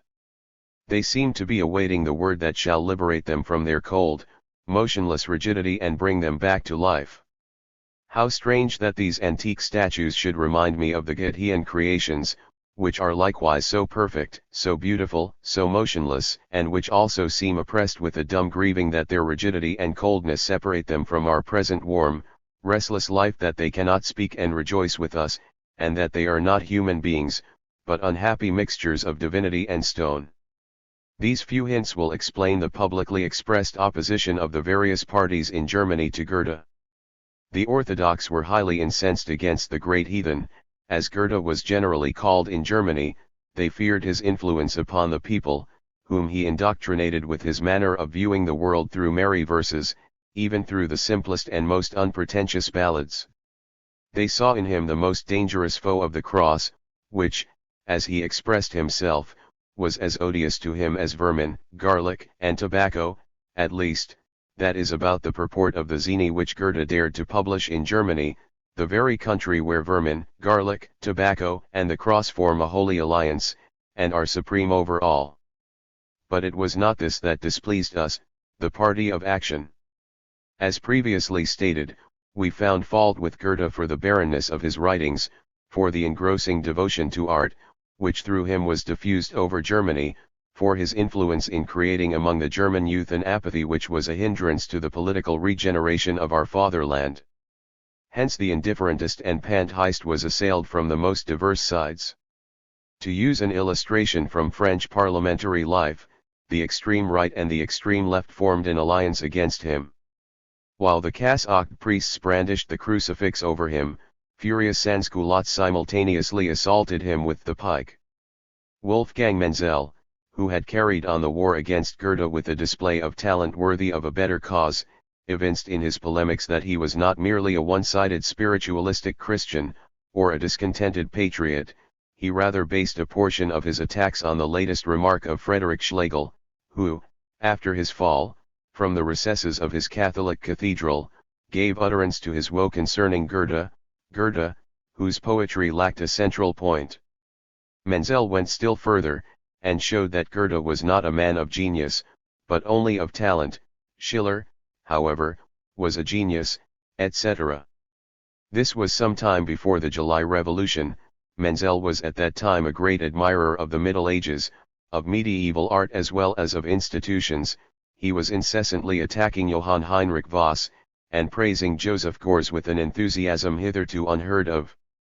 These facts prove that Menzel was sincere in his hatred of Goethe, and that he did not write against him merely to make himself conspicuous, as many thought. Although I, myself, was at that time an opponent of Goethe, yet I was displeased at the harshness with which Menzel criticized him, and I complained of this want of respect. I said, Goethe is nevertheless the king of our literature, and in applying the knife of criticism to such a one, it always behoves us to show a proper courtesy, just as the executioner who was to behead Charles I, before performing the duties of his office, knelt before the king and begged his royal forgiveness. Among the opponents of Goethe was the famous Hofrath Müllner, and his only remaining friend, Professor Schütz. There were several others of less celebrity. Herr Spann, for instance, who had been imprisoned for a long time on account of political offenses, belonged to the public adversaries of Goethe. In confidence, dear reader, it was a very motley crowd. The ostensible reasons I have sufficiently indicated, but it is more difficult to guess what special motive influenced each individual to give publicity to his anti-Goethean sentiments.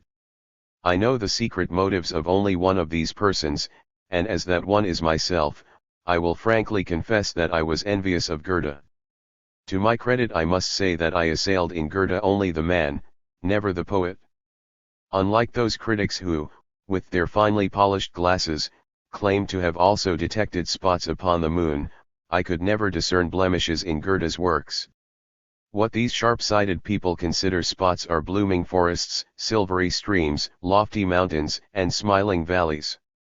Nothing is more foolish than to depreciate Goethe in order thereby to exalt Schiller, whom it was always customary to praise in order to disparage Goethe. Do such critics really not know that those highly extolled, highly idealist figures, those sacred pictures of virtue and morality which Schiller produced, were much easier to construct than those frail, worldly beings of whom Goethe gives us a glimpse in his works? Do they not know that mediocre painters generally select sacred subjects, which they daub in life-size on the canvas? But it requires a great master to paint with lifelike fidelity and technical perfection a Spanish beggar boy scratching himself, or a Netherlandish peasant having a tooth extracted, or some hideous old woman such as we see in Dutch cabinet pictures. In art it is much easier to picture large tragic subjects than those which are small and droll. The Egyptian sorcerers could imitate Moses in many of his tragic feats, they could make serpents, and blood, and frogs, but when Moses created vermin, which would seemingly be less difficult to copy, then they confessed their impotence, and said, "It is the finger of God." Rail as you will at the coarseness of certain portions of Faust, at the scenes on the Brocken and in Auerbach's cellar, inveigh against the licentiousness in Wilhelm Meister, it is nevertheless more than you can do, it is the finger of Goethe. But I hear you say, with disgust, we do not wish to create such things. We are no sorcerers, we are good Christians. I know quite well that you are no sorcerers. Goethe's greatest merit consists in the perfection of all his works. Here are no portions that are strong while others are weak, here no one part is painted in detail while another is merely sketched, here is no confusion, nor any of the customary padding, nor any undue partiality for certain special characters. Goethe treats every person that appears in his romances and dramas as if he or she were the leading character. So it is with Homer, so with Shakespeare. In the works of all great poets there are, in fact, no minor characters at all, every character in its place is the chief personage. Such poets are absolute monarchs, and resemble the Emperor Paul of Russia, who, when the French ambassador remarked that a man of importance in his empire was interested in a certain matter, sharply interrupted the speaker with the memorable words, "In my empire there is no man of importance except he to whom I may happen to be speaking, and he is of importance only so long as I address him.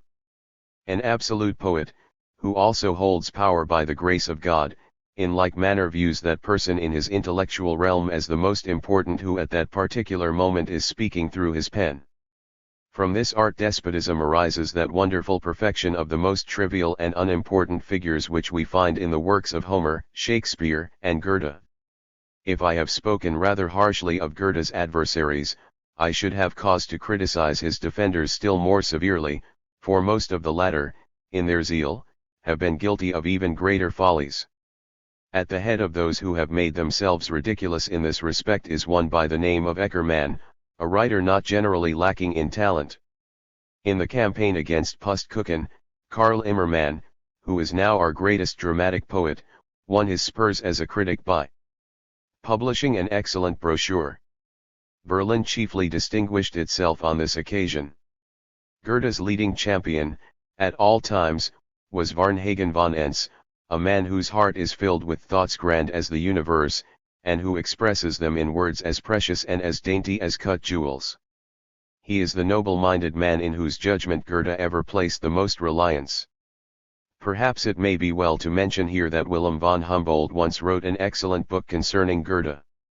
During the last 10 years every Leipzig fair has brought to light a large number of works on Goethe.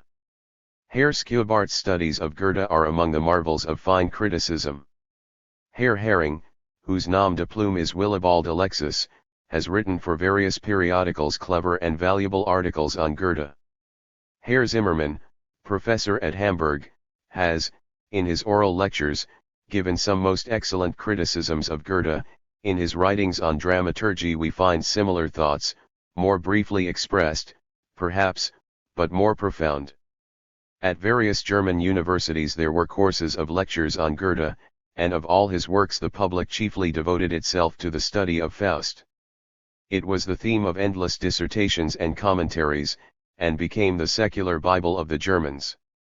I would be no true German if I wrote of Faust without giving expression to some explanatory thoughts concerning it, for from the greatest thinker down to the most insignificant penny a liner, from philosophers down to professors of philosophy, every one tries his wit on this book.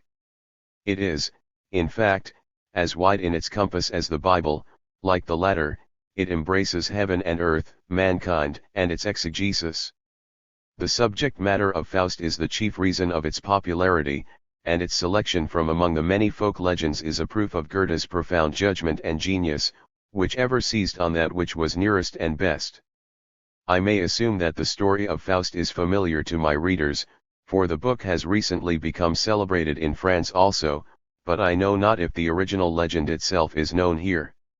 I know not if at your annual rustic fairs there is hawked for sale a little book of grey, fleecy paper, badly printed, with rude woodcuts, containing a circumstantial account of how the arch-sorcerer, Johannes Faustus, a learned scholar who had studied all the sciences, finally threw away his books and made a compact with the devil, by which he was enabled to enjoy all the material pleasures of the earth, but in return for which his soul was to be given up to the powers of hell.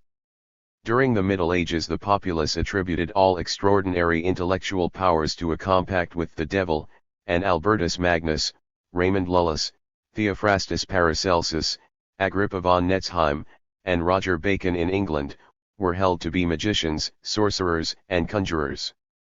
But the ballads and romances tell much stranger stories concerning Dr. Faustus, who is reputed to have demanded from the devil not only a knowledge of the profoundest secrets of nature, but also the most realistic physical pleasures. This is the self-same Faust who invented printing, and who lived at a time when people began to inveigh against the strictness of church authority, and to make independent researches. With Faust the medieval epoch of faith ends, and the modern era of critical, scientific investigation begins.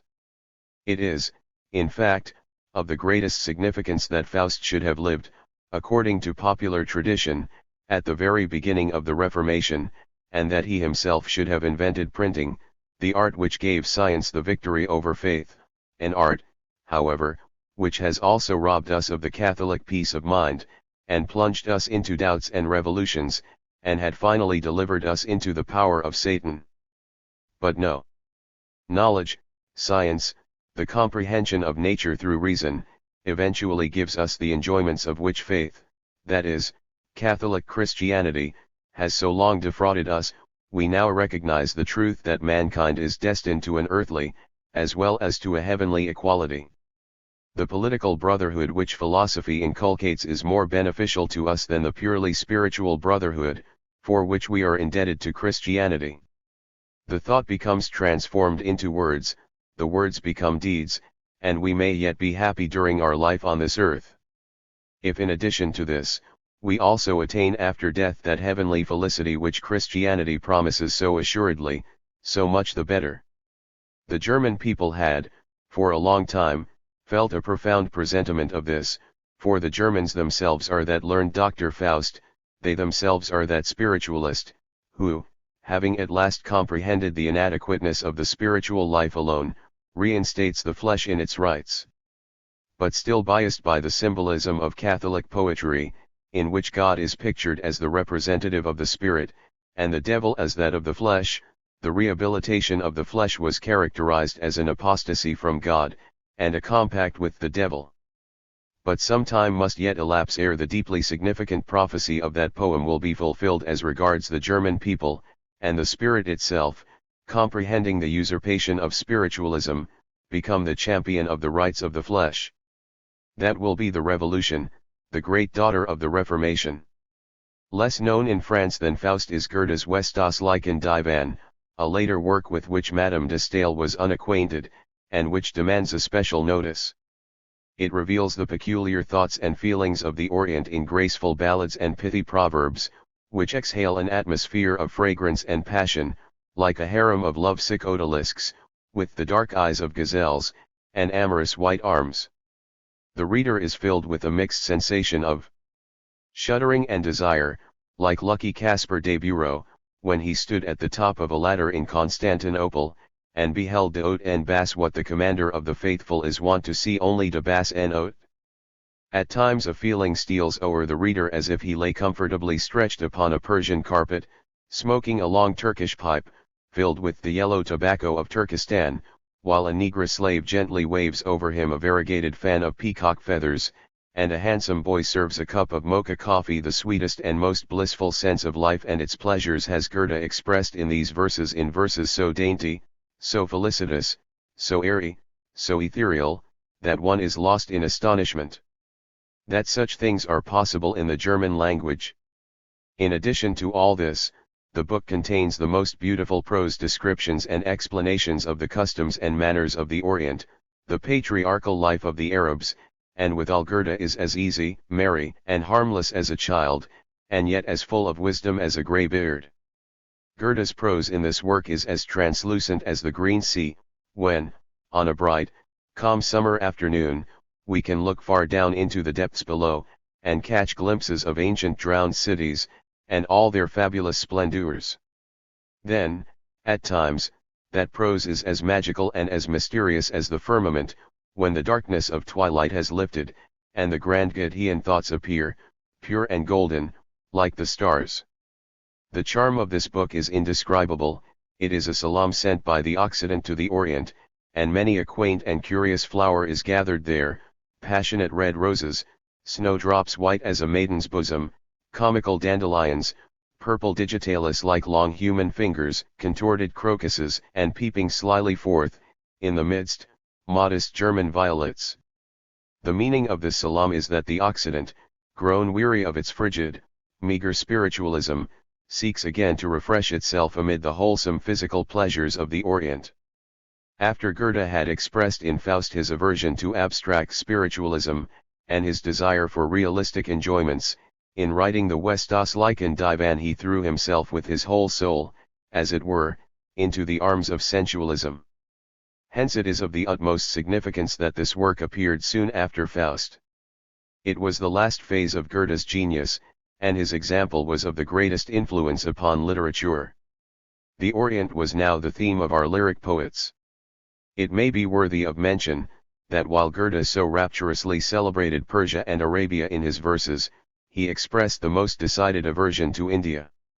The bizarre and confused characteristics of that country were repugnant to him, and perhaps this dislike originated in the suspicion that some Catholic stratagem was at the bottom of the Sanskrit studies of the Schlegels and their friends. These men regarded Hindustan as the cradle of Catholicism. They claimed to have discovered there the model of the Catholic hierarchy, the doctrine of the Trinity, of the Incarnation, of penance, of atonement, of the maceration of the flesh, and all their other favorite crotchets. Goethe's antipathy towards India nettled these people not a little, and A.W. Schlegel, with transparent malice, called him a heathen converted to Mohammedanism. Amongst the most noteworthy writings on Goethe which have appeared this year is a posthumous work by Johannes Fock, entitled Goethe aus Personlichen Umgange dargestellt. With the exception of a detailed treatise on Faust, which, of course, must not be omitted, the author of this book has given us most excellent sketches of Goethe. He has depicted him in all the walks of life, naturally, impartially, with all his virtues and all his failings. In this book we behold Goethe in his relations to his mother, whose temperament was so wonderfully reflected in that of her son. We see him as the naturalist, watching a caterpillar developing into a butterfly. We see the great herder expostulating with him against the indifferentism with which he let the development of humanity itself pass before him, unregarded. We behold him at the court of the Grand Duke of Weimar, seated among the blonde court dames, making merry improvisations, like Apollo guarding the flocks of King Admetus. Again we see him, with the haughtiness of a Dalai Lama, refusing to recognize Kotzebue. Then we see the latter giving a public celebration in honor of Schiller, in order thereby to depreciate Goethe. We see him in all things, wise, handsome, amiable, a blessed and inspiring figure, like the eternal gods. In fact, that harmony of personal appearance with genius, which we demand in eminent men, existed in its fullest degree in Goethe.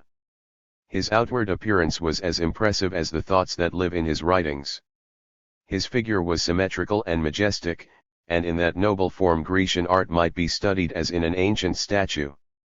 That stately form was never bent in Christian humility, the features of that noble countenance were never distorted with Christian self-reproach, those eyes were never downcast with Christian remorse, nor turned devoutly and tremulously towards heaven.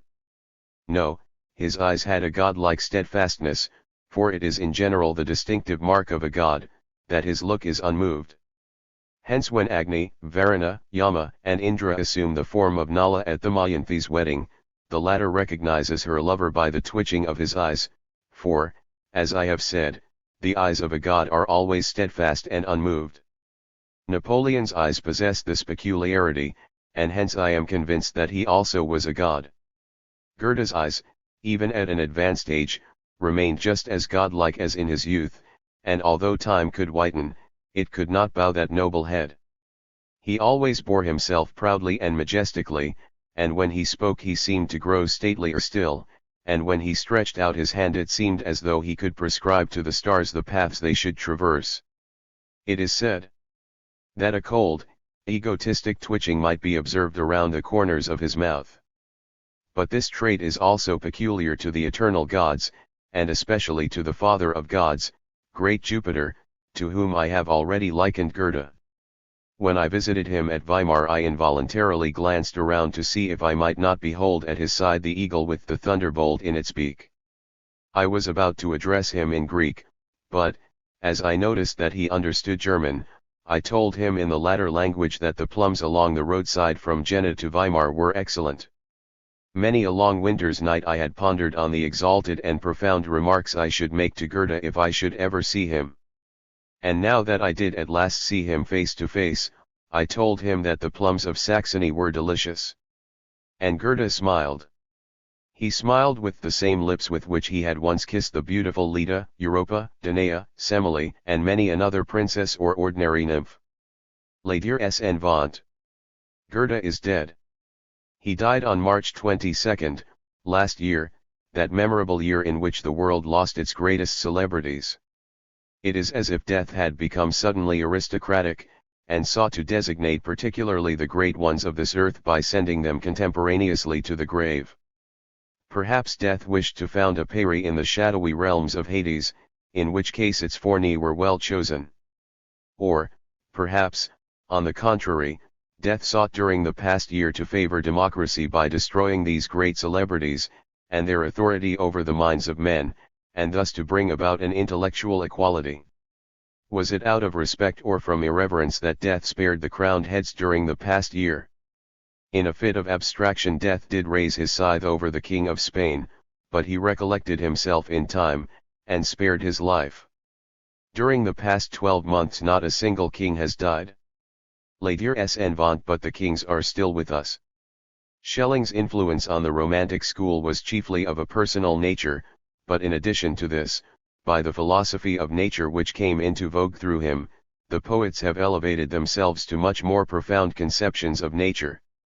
One portion let themselves be absorbed with all their human emotions into nature, others remembered a few magic formulas, with which to conjure out of nature something that possessed human form and speech. The former were the genuine mystics, and resembled in many respects the devotees of India, who dissolve in nature, and at last begin to feel as if they and nature were one. The latter were rather sorcerers, who by their own will summoned forth even hostile spirits. They resembled those Arabian magicians, who, at their caprice, could endow stones with life, and turn living beings into stone. Novalis belonged to the first class, Hoffmann to the latter. Novalis saw marvels in everything, and charming marvels they were.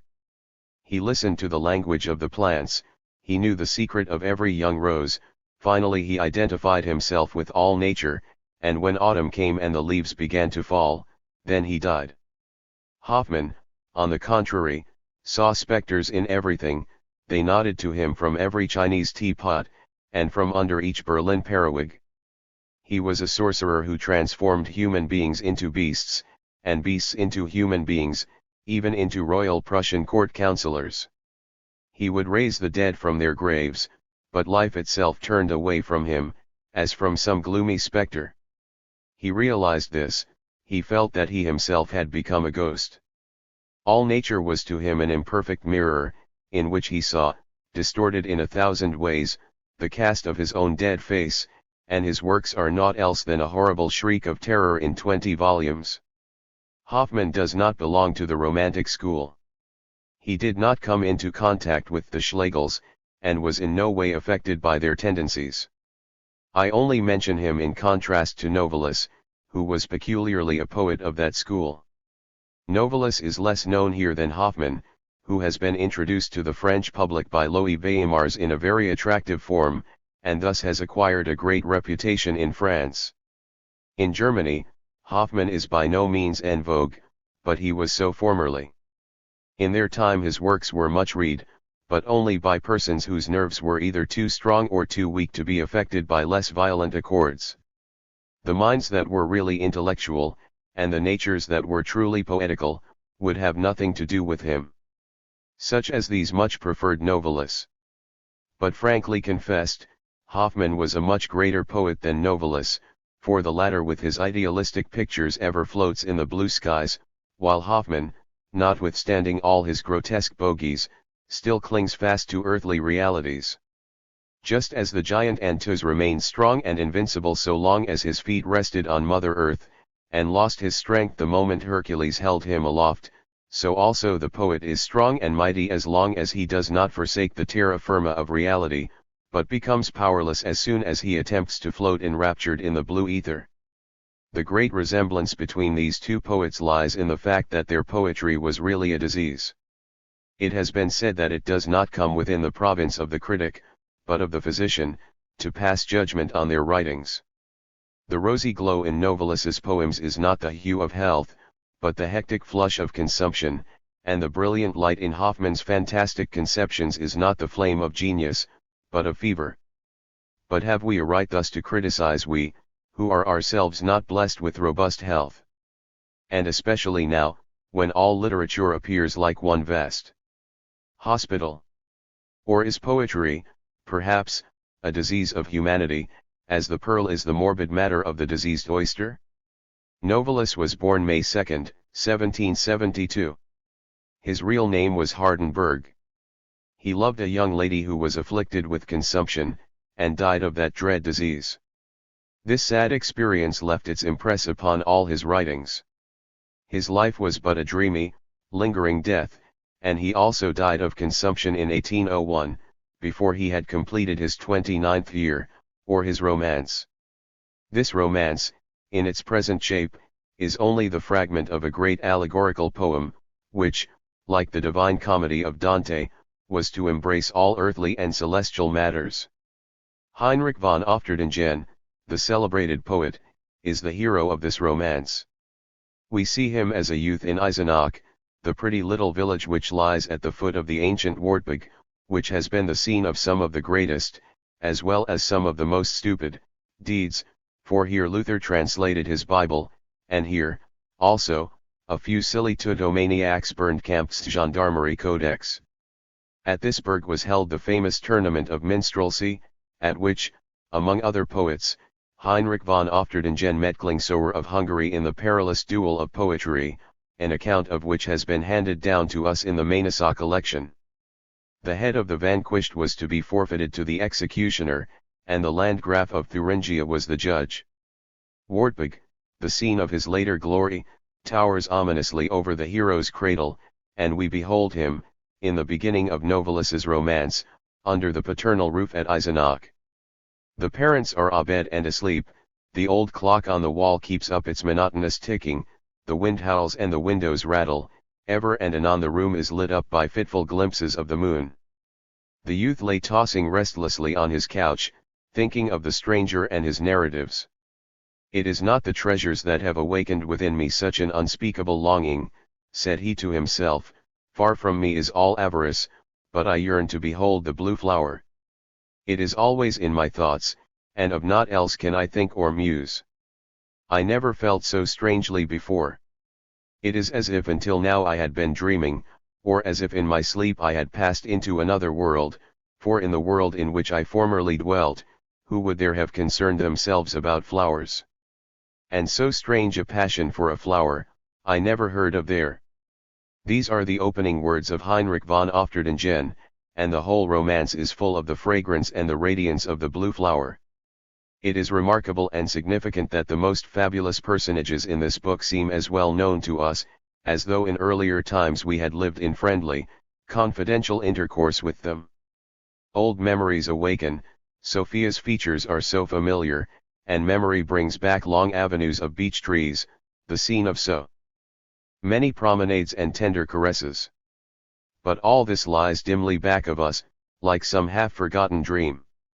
The muse of Novalis was a fair and slender maiden, with earnest blue eyes, golden hyacinthine tresses, smiling lips, and a small mole on the left side of the chin, for I imagine his muse to be the self-same maid through whom I first became acquainted with his works, as I saw the red morocco-bound, gilt-edged volume, containing Heinrich von Ofterdingen, in her dainty fingers. She always dressed in blue, and her name was Sophia. She lived a few stations from Göttingen with her sister, the postmistress, a merry, buxom, ruddy-cheeked dame, whose full bust, surmounted with stiff white lace, resembled a fortress. This fortress, however, was impregnable. The good dame was a very Gibraltar of virtue. She was an industrious, practical housewife, and yet her only pleasure consisted in reading Hoffmann's romances. Hoffmann was just the writer who could agitate her coarse-grained nature and awaken pleasant emotions. But her pale, delicate sister was disagreeably affected at the mere sight of one of Hoffmann's books, and if she accidentally laid hands on one, she shrank from the touch. She was as delicate as a sensitive plant, and her words were so fragrant and melodious, that, taken together, they were poetry. I have written down some of her sayings, and they are poems wholly after the manner of Novalis, only more tuneful and ethereal. One of them, which she recited to me as I bade her farewell ere setting out on my travels to Italy, is an especial favorite of mine. The time is autumn, the scene, a garden wherein there had been an illumination, and we hear the conversation between the last glimmering taper, the last rose, and a wild swan. The morning mists approach, the solitary light flickers and dies out, the rose leaves fall, and the swan unfolds its white wings and flies away to the south. For Hanover abounds with wild swans that seek the warm south in autumn, and return again in summer. They probably spend the winter in Africa, for in the breast of a dead swan an arrow was once found, which Professor Blumenbach recognized as of African origin. The poor bird, with the arrow in its breast, had returned to its northern nest to die. But many a swan, when pierced by such an arrow, may not have the strength for such a journey, and is left helpless in the burning deserts, or with wearied pinions is perched on some Egyptian pyramid, gazing with longing eyes towards the north, towards the cool summer home in Hanover. Late in the autumn of 1828, as I returned from the south, also with a burning arrow in my heart, my route led through the vicinity of Göttingen, and I stopped over at the dwelling place of my old friend, the postmistress, in order to change horses. A long time had elapsed since I last saw her, and a woeful change had taken place in the good dame. Her buxom form still resembled a fortress, but a ruined and dismantled fortress. The bastions were razed, no sentinels were on guard, and her heart, the citadel, was broken.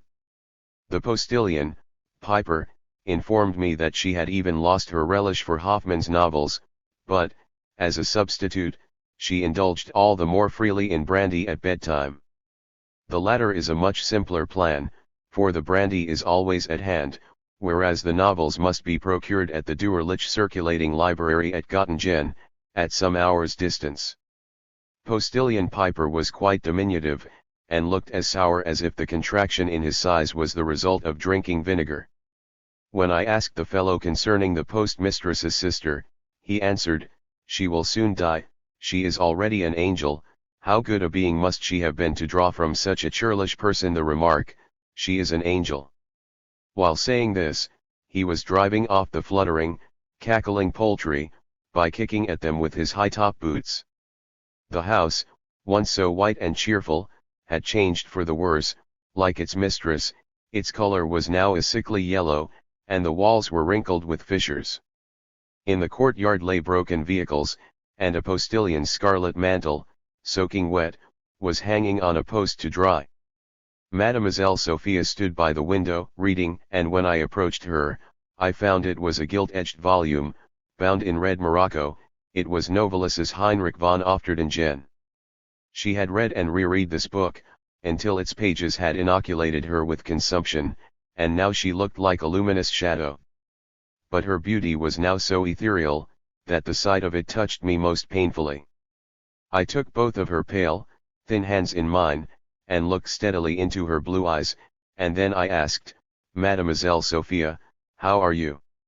"I am well," she answered, "and I shall soon be still better." Then she pointed out of the window to a little hillock, in the new churchyard, not far from the house. On this barren mound stood a small, thin, solitary poplar, almost leafless, and it swayed to and fro in the autumn winds, not like a living plant, but like the ghost of a tree. Mademoiselle Sophia now lies under that poplar, and the gilt-edged, red morocco volume, Novalis' Heinrich von Ofterdingen, which she left me as a souvenir, lies on the desk before me as I write. I have used it in the composition of this chapter. Jean-Paul Richter anticipated the young Germany school in its most marked tendency. The latter, however, occupied with practical questions, avoided the abstract intricacies, the abrupt mannerisms, and the unenjoyable style of Jean-Paul Richter. No Frenchman with a clear, well-regulated mind can form a conception of that peculiar style. Jean-Paul's style is a structure consisting entirely of very small compartments, which are sometimes so narrow that when one thought encounters another, their heads collide and bruise each other. From the ceiling are suspended hooks, on which Jean-Paul hangs all sorts of ideas, and the walls are full of secret drawers, in which he conceals emotions. No German author is so rich as Jean-Paul in ideas and in emotions, but he never permits them to ripen, and, notwithstanding his wealth of mind and heart, he excites more astonishment than pleasure. Thoughts and sentiments which would grow into colossal trees, if permitted to strike root properly and develop all their branches, blossoms, and leaves, these he uproots while they are still insignificant shrubs, mere sprouts even, and whole intellectual forests are thus served up to us as an ordinary dish. Now, although curious, this is decidedly unpalatable fare, for not every stomach can digest such a mess of young oaks, cedars, palms, and banana trees. Jean-Paul is a great poet and philosopher, but no one can be more inartistic than he in his modes of thought and work. In his romances he has brought to light some truly poetical creations, but all his offspring carry with them a long umbilical cord in which they become entangled and choke. Instead of thought he gives us his thinking itself. We see the material activity of his brain, he gives us, as it were, more brain than thought, and meanwhile the flashes of his wit skip about, like the fleas of his heated imagination. He is the merriest, and, at the same time, the most sentimental of authors. In fact, sentimentality always finally overcomes him, and his laughter abruptly turns into tears. He sometimes disguises himself as a gross, beggarly fellow, but then, like stage princes, he suddenly unbuttons the coarse overcoat and reveals the glittering insignia of his rank. In this respect Jean-Paul resembles Laurence Sterne, with whom he has been often compared. The author of Tristram Shandy, when apparently sunk in the most vulgar trivialities, possesses the art of rising by sudden transitions to the sublime, reminding us that he is of princely rank and the countryman of Shakespeare. Jean-Paul, like Laurence Sterne, reveals in his writings his own personality, and lays bare his own human frailties, but yet with a certain awkward bashfulness, especially in sexual matters. Laurence Sterne parades before the public entirely unrobed, quite naked, but Jean-Paul has only holes in his trousers. A few critics erroneously believe that Jean-Paul possessed more true feeling than Sterne, because the latter, whenever the subject under treatment reaches a tragic elevation, suddenly assumes a merry, jesting tone. Jean-Paul, on the contrary, if the subject verges in the least towards the serious, gradually becomes lachrymose, and composedly lets his tears trickle. Sterne probably felt more deeply than Jean-Paul, for he is a greater poet. Laurence Sterne, like Shakespeare, was fostered by the muses on Parnassus. After the manner of women, they early spoiled him with their caresses. He was the special pet of the pale goddess of tragedy. Once, in a paroxysm of fierce tenderness, she kissed him so passionately, with such fervour, with so ardent a pressure of her lips, that his young heart began to bleed, and at once understood all earthly sorrows, and was filled with a boundless compassion. Poor young poet heart! But the younger sister, the rosy goddess of mirth, sprang quickly to his side, took the suffering lad into her arms, and sought to cheer him with song and merriment. She gave him as playthings the mask of comedy and the jingling bells, and pressed a soothing kiss upon his lips, and with that kiss she imbued him with all her levity, all her frolicsome mirth, all her sportive wit. And since then Sterne's heart and Sterne's lips have drifted into a strange contradiction. Sometimes, when his soul is most deeply agitated with tragic emotion, and he seeks to give utterance to the profound sorrows of his bleeding heart, then, to his own astonishment, the merriest, most mirth-provoking words will flutter from his lips. The Baron de la Motte Fouque was formerly a major in the Prussian military service, and is one of the most conspicuous of those poet-heroes or hero-poets whose lyre and sword won renown during the so-called War of Liberation.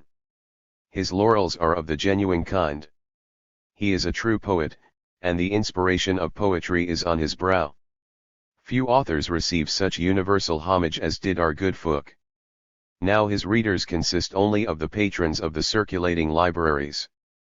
But that public is still large enough, and Fouque may boast that he was the only one of the Romantic school who was also received with favor by the lower classes. At the time when at the aesthetic tea gatherings in Berlin it was the fashion to sneer at the fallen knight, in a little Harz village I became acquainted with a lovely maiden, who spoke of Fouque with a charming enthusiasm, and blushingly confessed that she would gladly give a year of her life if she might but once kiss the author of Undine, and this maiden had the prettiest lips that I have ever seen. Undine is indeed a charming poem. This poem is itself a kiss. The genius of poetry kissed the sleeping spring, and as it opened its laughing eyes all the roses exhaled their sweetest perfumes, and all the nightingales sang, and the fragrance of the roses and the songs of the nightingales, all this did our good foot clothe in words, and called it Undine. I know not if this novel has been translated into French. It is the story of a lovely water fairy who has no soul, and who only acquires one by falling in love with an earthly knight. But, alas! With this soul she also learns human sorrows. Her knightly spouse becomes faithless, and she kisses him dead. For in this book death also is only a kiss. This Undine may be regarded as the muse of Fouqué's poetry. Although she is indescribably beautiful, although she suffers as we do, and earthly sorrows weigh full heavily upon her, she is yet no real human being. But our age turns away from all fairy pictures, no matter how beautiful. It demands the figures of actual life, and least of all will it tolerate waterfays who fall in love with noble knights. This reactionary tendency, this continual praise of the nobility, this incessant glorification of the feudal system, this everlasting knight-errantry balderdash, became at length distasteful to the educated portion of the German middle classes, and they turned their backs on the minstrel who sang so out of time. In fact, this everlasting sing-song of armors, battle steeds, high-born maidens, honest guild masters, dwarfs, squires, castles, chapels, mincing earls, faith, and whatever else that rubbish of the Middle Ages may be called, wearied us, and as the ingenuous Hidalgo Friedrich de la Montfort became more and more immersed in his books of chivalry, and, wrapped up in the reveries of the past, he ceased to understand the present, and then even his best friends were compelled to turn away from him with dubious head-shakings. His later writings are unenjoyable. The faults of his earlier works are repeated, only more glaringly. His knights are combinations of iron and sentimentality, they have neither flesh nor common sense. His heroines are mere semblances of women, they are dolls, whose golden tresses daintily curl over features that are as pretty and as expressionless as flowers. Like the works of Walter Scott, so also do Fouqué's romances of chivalry remind us of the fantastic tapestries known as Gobelins, whose rich texture and brilliant colors are more pleasing to our eyes than edifying to our souls. We behold knightly pageantry, shepherds engaged in festive sports, hand-to-hand combats, and ancient customs, charmingly intermingled. It is all very pretty and picturesque, but shallow, brilliant superficiality. Among the imitators of Fouqué, as among the imitators of Walter Scott, this mannerism of portraying not the inner nature of men and things, but merely the outward garb and appearance was carried to still greater extremes. This shallow art and frivolous style is still in vogue in Germany, as well as in England and France. Even if the portrayal no longer attempts to glorify the age of chivalry, but is directed to our modern affairs, it is still the same mannerism, which grasps not the essential points of phenomena, but merely the superficial and the accidental. In lieu of a knowledge of mankind, our recent novelists evince a profound acquaintance with clothes, they perhaps justify themselves by the old saying, the tailor makes the man. How different from the older, especially the English, novelists. Richardson gives us the anatomy of the emotions. Goldsmith treats of the affections of his heroes pragmatically. The author of Tristram Shandy reveals to us the profoundest depths of the human soul. He opens, as it were, a crevice of the soul, permits us to take one glance into its abysses, into its paradise and into its filthiest recesses, then quickly lets the curtain fall over it. We have had a front view of that marvelous theatre, the soul, the arrangements of lights and the perspective have not failed in their effects, and while we imagined that we were gazing upon the infinite, our own hearts have been exalted with a sense of infinity and poetry. Fielding at once takes us behind the scenes, and there shows us all the emotions covered with deceitful rouge, the gross motives that underlie the most generous deeds, the colophony that is afterwards to blaze aloft into enthusiasm, the bass drum, while on it repose the drumsticks, which are destined to sound the furious thunder of passion. In short, he shows us the whole interior machinery by which theatrical effects are produced, he exposes the colossal deceit by which men assume an appearance far different from the reality, and through which the truth and gladness of life are lost. But what need to cite the English as an example, since our own Goethe has given us in his Wilhelm Meister the best model of a novel? Fouque's romances are a legion in number, he is one of the most prolific of authors. The Magic Ring and Theodulf the Icelander merit especially favorable mention. His metrical dramas, which were not intended for the stage, contain great beauties. Sigurd the Serpent Slayer is a bold work, in which the ancient Scandinavian mythology is mirrored with all its gigantesque and magical characteristics. Sigurd, the chief personage of the drama, is a colossal creation. He is as strong as the rocky crags of Norway, and as fierce as the sea that beats around their base. He has as much courage as 100 lions, and as much sense as 2 asses. Herr Ludwig Uhland is the true lyric poet. He was born in Tübingen in 1787, and is now an advocate at Stuttgart. This author has written a volume of poems, 2 tragedies, and 2 treatises on Walther von der Vogelweide, and on the French troubadours. The latter are 2 small historical researches, and give evidence of a diligent study of the Middle Ages. The tragedies are entitled Louis the Bavarian, and Duke Ernest of Suabia. I have not read the former, nor is it considered the better of the 2. The latter, however, contains many beauties, and pleases by its noble and exalted sentiments. It is fragrant with the sweet breath of poetry, such as we fail to find in the pieces that reap so much applause on the stage at the present day. German fidelity is the theme of the drama, and we see it here strong as an oak, defying all storms. German love blossoms, scarcely visible, in the far distance, but its violet perfume appeals the more touchingly to our hearts. This drama, or rather this poem, contains passages which are among the most precious pearls of our literature, notwithstanding which, the theatre-going public received, or rather rejected, the piece with indifference. I will not censure the good people of the pit too severely for that. These people have certain needs, which they demand that the poet shall gratify. The poet's productions must not merely express the sympathies of his own heart, but must accord with the desires of the audience.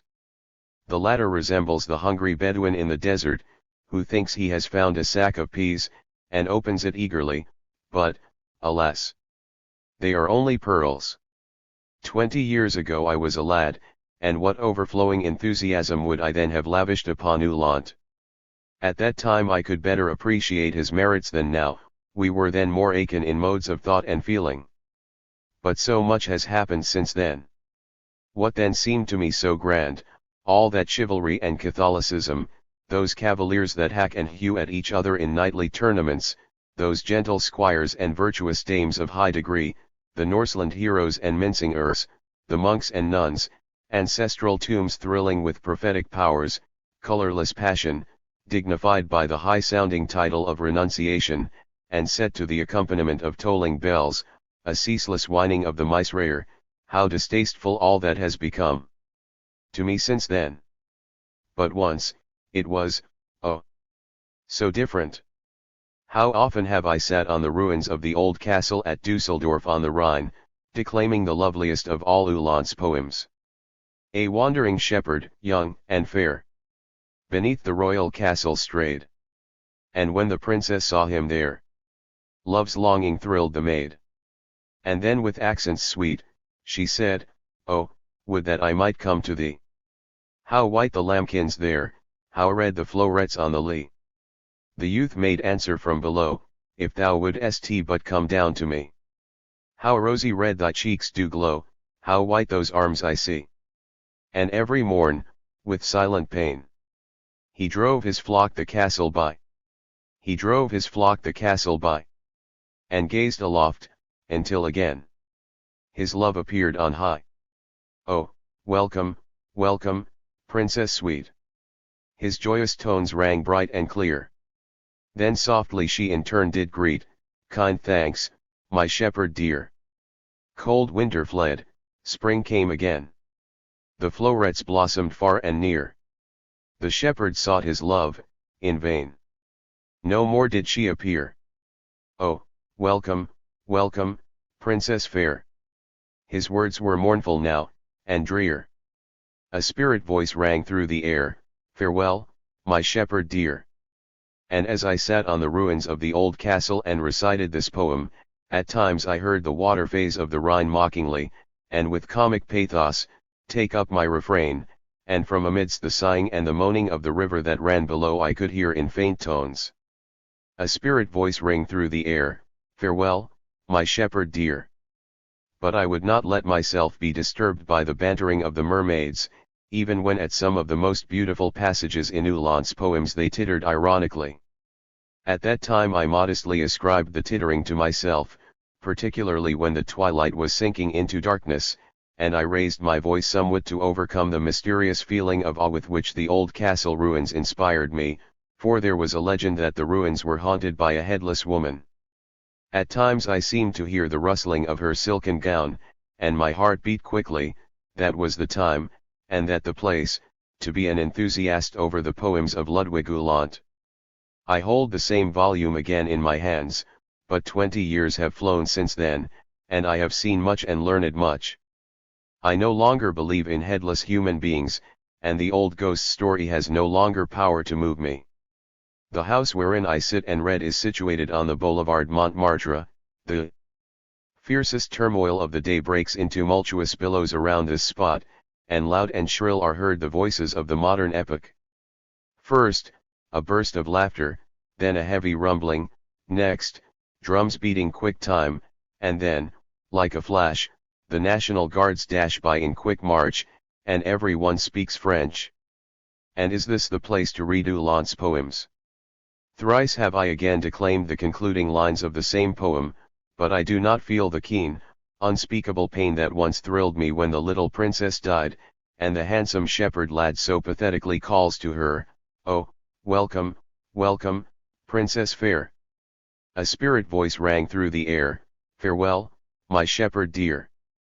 Perhaps my lack of enthusiasm for this class of poems also partly arises from my experience that the most painful love is not that which fails to win possession of the object of its affections, or loses her through death. In truth, it is more painful to fold the loved one in our arms, and yet have her worry us with her contrariness, and her silly caprices, until night and day are rendered unendurable, and we are finally forced to close our heart against her who is most precious, and send the dear plague of a woman off in a post-chaise farewell, oh, Princess fair. Verily, more grievous than the loss through death is the loss through life, for instance, when the loved one in the spirit of mischievous coquetry turns away from us, when she insists upon going to a masked ball, to which no respectable person dare escort her, and when there, with jaunty dress and roguish curls, takes the arm of the first scamp that comes along, and leaves you all alone. Farewell, my shepherd dear. Perhaps Herr Uhland himself fared no better than ourselves. Perhaps his temperament has changed since then. With a few exceptions, he has produced no new poems in 20 years. I cannot believe that this beautiful poet's soul was so stingily endowed by nature, and had but one springtime. No, I explain Uhland's silence as the result of the contradiction between the tendencies of his muse and his political position. The elegiac poet, in whose ballads and romances the praises of the Catholic feudal past were sung so beautifully, the Ossian of the Middle Ages has since then become a member of the Assembly of Notables in Wittenberg, a zealous champion of popular rights, and a bold advocate of the equality of all citizens, and of freedom of opinion. Herr Uhland has proved the absolute sincerity of his democratic and Protestant convictions by the great personal sacrifices that he has made in their behalf. In his earlier days he fairly earned the poet's laurels, and now he has also won the bays of civic virtue. But just because he was so honest in his sympathy for the modern epoch, he could no longer sing the olden songs of the olden time with the former fervour. His Pegasus was a knightly steed that gladly trotted back to the past, but obstinately refused to budge when urged forward into modern life, and so our worthy Uhland smilingly dismounted, quietly unsaddled the unruly steed, and led it back to the stable. There it remains to this very day, like its colleague, the famous war horse Bayard. It possesses all possible virtues, and only one fault, it is dead. It will not have escaped keener eyes than mine, that the stately war-horse, decked with its brilliant coat of arms and proudly waving plumes, was never rightly suited to its bourgeois rider, who, instead of boots with golden spurs, wore shoes with silk stockings, and who, instead of helm, wore the hat of a Tübingen professor. Some claim to have discovered that Herr Ludwig Uhland never was wholly in sympathy with his theme, that in his writings, the naive, rude, powerful tones of the Middle Ages are not reproduced with idealized fidelity, but rather they are dissolved into a sickly, sentimental melancholy. It is claimed that Uhland has taken up into his temperament the strong, coarse strains of the heroic legends and folk songs, and boiled them down, as it were, to make them palatable to our modern public. And in truth, when we closely observe the women in Uhland's poems, we find that they are only beautiful shadows, embodied moonshine, milk flows in their veins, and sweet tears in their eyes, that is, tears which lack salt.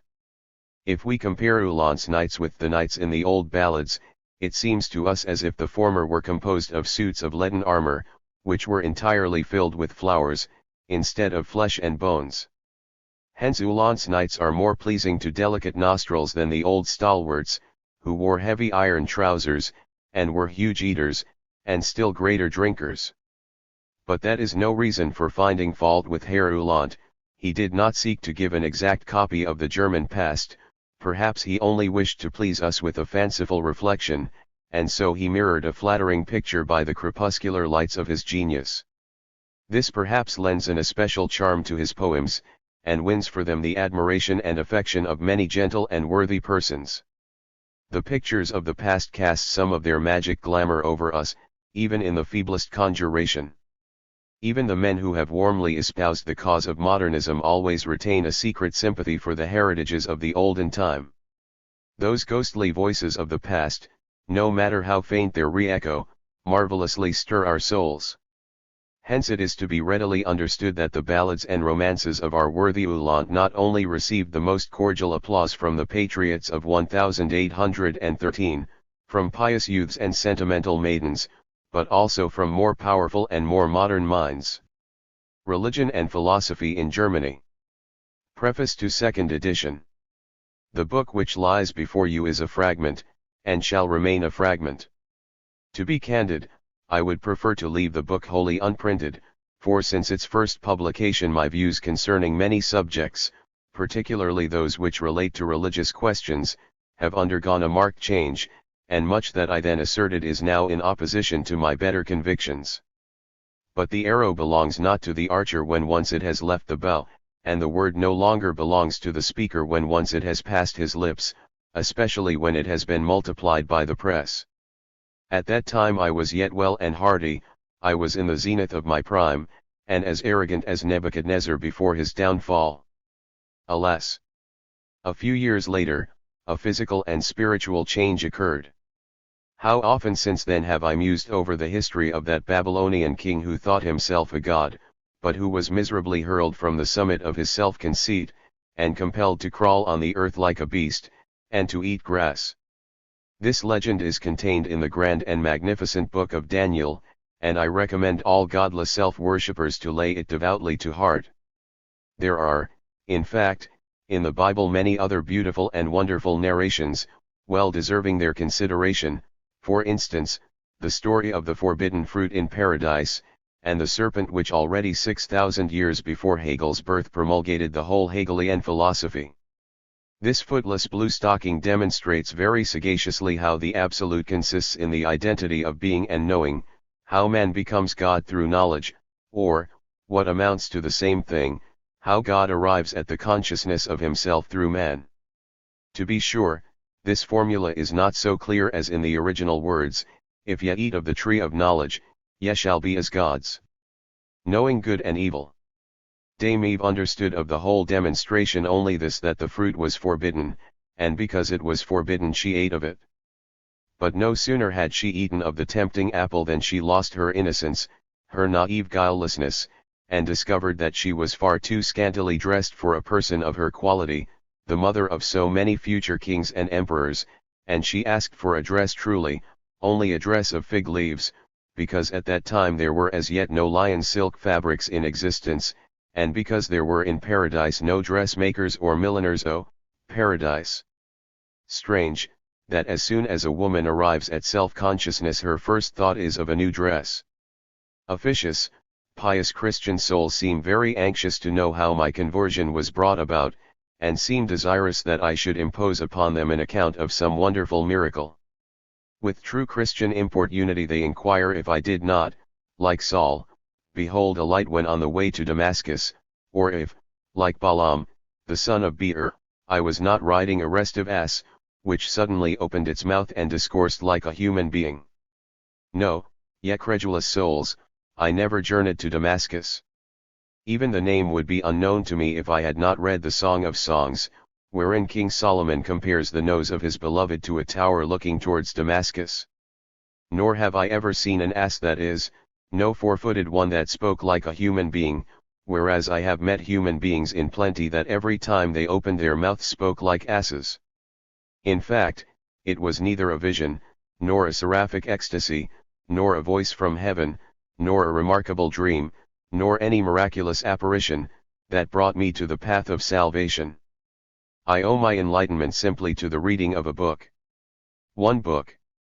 Yes, it is a plain old book, as modest as nature, and as simple, a book that appears as workday-like and as unpretentious as the sun that warms, as the bread that nourishes us, a book that looks on us as kindly and benignly as an old grandmother, who, with her dear tremulous lips, and spectacles on nose, reads in it daily. This book is briefly called the Bible. With good reason it is also called the Holy Scriptures. He that has lost his God can find him again in this book, and towards him who has never known him it wafts the breath of the divine word. The Jews, who are connoisseurs of precious things, well knew what they were about when, at the burning of the second temple, they left in the lurch the gold and silver sacrificial vessels, the candlesticks and lamps, and even the richly jeweled breastplate of the high priest, to rescue only the Bible. Distinguished German philosophers who may accidentally cast a glance over these pages will superciliously shrug their shoulders at the meagerness and incompleteness of all that which I here offer.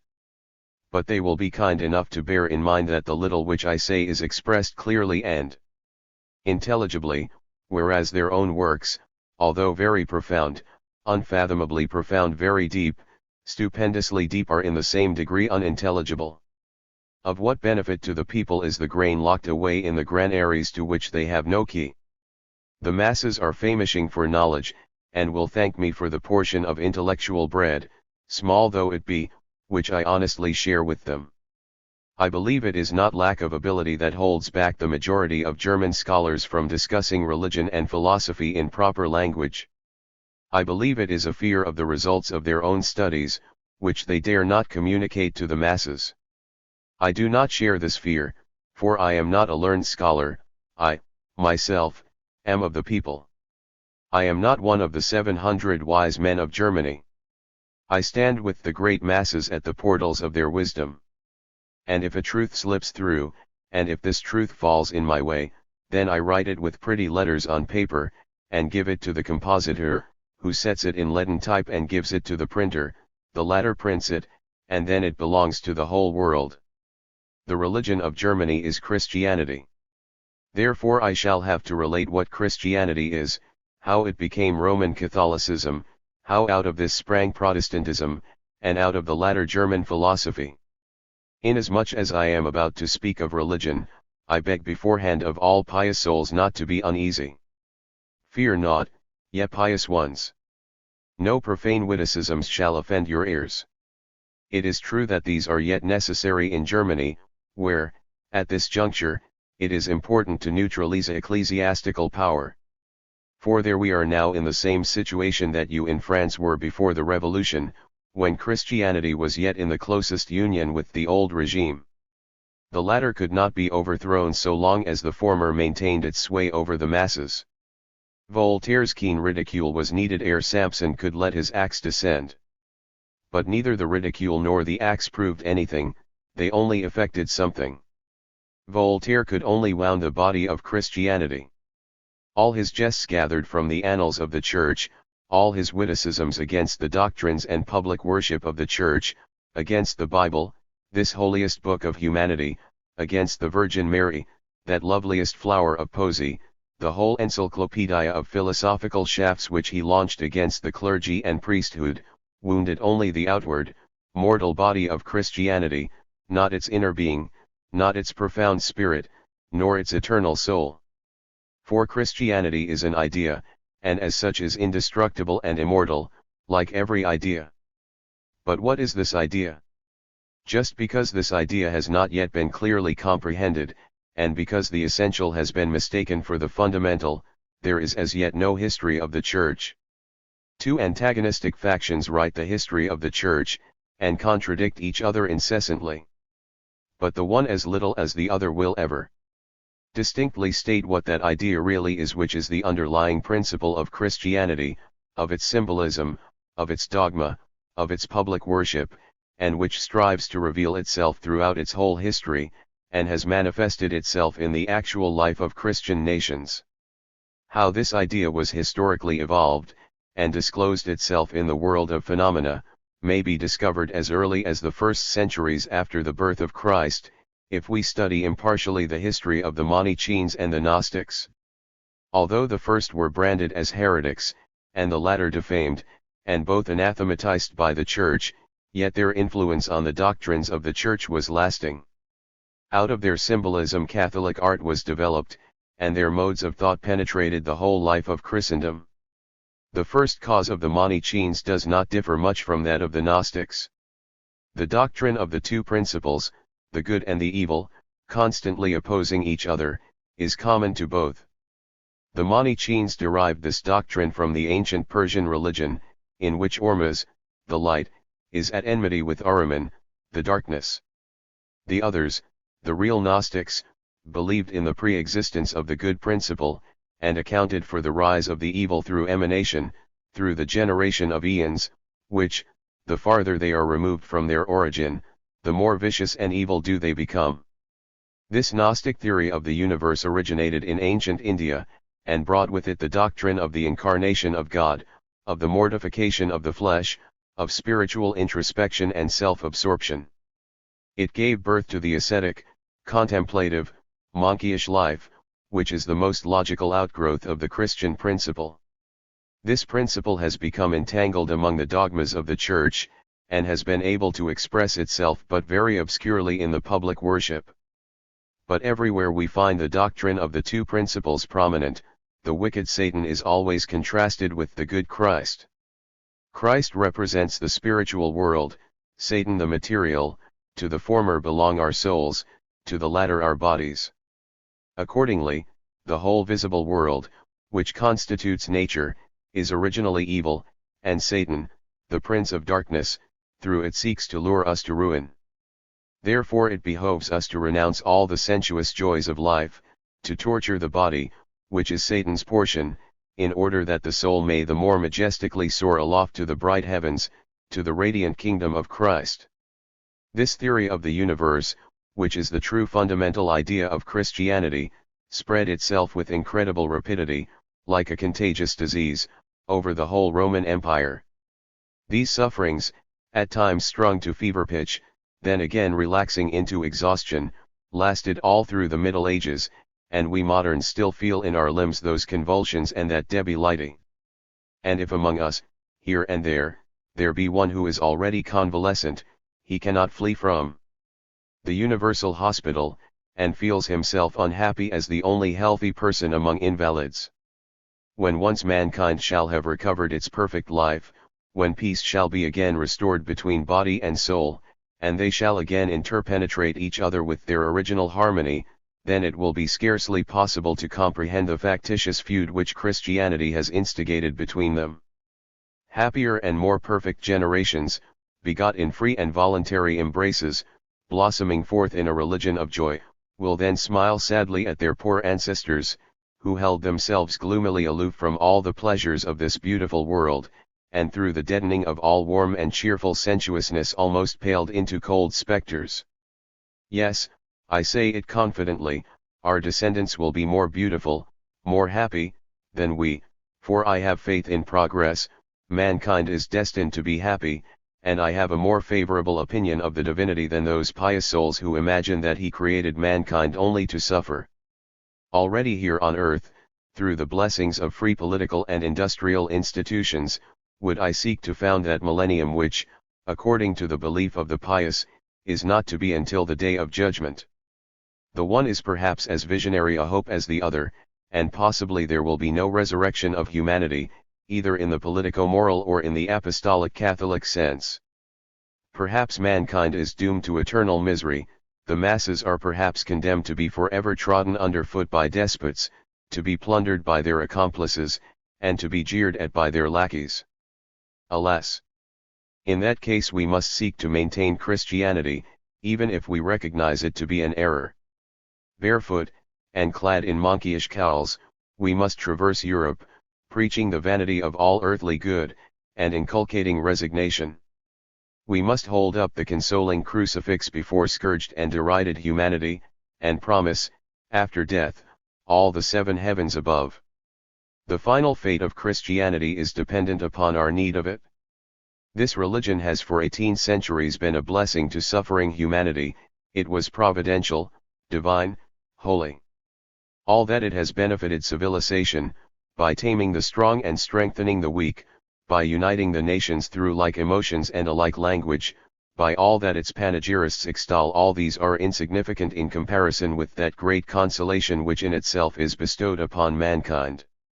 Eternal praise is due to that symbol of a suffering God, the Savior with the crown of thorns, the Christ crucified, whose blood was a soothing balsam dripping into humanity's wounds. The poet, in particular, will reverently recognize the solemn grandeur of that symbol. The whole system of allegory, as expressed in the life and art of the Middle Ages, will in all times excite the admiration of poets. What colossal consistency in the Christian art! That is, in architecture. How harmoniously those Gothic cathedrals are adapted to the religious services of the Church, and how the fundamental idea of the Church itself is revealed in them. Everything towers upward, everything transubstantiates itself, the stone blossoms into branches and foliage and becomes a tree, the fruits of the vine and of the wheat stalk become blood and flesh, man becomes God, and God becomes a pure, abstract spirit. The Christian life during the Middle Ages is for the poet a rich, inexhaustible storehouse of precious materials. Only through Christianity could, in this world, such varied phases arise, contrasts so striking, sorrows so diverse, beauties so strange, that one is inclined to believe that they never did exist in reality, and that all was but a colossal fever dream, a delirious fantasy of an insane God.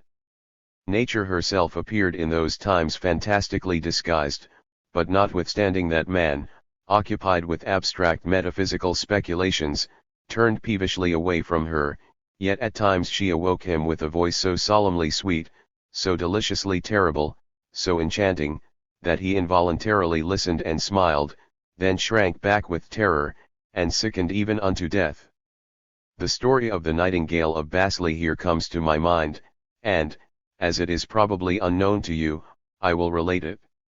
In May 1433, at the time of the Ecumenical Council, a party of ecclesiastics, prelates, learned scholars, and monks of every shades took a walk in a grove near Basle, wrangling over theological disputations, drawing hair-splitting distinctions, or arguing concerning annates, expectatives, and reservations, debating whether Thomas of Aquinas was a greater philosopher than Bonaventura, and what not. But suddenly, in the midst of their abstract and dogmatical discussions, they paused, transfixed, before a blooming linden tree, on which sat a nightingale, trilling and trolling the sweetest and tenderest strains. The learned men were ravished with delight. The glowing melodies of spring penetrated to their scholastic, musty, bookworm hearts, their souls awoke from the mouldy, wintry sleep, they looked at one another in astonished ecstasy. But finally one of them made the sagacious remark that such things could not come of good, that the nightingale might be a devil, and that this devil might be seeking through its sweet music to decoy them from their pious conversations and to lure them to voluptuousness and similar pleasant sins, and then he began to exorcise, probably with the usual formula adjuro te per cum, qui vent juris est, judicare vivos et mortuos, etc. It is said that at this conjuration the bird replied, "Yes, I am an evil spirit," and flew away, laughing. But those who heard its song sickened that very night, and soon after died. This legend needs no commentary. It bears distinctly the horrible impress of a time when all that was sweet and lovely was denounced as diabolical. Even the nightingale was slandered, and it was customary to make the sign of the cross when she sang. The true Christian, like an abstract spectre, walked timorously, with closed senses, amidst the loveliness of nature. As regards the good principle, the same conception prevailed over all the Christian countries of Europe. The Roman Catholic Church took care of that, and whoever deviated from the prescribed faith was a heretic. But in relation to the evil principle and the empire of Satan, different views were held in different countries, and the Germanic North had quite different conceptions from the Latin South.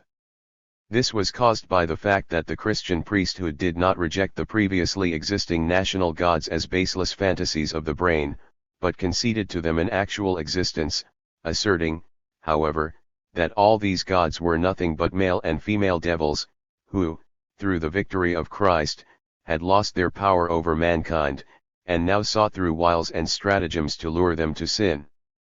All Olympus was now transformed into an airy hell, and if a poet of the Middle Ages sang of Grecian mythology ever so beautifully, the pious Christian would persist in seeing therein only devils and hobgoblins. The gloomy fanaticism of the monks alighted with special severity on poor Venus. She was considered a daughter of Beelzebub, and the good knight Tannhauser tells her to her face, "O Venus, lovely wife of mine, you are but a she-devil." Tannhauser had been enticed by her into that wondrous mountain cavern called the Venusberg, where, according to tradition, dwelt the beautiful goddess with her nymphs and her paramours, beguiling the hours with the most wanton carousings and dancing. Even poor Diana was not spared, and, notwithstanding her previous reputation for chastity, similar scandals were fastened on her good name. It is said that she, together with her nymphs, indulged in nightly rides through the forest, hence the legend of a strange midnight chase, by wild and furious hunters. This legend reveals clearly the then pervading Gnostic theory of the degeneration of the former divinities. In this transformation of the ancient national religion the underlying principle of Christianity is most fully manifested. The national religion of Europe in the north, even more than in the south, was pantheism. All the mysteries and symbols of that religion were founded on and had reference to a worship of nature. Each of the elements was regarded as the embodiment of some mysterious being, and as such was revered and worshipped. In every tree dwelt a divinity, and all nature swarmed with gods and goddesses. Christianity exactly reversed this, and in place of gods it substituted devils and demons. The cheerful figures of Grecian mythology, beautified as they were by art, had taken root in the south along with Roman civilization, and were not so easily to be displaced by the hideous, weird, and satanic divinities of the German north. The latter seemed to have been fashioned without any particular artistic design, and even before the advent of Christianity they were as somber and as gloomy as the north itself. Hence there could not arise in France so frightful a devil dom as among us in Germany, and even the witchcraft and sorcery of the former assumed a cheerful guise. How lovely, fair, and picturesque are the popular superstitions of France as compared with the bloody, hazy, and misshapen monsters which loom gloomily and savagely from out the mists of German legendary lore. Those German poets of the Middle Ages who chose such themes as had originated, or been first treated, in Brittany and Normandy, thereby invested their poems with somewhat of the cheerfulness of the French temperament. But the old northern somberness, of whose gloom we can now scarcely form any idea, exercised full sway over such of our literature as was distinctly national, and over such popular traditions as have been orally transmitted. The superstitions of the two countries offer as striking a contrast as that which exists between a Frenchman and a German. The supernatural beings that figure in old French fabliaux and legends are bright and cheerful creations, and remarkable for a cleanliness which is noticeably lacking in our filthy rabble of German hobgoblins. French fairies and sprites are as distinguishable from German spectres as a spruce and daintily gloved dandy, jauntily promenading the boulevard Koblenz, is different from a burly German porter, carrying a heavy load upon his shoulders. A French Nixon, such as a Melusina, is to a German elf as a princess to a washerwoman. The Fay Morgana would stand aghast at sight of a German witch, her body naked and besmeared with ointment, riding on a broomstick to the Brocken. The Brocken is no merry Avalon, but a rendezvous for all that is weird and hideous. On the very summit of the mountain sits Satan, in the shape of a black goat. The infamous sisterhood form a circle around him and dance, and sing, Donder emus. Donder emus. Mingled in the infernal din are heard the bleating of the goat and the shouting of the demoniac crew. If, during the dance, a witch happens to drop a shoe, it is an evil omen, and portends that she will be burned at the stake ere the year ends. But all the terror which such a portent inspires is forgotten amid the wild and maddening Berlioz-like music of the witch's Sabbath, and when in the morning the poor witch awakens from her delirium, she finds herself lying, stark naked and tired, by the glimmering embers of her hearth.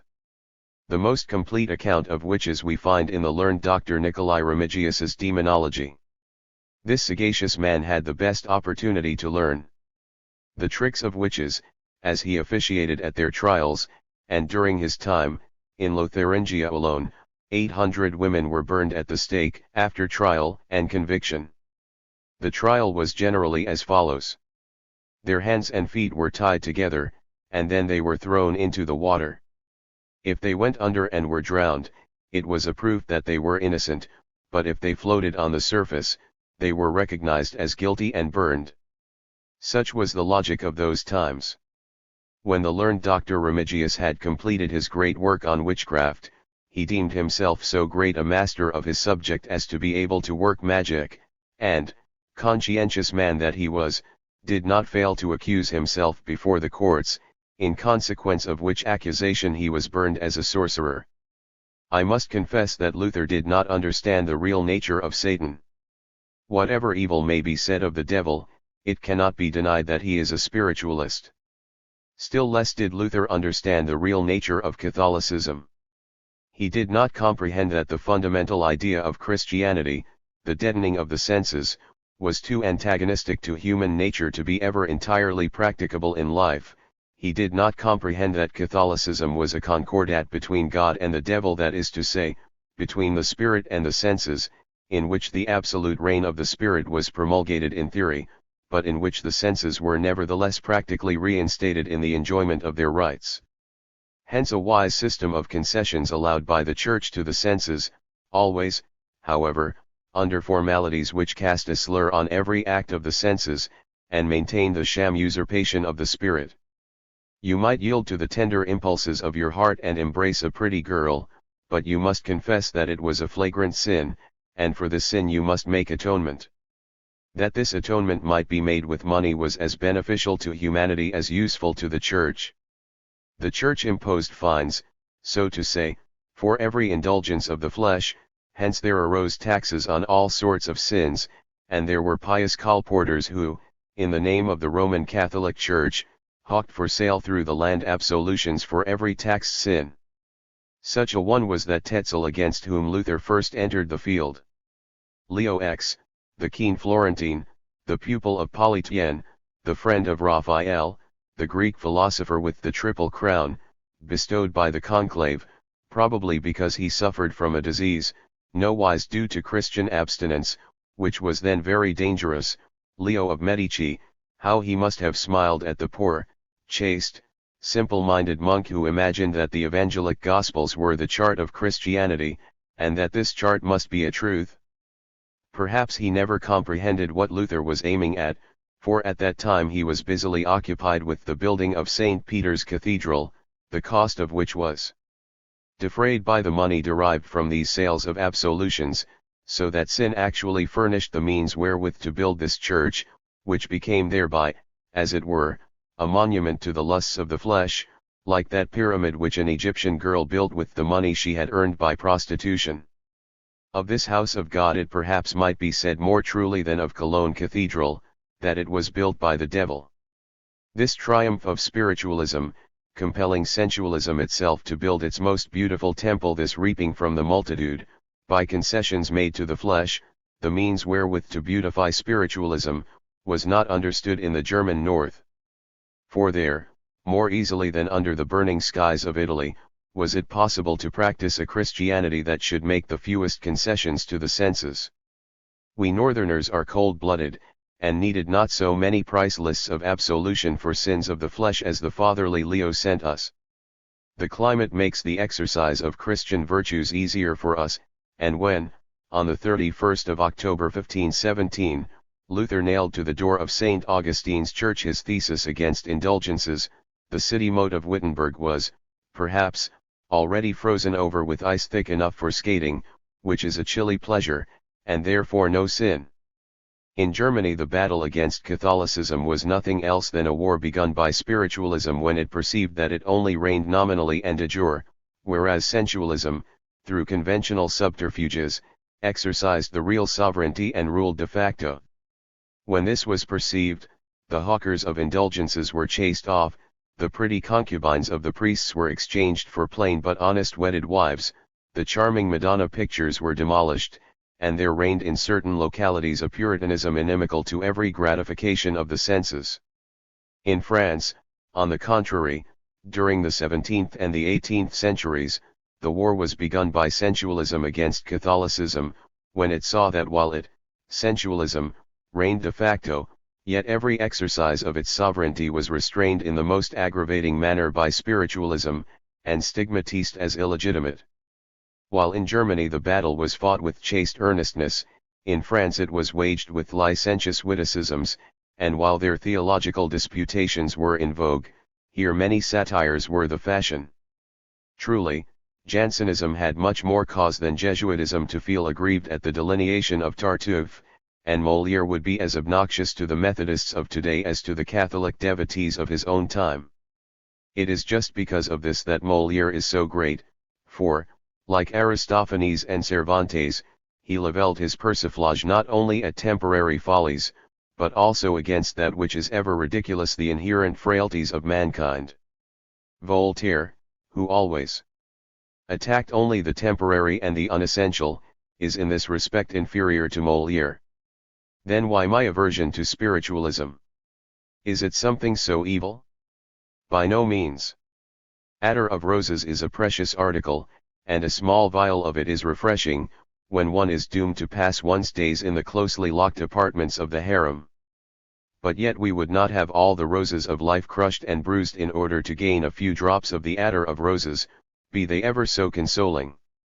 We are like the nightingales, that delight in the rose itself, and derive as delicious a pleasure from the sight of the blushing, blooming flower as from its invisible fragrance. But there was one man at the Diet of Worms who, I am convinced, thought not of himself, but only of the sacred interests which he was there to champion.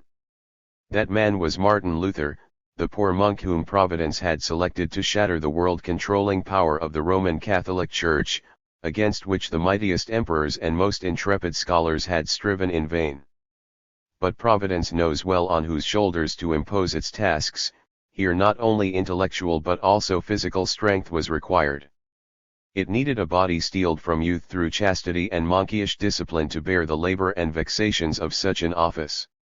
Luther was not only the greatest, but also the most thoroughly German hero of our history. In his character are combined, on the grandest scale, all the virtues and all the faults of the Germans, so that, in his own person, he was the representative of that wonderful Germany.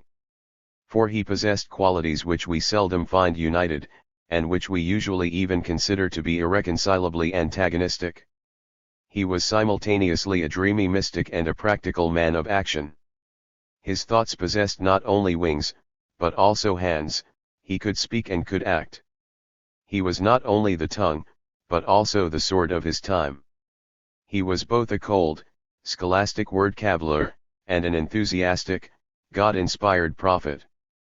When, during the day, he had wearily toiled over his dogmatic distinctions and definitions, then in the evening he took his lute, looked up to the stars, and melted into melody and devotion.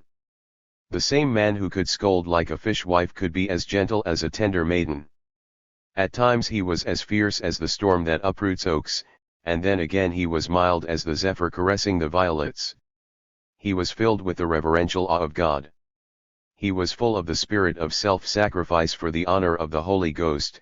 He could sink his whole personality in the most abstract spirituality, and yet he could well appreciate the good things of this earth, and from his mouth blossomed forth the famous saying, "Who loves not wine, women, and song, will be a fool all his life long." He was a complete man, I would say an absolute man, in whom spirit and matter were not antagonistic. To call him a spiritualist would, therefore, be as erroneous as to call him a sensualist. How shall I describe him? He had in him something aboriginal, incomprehensible, miraculous. All praise to Luther. Eternal honor to the blessed man to whom we owe the salvation of our most precious possessions, and whose benefactions we still enjoy. It ill becomes us to complain of the narrowness of his views. The dwarf, standing on the shoulders of the giant, particularly if he puts on spectacles, can, it is true, see farther than the giant himself, but for noble thoughts and exalted sentiments a giant heart is necessary. It were still more unseemly of us to pass a harsh judgment on his faults, for those very faults have benefited us more than the virtues of thousands of other men. The refinement of Erasmus, the mildness of Melanchthon, could never have brought us so far as the godlike brutality of Brother Martin. From the day on which Luther denied the authority of the Pope, and publicly declared in the Diet that his teachings must be contractovert through the words of the Bible itself, or with sensible reasons, there begins a new era in Germany. The fetters with which Saint Boniface had chained the German Church to Rome are broken.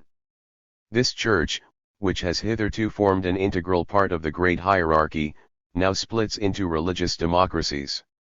The character of the religion itself is essentially changed, the Hindu-Gnostic element disappears from it, and the Judaic-theistic element again becomes prominent. We behold the rise of evangelical Christianity. By recognizing and legitimizing the most importunate claims of the senses, religion becomes once more a reality. The priest becomes man, takes to himself a wife, and begets children, as God desires. If in Germany we lost through Protestantism, along with the ancient miracles, much other poetry, we gained manifold compensations. Men became nobler and more virtuous. Protestantism was very successful in effecting that purity of morals and that strictness in the fulfillment of duty which is generally called morality. In certain communities, indeed, Protestantism assumed a tendency which in the end became quite identical with morality, and the Gospels remained as a beautiful parable only. Particularly in the lives of the ecclesiastics is a pleasing change now noticeable. With celibacy disappeared also monkeyish obscenities and vices. Among the Protestant clergy are frequently to be found the noblest and most virtuous of men, such as would have won respect from even the ancient Stoics. One must have wandered on foot, as a poor student, through northern Germany, in order to learn how much virtue, and in order to give virtue a complimentary adjective, how much evangelical virtue is to be found in an unpretentious-looking parsonage. How often of a winter's evening have I found there a hospitable welcome, I, a stranger, who brought with me no other recommendation save that I was hungry and tired. When I had partaken of a hearty meal, and, after a good night's rest, was ready in the morning to continue my journey, then came the old pastor, in his dressing gown, and gave me a blessing on the way, and it never brought me misfortune, and his good heart, gossipy wife placed several slices of bread and butter in my pocket, which I found not less refreshing, and silent in the distance stood the pastor's pretty daughters, with blushing cheeks and violet eyes, whose modest fire in the mere recollection warmed my heart for many a whole winter's day. How strange! We Germans are the strongest and wisest of nations, our royal races furnish princes for all the thrones of Europe, our Rothschilds rule all the exchanges of the world, our learned men are preeminent in all the sciences, we invented gunpowder and printing, and yet if one of us fires a pistol he must pay a fine of 3 thalers, and if we wish to insert in a newspaper, "My dear wife has given birth to a little daughter, beautiful as liberty," then the censor grasps his red pencil and strikes out the word liberty. I have said that we gained freedom of thought through Luther. But he gave us not only freedom of movement, but also the means of movement. To the spirit he gave a body, to the thought he gave words. He created the German language. This he did by his translation of the Bible. In fact, the divine author of that book seems to have known, as well as we others, that the choice of a translator is by no means a matter of indifference, and so he himself selected his translator, and bestowed on him the wonderful gift to translate from a language which was dead and already buried, into another language that as yet did not exist. The knowledge of the Hebrew language had entirely disappeared from the Christian world. Only the Jews, who kept themselves hidden here and there in stray corners of the world, yet preserved the traditions of this language. Like a ghost keeping watch over a treasure which had been confided to it during life, so in its dark and gloomy ghettos sat this murdered nation, this spectre people, guarding the Hebrew Bible. Luther's Bible is an enduring spring of rejuvenation for our language. All the expressions and phrases contained therein are German, and are still in use by writers. As this book is in the hands of even the poorest people, they require no special learned education in order to be able to express themselves in literary forms. When our political revolution breaks out, this circumstance will have remarkable results. Liberty will everywhere be gifted with the power of speech, and her speech will be biblical. More noteworthy and of more importance than his prose writings are Luther's poems, the songs which in battle and in trouble blossomed forth from his heart. Sometimes they resemble a floweret that grows on a rocky crag, then again a ray of moonlight trembling over a restless sea. Luther loved music, and even wrote a treatise on the art, hence his songs are particularly melodious. In this respect he merits the name, Swan of Eisleben. But he is nothing less than a wild swan in those songs wherein he stimulates the courage of his followers and inflames himself to the fiercest rage of battle. A true battle song was that martial strain with which he and his companions marched into Worms. The old cathedral trembled at those unwonted tones, and the ravens, in their dark nests in the steeple, startled with affright. That song, the Marseillaise of the Reformation, preserves to this day its inspiriting power. The expressions classic and romantic refer only to the spirit and the manner of the treatment. The treatment is classic when the form of that which is portrayed is quite identical with the idea of the portrayer, as is the case with the artworks of the Greeks, in which, owing to this identity, the greatest harmony is found to exist between the idea and its form. The treatment is romantic when the form does not reveal the idea through this identity, but lets this idea be surmised parabolically. The Greek mythology had an array of god figures, each of which, in addition to the identity of form and idea, was also susceptible of a symbolic meaning. But in this Greek religion only the figures of the gods were clearly defined, all else, their lives and deeds, was left to the arbitrary treatment of the poet's fancy. In the Christian religion, on the contrary, there are no such clearly defined figures, but stated facts, certain definite holy events and deeds, into which the poetical faculty of man could place a parabolic signification. It is said that Homer invented the Greek gods and goddesses. That is not true. They existed previously in clearly defined outlines, but he invented their histories. The artists of the Middle Ages, on the other hand, never ventured the least addition to the historical part of their religion. The fall of man, the incarnation, the baptism, the crucifixion, and the like, were matters of fact, which were not to be intermeddled with, and which it was not permissible to ramold in the least, but to which poetry might attach a symbolic meaning. All the arts during the Middle Ages were treated in this parabolic spirit, and this treatment is romantic. Hence we find in the poetry of the Middle Ages a mystic universality, the forms are all so shadowy, what they do is so vaguely indicated, all therein is as if seen through a hazy twilight intermittently illumined by the moon. The idea is merely hinted at in the form, as in a riddle, and we dimly see a vague, indefinite figure, which is the peculiarity of spiritual literature. There is not, as among the Greeks, a harmony, clear as the sun, between form and meaning, but occasionally the meaning overtops the given form, and the latter strives desperately to reach the former, and then we behold bizarre, fantastic sublimity. Then, again, the form has overgrown itself, and is out of all proportion to the meaning. A silly, pitiful thought trails itself along in some colossal form, and we witness a grotesque farce. Misshapenness is nearly always the result. The universal characteristic of that literature was that in all its productions it manifested the same firm, unshaken faith which in that period reigned over worldly as well as spiritual matters. All the opinions of that time were based on authorities.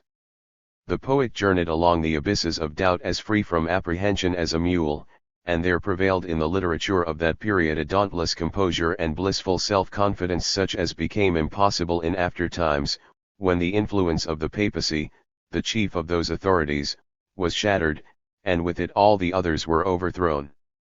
Hence the poems of the Middle Ages have all the same characteristics, as if composed not by single individuals, but by the whole people en masse. They are objective, epic, naive. In the literature that blossomed into life with Luther we find quite opposite tendencies. Its material, its subject, is the conflict between the interests and views of the Reformation and the old order of things. To the new spirit of the times, that hodgepodge religion which arose from the two elements already referred to, Germanic nationality and the Hindu Gnostic Christendom, was altogether repugnant. The latter was considered heathen idol worship, which was to be replaced by the true religion of the Judaic theistic gospel. A new order of things is established, the Spirit makes discoveries which demand the well-being of matter. Through industrial progress and the dissemination of philosophical theories, spiritualism becomes discredited in popular opinion. The tiers état begins to rise, the revolution already rumbles in the hearts and brains of men, and what the era feels, thinks, needs, and wills is openly spoken, and that is the stuff of which modern literature is made. At the same time the treatment is no longer romantic, but classic. The universal characteristic of modern literature consists in this, that now individuality and scepticism predominate. Authorities are overthrown, reason is now man's sole lamp, and conscience his only staff in the dark mazes of life. Man now stands alone, face to face with his Creator, and chants his songs to him. Hence this literary epoch opens with hymns. And even later, when it becomes secular, the most intimate self-consciousness, the feeling of personality, rules throughout. Poetry is no longer objective, epic, and naive, but subjective, lyric, and reflective. The God of the pantheists differs from the God of the theists in so far that the former is in the world itself, while the latter is external to, or, in other words, is over the world. The God of the theists rules the world from above as a quite distinct establishment. Only in regard to the manner of that rule do the theists differ among themselves. The Hebrews picture God as a thunder-hurling tyrant, the Christians regard him as a loving father, the disciples of Rousseau and the whole Genovese school portray him as a skillful artist, who has made the whole world somewhat in the same manner as their papas manufacture watches, and as art connoisseurs, they admire the work and praise the maker above. From the moment that religion seeks assistance from philosophy, her downfall is unavoidable. She strives to defend herself, and always talks herself deeper into ruin. Religion, like all other absolutisms, may not justify herself. Prometheus is bound to the rock by a silent power. Aeschylus represents the personification of brute force as not speaking a single word. It must be dumb. Moses Mendelssohn was the reformer of the German Israelites, his companions in faith. He overthrew the prestige of Talmudism, and founded a pure Mosaism. This man, whom his contemporaries called the German Socrates, and whose nobleness of soul and intellectual powers they so admired, was the son of a poor sexton of the synagogue at Dessau. Besides this curse of birth, Providence made him a hunchback, in order to teach the rabble in a very striking manner that men are to be judged not by outward appearance but by inner worth. As Luther overthrew the papacy, so Mendelssohn overthrew the Talmud, and that, too, by a similar process. He discarded tradition, declared the Bible to be the wellspring of religion, and translated the most important parts of it. By so doing he destroyed Jewish Catholicism, for such is the Talmud. It is a Gothic dome which, although overladen with fanciful, childish ornamentation, yet amazes us by the immensity of its heaven-aspiring proportions. No German can pronounce the name of Lessing without a responsive echo in his breast. Since Luther, Germany has produced no greater and better man than Gotthold Ephraim Lessing. These two are our pride and joy. In the troubles of the present we look back at their consoling figures, and they answer with a look full of bright promise. The third man will come who will perfect what Luther began and what Lessing carried on, the third liberator. Like Luther, Lessing's achievements consisted not only in effecting something definite, but in agitating the German people to its depths, and in awakening through his criticism and polemics a wholesome intellectual activity. He was the vivifying critic of his time, and his whole life was a polemic. His critical insight made itself felt throughout the widest range of thought and feeling in religion, in science, and in art. His polemics vanquished every opponent, and grew stronger with every victory. Lessing, as he himself confessed, needed conflict for the full development of his powers. He resembled that fabulous Norman who inherited the skill, knowledge, and strength of those whom he slew in single combat, and in this manner became finally endowed with all possible excellencies and perfections. It is easily conceivable that such a contentious champion should stir up not a little commotion in Germany, in that quiet Germany which was then even more sabbatically quiet than now. The majority were stupefied at his literary audacity. But this was of the greatest assistance to him, for Ozer is the secret of success in literature, as it is in revolutions, and in love. All trembled before the sword of Lessing. No head was safe from him. Yes, many heads he struck off from mere wantonness, and was moreover so spiteful as to lift them up from the ground and show to the public that they were hollow inside. Those whom his sword could not reach he slew with the arrows of his wit. His friends admired the pretty feathers of those arrows, his enemies felt their barbs in their hearts. Lessing's wit does not resemble that enjoyment, that gait, those lively sail lies, which are so well known here in France. His wit was no petty French greyhound, chasing its own shadow, it was rather a great German tomcat, who plays with the mouse before he throttles it. Yes, polemics were our Lessing's delight, and so he never reflected long whether an opponent was worthy of him, thus through his controversies he has saved many a name from well-merited oblivion. Around many a pitiful authorling he has spun a web of the wittiest sarcasm, the most charming humor, and thus they are preserved for all time in Lessing's works, like insects caught in a piece of amber. In slaying his enemies he made them immortal. Who of us would have ever heard of that Klotz on whom Lessing wasted so much wit and scorn? The huge rocks which he hurled at, and with which he crushed, that poor antiquarian, are now the latter's indestructible monument. It is noteworthy that this wittiest man of all Germany was also the most honorable. There is nothing equal to his love of truth. Lessing made not the least concession to falsehood, even if thereby, after the manner of the worldly wise, he could advance the victory of truth itself. He could do everything for truth, except lie for it. Whoever thinks, he once said, to bring truth to man, masked and rouged, may well be her pander, but he has never been her lover. It is heart-rending to read in his biography how fate denied this man every joy, and how it did not even vouchsafe to him to rest with his family from his daily struggles. Once only fortune seemed to smile on him, she gave him a loved wife, a child, but this happiness was like the rays of the sun gilding the wings of a swift flying bird, it vanished as quickly. His wife died in consequence of her confinement, the child soon after birth. Concerning the latter, he wrote to a friend the horribly witty words, "My joy was brief. And I lost him so unwillingly, that son. For he was so wise, so wise. Do not think that the few hours of my fatherhood have already made a doting parent of me. I know what I say. Was it not wisdom that he had to be reluctantly dragged into the world with iron tongs, and that he so soon discovered his folly? Was it not wisdom that he seized the first opportunity to leave it?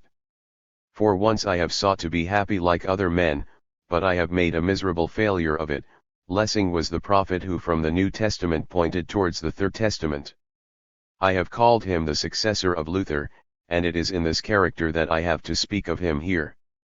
Of his influence on German art I shall speak hereafter.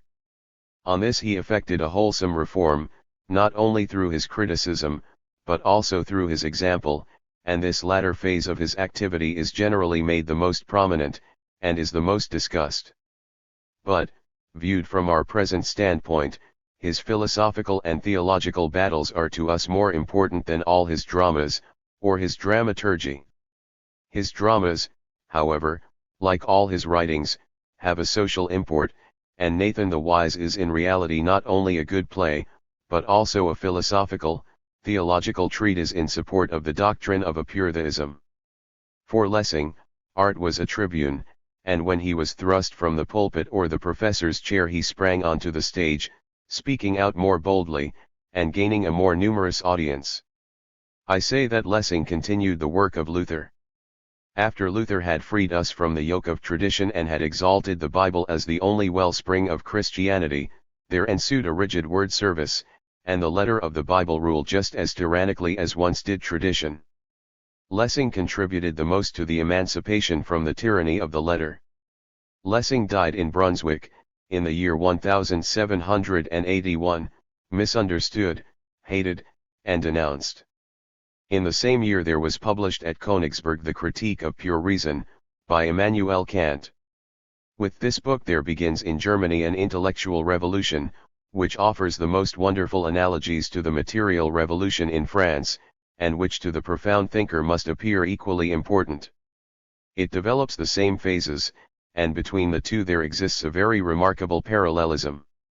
On both sides of the Rhine we behold the same rupture with the past.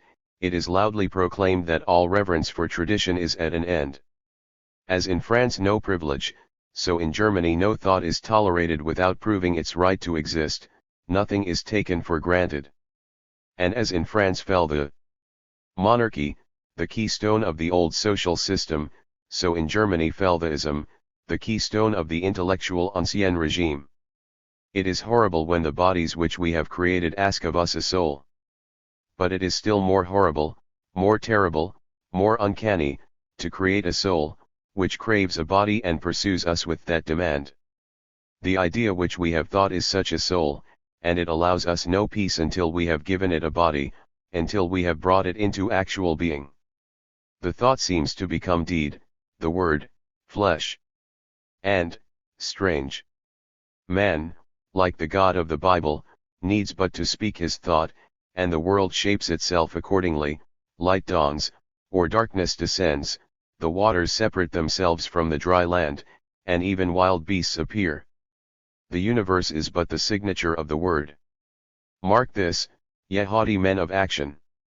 Ye are naught but the unconscious servants of the men of thought, who, oftentimes in the humblest obscurity, have marked out your tasks for you with the utmost exactitude.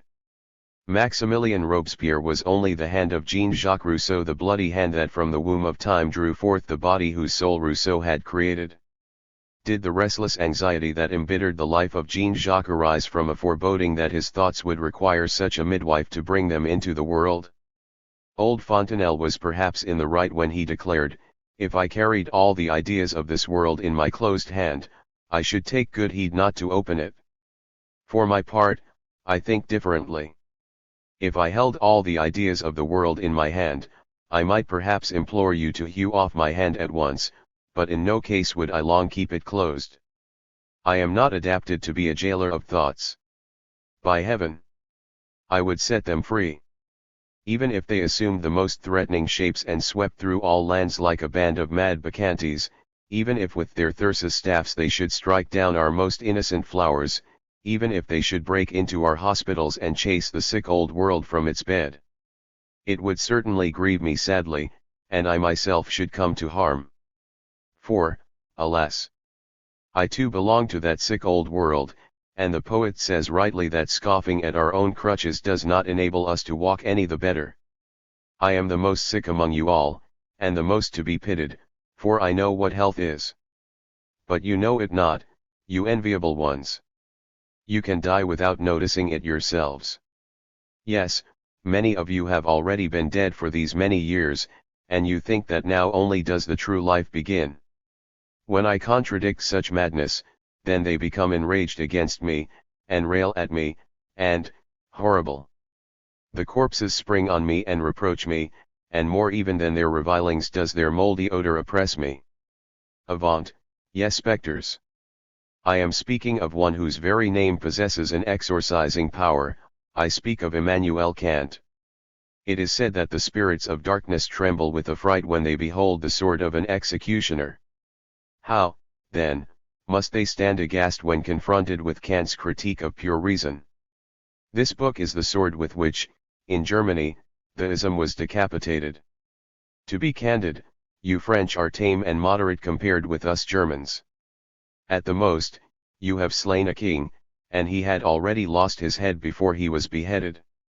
And withal you must drum so much, and shout, and stamp, so that the whole world was shaken by the tumult. It is really awarding Maximilien Robespierre too much honor to compare him with Immanuel Kant.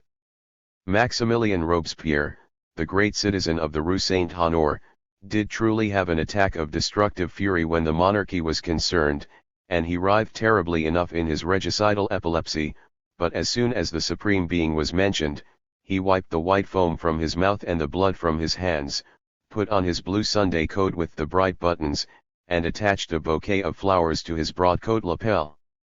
The life history of Immanuel Kant is difficult to write, for he had neither a life nor a history. He lived a mechanical, orderly, almost abstract, bachelor life, in a quiet little side street of Königsberg, an old city near the northeast boundary of Germany. I believe that the great clock of the cathedral did not perform its daily work more dispassionately, more regularly, than its countryman, Immanuel Kant. Rising, coffee drinking, writing, collegiate lectures, dining, walking each had its set time. And when Immanuel Kant, in his grey coat, cane in hand, appeared at the door of his house, and strolled towards the small Linden Avenue, which is still called the Philosopher's Walk, the neighbors knew it was exactly 4:30. 8 times he promenaded up and down, during all seasons, and when the weather was gloomy, or the grey clouds threatened rain, his old servant lamp was seen plodding anxiously after, with a large umbrella under his arm, like a symbol of providence. What a strange contrast between the outer life of the man and his destructive, world-convulsing thoughts! Had the citizens of Königsberg surmised the whole significance of these thoughts, they would have felt a more profound awe in the presence of this man than in that of an executioner, who merely slays human beings. But the good people saw in him nothing but a professor of philosophy, and when at the fixed hour he sauntered by, they nodded a friendly greeting, and regulated their watches. But if Immanuel Kant, that arch-destroyer in the realms of thought, far surpassed Maximilien Robespierre in terrorism, yet he had certain points of resemblance to the latter that invite a comparison of the two men. In both we find the same inflexible, rigid, prosaic integrity. Then we find in both the same instinct of distrust, only that the one exercises it against ideas, and names it a critique, while the other applies it to men, and calls it republican virtue. In both, however, the narrow-minded shopkeeper type is markedly manifest. Nature had intended them to weigh out sugar and coffee, but fate willed it otherwise, and into the scales of one it laid a king, into those of the other, a god. And they both weighed correctly. Pantheism had already in Fichte's time interpenetrated German art, even the Catholic Romanticists unconsciously followed this current, and Goethe expressed it most unmistakably. This he already does in Werther. In Faust he seeks to establish an affinity between man and nature by a bold, direct, mystic method, and conjures the secret forces of nature through the magic formula of the powers of hell. But this Goethean pantheism is most clearly and most charmingly disclosed in his short ballads. The early philosophy of Spinoza has shed its mathematical shell, and now flutters about us as Goethean poetry. Hence the wrath of our pietists, and of orthodoxy in general, against the Goethean ballads. With their pious bare paws they clumsily strike at this butterfly, which is so daintily ethereal, so light of wing, that it always flits out of reach. These Goethean ballads have a tantalizing charm that is indescribable. The harmonious verses captivate the heart like the tenderness of a loving maiden, the words embrace you while the thought kisses you. This giant was minister in a Lilliputian German state, in which he could never move at ease. It was said of Phidias Jupiter seated in Olympus, that were he ever to stand erect the sudden uprising would rend asunder the vaulted roof. This was exactly Goethe's situation at Weimar. Had he suddenly lifted himself up from his peaceful, sitting posture, he would have shattered the gabled canopy of state, or, more probably, he would have bruised his own head. But the German Jupiter remained quietly seated, and composedly accepted homage and incense. When it was seen that such saddening follies were budding out of philosophy and ripening into a baleful maturity, when it was observed that the German youth were generally absorbed in metaphysical abstractions, thereby neglecting the most important questions of the time and unfitting themselves for practical life, it was quite natural that patriots and lovers of liberty should be led to conceive a justifiable dislike to philosophy, and a few went so far as to condemn it utterly and entirely, as idle, useless, chimerical theorizing. We shall not be so foolish as to attempt seriously to refute these malcontents. German philosophy is a matter of great weight and importance, and concerns the whole human race. Only our most remote descendants will be able to decide whether we deserve blame or praise for completing first our philosophy and afterwards our revolution.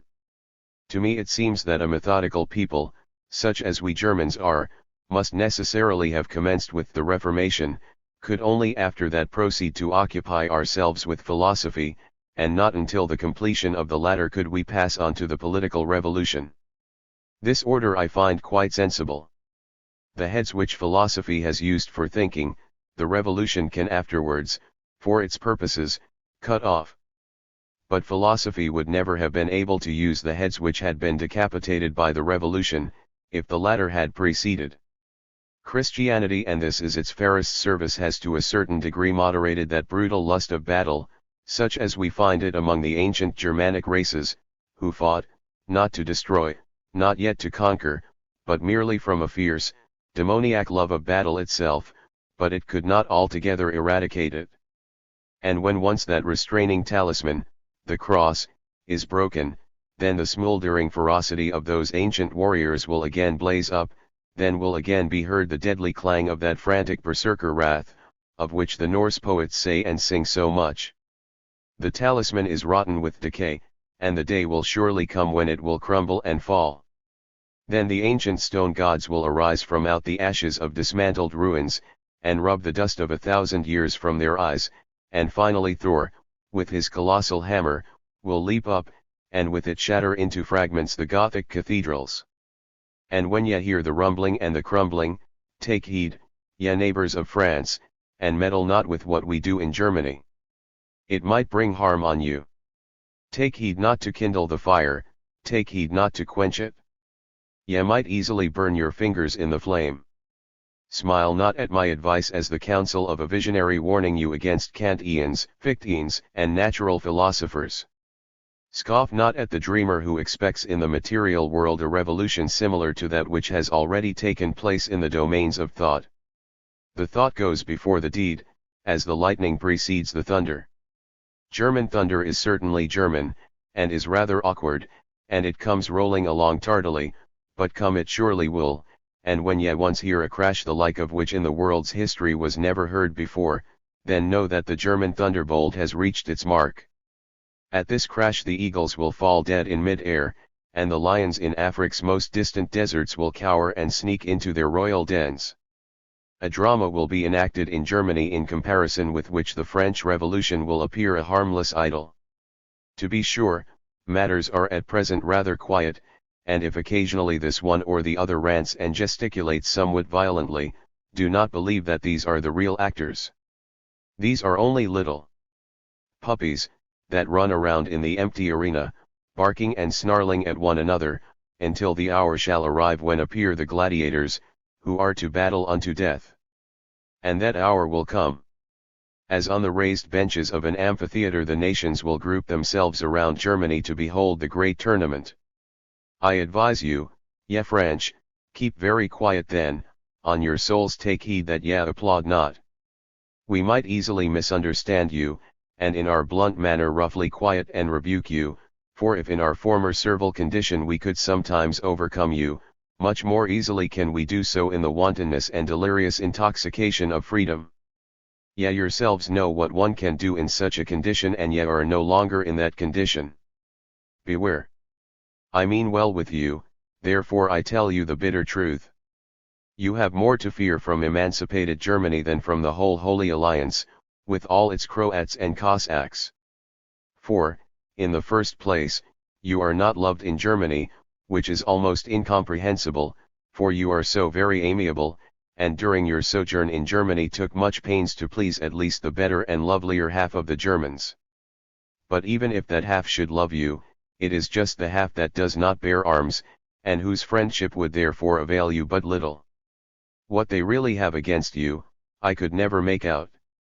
Once in a beer cellar at Göttingen, a young Teuton said that revenge must be had on the French for Conrad von Stauffen, whom they beheaded at Naples. You have surely long since forgotten that. But we forget nothing. You see that if we should once be inclined to quarrel with you, good reasons will not be wanting. At all events, I advise you to be on your guard. Let what will happen in Germany, whether the Crown Prince of Prussia or Dr. Worth hold sway, be always armed, remain quietly at your post, musket in hand. I mean well with you, and I almost stood aghast when I learned lately that your ministry proposed to disarm France. As, notwithstanding your present romanticism, you are inborn classics, you know Olympus. Among the naked gods and goddesses who there make themselves merry with nectar and ambrosia, you behold one goddess who, although surrounded with mirth and sport, yet wears always a coat of mail, and keeps helm on head and spear in hand. It is the goddess of wisdom. Florentine Nights. First night. In the anteroom Maximilian found the doctor just as he was drawing on his black gloves. I am greatly pressed for time, the latter hurriedly said to him. Signora Maria has not slept during the whole night, she has only just now fallen into a light slumber. I need not caution you not to wake her by any noise, and when she wakes on no account must she be allowed to talk. She must lie still, and not disturb herself, mental excitement will not be salutary. Tell her all kinds of odd stories, so that she must listen quietly. Be assured, doctor, replied Maximilian, with a melancholy smile. I have educated myself for a long time in chattering, and will not let her talk. I will narrate abundance of fantastic nonsense, as much as you require. But how long can she live? I am greatly pressed for time, answered the doctor, and slipped away. Black Deborah, quick of hearing as she was, had already recognized the stranger's footstep, and softly opened the door. At a sign from him she left as softly, and Maximilian found himself alone with his friend. A single lamp dimly lighted the chamber. This cast now and then half timid, half inquisitive gleams upon the countenance of the sick lady, clothed entirely in white muslin, who lay stretched on a green sofa in calm sleep.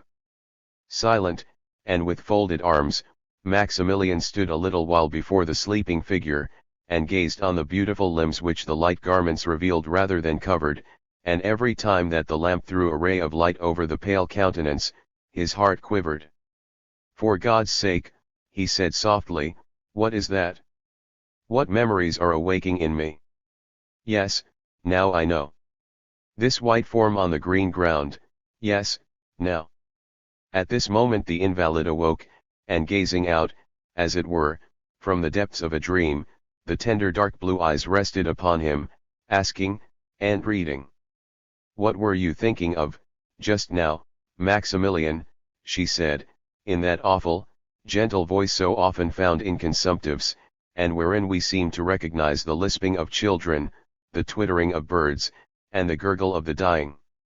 "What were you thinking of, just then, Maximilian?" she repeated again, and started up so hastily that the long curls, like roused snakes, fell in ringlets around her head.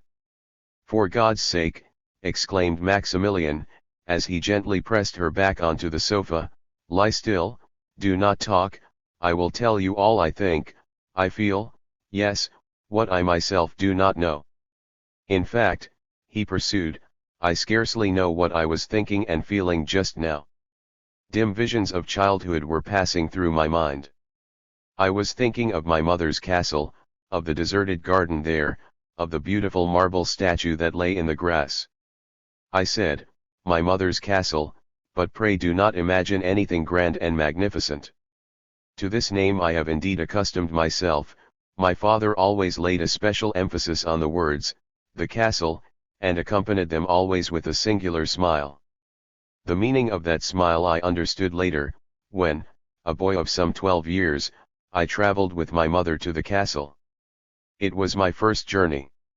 We spent the whole day in passing through a thick forest.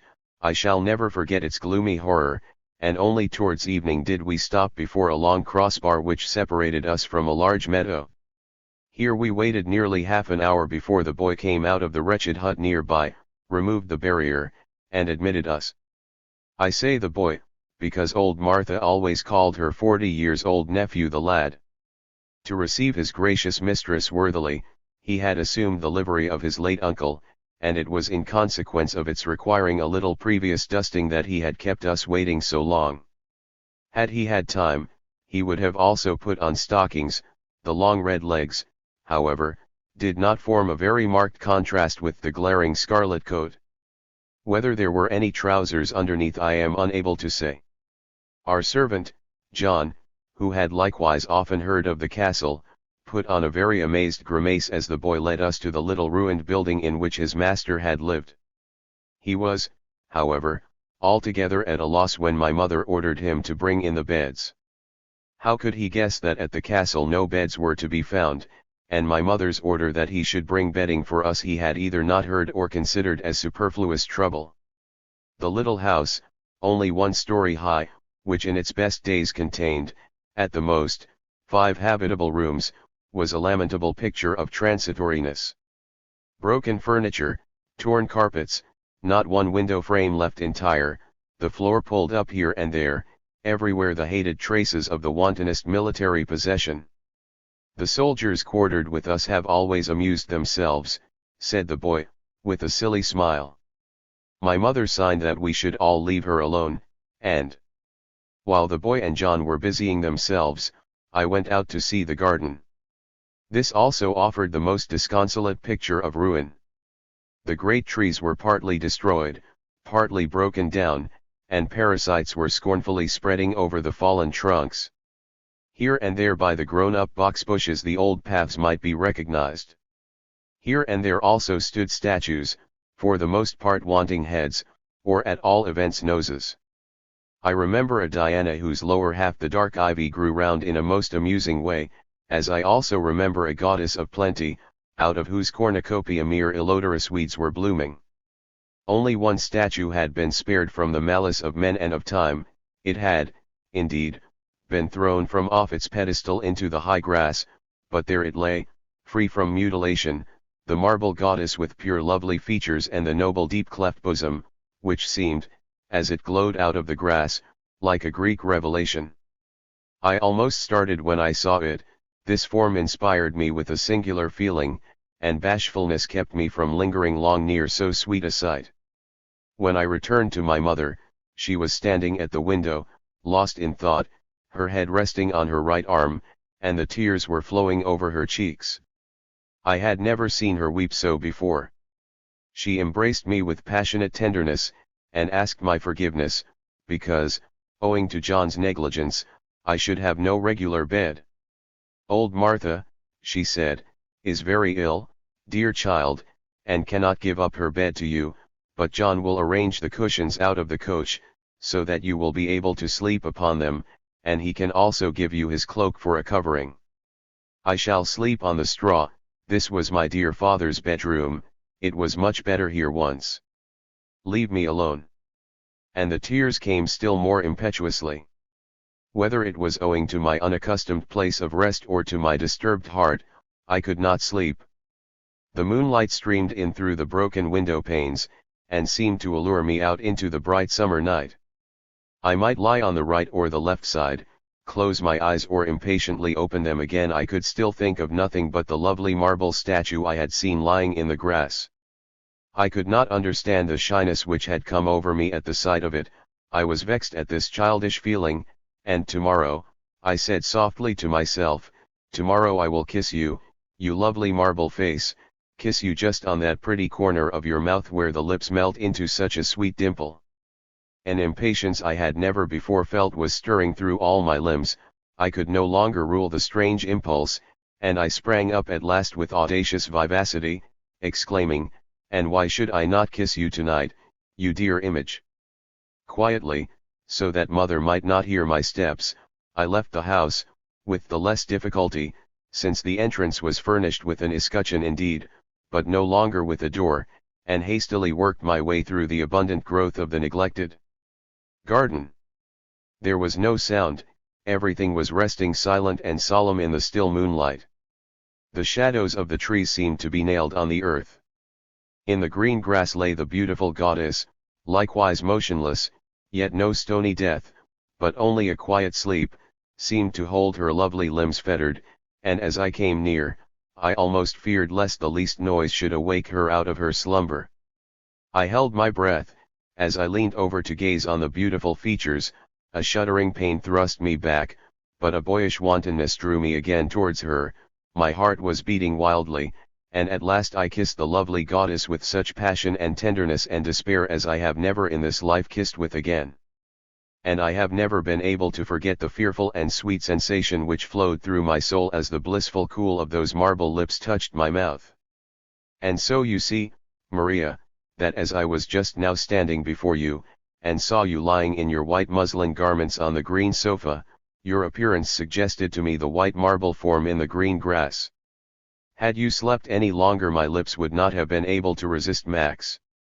Max, she cried from the depth of her soul. Horrible. You know that a kiss from your mouth, oh, be silent only, I know you think that something horrible.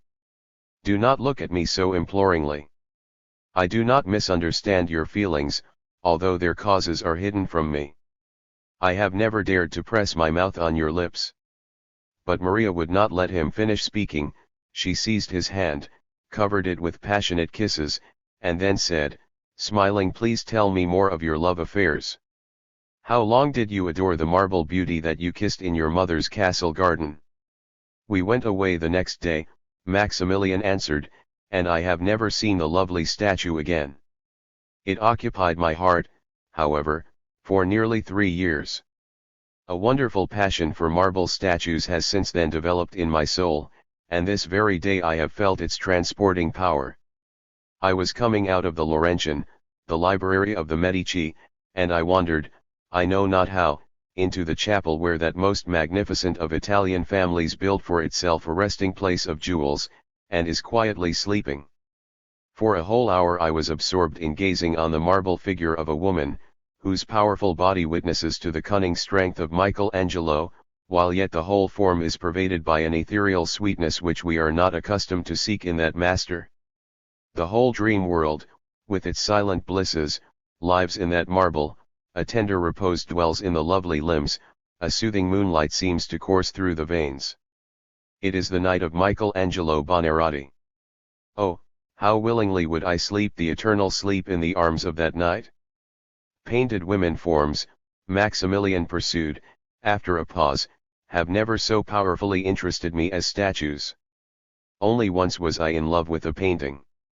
It was a wondrously lovely Madonna that I learned to know at a church in Cologne. I was at that time a very zealous churchgoer, and my heart was absorbed in the mysticism of the Catholic religion. I would then have willingly fought like a Spanish knight, at the peril of my life, for the Immaculate Conception of Mary, the Queen of Angels, the fairest Lady of heaven and earth. I was interested in all the members of the Holy Family at that time, and I took my hat off in an especially friendly manner whenever I passed near a picture of the Holy Joseph. This disposition did not last long, however, and I deserted the Mother of God almost without any explanations, having become acquainted, in a gallery of antiquities, with a Grecian nymph, who for a long time held me enchained in marble fetters. "And you only loved sculptured or painted women," said Maria, smiling. "No, I have also loved dead women," answered Maximilian, over whose face an expression of seriousness had spread. He failed to perceive Maria start and shrink at these words, and quietly proceeded, "Yes, it is very strange that I once fell in love with a girl after she had been 7 years dead. When I became acquainted with little Very I liked her extremely. For 3 days I occupied myself with this young person, and experienced the greatest pleasure in all that she said and did, and in every expression of her charming wayward being, without being betrayed withal into any over-tender emotion. And so I was not too deeply grieved when a few months later I heard that a fever that had seized her suddenly resulted in death. I forgot her entirely, and I am convinced that from one year's end to another's I had not one thought of her. 7 years passed away, and I found myself at Potsdam, to enjoy the beautiful summer in undisturbed solitude. My society was confined to the statues in the garden of Sanssouci. It happened there one day that I recollected certain features, and a singular, lovely way of speaking and moving, without being able to remember to whom they belonged. Nothing is more annoying than such a drifting into old memories, and I was therefore joyfully surprised when, after some days, I recollected little Very, and discovered that it was her dear, forgotten form that had hovered before me so restlessly. Yes, I rejoiced at this discovery like one who unexpectedly meets his most intimate friend. The pale hues gradually grew bright, and at last her sweet little person seemed to stand bodily before me, smiling, pouting, witty, and prettier than ever. From that time forth the sweet vision never left me, it filled my whole soul, wherever I went or stood. That went and stood at my side, spoke with me, laughed with me, always gentle, and yet never over-tender. I was, however, more and more fascinated with this vision, which daily gained more and more reality for me. It is easy to raise ghosts, but it is difficult to send them back again to their dark night. They look at us then so imploringly, our own hearts lend them such powerful intercession. I could not tear myself free, and fell in love with little Very after she had been 7 years dead. I lived thus at Potsdam for 6 months, quite buried in this love. I guarded myself more carefully than ever from any contact with the outer world, and if anyone in the street came at all near me, I experienced the most miserable oppression. I cherished a deep horror of every occurrence, such as, perhaps, the night-wandering spirits of the dead experience, for these, it is said, are terrified when they meet a living man, as much as a living man is terrified when he meets a spectre. By chance a traveler came at that time to Potsdam whom I could not escape, namely, my brother. His appearance and his accounts of the latest news woke me as from a deep dream, and I suddenly felt, with a shudder, in what a frightful solitude I had been so long living. In this condition I had not once noted the change of the seasons, and I now gazed with wonder on the trees, long since leafless, decked in their autumn mellowness. I immediately left Potsdam and Little Very, and in another town, where important business was awaiting me, and by means of difficult circumstances and relations, I was soon again plunged into crude reality. The living women, Maximilian pursued, while a sorrowful smile played on his upper lip, the living women with whom I then came into unavoidable contact, how they tormented me, tenderly tormented me with their pouting, jealousy, and constant sighs. At how many balls must I trot round with them, in how much gossip must I mix myself. What restless vanity, what delight in lying, what kissing treachery, what envenomed flowers. These women spoilt all pleasure and love for me, and I was for some time a misogynist, who damned the whole sex. It went with me almost as with the French officer, who, in the Prussian campaign, only saved himself with the greatest difficulty from the ice pits at Bersina, and since that retains such an antipathy to everything frozen, that now he thrusts away with disgust the sweetest and most delicious of Tortoni's ices. Yes, the remembrance of the bare scene of love that I passed through then spoiled for me, for a time, even the most charming ladies, women like angels, girls like vanilla sherbet. Pray, do not abuse women, exclaimed Maria. That is a worn-out commonplace among men. In the end, to be happy, you need women after all. Oh, sighed Maximilian, that is true, certainly. But women, unfortunately, have only one way of making us happy, while they have 30,000 ways of making us unhappy. Dear friend, replied Maria, suppressing a little smile, I am speaking of the concord of two souls in unison. Have you never experienced this joy? But I see an unaccustomed blush spreading over your cheeks. Tell me, Max. It is true, Maria, I feel as confused almost as a boy at confessing to you the happy love with which I was once infinitely blessed.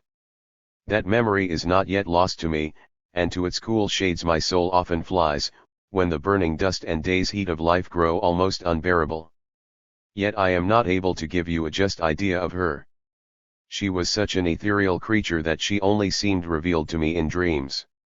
I think that you, Maria, have no vulgar prejudice against dreams. Those nightly visions have, in truth, as much reality as the coarser shapes of day, which we can touch with our hands, and by which we are not seldom besmirched. Yes, it was in a dream that I knew that sweet being who has made me most happy on earth. I can say little of her outward appearance. I am not able to describe the form of her features with precision. It was a face that I had never seen before, and that I have never in my life seen since. So much I remember, it was not white and rosy, but all of one color, a soft, reddened, pale yellow, transparent as crystal. The charm of this face was not in firm regularity of beauty, nor in interesting vivacity, its characteristic was, rather, a charming, enrapturing, almost terrible veracity. It was a face full of conscious fire and gracious goodness, it was more a soul than a face, and on that account I have never been able to make her outward form quite present to myself. The eyes were soft as flowers, the lips rather pale, but charmingly arched. She wore a silk dressing gown of a cornflower blue color, and in that consisted her entire clothing. Neck and feet were naked, and through the thin delicate garment now and then peeped stealthily the slender tenderness of the limbs. Nor can I make plain the words we said to one another, I only know that we betrothed each other, and that we chatted with one another, gay and familiar and open-hearted, like bridegroom and bride, almost like brother and sister. Often we left off talking, and gazed into each other's eyes, we spent whole eternities so. What waked me I cannot say, but I revelled for a long time in the after-feeling of these love blisses. I was long, as it were, intoxicated with ineffable delight, the pining depth of my heart was filled with bliss, a hitherto unknown joy seemed poured over all my emotions, and I remained glad and joyful, though I never saw the beloved form in my dreams again. But had I not enjoyed whole eternities in her gaze? And she knew me too well not to be aware that I do not like repetitions. Truly, exclaimed Maria, you are an homme à bonne fortune. But, tell me, was Mademoiselle Laurence a marble statue or a painting? Was she dead or a dream? Perhaps she was all these together, answered Maximilian, very earnestly. I can imagine, dear friend, that this sweetheart was a very doubtful character. And when will you tell me the history? Tomorrow. It is too long, and I am tired tonight. I have just come from the opera, and have too much music in my ears. You often go to the opera now, and I think, Max, you go there more to see than to hear. You are not mistaken, Maria, I go to the opera, indeed, to look at the faces of the beautiful Italian women. In truth, they are beautiful enough outside the theater, and a connoisseur in faces could easily trace in the ideality of their features the influence which the arts have had on the physique of the Italian people. Nature has taken back from the artists the capital she once lent, and see how delightfully the interest has increased. Nature, who once furnished the artists with their model, now on her side copies the masterpieces which have thus arisen. The sense of the beautiful has permeated the whole people, and as once the flesh on the spirit, so now the spirit works on the flesh. The devotion paid before those fair Madonnas and lovely altar pieces, which impress themselves on the mind of the bridegroom, while the bride bears a handsome saint in her ardent heart, is not fruitless. From this affinity a race has arisen still fairer than the gracious earth on which it flourishes, and the sunny sky that is as bright around it as a golden frame. The men do not interest me much when they are not painted or sculptured, and I resign to you, Maria, all possible enthusiasm in regard to those handsome, supple Italians, who have such wild black beards, such bold noble noses, and such soft subtle eyes. They say the Lombards are the most handsome men. I have never made any investigations on the subject, but I have earnestly considered the Lombardy women, and they, I have noted well, are indeed as beautiful as report announces. Even in the Middle Ages they must have been tolerably beautiful. It is said of Francis I that the fame of the beauty of the Milanese women was a secret motive which impelled him to the Italian campaign. The chivalrous king was certainly curious whether the kinsfolk of his spiritual muses were really as beautiful as fame reported. Poor rogue! He had to atone dearly for this curiosity at Pavia. But how beautiful they are, these Italian women, when music illuminates their countenances. I say illuminates, because the effect of the music, which I marked in the opera, on the faces of the beautiful women altogether resembled those light and shade effects which surprise us so when we look at statues by torchlight at night time. These marble forms reveal to us then, with terrifying truth, their indwelling spirit and their horrible dumb secrets. In the same way the whole life of the fair Italian women becomes known to us when we see them in the opera. The changing melodies wake in their souls a succession of emotions, memories, wishes, scandals, which visibly speak in the movements of their features, in their blushes, in their pallors, and even in their eyes. He who knows how to read them may then see in their faces many very sweet and interesting things, histories as remarkable as Boccaccio's tales, emotions as tender as Petrarch's sonnets, caprices as full of adventure as Ariosto's Ottavrim, sometimes, too, fearful treachery and sublime wickedness as poetic as Dante's Inferno. It is worthwhile to gaze at the boxes. If the men would only express their enthusiasm meanwhile with less frightful sounds. This mad noise in an Italian theatre often annoys me. But music is the soul of these men, their life, their national business. In other countries, certainly, there are musicians who equal the greatest Italian masters, but there is no other musical nation. Here, in Italy, music is not represented by individuals, it manifests itself in the whole population. Music has become a nation. With us in the north it is quite different, their music only becomes a man, and is called Mozart or Meyerbeer, and when, moreover, they would accurately investigate what is the best that this northern music offers us, they find it in Italian sunshine and orange perfume, and much rather than to our Germany those belong to fair Italy, the home of music. Yes, Italy will always be the home of music, even though her great maestri descend early into the grave or become dumb, even though Bellini dies and Rossini keeps silence. Indeed, remarked Maria, Rossini has preserved a very long silence. If I do not mistake, he has been silent for 10 years. Perhaps that is a joke on his part, answered Maximilian. He wishes to show that the title, Swan of Pesaro, which has been conferred upon him, is quite unsuitable. Swans sing at the end of their lives, but Rossini has left off singing in the middle of his life. And I believe that he has done well in that, and shown, even by that, that he is a genius. The artist who has only talent retains to the end of his life the impulse to exercise that talent, ambition stimulates him, he feels that he is constantly perfecting himself, and he is compelled to strive after the highest. But genius has already accomplished the highest, it is content, it contemns the world and small ambition, and goes home to Stratford-on-Avon, like William Shakespeare, or walks about the Boulevard des Italiens at Paris, and laughs and jokes, like Giacomo Rossini.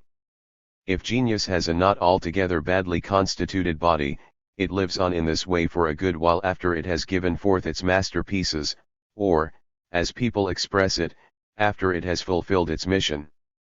It is owing to a prepossession that people say that genius must die early. I think that from the 30th to the 34th year has been indicated as the most dangerous period for genius. How often have I bantered poor Bellini on this subject, and playfully prophesied that, being a genius, and having reached that dangerous age, he must soon die. Singular. In spite of the playful tone, he tormented himself about this prophecy. He called me his jetator, his evil eye, and always made the jetator sign. He so wished to live, he had an almost passionate hatred of death, he would hear nothing of dying, he was frightened of it as a child who is afraid to sleep in the dark. He was a good, dear child, often rather naughty, but then one only needed to threaten him with an early death, and he would immediately draw in, and entreat, and make with his two raised fingers the jetator sign. Poor Bellini. So you knew him personally? Was he handsome? He was not ugly. You see, we cannot answer affirmatively when anyone asks us such a question about our own sex. He had a tall, slender figure, which moved in an elegant, I might say a coquettish, manner, always a cotter epingles, a long, regular face, with a pale rossiness, very fair, almost golden, hair, put into small curls, very high noble brows, a straight nose, pale blue eyes, a beautifully chiseled mouth, a round chin. His features had something vague and characterless, something like milk, and in this milk face often mingled, half sweet, half bitter, an expression of sorrow. This expression of sorrow compensated for the want of soul in Bellini's face, but it was a sorrow without depth, it glistened in the eyes without poetry, it played passionless about his lips. The young maestro seemed anxious to make this flat, languid sorrow conspicuous in his whole person. His hair was curled in such a fanciful, melancholy way, his clothes sat so languidly about his frail body, he carried his little Spanish cane in so idyllic a way, that he always reminded me of the affected young shepherds with their be-ribboned sticks, and bright-colored jackets, and pantaloons that we see in our pastorals. And his gait was so young lady-like, so elegiac, so ethereal. The whole man looked like a sigh and escarpins. He had received much applause among women, but I doubt if he anywhere awakened a strong passion. In himself his appearance had something comically unenjoyable, the reason of which lay in his way of speaking French. Although Bellini had lived many years in France, he spoke the language so badly, that even in England it could scarcely be spoken worse. I ought not to call it bad, bad is here much too good. One must call it awful, a violation, something enough to overturn the world. Yes, when one was in society with him, and he mangled the poor French words like an executioner, and displayed, unmoved, his colossal coquille, one thought sometimes that the world must fall in with a crash of thunder. The stillness of the grave reigned on the whole room, a death agony was painted on all faces in chalk or in vermilion, the ladies were uncertain whether to faint or to escape, the gentlemen gazed in alarm at their trousers, to convince themselves that they actually had them on, and what was most horrible, this fright raised at the same time a convulsive desire to laugh, which could hardly be suppressed. So that when one was in Bellini's society, his presence inspired a certain anxiety, which by a horrible charm was at once repellent and attractive. Often his involuntary calembours were merely amusing, and in their droll insipidity reminded one of the castle of his fellow countryman, the Prince of Pelagonia, which Goethe in his Italian journey has described as a museum of uncouth distortions and absurd deformities. As Bellini on such occasions always imagined he had said something quite harmless and earnest, his face and his words formed the maddest contrast. That which displeased me in his face came at such moments specially prominent. What I disliked could not be exactly described as something lacking, and may not have been displeasing to women at all. Bellini's face, like his whole appearance, had that physical freshness, that bloom of flesh, that rossiness which makes a disagreeable impression on me, because I like much more what is death-like and marble. Later on, when I had known him a long time, I felt some liking for Bellini. This arose after I had observed that his character was thoroughly noble and good. His soul was certainly pure and unspotted by any hateful contagion. And he was not wanting in that good-natured, childlike quality which we never miss in men of genius, even if they do not wear it as an outward show.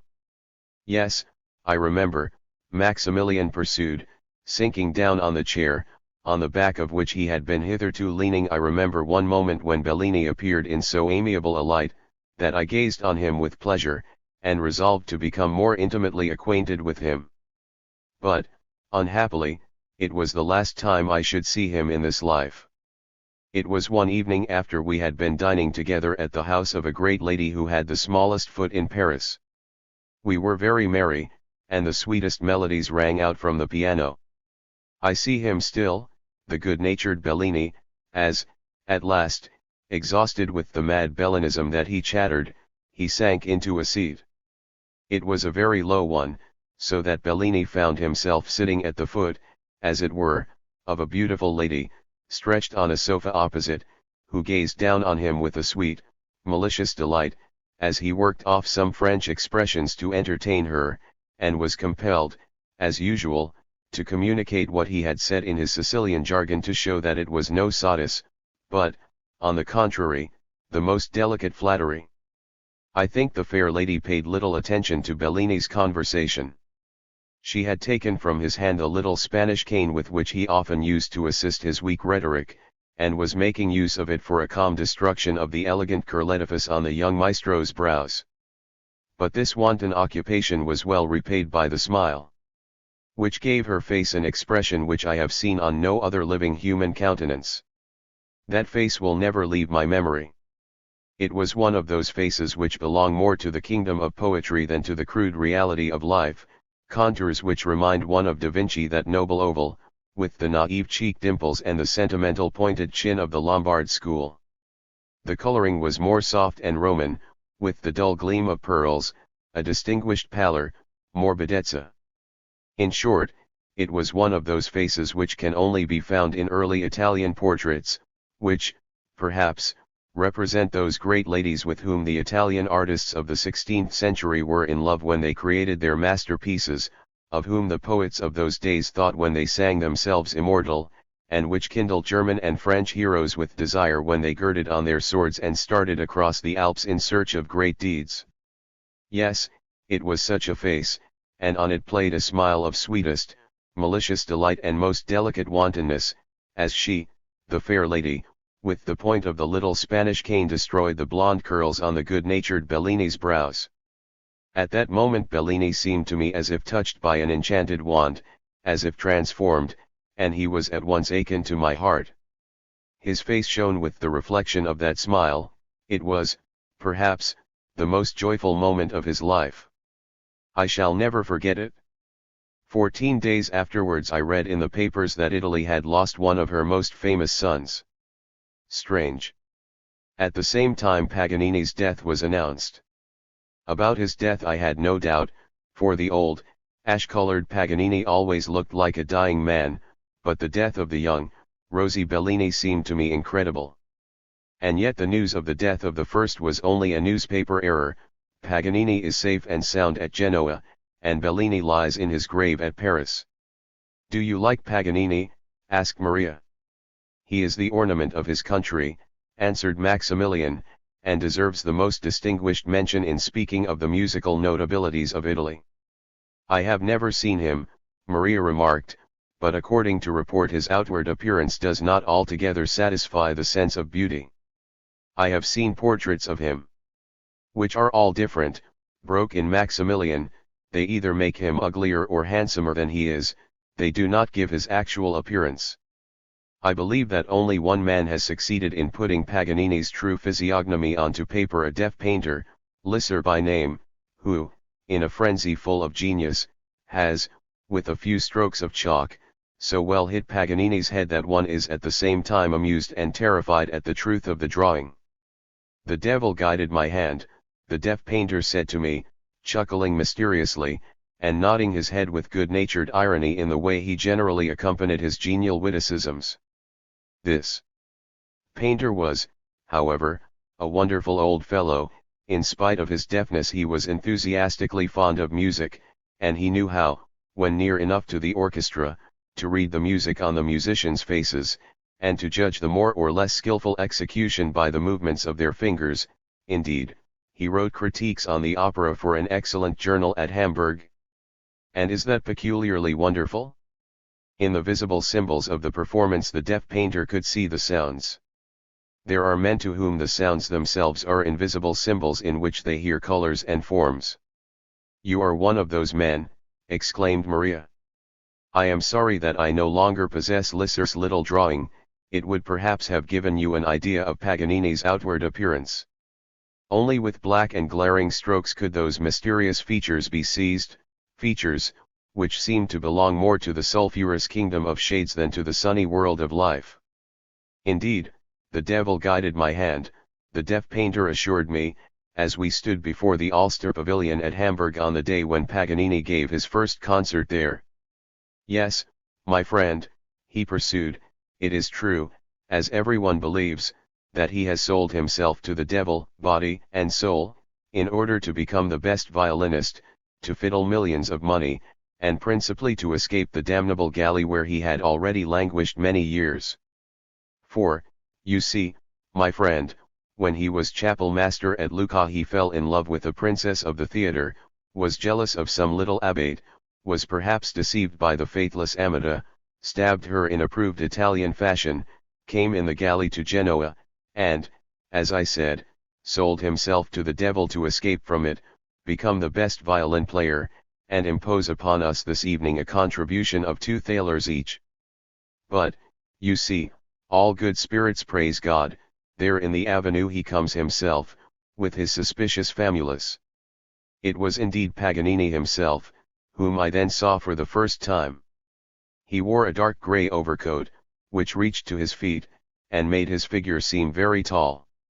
His long black hair fell in neglected curls on his shoulders, and formed a dark frame round the pale, cadaverous face, on which sorrow, genius, and hell had engraved their indestructible lines.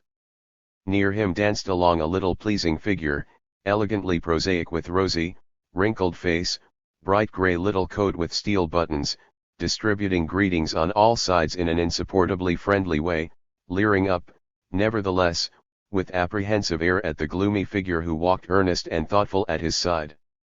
It reminded one of Ries's representation of Faust and Wagner walking before the gates of Leipzig. The deaf painter made comments to me in his mad way, and bade me observe especially the broad, measured walk of Paganini. "Does it not seem," said he, "as if he had the iron cross-pole still between his legs?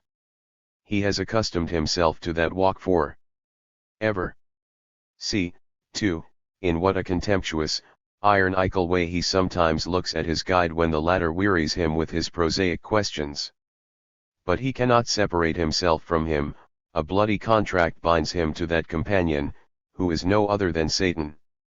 The ignorant multitude, indeed, believe that this guide is the writer of comedies and anecdotes, Harris from Hanover, whom Paganini has taken with him to manage the financial business of his concerts.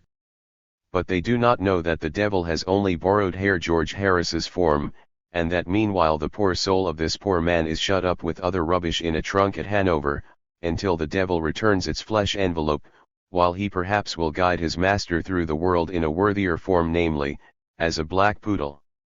But if Paganini seemed mysterious and strange enough when I saw him walking in bright midday under the green trees of the Hamburg Jungfernstieg, how his awful bizarre appearance startled me at the concert in the evening.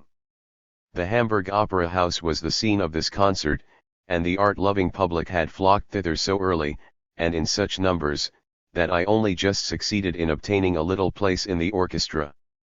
Although it was post-day, I saw in the first row of boxes the whole educated commercial world, a whole Olympus of bankers and other millionaires, the gods of coffee and sugar by the side of their fat goddesses, Junos of Wandram and Aphrodites of Dreckwall. A religious silence reigned through the assembly. Every eye was directed towards the stage. Every ear was making ready to listen.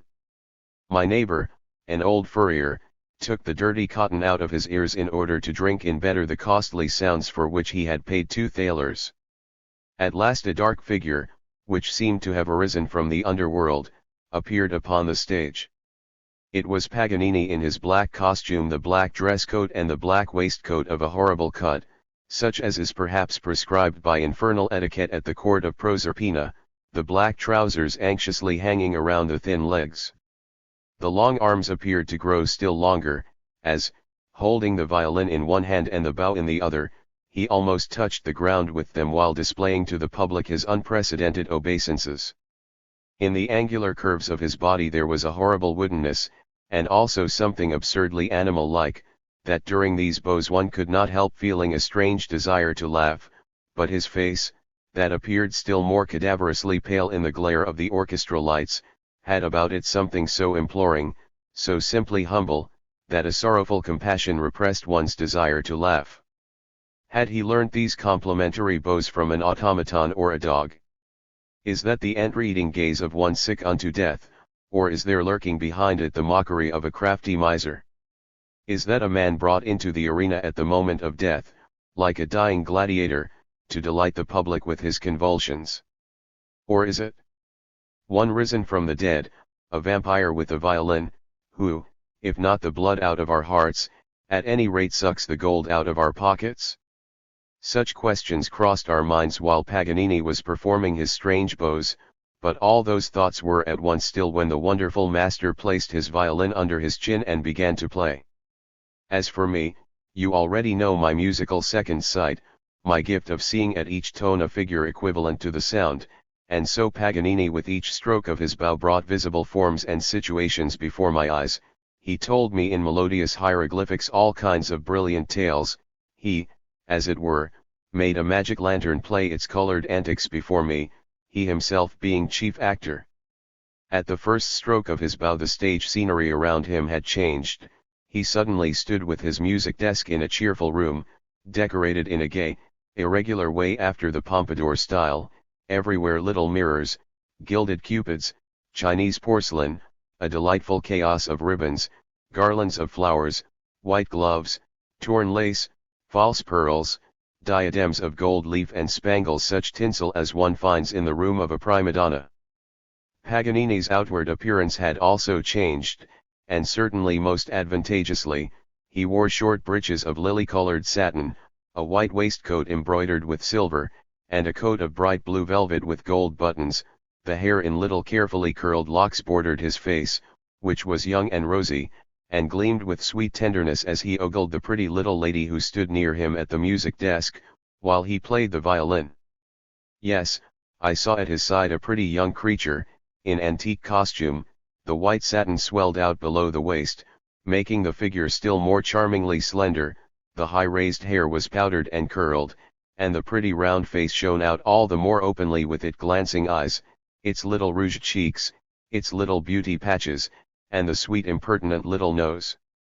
In her hand was a roll of white paper, and by the movements of her lips as well as by the coquettish waving to and fro of her little upper lip she seemed to be singing, but none of her trills were audible to me, and only from the violin with which the young Paganini led the lovely child could I discover what she sang, and what he himself during her song felt in his soul. Oh, what melodies were those! Like the nightingale's notes, when the fragrance of the rose intoxicates her yearning young heart with desire, they floated in the evening twilight. Oh, what melting, languid delight was that! The sounds kissed each other, then fled away pouting, and then, laughing, clasped each other and became one, and died away in intoxicated harmony. Yes, the sounds carried on their merry game like butterflies, when one, in playful provocation, will escape from another, hide behind a flower, be overtaken at last, and then, wantonly joying with the other, fly away into the golden sunlight. But a spider can prepare a sudden tragical fate for such enamored butterflies. Did the young heart anticipate this?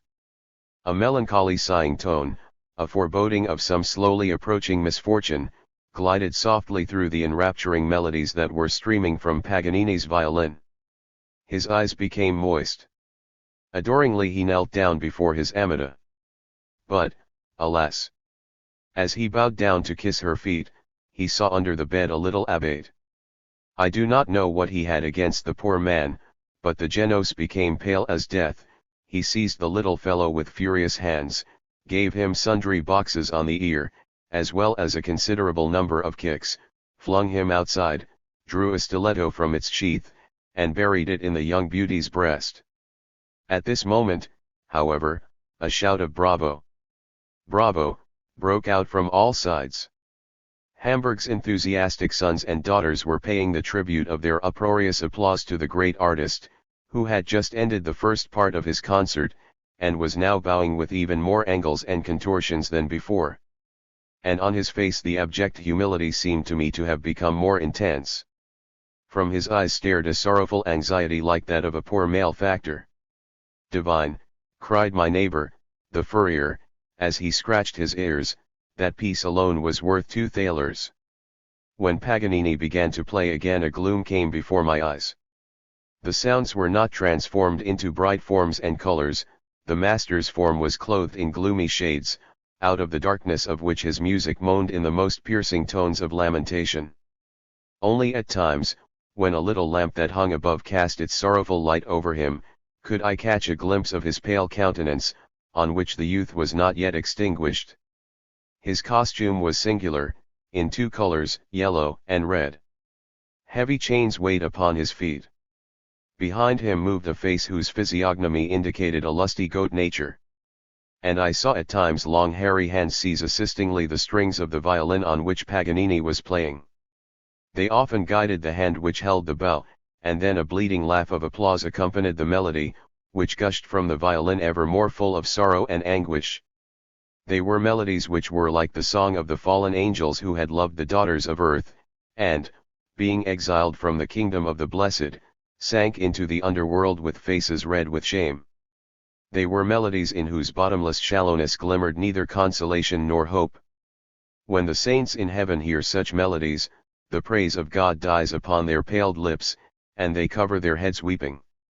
At times when the obbligato goat's laugh bleated in among the melodious pangs, I caught a glimpse in the background of a crowd of small women figures who nodded their odious heads with wicked wantonness.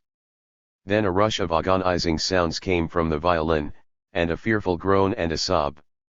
Such as was never heard upon earth before, nor will be perhaps heard upon earth again, unless in the valley of Jehoshaphat, when the colossal trumpets of doom shall ring out, and the naked corpses shall crawl forth from the grave to abide their fate. But the agonized violinist suddenly made one stroke of the bow, such a mad despairing stroke, that his chains fell rattling from him, and his mysterious assistant and the other foul mocking forms vanished. At this moment my neighbor, the furrier, said, a pity, a string has snapped that comes from the constant pizzicato." Had a string of the violin really snapped? I do not know. I only observed the alteration in the sounds, and Paganini and his surroundings seemed to me again suddenly changed. I could scarcely recognize him in the monk's brown dress, which concealed rather than clothed him. With savage countenance half hid by the cowl, waist girt with a cord, and bare feet, Paganini stood, a solitary defiant figure, on a rocky prominence by the sea, and played his violin. But the sea became red and redder, and the sky grew paler, till at last the surging water looked like bright scarlet blood, and the sky above became of a ghastly, corpse-like pallor, and the stars came out large and threatening, and those stars were black, black as glooming coal.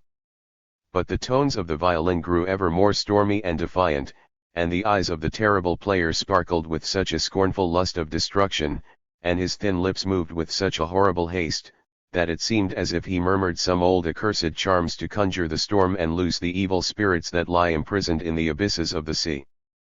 Often, when he stretched his long thin arm from the broad monk's sleeve, and swept the air with his bow, he seemed like some sorcerer who commands the elements with his magic wand, and then there was a wild wailing from the depth of the sea, and the horrible waves of blood sprang up so fiercely that they almost besprinkled the pale sky and the black stars with their red foam. There was a wailing and a shrieking and a crashing, as if the world was falling into fragments, and ever more stubbornly the monk played his violin. He seemed as if by the power of violent will he wished to break the 7 seals wherewith Solomon sealed the iron vessels in which he had shut up the vanquished demons.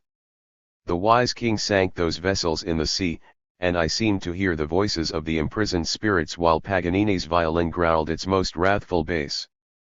But at last I thought I heard the jubilee of deliverance, and out of the red billows of blood emerged the heads of the fettered demons, monsters of legendary horror, crocodiles with bats' wings, snakes with stags' horns, monkeys with shells on their heads, seals with long patriarchal beards, women's faces with breasts in place of cheeks, green camels' heads, hermaphrodites of incomprehensible combination all staring with cold, crafty eyes, and with long fin-like claws grasping at the fiddling monk.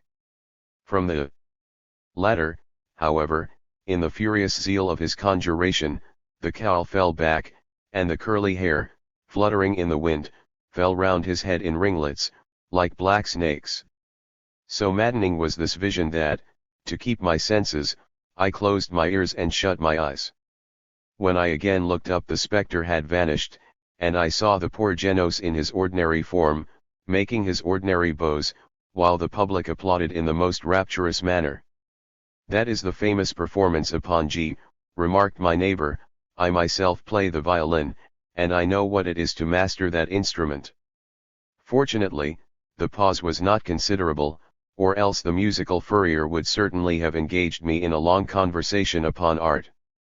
Paganini again quietly set his violin to his chin, and with the first stroke of his bow the wonderful transformation of melodies again also began.